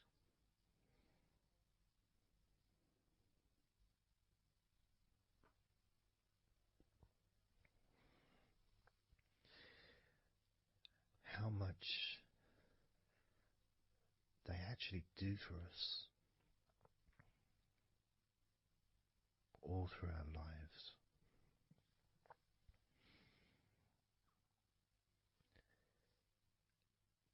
And it may sound really weird, but I think that all of our body parts, especially our thighs, need some TLC. A bit of love shown, a bit of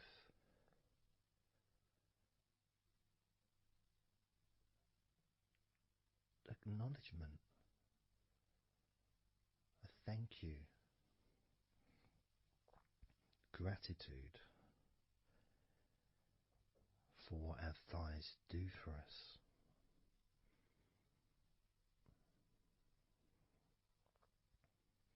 And I know this may sound a bit strange.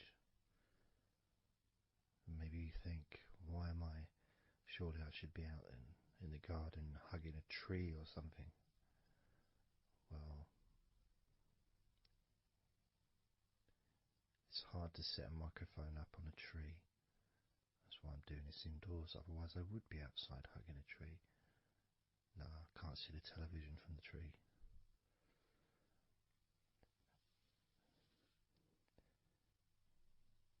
If you move down to your knees, again, such an important part. And I think we don't necessarily, I'll speak for myself here, I don't necessarily appreciate all that my knees do for me until I have a problem with my knee. So occasionally if maybe I bash it or it's aching for some reason, it's then that I realise how much it does. You know, the benefit of being able to use my legs without any kind of physical discomfort is a beautiful thing that's possibly not appreciated until it's temporarily removed, that comfort. But as you focus on your knees, regardless of how your knees feel,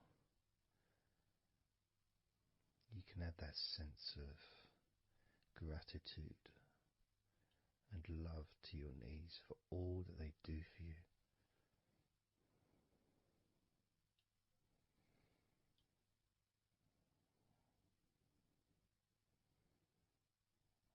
And you can still have that attention on your thighs, and maybe notice how your thighs feel. Maybe you've noticed that they are relaxing more deeply.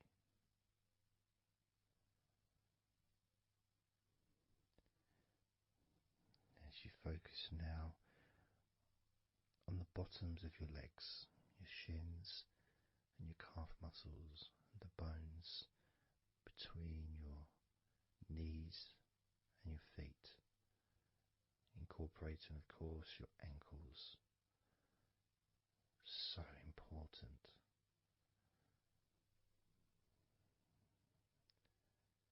Anyone that's had even like the slightest sprain of an ankle knows how much we take our ankles for granted.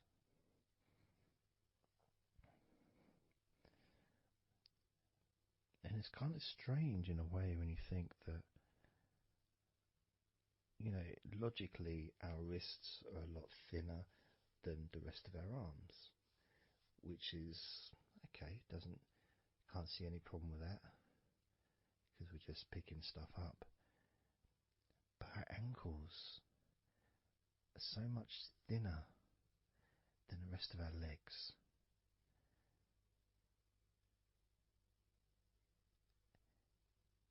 And from a physics perspective, or logical even, it doesn't really make sense that all this weight would ultimately be resting on your ankles, then leading to your feet. That thin area, thin bone, yet it does so much great work. Supports us, supports our body for a lifetime. Helps us to balance, helps you to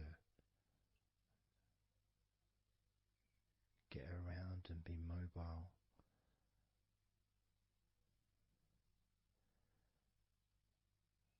And there's the calf muscles, of course. When I was younger, I couldn't see the point in calf muscles. It didn't seem to do anything. Okay, if I walked around on tiptoes, then my calf muscles get some work. But of course that's not true. The calf muscles are being used whenever we use our legs.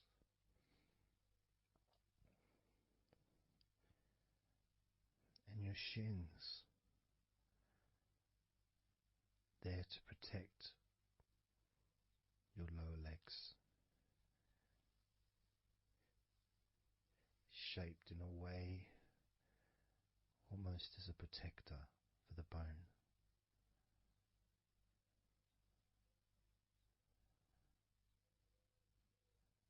Leading, of course, to your ankles and your feet. But we're not going to focus on your feet, we're just going to focus on the legs. And I realise that now that I've mentioned your feet, you're probably focusing on them anyway. So maybe I should focus on your feet a little bit. You can have them in your awareness, the same as you have your thighs in your awareness, even though we haven't been focusing on your thighs for a few minutes. We've been focusing on your ankles.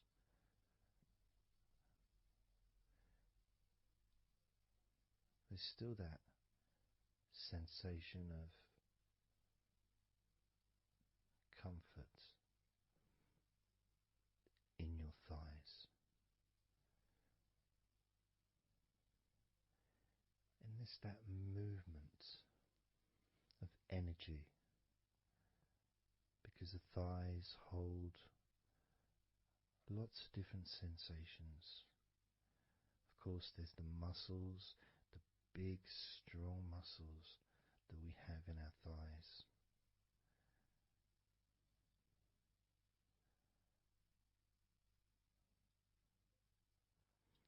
But the skin on the outside of the thighs, as in the outside of all of our body, can be very sensitive. Sensitive to the touch, sensitive to temperature.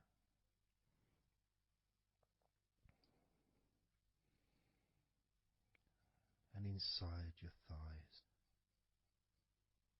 the bones, there's the muscle, there's the blood vessels, the arteries. So all this stuff, it's inside your thighs. And I guess sometimes it'd be nice if you could actually put your fingers inside your thighs and massage.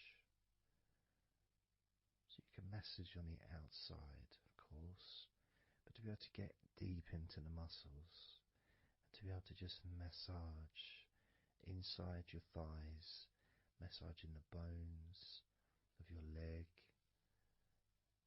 massaging all the veins, and just gently healing your thighs.